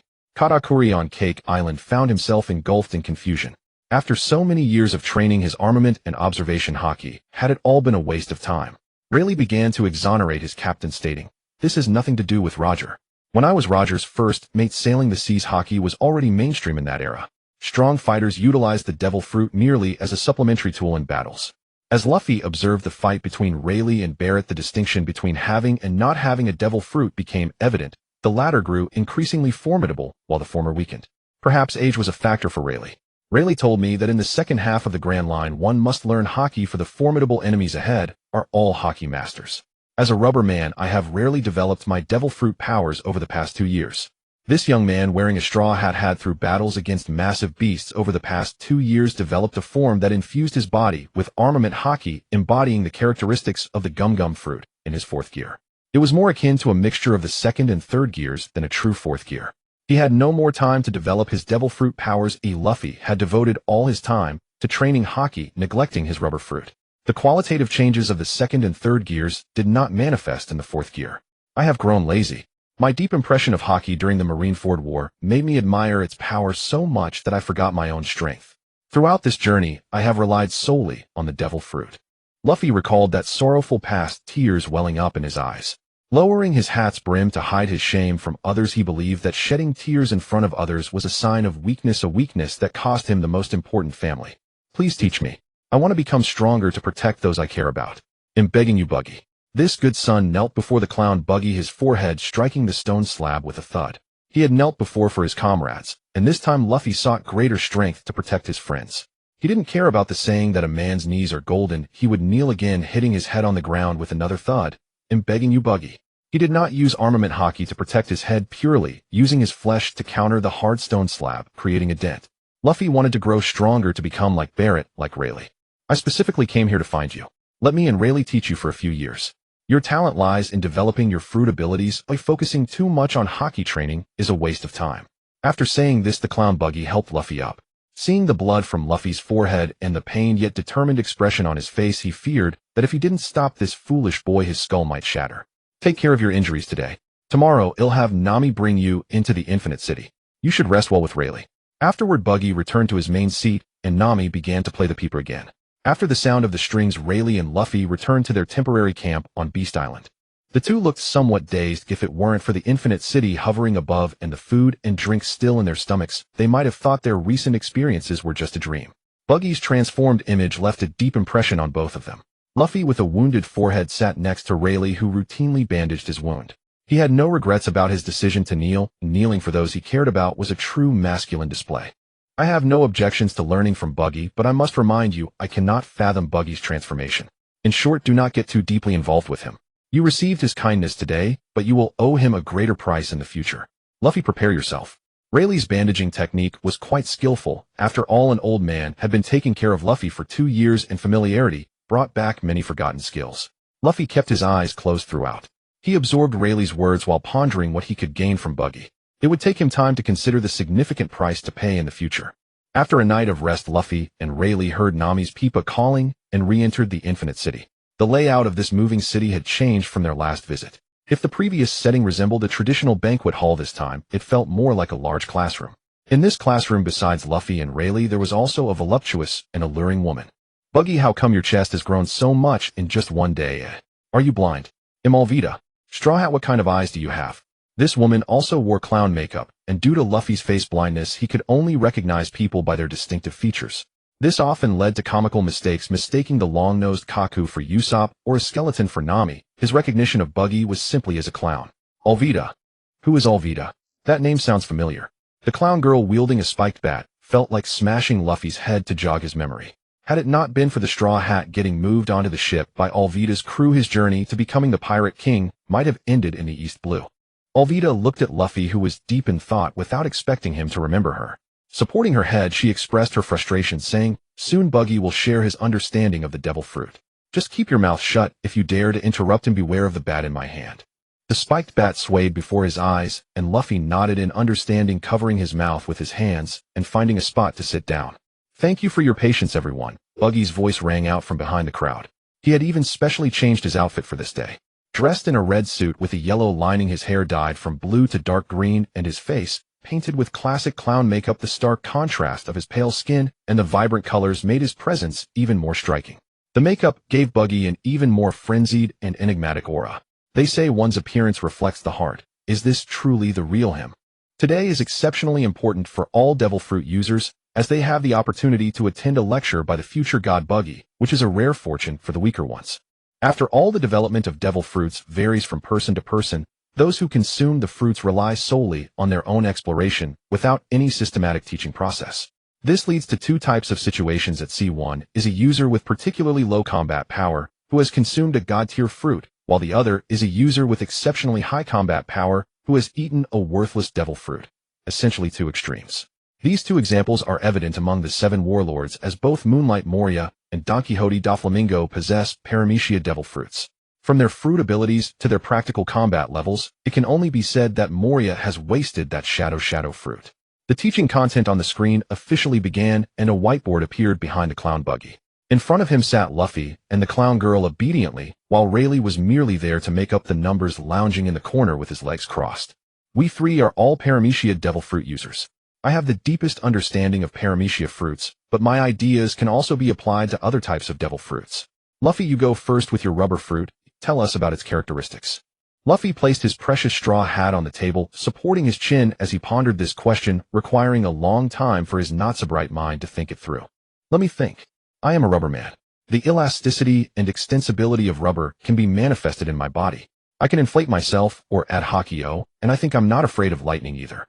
After about 5 minutes of contemplation, he arrived at these insights, indicating that he had developed the abilities of the rubber fruit to their limit. His progress today is due to his own hard work and the honing of his fruit's abilities. I classify paramecia devil fruits into two types, external and internal. In the initial state, a user who consumes a devil fruit will only experience one of the aforementioned situations. And Luffy, your rubber fruit like mine that can only split its own body belongs to the internal type. During Buggy's subsequent explanation, he provided several examples of devil fruit users, including Mr. 3 from Baroque Works. The wax fruit user Mr. 3 can only create wax liquid externally, which is a type of Charlotte Linland's son Owen, who possesses the heat fruit ability, can generate heat in objects, but cannot heat himself, which is another type of external fruit. Moonlight Moria, as a shadow fruit user, can cut off and utilize other shadows. However, his method of swallowing the shadows is a recipe for disaster, as his body cannot sustain so many shadows. After being defeated, the shadows can escape, meaning he cannot absorb them, making it a waste of the devil fruit, and it falls under the external type.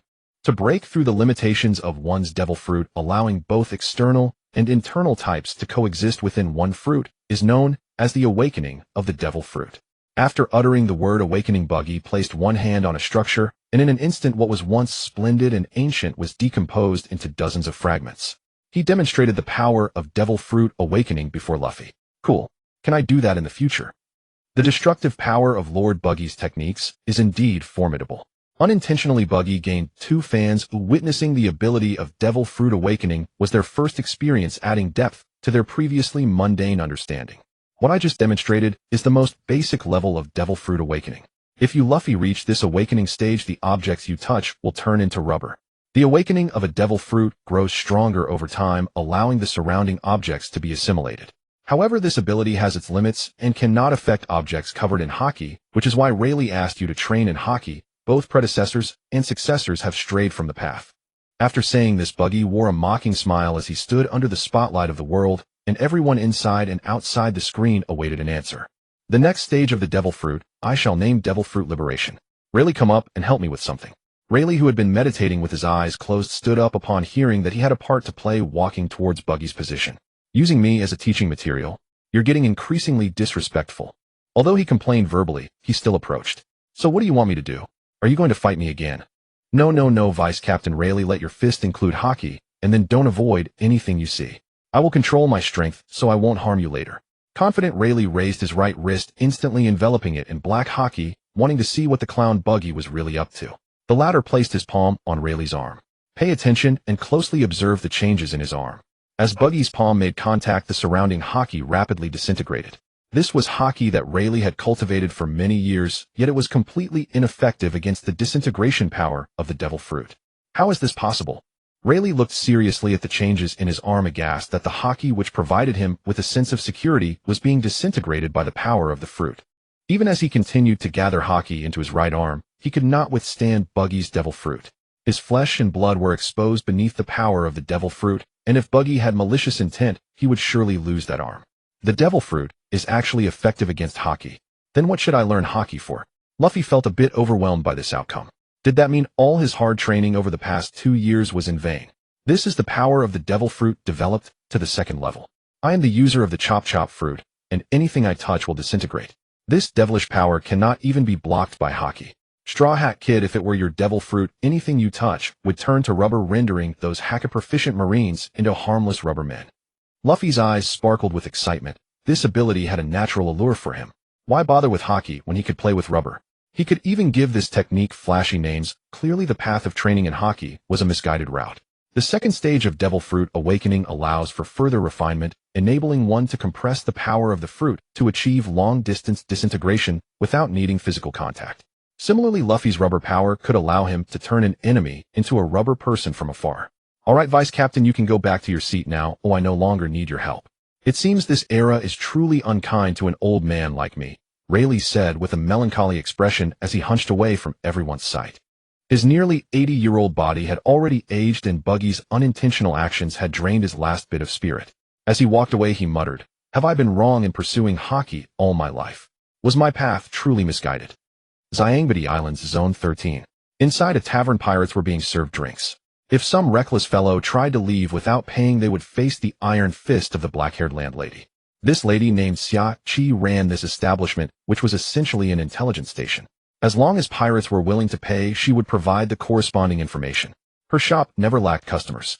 The pirate crews landed on these islands to coat their ships for diving 10,000 meters underwater, bypassing the Red Line through the sea to enter the latter half of the Grand Line. Pirate crews with some strength did not stay long.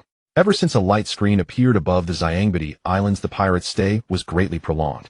They were all captivated by what was shown on the screen. Business related to pirates flourished, and more murders and arson occurred on the island. The Navy only maintained basic order in this black area. The world government preferred that these pirates, after coating their ships, would quickly dive into the sea and head to the New World, a journey with a 50 mortality rate. Reducing the number of pirates through such means was an unspoken understanding. Everyone knew it. Xiaoqi, give me another barrel of wine. The things on the light screen are so interesting. Seriously, I really want to join the clown pirates. A piece of trash like you can't even beat me. Why would such a strong crew want you? If I can't be an officer in the clown pirates, I can at least be an elite soldier. The scenes in Infinite City are fascinating. It could probably hold tens of thousands of people living together. The tavern guests chattered on, fully believing the information on the screen and yearning for the clown pirates. Following a particularly awesome captain would make life easier. Hey, race the wine, but let's be clear, pay first, no credit in this shop. Ms. Xiaoqi carried 2 large barrels of wine and placed them before the guest, then gestured for payment.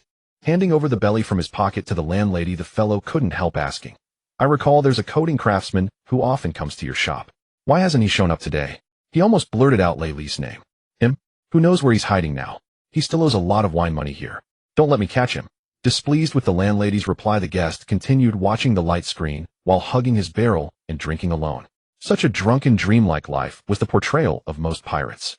After collecting the money, the landlady walked into the wine cellar, where a handsome, white-haired old man was hiding, sighing over the future content on the light screen. "Laylee, you'd better not go out these days. Your appearance and identity have been exposed by the light screen. Many people here on the Xiangbidi Islands have seen you. Don't cause me trouble. I don't want to move away so soon." Xiaoqi leaned against a wine barrel. She wanted to light a cigarette to ease her anxiety, but then remembered this was the wine cellar, so she gave up that dangerous idea. "I've lived too long. Live too long, and you'll see all sorts of things.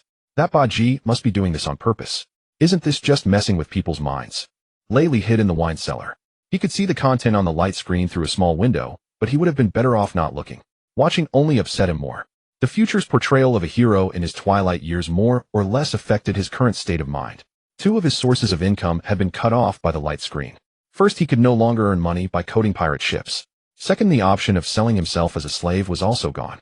Cutting off someone's livelihood is like killing their parents. Lee's hard days were yet to come. Originally, he had been semi-retired. The world government knew he was on the Xiangbidi Islands, but seeing that he had not caused trouble for over 20 years, they turned a blind eye to Laylee's presence. Now he could only lie low in Xiaoqi's tavern. Xiaoqi, unable to smoke, couldn't help retorting to her man. "Even if he did it on purpose, so what? It's still because you misjudged him in the first place. With your current strength, you can't even defeat Baji's subordinate, the escaped Balete. You stay quietly in the wine cellar for a while." In terms of influence, Clown Baji had already surpassed the former vice captain of the Pirate King before her. Xiaoqi worried that the world government, in order to find him, would implicate the surviving crew members of Roger. I really misjudged him before. Bajai's talent is no less than Xiang Kusis. Was his acting just too good back then, or were we all too stupid? Laley scratched his head, constantly recalling scenes of interacting with Baji on Roger's ship. After a long time of digging through old memories, he could not find a single flaw. The clown on the light screen was practically a different person. The clown Baji on the light screen had been exposed by the world for his second stage ability of the demon fruit. Unexpectedly, he still had more tricks up his sleeve. The second stage liberation of the demon fruit. This is a realm I achieved 5 years ago. Now I have taken another step forward. I have reached the third stage. There's a third stage. Wow, I want to learn that too. Lu Fei jumped straight up from his stool, about to pounce on Baji. Straw Hat Boy, you behave yourself. Clown Woman Ya Bei-ta grabbed Lu Fei by the back of his collar, preventing this carefree fellow from offending her idol. Lu Fei, I acknowledge your talent. I was going to teach you this move anyway. If you don't learn it in the future, the world will lose a lot of fun. The third stage of the demon fruit was named Domain by Clown Baji. If the awakening stage of the demon fruit corresponds to 1% in terms of development, and the liberation stage is only 10%, then the final domain stage of the demon fruit can be said to be infinitely close to 100%. That is the power closest to the origin of the demon fruit. What is Baji's domain? I can't quite understand. The mischievous Lu Fei raised his hand like a good student, humbly seeking guidance from Clown Baji. Once the demon fruit domain is activated and envelopes the enemy, the demon fruit ability has a 100% hit rate within the domain. Straw Hat Boy, words are ultimately pale. Let me show you my exclusive domain power. The viewers outside the light screen saw the shocked expressions of Lu Fei and the others, but did not get to see Clown Baji release his domain. Lu Fei's memory from 3 years ago abruptly ended here, and the perspective returned to the year 1525 of the Sea Circle calendar. The audience, who had been looking forward to this scene, were almost furious. They never expected the light screen to pull such a stunt, skipping the crucial part just like that. Was it intentional? Kataku Li, who was on Cake Island, was so angry that he crushed the wine glass in his hand. What exactly is the third stage of the demon fruit? And the domain? Awakening, liberation, and domain became the hot keywords of the day in the pirate world. Holy Land, Mariehua. The 5 elders, the 5 supreme authorities of the world government, have been zealously convening meetings recently, all due to the appearance of the light curtain. However, after dispatching men to search for so long, they still haven't found the person behind the light curtain.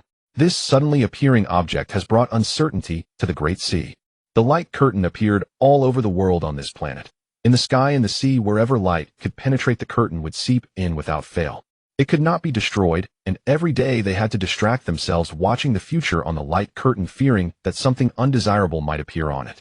Several times the 5 elders considered awakening Imsama, letting this supreme being find a way to help the celestial dragons resolve this great trouble.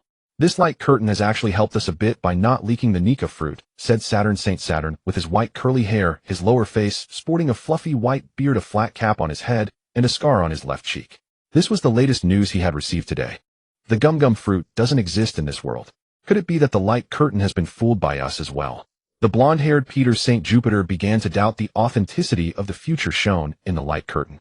Perhaps it's also possible that in the year 1525 of the Sea Circle calendar, Garp's grandson hadn't awakened his fruit yet, and that annotation should be based on his current state, said the only bald 5 elder Nesidros St. Venus, as he actively came up with excuses for the light curtain. It's still an unexpected gain. The ancient weapon, the human king, actually exists like this. The poneglyphs don't lie. Bring Nico Robin back, we need more content. Mars St. Mars, feeling both disgust and longing for the indestructible poneglyphs, wanted to understand the specific content on those stones. For ancient weapons had already appeared: Uranus, Pluton, Poseidon, and the human king. Perhaps deciphering more poneglyphs could yield more information about these weapons. These things enough to overturn the world must be grasped by the world government. Warcury St. Mercury wanted to cause trouble for someone. Have Doflamingo come to the Holy Land. He needs to explain the matter of the human king to us. Conflicts among celestial dragons are our internal affairs. Has the human king devil fruit been eaten by someone? Regarding the Nika fruit, the 5 elders had lowered their vigilance toward Luffy to the minimum. Judging from Garp's grandson's reckless demeanor, even if the fruit awakened, it would have nothing to do with Joy Boy. As long as he kept playing around with rubber and didn't bring out any sun god, it would remain within the world government's tolerance. In the 800 years of world government rule, many people had eaten the Nika fruit, but not one had become Joy Boy. The 5 elders believed this time would be no different. Let that self-aware Nika fruit remain the gum fruit forever. Who's who on Onigashima felt deceived. This thing called the gum-gum fruit had ruined his reputation and forced him to join the Beast Pirates. Now that the light curtain hadn't revealed any information about the Nika fruit, was he being fooled by the world government? Red-haired Shanks, still in the second half of the Grand Line, found the content displayed by the light curtain far beyond his comprehension. That arrogant guy Bullet actually acknowledged Buggy the Clown as his captain.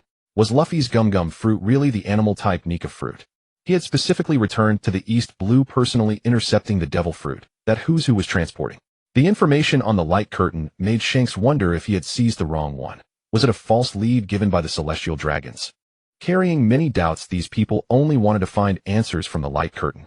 The scene on the Thousand Suns to develop a devil fruit into so many stages that Buggy the Clown must have studied for many years, Chopper marveled. Nami steered the conversation toward Luffy. Where did you get that Ricky fruit? Making your slippers into weapons. Luffy, sometimes I really can't figure out how you think. In Luffy's subsequent explanation, the crew understood one thing: the Ricky fruit was actually given to him by Buggy the Clown. Combining a pair of slippers with a paramecia-type devil fruit was the masterpiece of a cool uncle who liked playing with snakes. What amazing technology. I only knew that inanimate objects could fuse with Zoan-type devil fruits.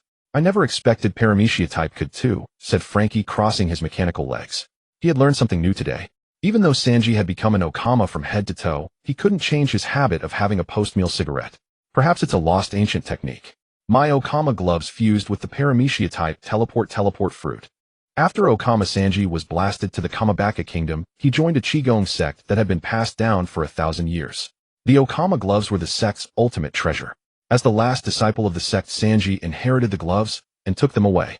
Usopp the broad-shouldered muscle man agreed with Okama Sanji. My weapon, the slingshot Black Kabuto, was imbued with the paramecia-type judgment fruit.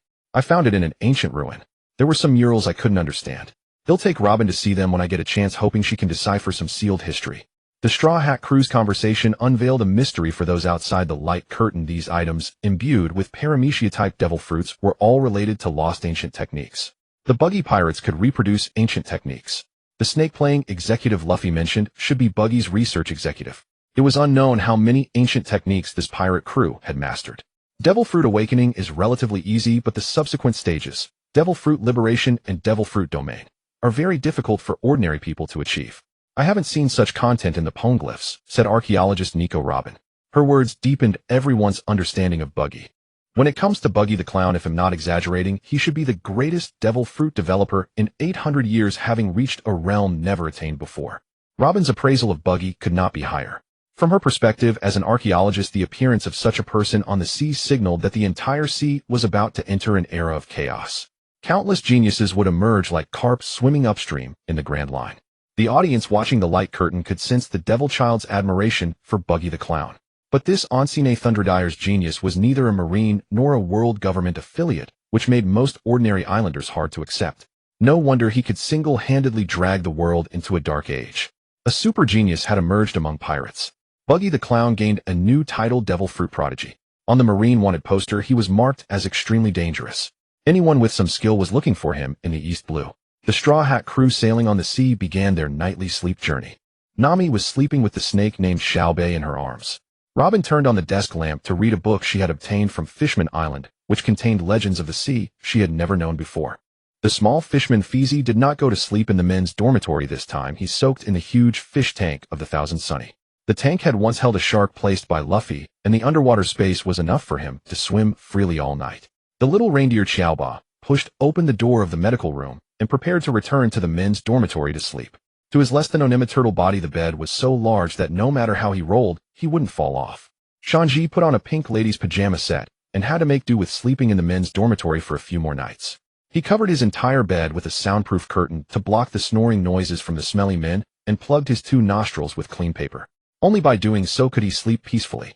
Lu Fei and Wu Supu were in bunk beds. Originally, the latter was on top and the former on bottom. But due to the sniper's 5 years of intensive training, the top bunk could no longer support his weight, so they had to swap with the captain. The captain didn't sleep quietly either. In the past, he would roll off the bed, but this time he was caught by Wu Supu's broad double door-like body. The 2 men simply fell asleep like that. The musician Buluka Skeleton, who had completely degenerated sleep during his 5 years of training, stood on the deck, playing a lullaby for his companions, hoping they would have a good dream tonight. Fu Lanchi had transformed from a cyborg into a pure robot. He didn't need sleep to supply his own energy. Sleeping was a waste of time for him. He silently inspected the ship alone, checking the Thousand Sunny for problems in advance. Suo Long had become a qualified night owl. His lookout tower had been converted into a personal training room. While lifting weights, he used observation hockey to envelop the entire ship. He was the absolute security guard after the crew fell asleep, and he voluntarily took on this responsibility since boarding. The screen had been playing from morning till night. Some ordinary viewers couldn't take it anymore, and seeing nothing particularly interesting decided to rest like the Straw Hat Pirates. The scene of pirates sleeping was indeed not much to look at. If the camera had kept focusing on the two beauties on the ship, those lecherous viewers could have gazed at the sleeping faces of Nami and Robin until dawn. After one night, the Straw Hat crew and the screen woke up one after another and began their breakfast journey. The Marines who had stayed up all night picked up their notebooks again to record the intelligence revealed in their conversations. "Little Feezy, it's time for breakfast." Robin kindly provided a wake-up call for the little fishman. The short figure with blue head and white dots popped out of the huge fish tank, accidentally splashing some water onto the beautiful woman. Feezy shook his body to shake off the water, then dragged his wet body into the dining room. He knew this was impolite. Standing nearby, Robin had a blush on her face. She was completely defenseless against this ugly cute creature. She liked little Feezy a bit more than she liked Xiaoba. "Feezy, why haven't I seen you take out your trident lately?" "Oh, I left that weapon in the mouth of a sea king. When I need it'll summon the big shark out. It's quite convenient." An ugly cute fishman and a busted beauty walked to the dining room one after another. The Okama Sanji had prepared breakfast for them. Shanji had changed into a black dress this morning, with white stockings on his hairy legs, pink high heels, and heavy makeup on his face. Seeing Robin approaching, he proactively fussed over her sister. "Robin, what would you like for breakfast? The usual, or can I change the flavor for you?" "Just coffee and a sandwich, I'm used to it." "Sanji, make me a plate of sashimi. I remember there's some sea fish left in the fridge." Robin-chan and Faizakin's requests were actively fulfilled by the Okama Sanji, who also took the opportunity to show off his cooking skills. In the Okama Kingdom, his culinary level had greatly improved. Not only could he fill his companions' hunger, but the special dishes he learned from the Okama masters could also bring more wonderful effects. The companions entered the dining room one after another. Seeing Feezy eating sashimi, they clicked their tongues in wonder. Though it wasn't the first time they had seen him eat fish, every time they watched they felt amazed. In this world, whether merfolk or fishmen, they did not eat fish meat. They usually lived on seaweed or shellfish in the sea and would eat some human food. Fish in the sea were considered their own kind. I've explained to you all I was raised by humans, and I have inherited the authority of the sea god. Don't be surprised that I eat fish. I have never regarded them as my kind. The same goes for the creatures living in the Mermaid Kingdom. Feezy didn't like the feeling of being watched while eating. Carrying the plate full of sashimi, he sat next to Robin, letting her body block him. Under the archaeologist's protection, he ate peacefully. Sashimi was his favorite, and the sauce prepared by Sanji made it even more delicious. Our crew are all monsters. How could we mind Feezy being a monster? Sanji, give me a sashimi sandwich. Your captain is hungry. Luffy walked in and declared. He didn't care what kind of monster his companions were, as long as they were bizarre and interesting enough, he would invite them aboard. Robin drank bitter black coffee without milk or sugar, staring at Feezy eating sashimi for a while, then at Luffy devouring his food. These two creatures seemed to trigger some chemical reaction. When together, they cooperated with extraordinary synergy in the Mermaid Kingdom. Good thing Luffy is the captain. Otherwise, Feezy, who sent me to Sabati Archipelago, would have had to swim all the way back to guard the lighthouse. Fate is truly wondrous. Nami walked in with a small snake coiled around her waist. This companion, which could grow or shrink, was obtained during the adventure in the Mermaid Kingdom. Without Feezy, there would be no little Xiaobai. Sometimes Luffy is really good at judging people. His strange way of thinking always brings us good luck. Feezy also helped us open the sea god's treasure vault. If we hadn't left the Mermaid Kingdom in a hurry, I would have emptied all the treasures inside. Nami's eyes had been replaced by the money symbol of berries. I've never seen such a mountain of gold and silver. Even with all of us working for a year, we couldn't empty the sea god's treasure vault. Each of us took a big bag of treasure, roughly estimated at 1 billion berries. That's enough to last us a long time. Frankie entered the dining room, making the entire cabin feel smaller. His mechanical body was like a miniature Transformers, at least 5 meters tall. Suo Long squinted his eyes. The last night's watch had been quite tiring, but he still insisted on coming to breakfast. Hearing his companions discuss the sea god treasure vault, he couldn't help interjecting, "It's all that cook's fault for causing trouble. A healing sword that cannot kill anything in this world. I ended up missing it completely." There was a sea god's treasure vault in the Mermaid Kingdom. The outside world had never heard of it. Even King Neptune of Fishman Island looked completely confused. The princes beside him kept asking him about the sea god's treasure, but he, the king of the Ryugu Kingdom, had never heard of the legend of the sea god's treasure vault. The audience watching the screen is still absorbing information about the sea god's treasure. In the year 1525 of the Hyuan calendar, the Straw Hat Crew has once again revealed shocking news. The sword called Heavenly Fang that Zoro wields is something you can barely control. If you let your guard down, even slightly, it will slip from your hands. Losing such a legendary sword is only a matter of time. You the dead man, it's all because of your ridiculous principle of not being rough with women. You should also consider who you're dealing with. After all, that's the newly appointed Admiral of the Navy. Zoro drew his sword, while Sanji raised his leg. These two guys were about to fight each other over a disagreement, and the other crew members did not intervene. Such infighting and brawling have become a common sight. After finishing their meal, two officers on the ship ended up fighting each other. Fizz licked his plate clean after eating sashimi, and praised his partner, saying, "Sanji's cooking is delicious, and he is meticulous." It was he who discovered Heavenly Fang in the corner. Robin also contributed to interpreting the murals. Without you, this sword would never have come into existence. Robin has a fondness for the ugly yet adorable fishman Fizz. After receiving his praise, she became very happy, saying, "Only Luffy would dare to use the legendary sword that can bring the dead back to life. We almost couldn't leave Fishman Island. Just thinking about it makes me afraid." That big fool Luffy actually took Heavenly Fang to the tomb of Princess Otoheim. If the ability to resurrect is fake, the sin of disrespecting the prince's corpse would be hard to explain. I bet right. Princess Shirahoshi misses her mother, and I'm just fulfilling her wish. Since we have Heavenly Fang, we might as well revive Princess Otoheim, and then we could hold a feast on Fishman Island for 10 days and nights. The other crew members shook their heads at their reckless captain. Luffy always had an extraordinary intuition and execution when it came to critical matters. The resurrection of Princess Otoheim cannot be hidden. It was only chased by the newly appointed admiral. In the end, Heavenly Fang fell into the sea and disappeared without a trace. No one gained any advantage from it. Imagining that the sword capable of resurrecting intelligent beings was carelessly lost, Nami hugged the head of Little Bay and showed a pained expression. Fortunately, she obtained a mythical Zoan-type devil fruit from the sea god's treasure, otherwise it would have been a great loss.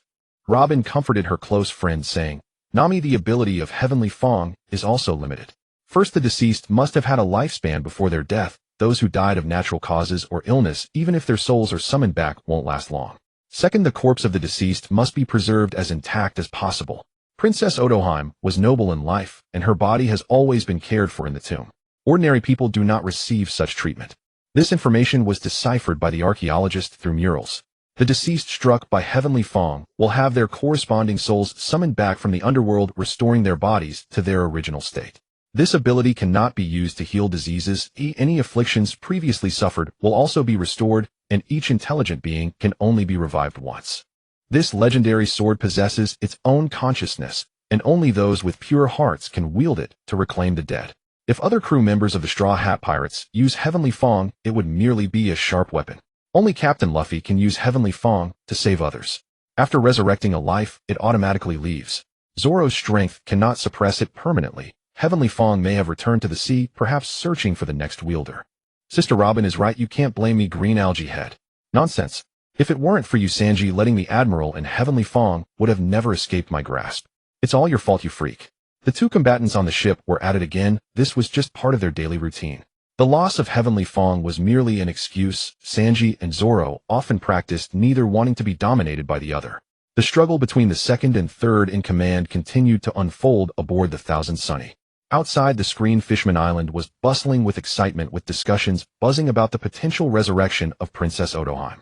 Such a remarkable leader who was deeply loved by most of her subjects before her death, it was hard to believe that there would come a day when she could come back to life. Some fishmen who cannot coexist peacefully with humans and harbor hatred for them are very interested in the sea god's treasure mentioned by the Straw Hat crew. This great secret left behind for the Fishman Kingdom is surprisingly set to fall into the hands of a group of humans. This weak and incompetent Dragon Palace should be overthrown as soon as possible. Neptune, the highest ruler of the Fishman Kingdom in the Dragon Palace, sat on his throne listening to the arguments between the princes and ministers below. They had never heard of the sea god's treasure, but even if they were to reveal the truth, no intelligent being would believe them. They would think that these fishmen were trying to monopolize the sea god's treasure. It's a great thing for Mother to come back to life in the future. I can't wait 5 years. I want to find the sea god's treasure now. Bring me along, big brother. If Mother can be revived, Shirahoshi will be especially happy. I feel sorry for keeping her locked up all this time. But we have no idea where the sea god's treasure is. The screen also did not reveal the exact location, which is quite frustrating. It always says half, and leaves half unsaid. The three princes, Sharkstar, Royal Star, and Carpent Star, argued in front of their father. They have lived on Fishman Island for many years, but there is only one item related to the sea god.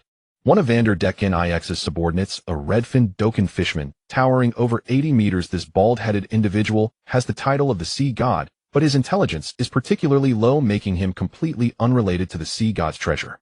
Neptune sighed from his throne, saying, "The emergence of the sea god's treasure may be a disaster for us on Fishman Island. Arm the Dragon Palace's army and raise our vigilance. Sharkstar, you take charge of this matter. Even if we find that legendary treasure with the strength of the Dragon Palace, we won't be able to protect it." King Neptune of the Fishman Kingdom has no other choice but to adopt this passive approach, waiting for the unknown enemy to make the first move. Unfortunately, Princess Odoheim passed away too early, and the entire Fishman Island has become disloyal to the Dragon Palace. A cowardly king who cannot protect his people is not needed by the citizens. Fizz's words on the screen splashed a bucket of cold water on Fishman Island. The sea god's treasure is not so easily obtainable. Nami laughed like a female villain, saying, "Hee, without Fizz's sea god's trident, even if the fishmen turned Fishman Island upside down, they wouldn't find the entrance to the sea god's treasure. The treasures inside still belong to us, and I will eventually empty the treasure trove one day." The navigator lattice greedy expression left Fizz speechless. Robin is definitely better. Once we find one piece, maybe you'll go back for a visit. I have no feelings for Fishman Island. I have no interest in being the sea god. I prefer staying in the lighthouse. Robin, aware of the underlying issues, gently stroked Fizz's blue head and comforted him, saying, "Fizz, don't be sad. Even if the fishmen don't accept you, we will always be your companions. You are no longer alone. I can never forgive the fishman race for killing my closest ones. I can never forgive a fishman hating his own kind. Truly, the world is full of wonders."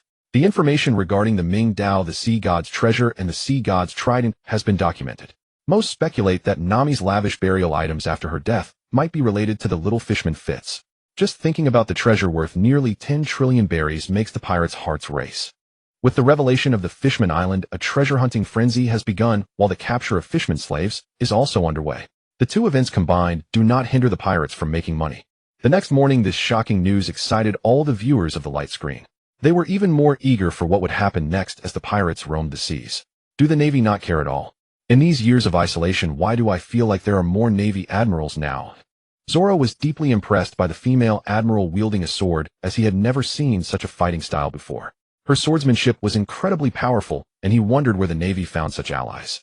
Sanji trained in the kingdom of the Yamato. Nami studied celestial knowledge on a small sky island, and Luffy trained with the clown Buggy and Rayleigh. Most of the crew members diligently cultivated over the past 5 years, occasionally catching glimpses of the news, yet none had a clear understanding of what truly happened on the sea. Robin's experience was quite different from that of the little fishman Fitz. The first 3 years were relatively uneventful, but the last 2 years were spent fleeing from the relentless pursuit of the Navy, which acted like rabid dogs. "Luffy, I have some bad news. 3 years ago, I was with the Revolutionary Army, and on a day near the end of the 3rd year, the Navy deployed 4 Admiral-level combatants, all of whom were Logia Devil Fruit users. The Revolutionary Army's headquarters on White Soil Island Brutigo was destroyed by the Navy. The travels of the Devil's Child with the Straw Hat crew over the past 2 years softened her heart. Faced with such overwhelming slaughter, Nico Robin could do nothing but flee. She was even chased by a blue-haired admiral. For admirals, why has the newspaper never mentioned the expansion of the Navy admirals? This is monumental news. It's strange that the destruction of the Revolutionary Army's headquarters hasn't been reported. Such a victory shouldn't be concealed, Robin said, darkly haunted by this brutal memory. She didn't want to recall more. Many of her close protectors had lost their lives. If it weren't for my physical condition allowing me to float on the sea, Fitz wouldn't have had the chance to save me. Perhaps you wouldn't have seen me again. Upon hearing this news, Luffy remained unfazed. He knew his father was the leader of the Revolutionary Army, but the two had rarely met throughout their lives. It was the townsfolk of Windmill Village who raised him, and whenever his grandfather Garp returned to the East Sea, he would face the training of Luffy's punches. He wasn't familiar with fatherly love. "I'm not too interested in the Revolutionary Army. Aren't there only 3 admirals in the Navy?" Luffy picked his nose, pondering this matter. It exceeded his understanding. He had only seen Kizaru, Akainu, and Akiji during the Marineford War, and those 3 were already troublesome enough. The Revolutionary Army's officers are referred to as admirals by the elite soldiers of the Navy during battles.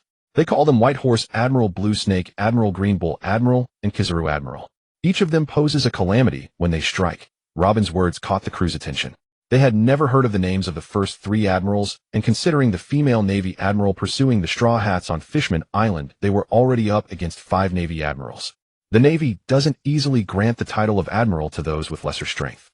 Since the Marineford War, the Navy has undergone a drastic reform, which is not good news for us pirates. Usopp reflected on his unpleasant memories of the Navy admirals. The thought of encountering more admirals during their journey made him feel like he was afflicted with a disease that would lead to death upon landing. The weather changes so abruptly. Moments ago the sky was clear, but now a large dark cloud loomed over the thousand sunny, crackling with lightning as it brewed rain, stirring a storm upon the calm sea. I am a Logia-type user of the cloud fruit. This little dark cloud won't trouble me. Disperse. The dark cloud above was manipulated by Nami's devil fruit powers, either scattered or split apart. Since she could create clouds, she could also destroy them. The celestial knowledge she learned over the past 5 years made this task easy. A small portion of rain still fell on the deck of the Thousand Sunny, but due to Nami's abilities the Straw Hat crew avoided a storm at sea. The ability to control clouds proved to be quite convenient for a navigator. Someone is boarding. Everyone be careful. The swordsman Zoro, who had been resting with his eyes closed, sensed a stranger on the Sunny with his observation hockey.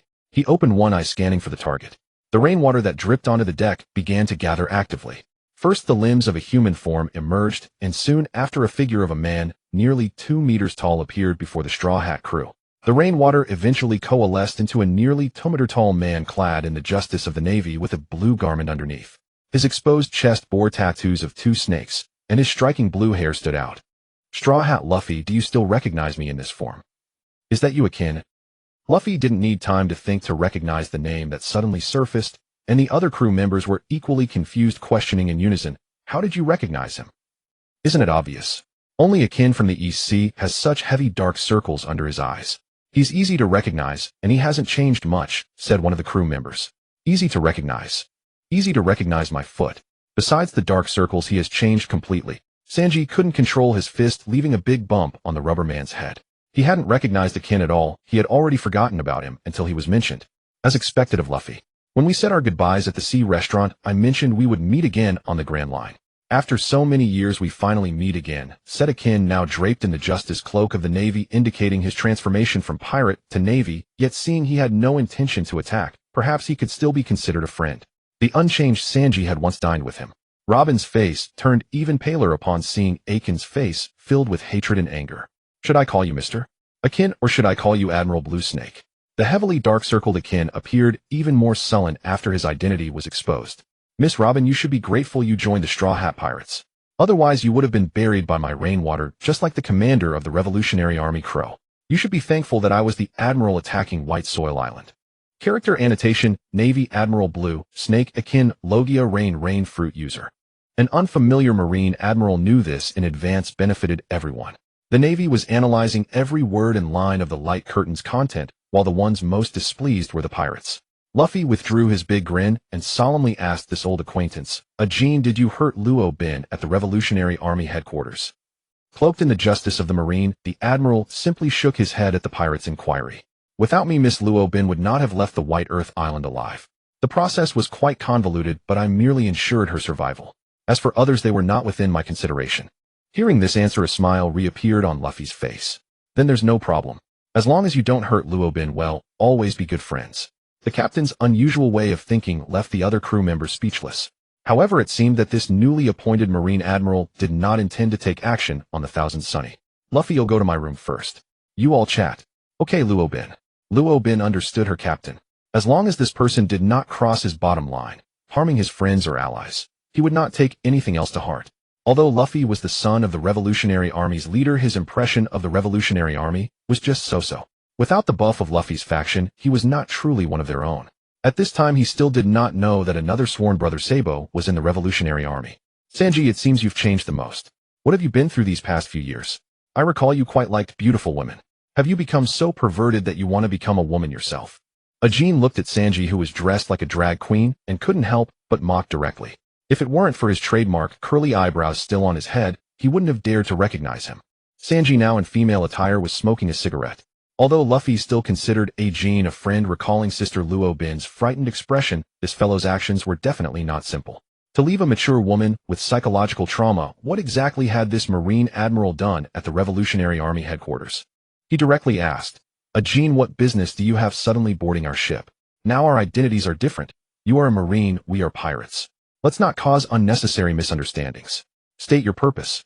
Ajin's two intense dark circles stared at the cross-dressing Sanji, wearing a skirt and stockings. An intangible distance had been pulled between them. I had hoped to mooch a meal from your cooking. Since you're so eager to know, I'll just say it directly. You're heading to Dressrosa, aren't you? I hope that when you reach that island you'll purchase supplies and depart immediately without lingering. His words surprised the Straw Hat crew present. Contrary to what they had imagined, the Marine Admiral had not come to cause trouble. Ajin seemed more like he had come specifically to deliver a message. Dressrosa, is it the Navy's next target? Zoro, I can't tell you more. Dressrosa is about to become a battlefield, and I don't want to involve you. There will be another Marine Admiral on the battlefield. If a fight really breaks out, some matters become uncontrollable. Ajin's reply to Zoro made those present understand the gravity of the situation. For the island of Dressrosa, the Navy had actually dispatched 2 Marine Admirals. What could possibly attract the Navy to send 2 of their top combat forces? Alright, enough small talk. I've been away too long.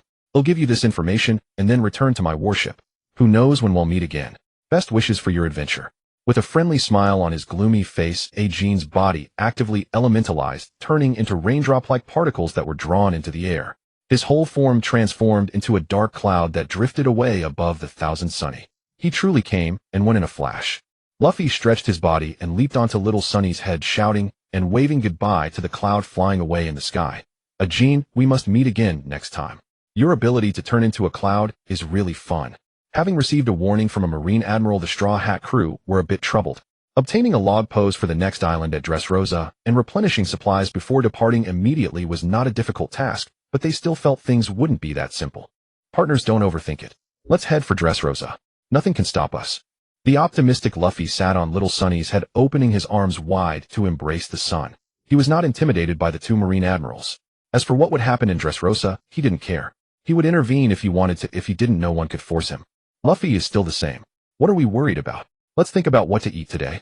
Feezy, go down and catch another fish. Luo Bin is in a bad mood. He'll make her a top-tier fish dish.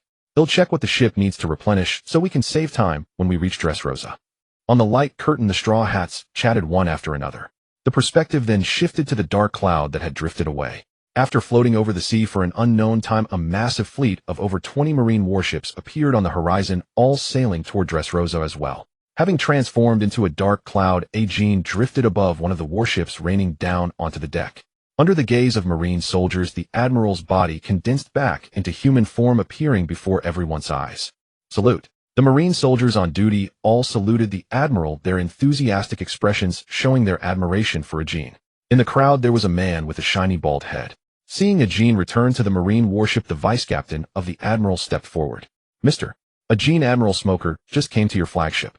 He said to go find him personally when you return. He has an important battle meeting to hold. Battle meeting? What's there to discuss? Doflamingo poses no threat to us. The Navy can just roll right over him.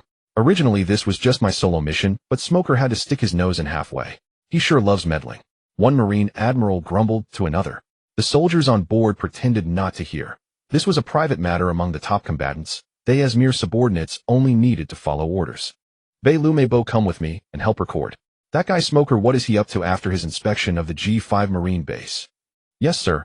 Accompanied by the 2 Marines' moonwalk flight sequence, the viewers watching the light curtain were curious about Ajin's original identity. The Navy Intelligence Department finally did something useful at this moment, placing the wanted poster of Demon Ajin on Marshal Sengoku's desk. In the future, the notion that a pirate could ascend to the rank of Marine Admiral would baffle even the most brilliant minds at Marine headquarters. No matter how hard they tried, they could never fathom what transpired during those 5 years. Incorporating pirates into the Marine system was not without precedent, but to have one directly rise to the highest echelon, that was an event unprecedented in history. From the fragmented accounts whispered by the Straw Hat crew, the number of Marine Admirals had already exceeded 5, indicating a dramatic expansion of the organization's command structure. Blue Serpent Ajin had managed to eliminate Crow, the commander of the Revolutionary Army's Northern Army. Such formidable combat prowess deserved recognition. In the future, during the Marine siege of the Revolutionary Army's headquarters, although only a glimpse of the battle results was revealed, it was enough to galvanize the morale of the entire Marine force. 5 years into the future, not only had the pirates grown stronger, but the Marines had also gained several admiral-level combatants. Without such strength, how could they assert dominance over the vast seas? Outside the light curtain, the Marine Intelligence Division clutched their notebooks, taking special care to record the conversation between the 2 admirals, hoping to glean unexpected insights. Smoker, did you come all the way here just to accompany me to Dressrosa? I'm not joining your fleet to steal your credit. I've already informed you via Den Den Mushi about what happened at G5 base. I'm afraid you might underestimate the heavenly Yiksha Don Quixote da Flamingo. The white-haired man, also clad in the Marine's Code of Justice, drew deeply on 2 cigars simultaneously. His consumption rate was extraordinary. Every minute or two, he had to light another. He was an incorrigible chain smoker. Are the spies from G5 Marine Base all aboard your battleship? I've assigned people to keep an eye on them. They might still prove useful once we reach Dressrosa. The 2 admirals refrained from mentioning the spies' names, leaving the intelligence officers outside the light curtain scratching their heads in frustration. If only they could have extracted a bit more information. After a brief casual exchange, Admiral Smoker fished a gold coin from his pocket and tossed it toward Admiral Ajin. This is the 2nd-generation gold coin freshly minted by Marine Headquarters. I didn't expect it to have already circulated, even in a remote place like G5 base. Ajin caught the coin and examined both sides with care. The craftsmanship is certainly superior to the 1st generation. The acting marshal really pays attention to such minutiae. I've been at sea for so long, and this is the first time I've seen the 2nd-generation coin. Berries are losing value by the day. They're practically becoming worthless paper. The coins were originally meant for pensions, but they've grown increasingly popular within the Marines.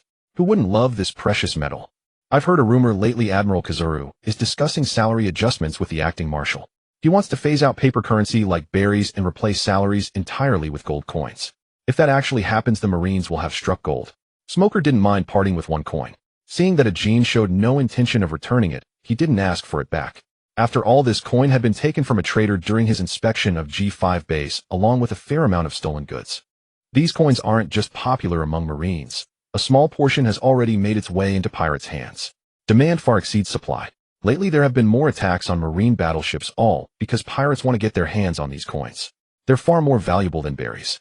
In the ensuing conversation, Admiral Smoker continued to share amusing anecdotes about the Marine gold coins, giving the Marines outside the light curtain a vivid picture of the benefits awaiting those who served in the future.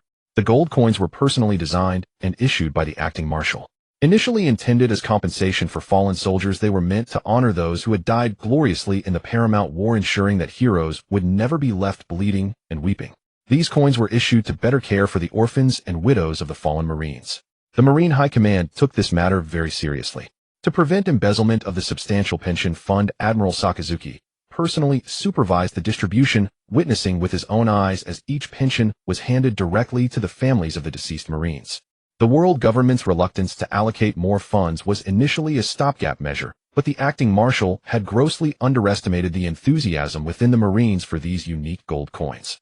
During daily use, it was discovered that when the gold coins and berries had equivalent value, merchants preferred to accept payment in gold coins. The coins originally designated for pensions were later expanded by the acting marshal to be used for quarterly bonuses. From top to bottom, the future Marines recognized only gold coins as currency. This particularly valuable precious metal earned the nickname Marshal's Gold. From the casual conversation between the 2, a glimpse of the future Marines' treatment could be seen. In terms of benefits, it completely outclassed the current Marines. Overall salaries were doubled, and the pay for Marine admirals was tripled. Not only did admirals enjoy vacations, but even the lowest-ranking attendants received a full week of leave each year, while admirals were entitled to a month. Numerous new bonuses were introduced. As long as attendance was maintained, gold coins flowed freely. Even the notoriously lazy Admiral Kazuru had become remarkably diligent. Truly money-bred fighting strength. In the future, the Marines erupted with double the combat enthusiasm from top to bottom. After the acting marshal took office, all back pay owed to the Marines was completely settled within 2 years, along with considerate interest, an increase of over 20%. In the future, even an ordinary foot soldier could earn a salary sufficient to support an entire family. As one rose through the ranks, pay and benefits increased progressively, and the promotion system became more transparent and standardized. The new acting marshal cracked down heavily on the practice of commanding officers embezzling rations and inflating payrolls. Many corrupt elements were purged from within the Marines, and soldiers who had previously been suppressed were reinstated to their appropriate positions. If it weren't for the acting marshal's ideological transformation of the Marines, you and I might never have become colleagues, Smoker said, offering a cigar to Ajin. Ajin took the cigar, placed it between his lips, and let his deputy Helmeppo light it. He took a deep drag, savoring the aroma. Forge the broadest united front, unite all forces that can be united. Thinking about it now, that phrase carries real weight. The acting marshal has welded the entire Marine force into one. Without this lord's recruitment, I, a former pirate, would never have joined the Marines. Jean was a peculiar case. Ace's illness was a lack of a father while his own was a lifelong lack of a leader. Facing a leader of immense personal charisma, the acting marshal's invitation was impossible to refuse.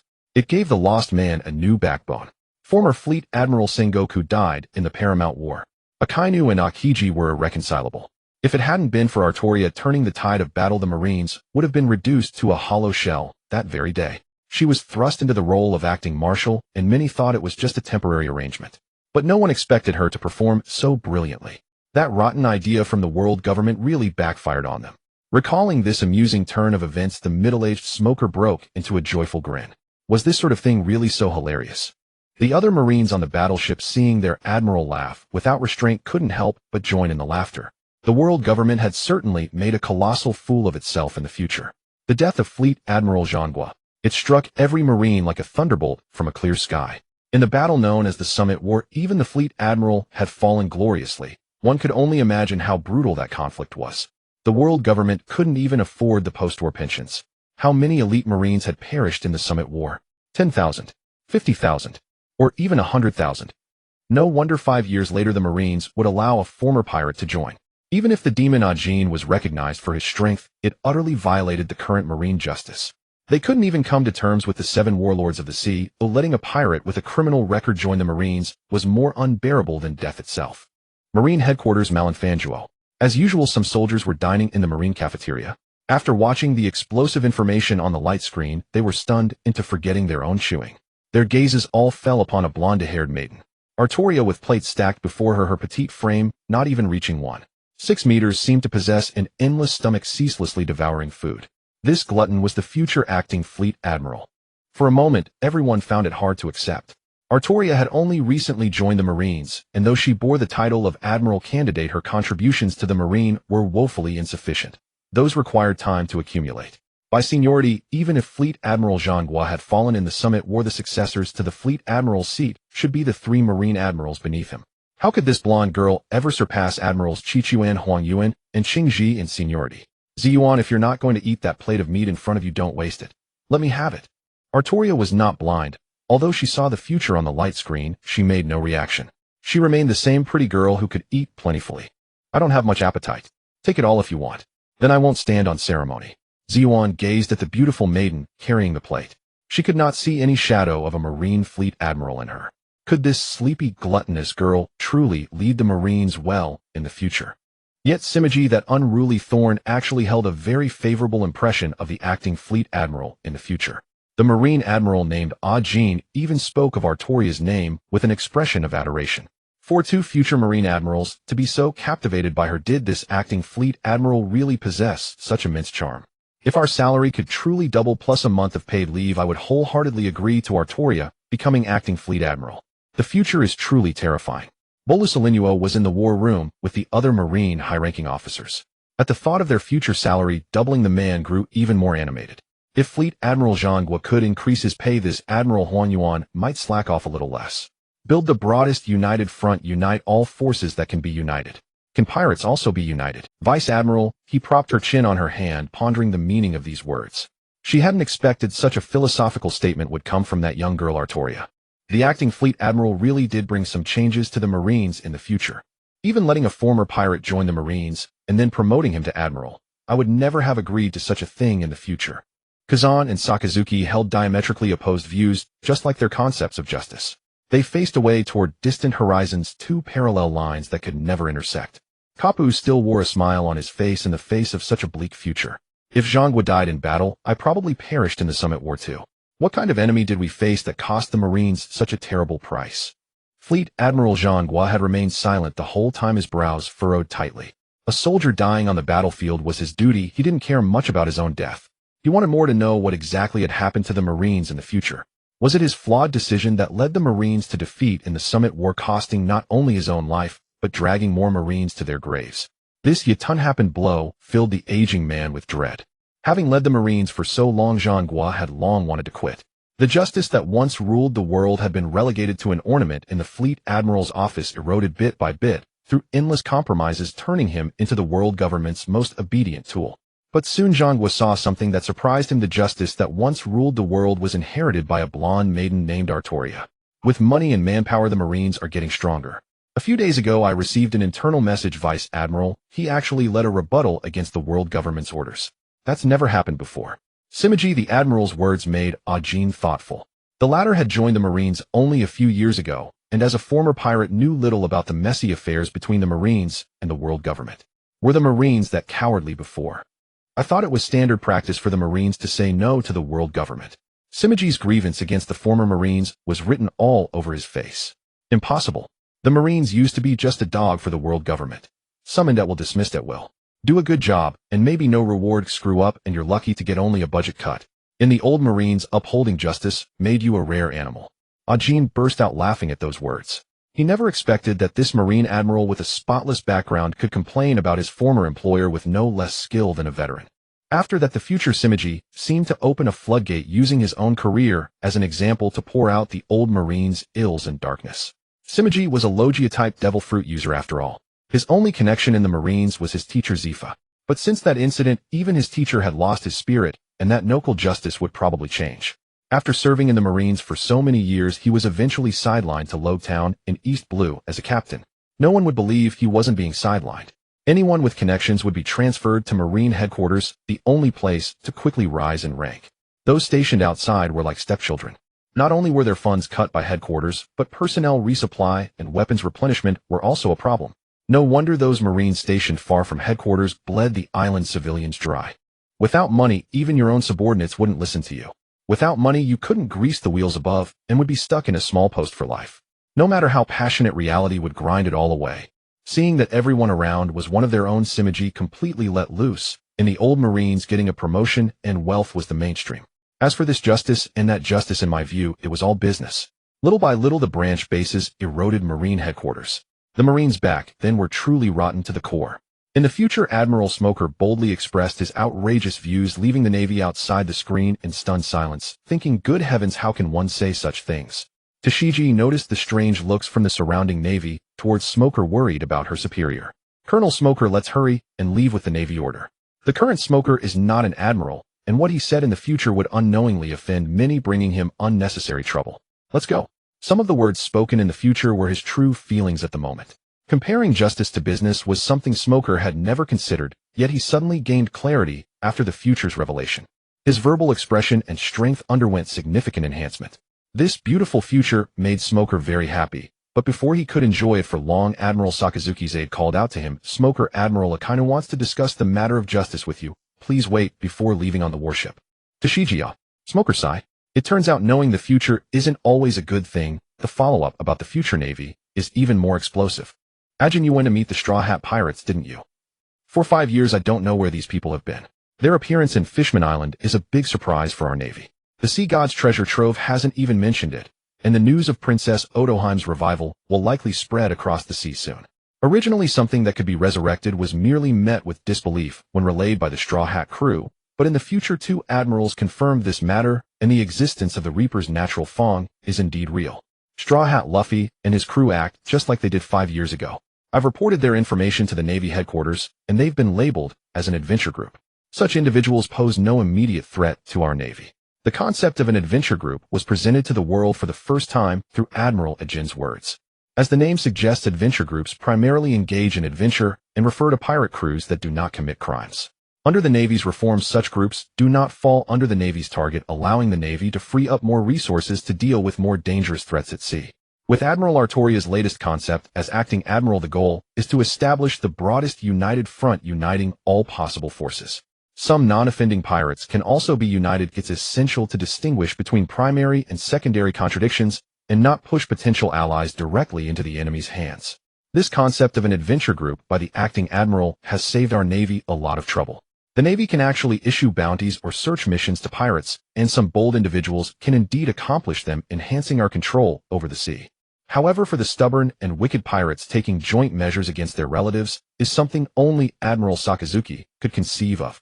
Both Admirals Ajin and Smoker recalled Akaino's iron-fisted style, causing discomfort for both. These 2 radicals felt the other was somewhat extreme. Admiral Akainu has become increasingly hated. Joint punishment refers to the system where those related to a criminal also face punishment. This extremely cruel penal method was further developed by Sakazuki in the future. A scene depicting an argument between Sakazuki and the acting admiral. Acting Admiral, I've submitted the report for many days. Why haven't you issued a directive? The food in the Navy prison is still being wasted continuously. 5 years later, Admiral Akainu bore several scars, standing at 3 meters, making the under-16 Artoria appear even more juvenile. Sakazuki banging the table here is useless. Your joint punishment system has exceeded my tolerance. Killing the direct relatives of pirates is one thing, but you want to escalate it to 3 clans. You want me to approve a report to kill over 3,000 people. Do you want the Navy headquarters to become a slaughterhouse? Artoria rarely displayed anger, as these were lives at stake. With just a stroke of her pen, over 3,000 would lose their lives. The 3 clans refer to the paternal clan, maternal clan, and marital clan. In Admiral Akainu's view, if a pirate commits a crime at sea, the method of annihilating the 3 clans must be adopted to deter future offenders. The Navy has indeed killed countless over the years, and the waters near the Navy headquarters execution grounds have remained blood red, never fading. I have a whole table of documents reporting you. Akainu, get out. If you continue being this extreme, I'll revoke your position and have you start as a foot soldier in the Navy. Admiral Akainu merely snorted and slammed the door as he left with his report. When the acting admiral told him to leave, he left. He intended to find other ways to reclaim his standing. Artoria stroked her golden hair, displaying a hint of fatigue on her face. Admiral Sengoku, oh Admiral Sengoku, why are there so many thorns in your side? Sakazuki truly gives me a headache. Behind the golden-haired girl hung a plaque that clearly read Justice Over All. This object was not merely a decoration. During her 5 years of ruling the Navy, Artoria had practiced this justice. In terms of achievements, the acting admiral has far surpassed any previous Navy admiral. I wonder how long the world government will keep her as merely acting admiral. It's just self-deception by the world government. 2 years ago, the acting admiral sent 4 Navy admirals to eradicate the splinter forces of the Revolutionary Army on White Earth Island. The forces cultivated by Dragon over the years were uprooted by us, and the heads of those army commanders became our merits for promotion. A year ago, the acting admiral personally devised a strategy to lure the red-haired pirates into the encirclement. 8 Navy admirals struck together, and even if the 4 Emperor's pirate crew was strong, they were swept into the annals of history, leaving only Shanks alive. The justice of the former Admiral Sengoku was merely empty talk, while Admiral Artoria truly leads the Navy to reign supreme. One day, only one voice will exist in this sea. After Smoker finished speaking, he became like AJ. As the dialogue between the 2 Navy admirals concluded, the screen presented a dark-toned image that shocked the world. The golden-haired girl sat high in the main seat, flanked by 6 Navy admirals. In this image, a total of 12 Navy admirals appeared. Admirals Kizaru, Akainu, and Akiji sat among them, with the remaining 9 able to stand on equal footing with these 3 monsters, creating a terrifying image for the pirates. During the war at the top, the death of the former fleet admiral and the appointment of Artoria, a candidate with no established power base, as acting fleet admiral, were hardly the most outrageous tidings. The destruction of the Revolutionary Army's headquarters, the annihilation of the Red Hair Pirates, one of the 4 emperors, and the expansion of the Marine Admiral Corps to 12 members. Such a future was unacceptable to most pirates, and it taught these lowly underlings a lesson about what it means to have justice that reigns supreme across the world. In the days to come, Sakazuki would stain his hands with even more blood. The Marine headquarters execution grounds were his favorite haunt, where countless pirates, and perhaps even their direct relatives, had been put to death. Without a formidable Marine force backing him, such acts would have been impossible. Taking Admiral Akainu as an example alone proves how domineering and overbearing the future Marines would become. They had unlimited funds and the highest combat strength at their disposal. The 4 Emperor's crews were wiped out on a whim. Such a behemoth already weighed heavily on some, even drawing the displeasure of the world government. The 5 elders had originally believed that by controlling the Marines' military expenditures, they could keep this violent apparatus firmly in hand. Little did they expect such a deviation in the future. Where in the world did Artoria manage to acquire so much gold? Akainu, Kizaru, and Akiji remained admirals 5 years later. Apart from Smoker, a Marine with a spotless background, where did the other new admirals come from? Could they all have been recruited by the future fleet admiral? With such a combat composition, 5 years from now, the Marines truly had the strength to challenge the world government and say no to their direct superiors. Most of the admiral-level combatants appearing in the scene were only dark silhouettes, but keen observers could detect some clues. The discerning residents of Fishman Island noticed that one of these future admirals seemed to have gill-like organs on his face. Among the 12 future Marine admirals, one is actually a fishman. Judging by his build, he's not Jinbe. When did our fishman race produce such a formidable warrior? With Fizz joining the Straw Hat crew, and this future Marine Admiral, Fishman Island finally has hope. These fishmen and merfolk could identify him, and naturally other intelligent beings could too. It turned out that the future acting fleet admiral would even accept fishmen, thoroughly embodying the principles she upheld. King Neptune of the Ryugu Kingdom issued another order based on the fishman's silhouette in the projection: search Fishman Island for this future marine admiral of fishman origin. To be on equal footing with the 3 veteran admirals, his strength must be exceptional. Building a good relationship with him beforehand would be nothing but beneficial for the Ryugu Palace. Since Fizz, the inheritor of the sea god's legacy, harbored no favorable impression of Fishman Island, the only hope was that this future Fishman admiral could help the Ryugu Kingdom and Fishman Island ward off calamities. Neptune was well versed in placing his hopes on others. First under the protection of the Whitebeard pirates, then claimed by the Big Mom pirates, and finally falling to the Straw Hats. Ever since Queen Otoheim's failed self-rescue attempt, these merfolk had completely relied on outsiders as saviors, stubbornly walking down that familiar road just like their ancestors 800 years ago. Thus ended the marine-related scenes of the year 1525 in the Sea Circle calendar. The Thousand Sunny sailed across the sea in the projection. The arrival of Admiral Jin had no effect on the cheerful atmosphere aboard the Straw Hats ship. After a hearty meal, the crew began to enjoy Brooke's music. With the beautiful strains of the violin, Luffy and the others wore expressions of pure bliss. They longed to join the performance, but their meager knowledge of music theory held them back. If only we knew how to play instruments, we could accompany Brooke and create even more wonderful music. Learning an instrument must be quick, right? Even just mastering one song would do. With a drink prepared by the Okama Sanji hanging around his neck, Luffy noticed Brooke playing alone and sensed a hint of loneliness in him. He keenly picked up on this subtle emotion from his crewmate. Riding on a cloud, Nami and her combat pet Beepo floated in the air, extinguishing her captain's unrealistic idea. Luffy, I have zero musical talent. Having a musician on board is already a blessing. Be content. Luffy, in all my years sailing the seas, Brooke's musical prowess is among the finest. Few musicians have lived as long as he has. The music Brooke has cultivated over decades tells stories. Robin said her praise for the lecherous skeleton sincere. Brooke was also an amusing character and a reliable ally in crucial moments. Luffy, I can grant your wish. Before we reach Dressrosa, Brooke will present a grand performance for my crewmates. That's where my old companions come in. Brooke set down his violin and thrust his soul-solid sword into the deck. A green light emanated from the depths of his soul, spreading outward from the skeleton. The Soul King commands here: open the gates of the underworld for me. Members of the Rumbar Pirates, awaken. Awaken now. At the call of the Yomi Yomi no Mi user, a towering gate materialized behind Brooke. The gate was intricately carved with scenes of hell, its 18 circles representing the 18 levels of the underworld. The gate itself was alive, echoing with the wails of the dead. At the Soul King's behest, the Hell Gate opened a narrow crack, releasing a fierce burst of chilling wind. The souls of the departed passed through the gate, returning from the underworld to the world of the living. Every member of the Rumbar Pirates, to which Brooke once belonged, was a musician. When they appeared as spirits, each held their most proficient instrument. These spectral figures gathered around the Soul King, awaiting his next command. Brooke, displaying such terrifying power, wept profusely from his hollow eye sockets before his crewmates. He struggled to contain his sorrow and steeled himself to present the ultimate performance for Monkey D. Luffy, Captain, please enjoy Bink's sake. The Rumbar Pirates, appearing as spirits, had lost their physical bodies, yet even after years of death, they never forgot their music. Under Brooke's direction, the prelude of Bink's sake began. They had played together for decades, and even separated by life and death, their harmony remained intact.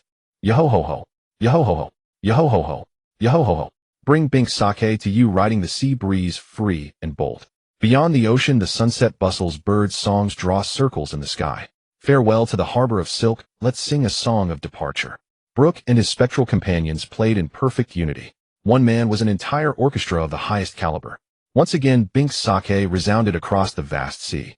At this moment, Brooke, the downcast skeleton lingering in the Devil's Triangle, has been wandering here for many years. After losing his shadow to Gecko Moria, he dared not live under the sunlight, hiding in the shadows, while watching the contents of the light screen. The light screen appeared as a small consolation in Brooke's tragic life. Through the chat room, he contacted Coloca's, who was still at Twin Cape, and learned through their conversation that the whale Labu was still waiting for his return. He understood that he must defeat the body of the Dragon Horse swordsman in order to reclaim his shadow and live under the sun again. He believed that joining the Straw Hat Pirates would be possible if the opponent had mistakenly entered the Devil's Triangle and defeated Gecko Moria, one of the 7 warlords. The spirit of the Rumbar Pirates member in the light screen made this skeleton in reality weep bitterly. He longed to play music once more with his former companions. Although Brooke was a skeleton and did not have to worry about starving to death, no one spoke to him, and he could only enjoy music alone. After a long time, he felt extremely lonely, the yellow springs fruit he consumed in life had not granted him any abilities. After being resurrected by the devil fruit ability, he could use some of the powers of the yellow springs to pull the souls of the dead from the yellow springs for his own use. This skeleton had never thought of such a thing. Besides being a musician, he was also a swordsman, using the cold energy of the yellow springs infused in his cane sword as his main means of attack. In 5 years I will be able to manipulate the yellow springs, but that doesn't mean I can't do it now. Brook thrust his cane sword into the deck of the ghost ship and, mimicking the future version of himself in the light screen, practiced communicating with the yellow springs, attempting to open that terrifying gate to hell. Soul Master commands, "Open the gate for me, yellow springs." All members of the Rumbar pirates awaken. Hurry and wake up. Soul Master commands, "Open the gate for me, yellow springs." All members of the Rumbar pirates awaken. Hurry and wake up. A gust of wind blew by, and nothing happened. Brook stood still on the ghost ship, wondering, could it be because I lack a shadow? I completely cannot sense the existence of the yellow springs. Afterward, this skeleton tried hundreds of times on the ghost ship. The deck, already fragile due to years of disrepair, could no longer support the weight of a skeleton after Brook punctured it in many places. With a loud crash, Brook fell into the cabin. Fortunately, it was only the upper layer that he had damaged. If he had punctured several holes in the bottom of the ship, he would have to sink with the ghost ship, never to await the rescue of the Straw Hat crew. Woo woo, Luffy, when will you come? Lying in the cabin, Brook was too lazy to move. The skeleton lay on the ground, weeping incessantly. He needed a savior to help him escape this place. Brook, who was breaking down on the ghost ship, was already on the radar of Gecko Moria, who had taken an interest in him. This warlord of the sea did not expect that Brook's devil fruit ability was so formidable. Go out and find him. Bring Brook back. A talent like him must be mine, Gecko Moria. The self-satisfied fat man believed that by returning Brook's shadow to him, he would obediently join Gecko Moria's ranks. He dispatched his long-managed zombie army to ensure that he would keep Brook under his control. Furthermore, these two were a perfect match. One enjoyed playing with corpses, while the other was inclined to play with souls. Gecko Moria suddenly had a new idea. What if he placed the souls of strong individuals along with their shadows into the corpses to create his zombie army? Gecko Moria, the fat man, had made a mistake similar to that of Crocodile. After being defeated by the Yonko Kaido and Wano country, his original subordinates were wiped out by the beast pirates. He could only drag his injured self away from that sea area, and before leaving, he conveniently dug up a grave in Wano, bringing back the corpse of Frost Moon Ryuma along with his famous sword. Both of these warlords of the sea believed that the Yonko was an invincible monster. Crocodile chose to seek ancient weapons to defeat Whitebeard, while Gecko Moria opted to use his devil fruit ability to assemble a zombie army. He firmly believed that as long as he had enough time to develop, he would eventually take revenge on Wano. Since arriving in the Devil's Triangle, Gecko Moria had been actively pursuing his zombie army plan. He had managed to create numerous low-level zombies, but he still lacked the bodies and shadows of strong individuals. During these years, he had not acquired anything of value. The Yellow Springs fruit can actually manipulate the souls of the dead. It is said that Charlotte Linland's devil fruit ability can attach souls to objects, turning them into living beings. They are truly opposites of each other. Is it wise for us to provoke such a person? Dressed in gothic attire, Perona expressed her concerns to her captain. She feared that Brook, being such a powerful user of a devil fruit, might be beyond their control. Even if the Yonko is interested in him, it will take time for them to arrive in the Devil's Triangle. As long as we utilize Brook's devil fruit ability to summon several strong souls from the Yellow Springs, we will have the strength to protect ourselves, Hogback said, glancing at Frostmoon Ryuma. He imagined a scenario where he could summon the soul of the swordsman who once defeated a dragon from the Yellow Springs, merging it with his own corpse. He wondered what kind of power this ancient monster who had died hundreds of years ago would exhibit. He was also preoccupied with thoughts of his goddess Sindori. Although the goddess corpse was placed within someone else's shadow, she was ultimately incomplete. Hogback desired to find Sindori's soul in the Yellow Springs and merge it with her corpse, which was currently the most feasible means of resurrection.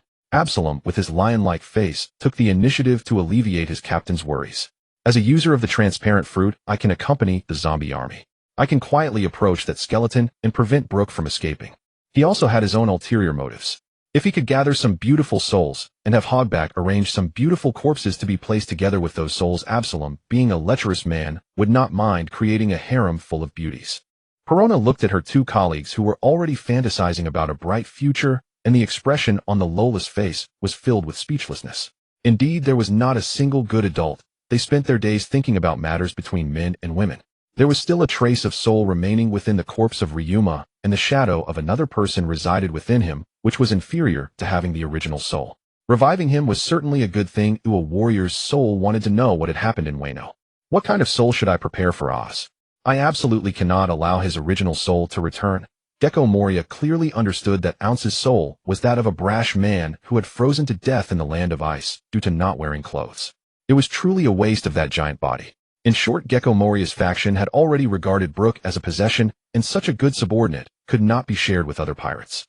The 12 Navy admirals, the Revolutionary Army's total annihilation, the 4 emperors' red-haired shanks stepping off the stage of history, the treasure of the sea god in the Mermaid Kingdom, and the summit war mentioned in just a few words. Each and every one of these events tugged at the hearts of many.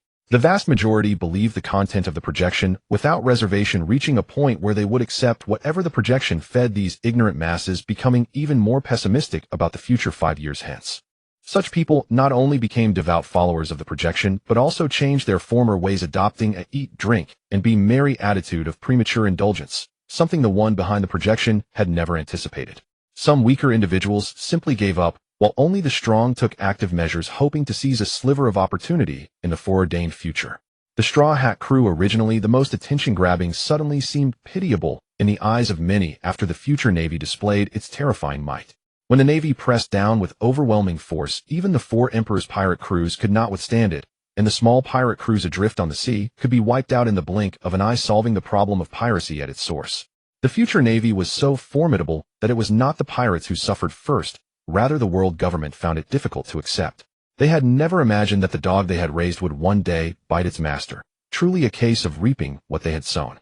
Even a fool could see that a navy with 12 supreme combatants and the ability to raise its own military funds would never heed the world government's commands. Would they still be willing to serve as the celestial dragon's dogs? Fleet Admiral Sengoku's death in battle in the future no longer concerned the 5 elders. These supreme decision-makers summoned him, intending to use the present world government to reign in the Navy. This rebellious spirit against its master must not be allowed to grow. It had to be nipped in the bud. As for the matter of Altria, the future acting fleet admiral received even greater protection. The world government wanted this golden-haired young woman to take up a post in another institution, but the entire Navy opposed it collectively. Fleet Admiral Sengoku was the first to disagree. Even when the former Fleet Admiral Kong attempted to persuade him, the current Navy chief never relented. Within the Navy, besides, Altria Sakazuki and Smoker also drew significant attention. Their ideologies were both deemed problematic, and Fleet Admiral Sengoku forcibly detained them at Navy headquarters, forbidding them from leaving Marineford without his orders. Smoker's issue was merely a venomous tongue. In the future, he had mocked his fellow Navy officers, too harshly dismissing others' sense of justice. Fleet Admiral Sengoku kept him at headquarters to protect the future admiral. Sakazuki's problem, however, was far more severe. No one had expected that this man would become even more extreme 5 years later, to a degree that was physically repulsive. No one knew how much blood would stain his hands in the future. Those who disliked his methods had secretly given him the nickname Red Dog the Butcher. Sakazuki, as long as I am here, I firmly oppose your system of collective punishment. You are far too extreme. Kazan had always thought Sakazuki was somewhat extreme. He would sacrifice innocents directly to strike pirates and complete missions, and such deeds had already been done by Akainu many times. But he never imagined that 5 years later the other would become even more unbridled, with the scope of his strikes exceeding any Navy officer's sense of justice. Admiral Akiji's word Sakazuki did not bother to pay much heed. After all, those who walk different paths cannot scheme together, and speaking more would only waste breath. Collective punishment, a system I never thought of before. It's a deterrent at the source. Dealing with those damned pirates requires such brutal measures. How frightening. Well then, see you tomorrow. Borsellino kept track of the time. Staying a second longer at Navy headquarters was a desecration of his work ethic. With Fleet Admiral Sengoku summoned to the Holy Land for questioning, no one was around to supervise him. Admiral Kazaris' form dissolved into countless beams of light, passing through the window and vanishing from the war room. Where would he go? Many speculated he was heading to the Sabaody archipelago for entertainment. Did that place have a mistress for a Navy admiral? In contrast to the tense atmosphere of the Navy, the Revolutionary Army's headquarters at Baltigo was dead and gloomy. The future shown on the projection was unkind to them. Total annihilation was something these revolutionaries had never encountered. Could it be that sending 4 Navy admirals sufficed to destroy the White Clay Island? Was the Revolutionary Army's level so far behind the 4 Emperors' crews? 8 admirals had been dispatched to wipe out red-haired shanks, yet for the Revolutionary Army, it seemed such an honor was lacking. The Revolutionary Army's commanders had not yet assembled, and most of their elite were toppling kingdoms across the 4 seas, aiding rebels in overthrowing the world government's parasites. Yet all these efforts would ultimately fail in the future. So what was the point of continuing to overthrow kingdoms now? The vast majority of revolutionaries with wavering convictions fell into confusion. Faced with the crushing defeat 3 years hence, they had no psychological preparation. Just as with what happened to Commander Jinny back, then some efforts became futile in the face of absolute power. First, use the Den Den Mushi to contact the revolutionaries everywhere, telling them to lie low for now and wait for the projection to release more information. The current situation is extremely unfavorable to us. We must prioritize the greater good. Dragon made this difficult decision. He did not want the army he had built with his own hands to be sacrificed in vain. He hoped to obtain more information from the projection to avert the revolutionary army's tragic future. Ever since the projection predicted his appearance in Logtown and revealed the inside story of Roger's capture by the Navy, the two pieces of information together convinced Dragon of the projection's veracity, without doubt. Fortunately, the projection did not explicitly reveal Luffy's lineage, it only hinted through Nico Robin the Devil Child. The vast majority of viewers would not connect a pirate with the Revolutionary Army's leader as father and son, a blessing in disguise. Luffy hasn't grown up yet. The projection has exposed his future. If some unknown powerful enemy targets him, now he can't handle it. I want to go see him. Sabo was seeking Dragon's permission. Through the information flow of the projection these past days, this sworn brother of Luffy had regained his memory, recalling the past with Ace and Luffy. Koala comforted her beloved, Sabo, don't worry. Our Revolutionary Army people are already protecting Luffy in the shadows. The leader's son becoming the projection's protagonist. Whether that's fortune or misfortune, who can say? Some things the projection did not state explicitly, but analysts speculated quietly outside the projection. The Straw Hat Pirate's journey seemed to be pushed by a giant hand from behind. Buggy the Clown, who appeared in Luffy's flashbacks, seemed the most suspicious. A sense of conspiracy lingered. Today's projection content brought the audience considerable shock, slowly kindling a passion for following the story. Watching others' adventures was also a form of enjoyment. Some ignorant people even believed that pirate life was just like that of the Straw Hat crew. With their shallow knowledge, they did not realize how complete the Straw Hat's crew composition was. Every partner was a once-in-a-lifetime find, and all of them had been roped onto the ship by that Straw Hat boy. Was that a case of fool's luck? Some who had never considered going to sea were stirred by the projection, igniting a desire to set sail. To embark on adventures with kindred spirits and comrades. Such a beautiful experience they had never enjoyed in their lives. Inside the projection, the Straw Hats were once again drifting off to sleep at night.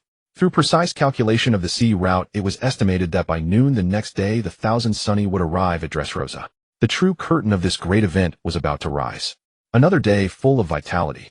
The little reindeer kicked off his covers. Today's light screen began with Chopper waking up, embarking on today's viewing adventure. Zoro stood watch last night, so except for him the Straw Hat crew gathered in the dining room, enjoying the breakfast carefully prepared by the crossdresser Sanji. We're finally nearing Dressrosa. I can buy new clothes again, Nami said, leaning back in her comfy chair, savoring a delicious milkshake, while fantasizing about going on a shopping spree on the island. The mature and rational Robin still remembered Admiral Akina's warning. She felt in her heart that something was going to happen in Dressrosa, so she suggested, why don't we split into a few teams? Then we can meet up on the Thousand Sunny at a predetermined time, so we can look out for each other. The crossdresser Sanji popped out from the kitchen and immediately replied, he'll team up with Nami and Robin's sisters shopping for pretty clothes. Anyway, I'm not teaming up with guys. I have nothing in common with those smelly men. I want to go on the island and eat delicious food. I don't want to stay and watch the ship. Luffy as the captain himself, couldn't he go to Dressrosa and have some fun? The team formation went smoothly, how everyone found their preferred teammates. The team list was as follows. Nami and Sanji formed the shopping team. The navigator was responsible for buying new clothes for everyone. Her haggling skills were unmatched by everyone else on the ship combined, saving the Straw Hats a huge sum of funds. Sanji as the laborer had to purchase necessary food ingredients and fresh water for the ship, and also pick clothes with Nami. Chopper and Robin formed the intelligence team. Chopper would collect medicinal herbs on the island by medical books, and occasionally serve as the archaeologist Lattice Mount. Robin would use her excellent intelligence skills to obtain a log pose for the next island at minimal cost. Usually buying one on the black market was the most convenient. Luffy and Usopp formed the pleasure squad, mainly to serve the captain alone. Luffy's sole purpose for landing on the island was to play and eat. Usopp teamed up with him to keep an eye on him and prevent him from causing trouble in Dressrosa. The cautious Usopp would pay extra attention to keep the captain away from dangerous places. Frankie acted alone. The things he wanted to buy were different from others, and the places he went were not for normal people. Once on Dressrosa, just let him go. He had already gone too far down the pervert path. Originally Zoro also wanted to go ashore to enjoy the island, but he was quickly rejected by everyone. This directionally challenged guy couldn't be kept an eye on alone, so he stayed behind with Brooke and Feezy to watch the ship. With these main forces present, the Thousand Sunny would not be in danger. Feezy didn't like crowded places. While the Thousand Sunny was moored, he could freely swim in the ocean, fully enjoying the freedom of being a fisherman. Brooke's skeleton frame was truly frightening. They decided to wait until Nami bought some clothes to disguise him before letting him go ashore. In short, they tried to keep a low profile and avoid causing trouble in Dressrosa. By noon, the Thousand Sunny sailed across the sea, and the coastline of Dressrosa could be seen in the distance. This time they entered openly, not by stowaway. The harbor was densely packed with ships of all sizes. Pirate ships and merchant ships gathered together, and occasionally a few marine vessels could be seen. It was indeed a novel sight. Dressrosa is such a popular island. I heard rumors about it back on Fishman Island. These changes are only from the past few years. A few years ago, Dressrosa wasn't so popular.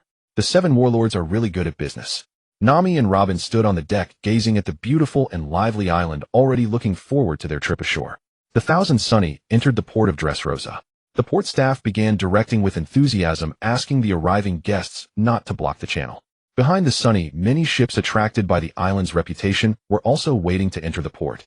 Behind the port workers followed 2 tall, muscular men holding speakers and constantly shouting. Whether you are a pirate, marine, ordinary merchant, or royalty, as long as you come to Dressrosa, you are our guest. We will warmly welcome you. On this island, everyone is free. Luffy was the first to jump off the ship. He didn't intend to wait for the others. Dressrosa, here I come. Delicious food, here I come.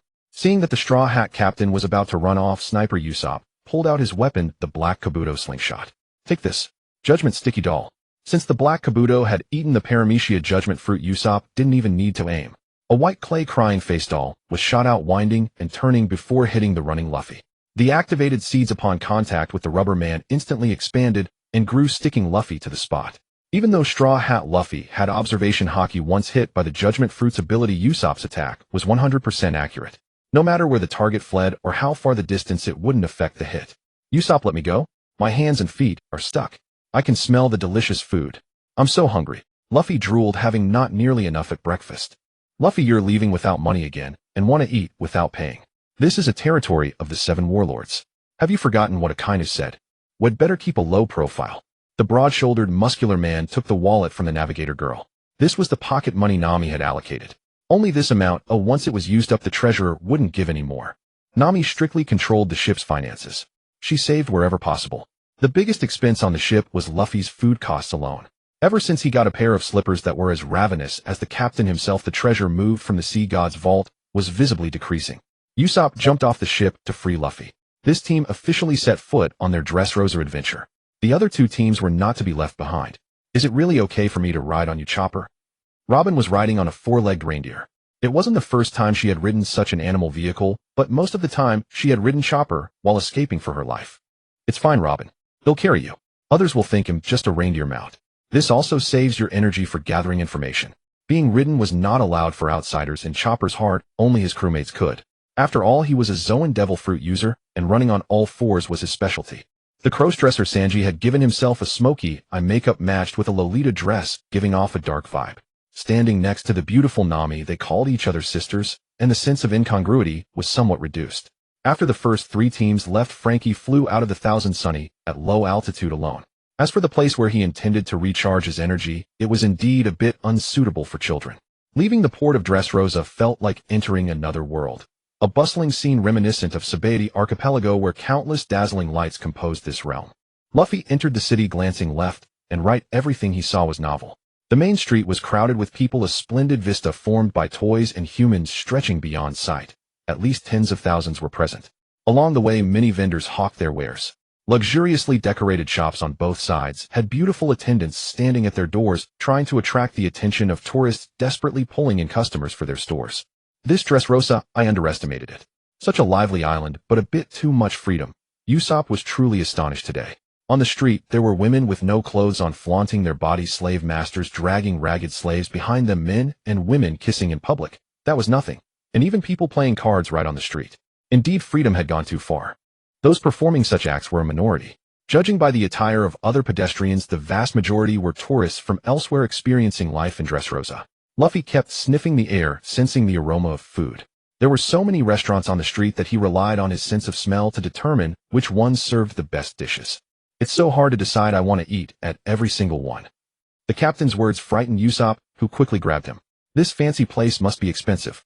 Nami gave us only a little pocket money. Let's spend it carefully. Excuse me, gentlemen, is this your first time in Dressrosa? I can be your guide for a few berries. Hearing a girl's voice, Luffy and Usopp turned towards the sound. A beautiful silver-haired reed girl in a white princess dress stood barefoot on the cold floor. We don't. Before Usopp could finish, Luffy shoved their sniper aside. Then he'll trouble you. Luffy. What's your name? Seeing the big brother smiling so joyfully, this man named Luffy had a natural charisma. The silver-haired girl let down her guard. Yulia. Thank you, brother Luffy, for giving me this chance. I'll do my best as a guide.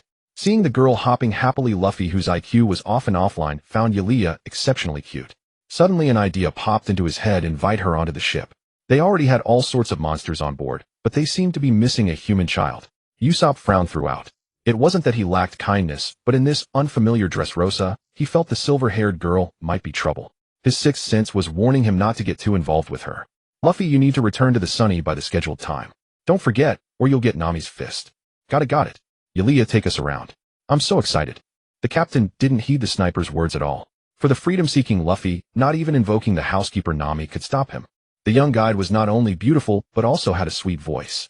Every big brother, she said, melted hearts. She narrated the recent changes in Dressrosa with eloquence like a little adult. A few years ago, Dressrosa was only famous for its Colosseum. Aside from that, outsiders only knew about young women with sultry dance moves, each fiery and passionate, forbidding their male partners from cheating lest they lose their lives. This formed the initial impression of the island. The Don Quixote family vigorously developed the entertainment industry, building more casinos and arenas. With freedom and beautiful women as their selling points, they attracted a massive number of tourists in a short time, driving Dressrosa to even greater prosperity. Within a few years, it became one of the most popular tourist islands in the Grand Line. As for the toys serving people for free on the streets, their former selves were villains who had brought destruction to Dressrosa. They were turned into harmless toys by a devil fruit ability, so they could no longer threaten the island's tourism business. The islanders firmly believed this explanation from the rulers. Don't feel sorry if these toys break. They are all bad people, now serving us to atone for their sins. So big brothers never cause trouble in Dressrosa, or you might become toys too. Yulia's words made both of them sweat silently. Luffy worried about his pirate identity being exposed, while Usopp imagined himself turned into a toy. A dark life of endless servitude without rest. The word pirate was practically written on their faces. Yulia had just teased them. After her prank, she asked with concern, "Brother Luffy, are you hungry?" Yulia heard a stomach growling behind her. She had just the right place in mind to recommend to these two guests. Sanji's breakfast was too small. Yulia, I'm starving. Today I want a feast. With a foodie leading the team, Usopp also felt hungry. Then let's find a cheap place. Our funds are tight. We can't afford expensive restaurants. Don't worry, big brothers. The shop I'll take you to is definitely cheap. When I had no money for food, I'd go there to scrounge a meal. They'll take you now. Luffy and Usopp followed the silver-haired girl, turning from the crowded street into a narrow alley. The area was dirty and run down, likely the slums of the island. Still, the passers-by seemed friendly, though all looked exhausted. This is the shop house of Dressrosa. Yulia excitedly introduced it. She told them how long it had been open, how good the cooking was, and that compared to the high prices in the wealthy district, this place was the cheapest dining spot on the island. Luffy wasn't one to disdain the poor and fawn over the rich. As long as the food was delicious, he didn't care about the decor. He followed Yulia and pushed the door open. This future pirate king urgently needed large quantities of food. From the outside, it looked shabby. The sign was yellowed from years of use, but inside the restaurant was clean. Seeing this, Usopp finally relaxed. Earlier, he had feared that Yulia might lead them to a shady joint. Being swindled out of money would have been a minor issue, but given Luffy's personality, any trouble would inevitably escalate into a disaster. The place wasn't deserted. Manual laborers in worn-out clothes were wolfing down food, replenishing energy for their tired bodies. It was a cozy little eatery full of life. Buyers, yeah, I brought you 2 more customers. Don't dock my pay this time.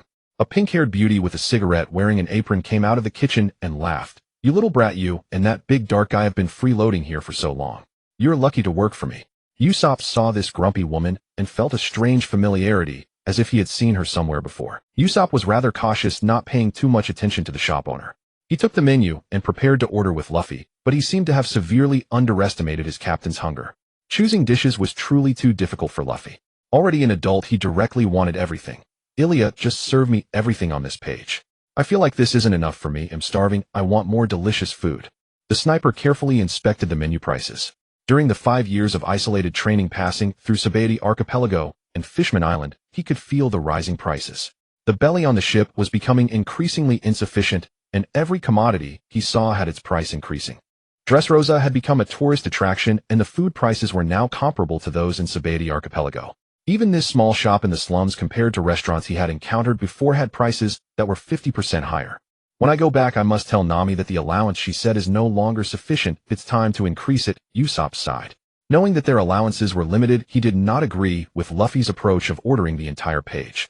They would order more staple food and fewer dishes, making do with this meal. The customers of this small shop were all common folk, eating without paying here. Even the stronger Usopp wouldn't do such a thing.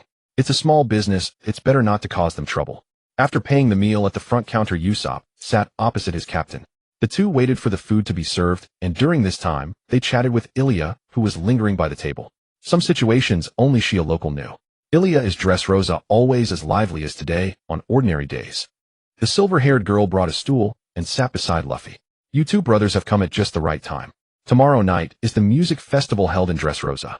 The king has invited many world celebrities. These days are very lively, the streets are packed with people, and most hotels are fully booked. According to the propaganda above, it seems there are over 100,000 tourists attending the concert. Dressrosa was originally famous in the Grand Line for its music, dance, and passionate, beautiful women. To leave a name on this sea is already remarkable. This music festival had been prepared for over 3 years. On one hand, they promoted it externally to attract tourists. On the other, they actively developed the island internally. To empty the tourists' wallets, the king of Dressrosa and his executives exhausted every possible means, using all available incentives, resulting in more and more tourists gathering here. With a steady stream of tourists on the island, the vast majority of ordinary islanders had jobs that could keep them fed and clothed. Those without business acumen could do some manual labor to barely sustain themselves. In short, the living standard was improving day by day, and they were content to live such a life. The three were interrupted by Belle Hill, who served the food. Since these two were introduced by Ilya, she had made the dishes in large quantities. Having cooked so much at once, she wondered if the two young gentlemen could finish it. Luffy, seeing the food served, couldn't care about anything else. He directly tipped the plate into his mouth, not even bothering to chew. It's really delicious. Ilya, it's a good thing you're our guide. Oh, brother Luffy, eat slowly, no one's fighting you for it. Haha, Ilya, this is our captain. No one can beat him when it comes to eating. Usopp grabbed rice balls and stuffed them into his mouth. The breakfast had almost digested in his stomach, and seeing Luffy eat so heartily made him feel even hungrier. Disregarding his table manners in front of the silver-haired girl, he imitated Luffy and wolfed down the food. You two brothers eat just like the black uncle who protects me. I really envy you for having such a good appetite. Ilya sat on the chair, swinging her feet. Watching these two new friends, she felt they were different from other pirates in terms of impression. Perhaps Luffy and Usopp were good people. Straw Hat Luffy and his companion were enjoying a pleasant meal when the shop's door was kicked open from outside. The originally wooden door was shattered violently, and with a loud bang it drew the attention of everyone dining inside. Belle Hill, when are you going to pay the rent? I've lost patience with you. 3 small fry wearing the Don Quixote family uniform broke the peace of the shop. The others, seeing this scene, did not step forward to stop them. They all pretended not to see, quietly eating and drinking in the corners. I already paid the rent a few days ago, sir. You must have remembered wrong. Belle Hill came out from the back kitchen, a smile on her face. Even though the other party was very rude, she had to put on a smile. The rules have changed, the rent is going up. The money you paid a few days ago is not enough. I notified you to raise the money quickly before. It's been days, and there's been no movement. Bitch, are you taking the Don Quixote's words as a joke? This evil debt collector had a foul mouth and directly attacked the woman, kicking Belle Hill in her soft belly. He wanted the pain to remind this poor woman that some things could not be delayed. Belle Hill was severely kicked, falling to the ground, knocking over the nearby dining table. Yet even when treated so roughly, the woman still had a smile on her face. Even if she wanted to cry, she would cry in private. In front of these lackeys of the ruler's, tears could not earn sympathy. Luffy put the plate into his mouth as well, sucked the food into his stomach, then pulled out the empty plate. Having somewhat relieved his hunger, facing the bullying of the weak, his rubber fists could hardly be restrained. Seeing his captain's eager expression, Usopp knew these guys would be in for trouble today. But fighting in the restaurant would only implicate the shop's people. He grabbed Luffy's clenched fist. Let's teach them a lesson outside later. This fragile restaurant can't withstand your rampage. When those 3 leave the shop, they'll go with you. Okay, Luffy frowned and suppressed the anger in his heart. He had already considered Ilya a friend. With his straightforward personality, anyone who dared to hurt his friends, no matter who they were, he would punch them twice. If they dared to lay a hand on Belle Hill again, Luffy's stubborn temper would not indulge the Don Quixote family's lackeys. He would strike when it was time to strike. Just as these three lackeys were about to use violence on Bell Hill again, a male voice came from outside the door. "You guys, who sent you here?" The three small fry instinctively trembled at the sound. Their previously arrogant momentum instantly shrank. The long-faced man at the lead stammered, "And Master Allen, we were just collecting the monthly rent, as usual." "Then get lost, and don't disturb my mood today." These three underlings, as if granted amnesty, scrambled away from everyone's sight. A disheveled young man, accompanied by a young girl with golden hair, calmly walked into the small shop under the gaze of everyone.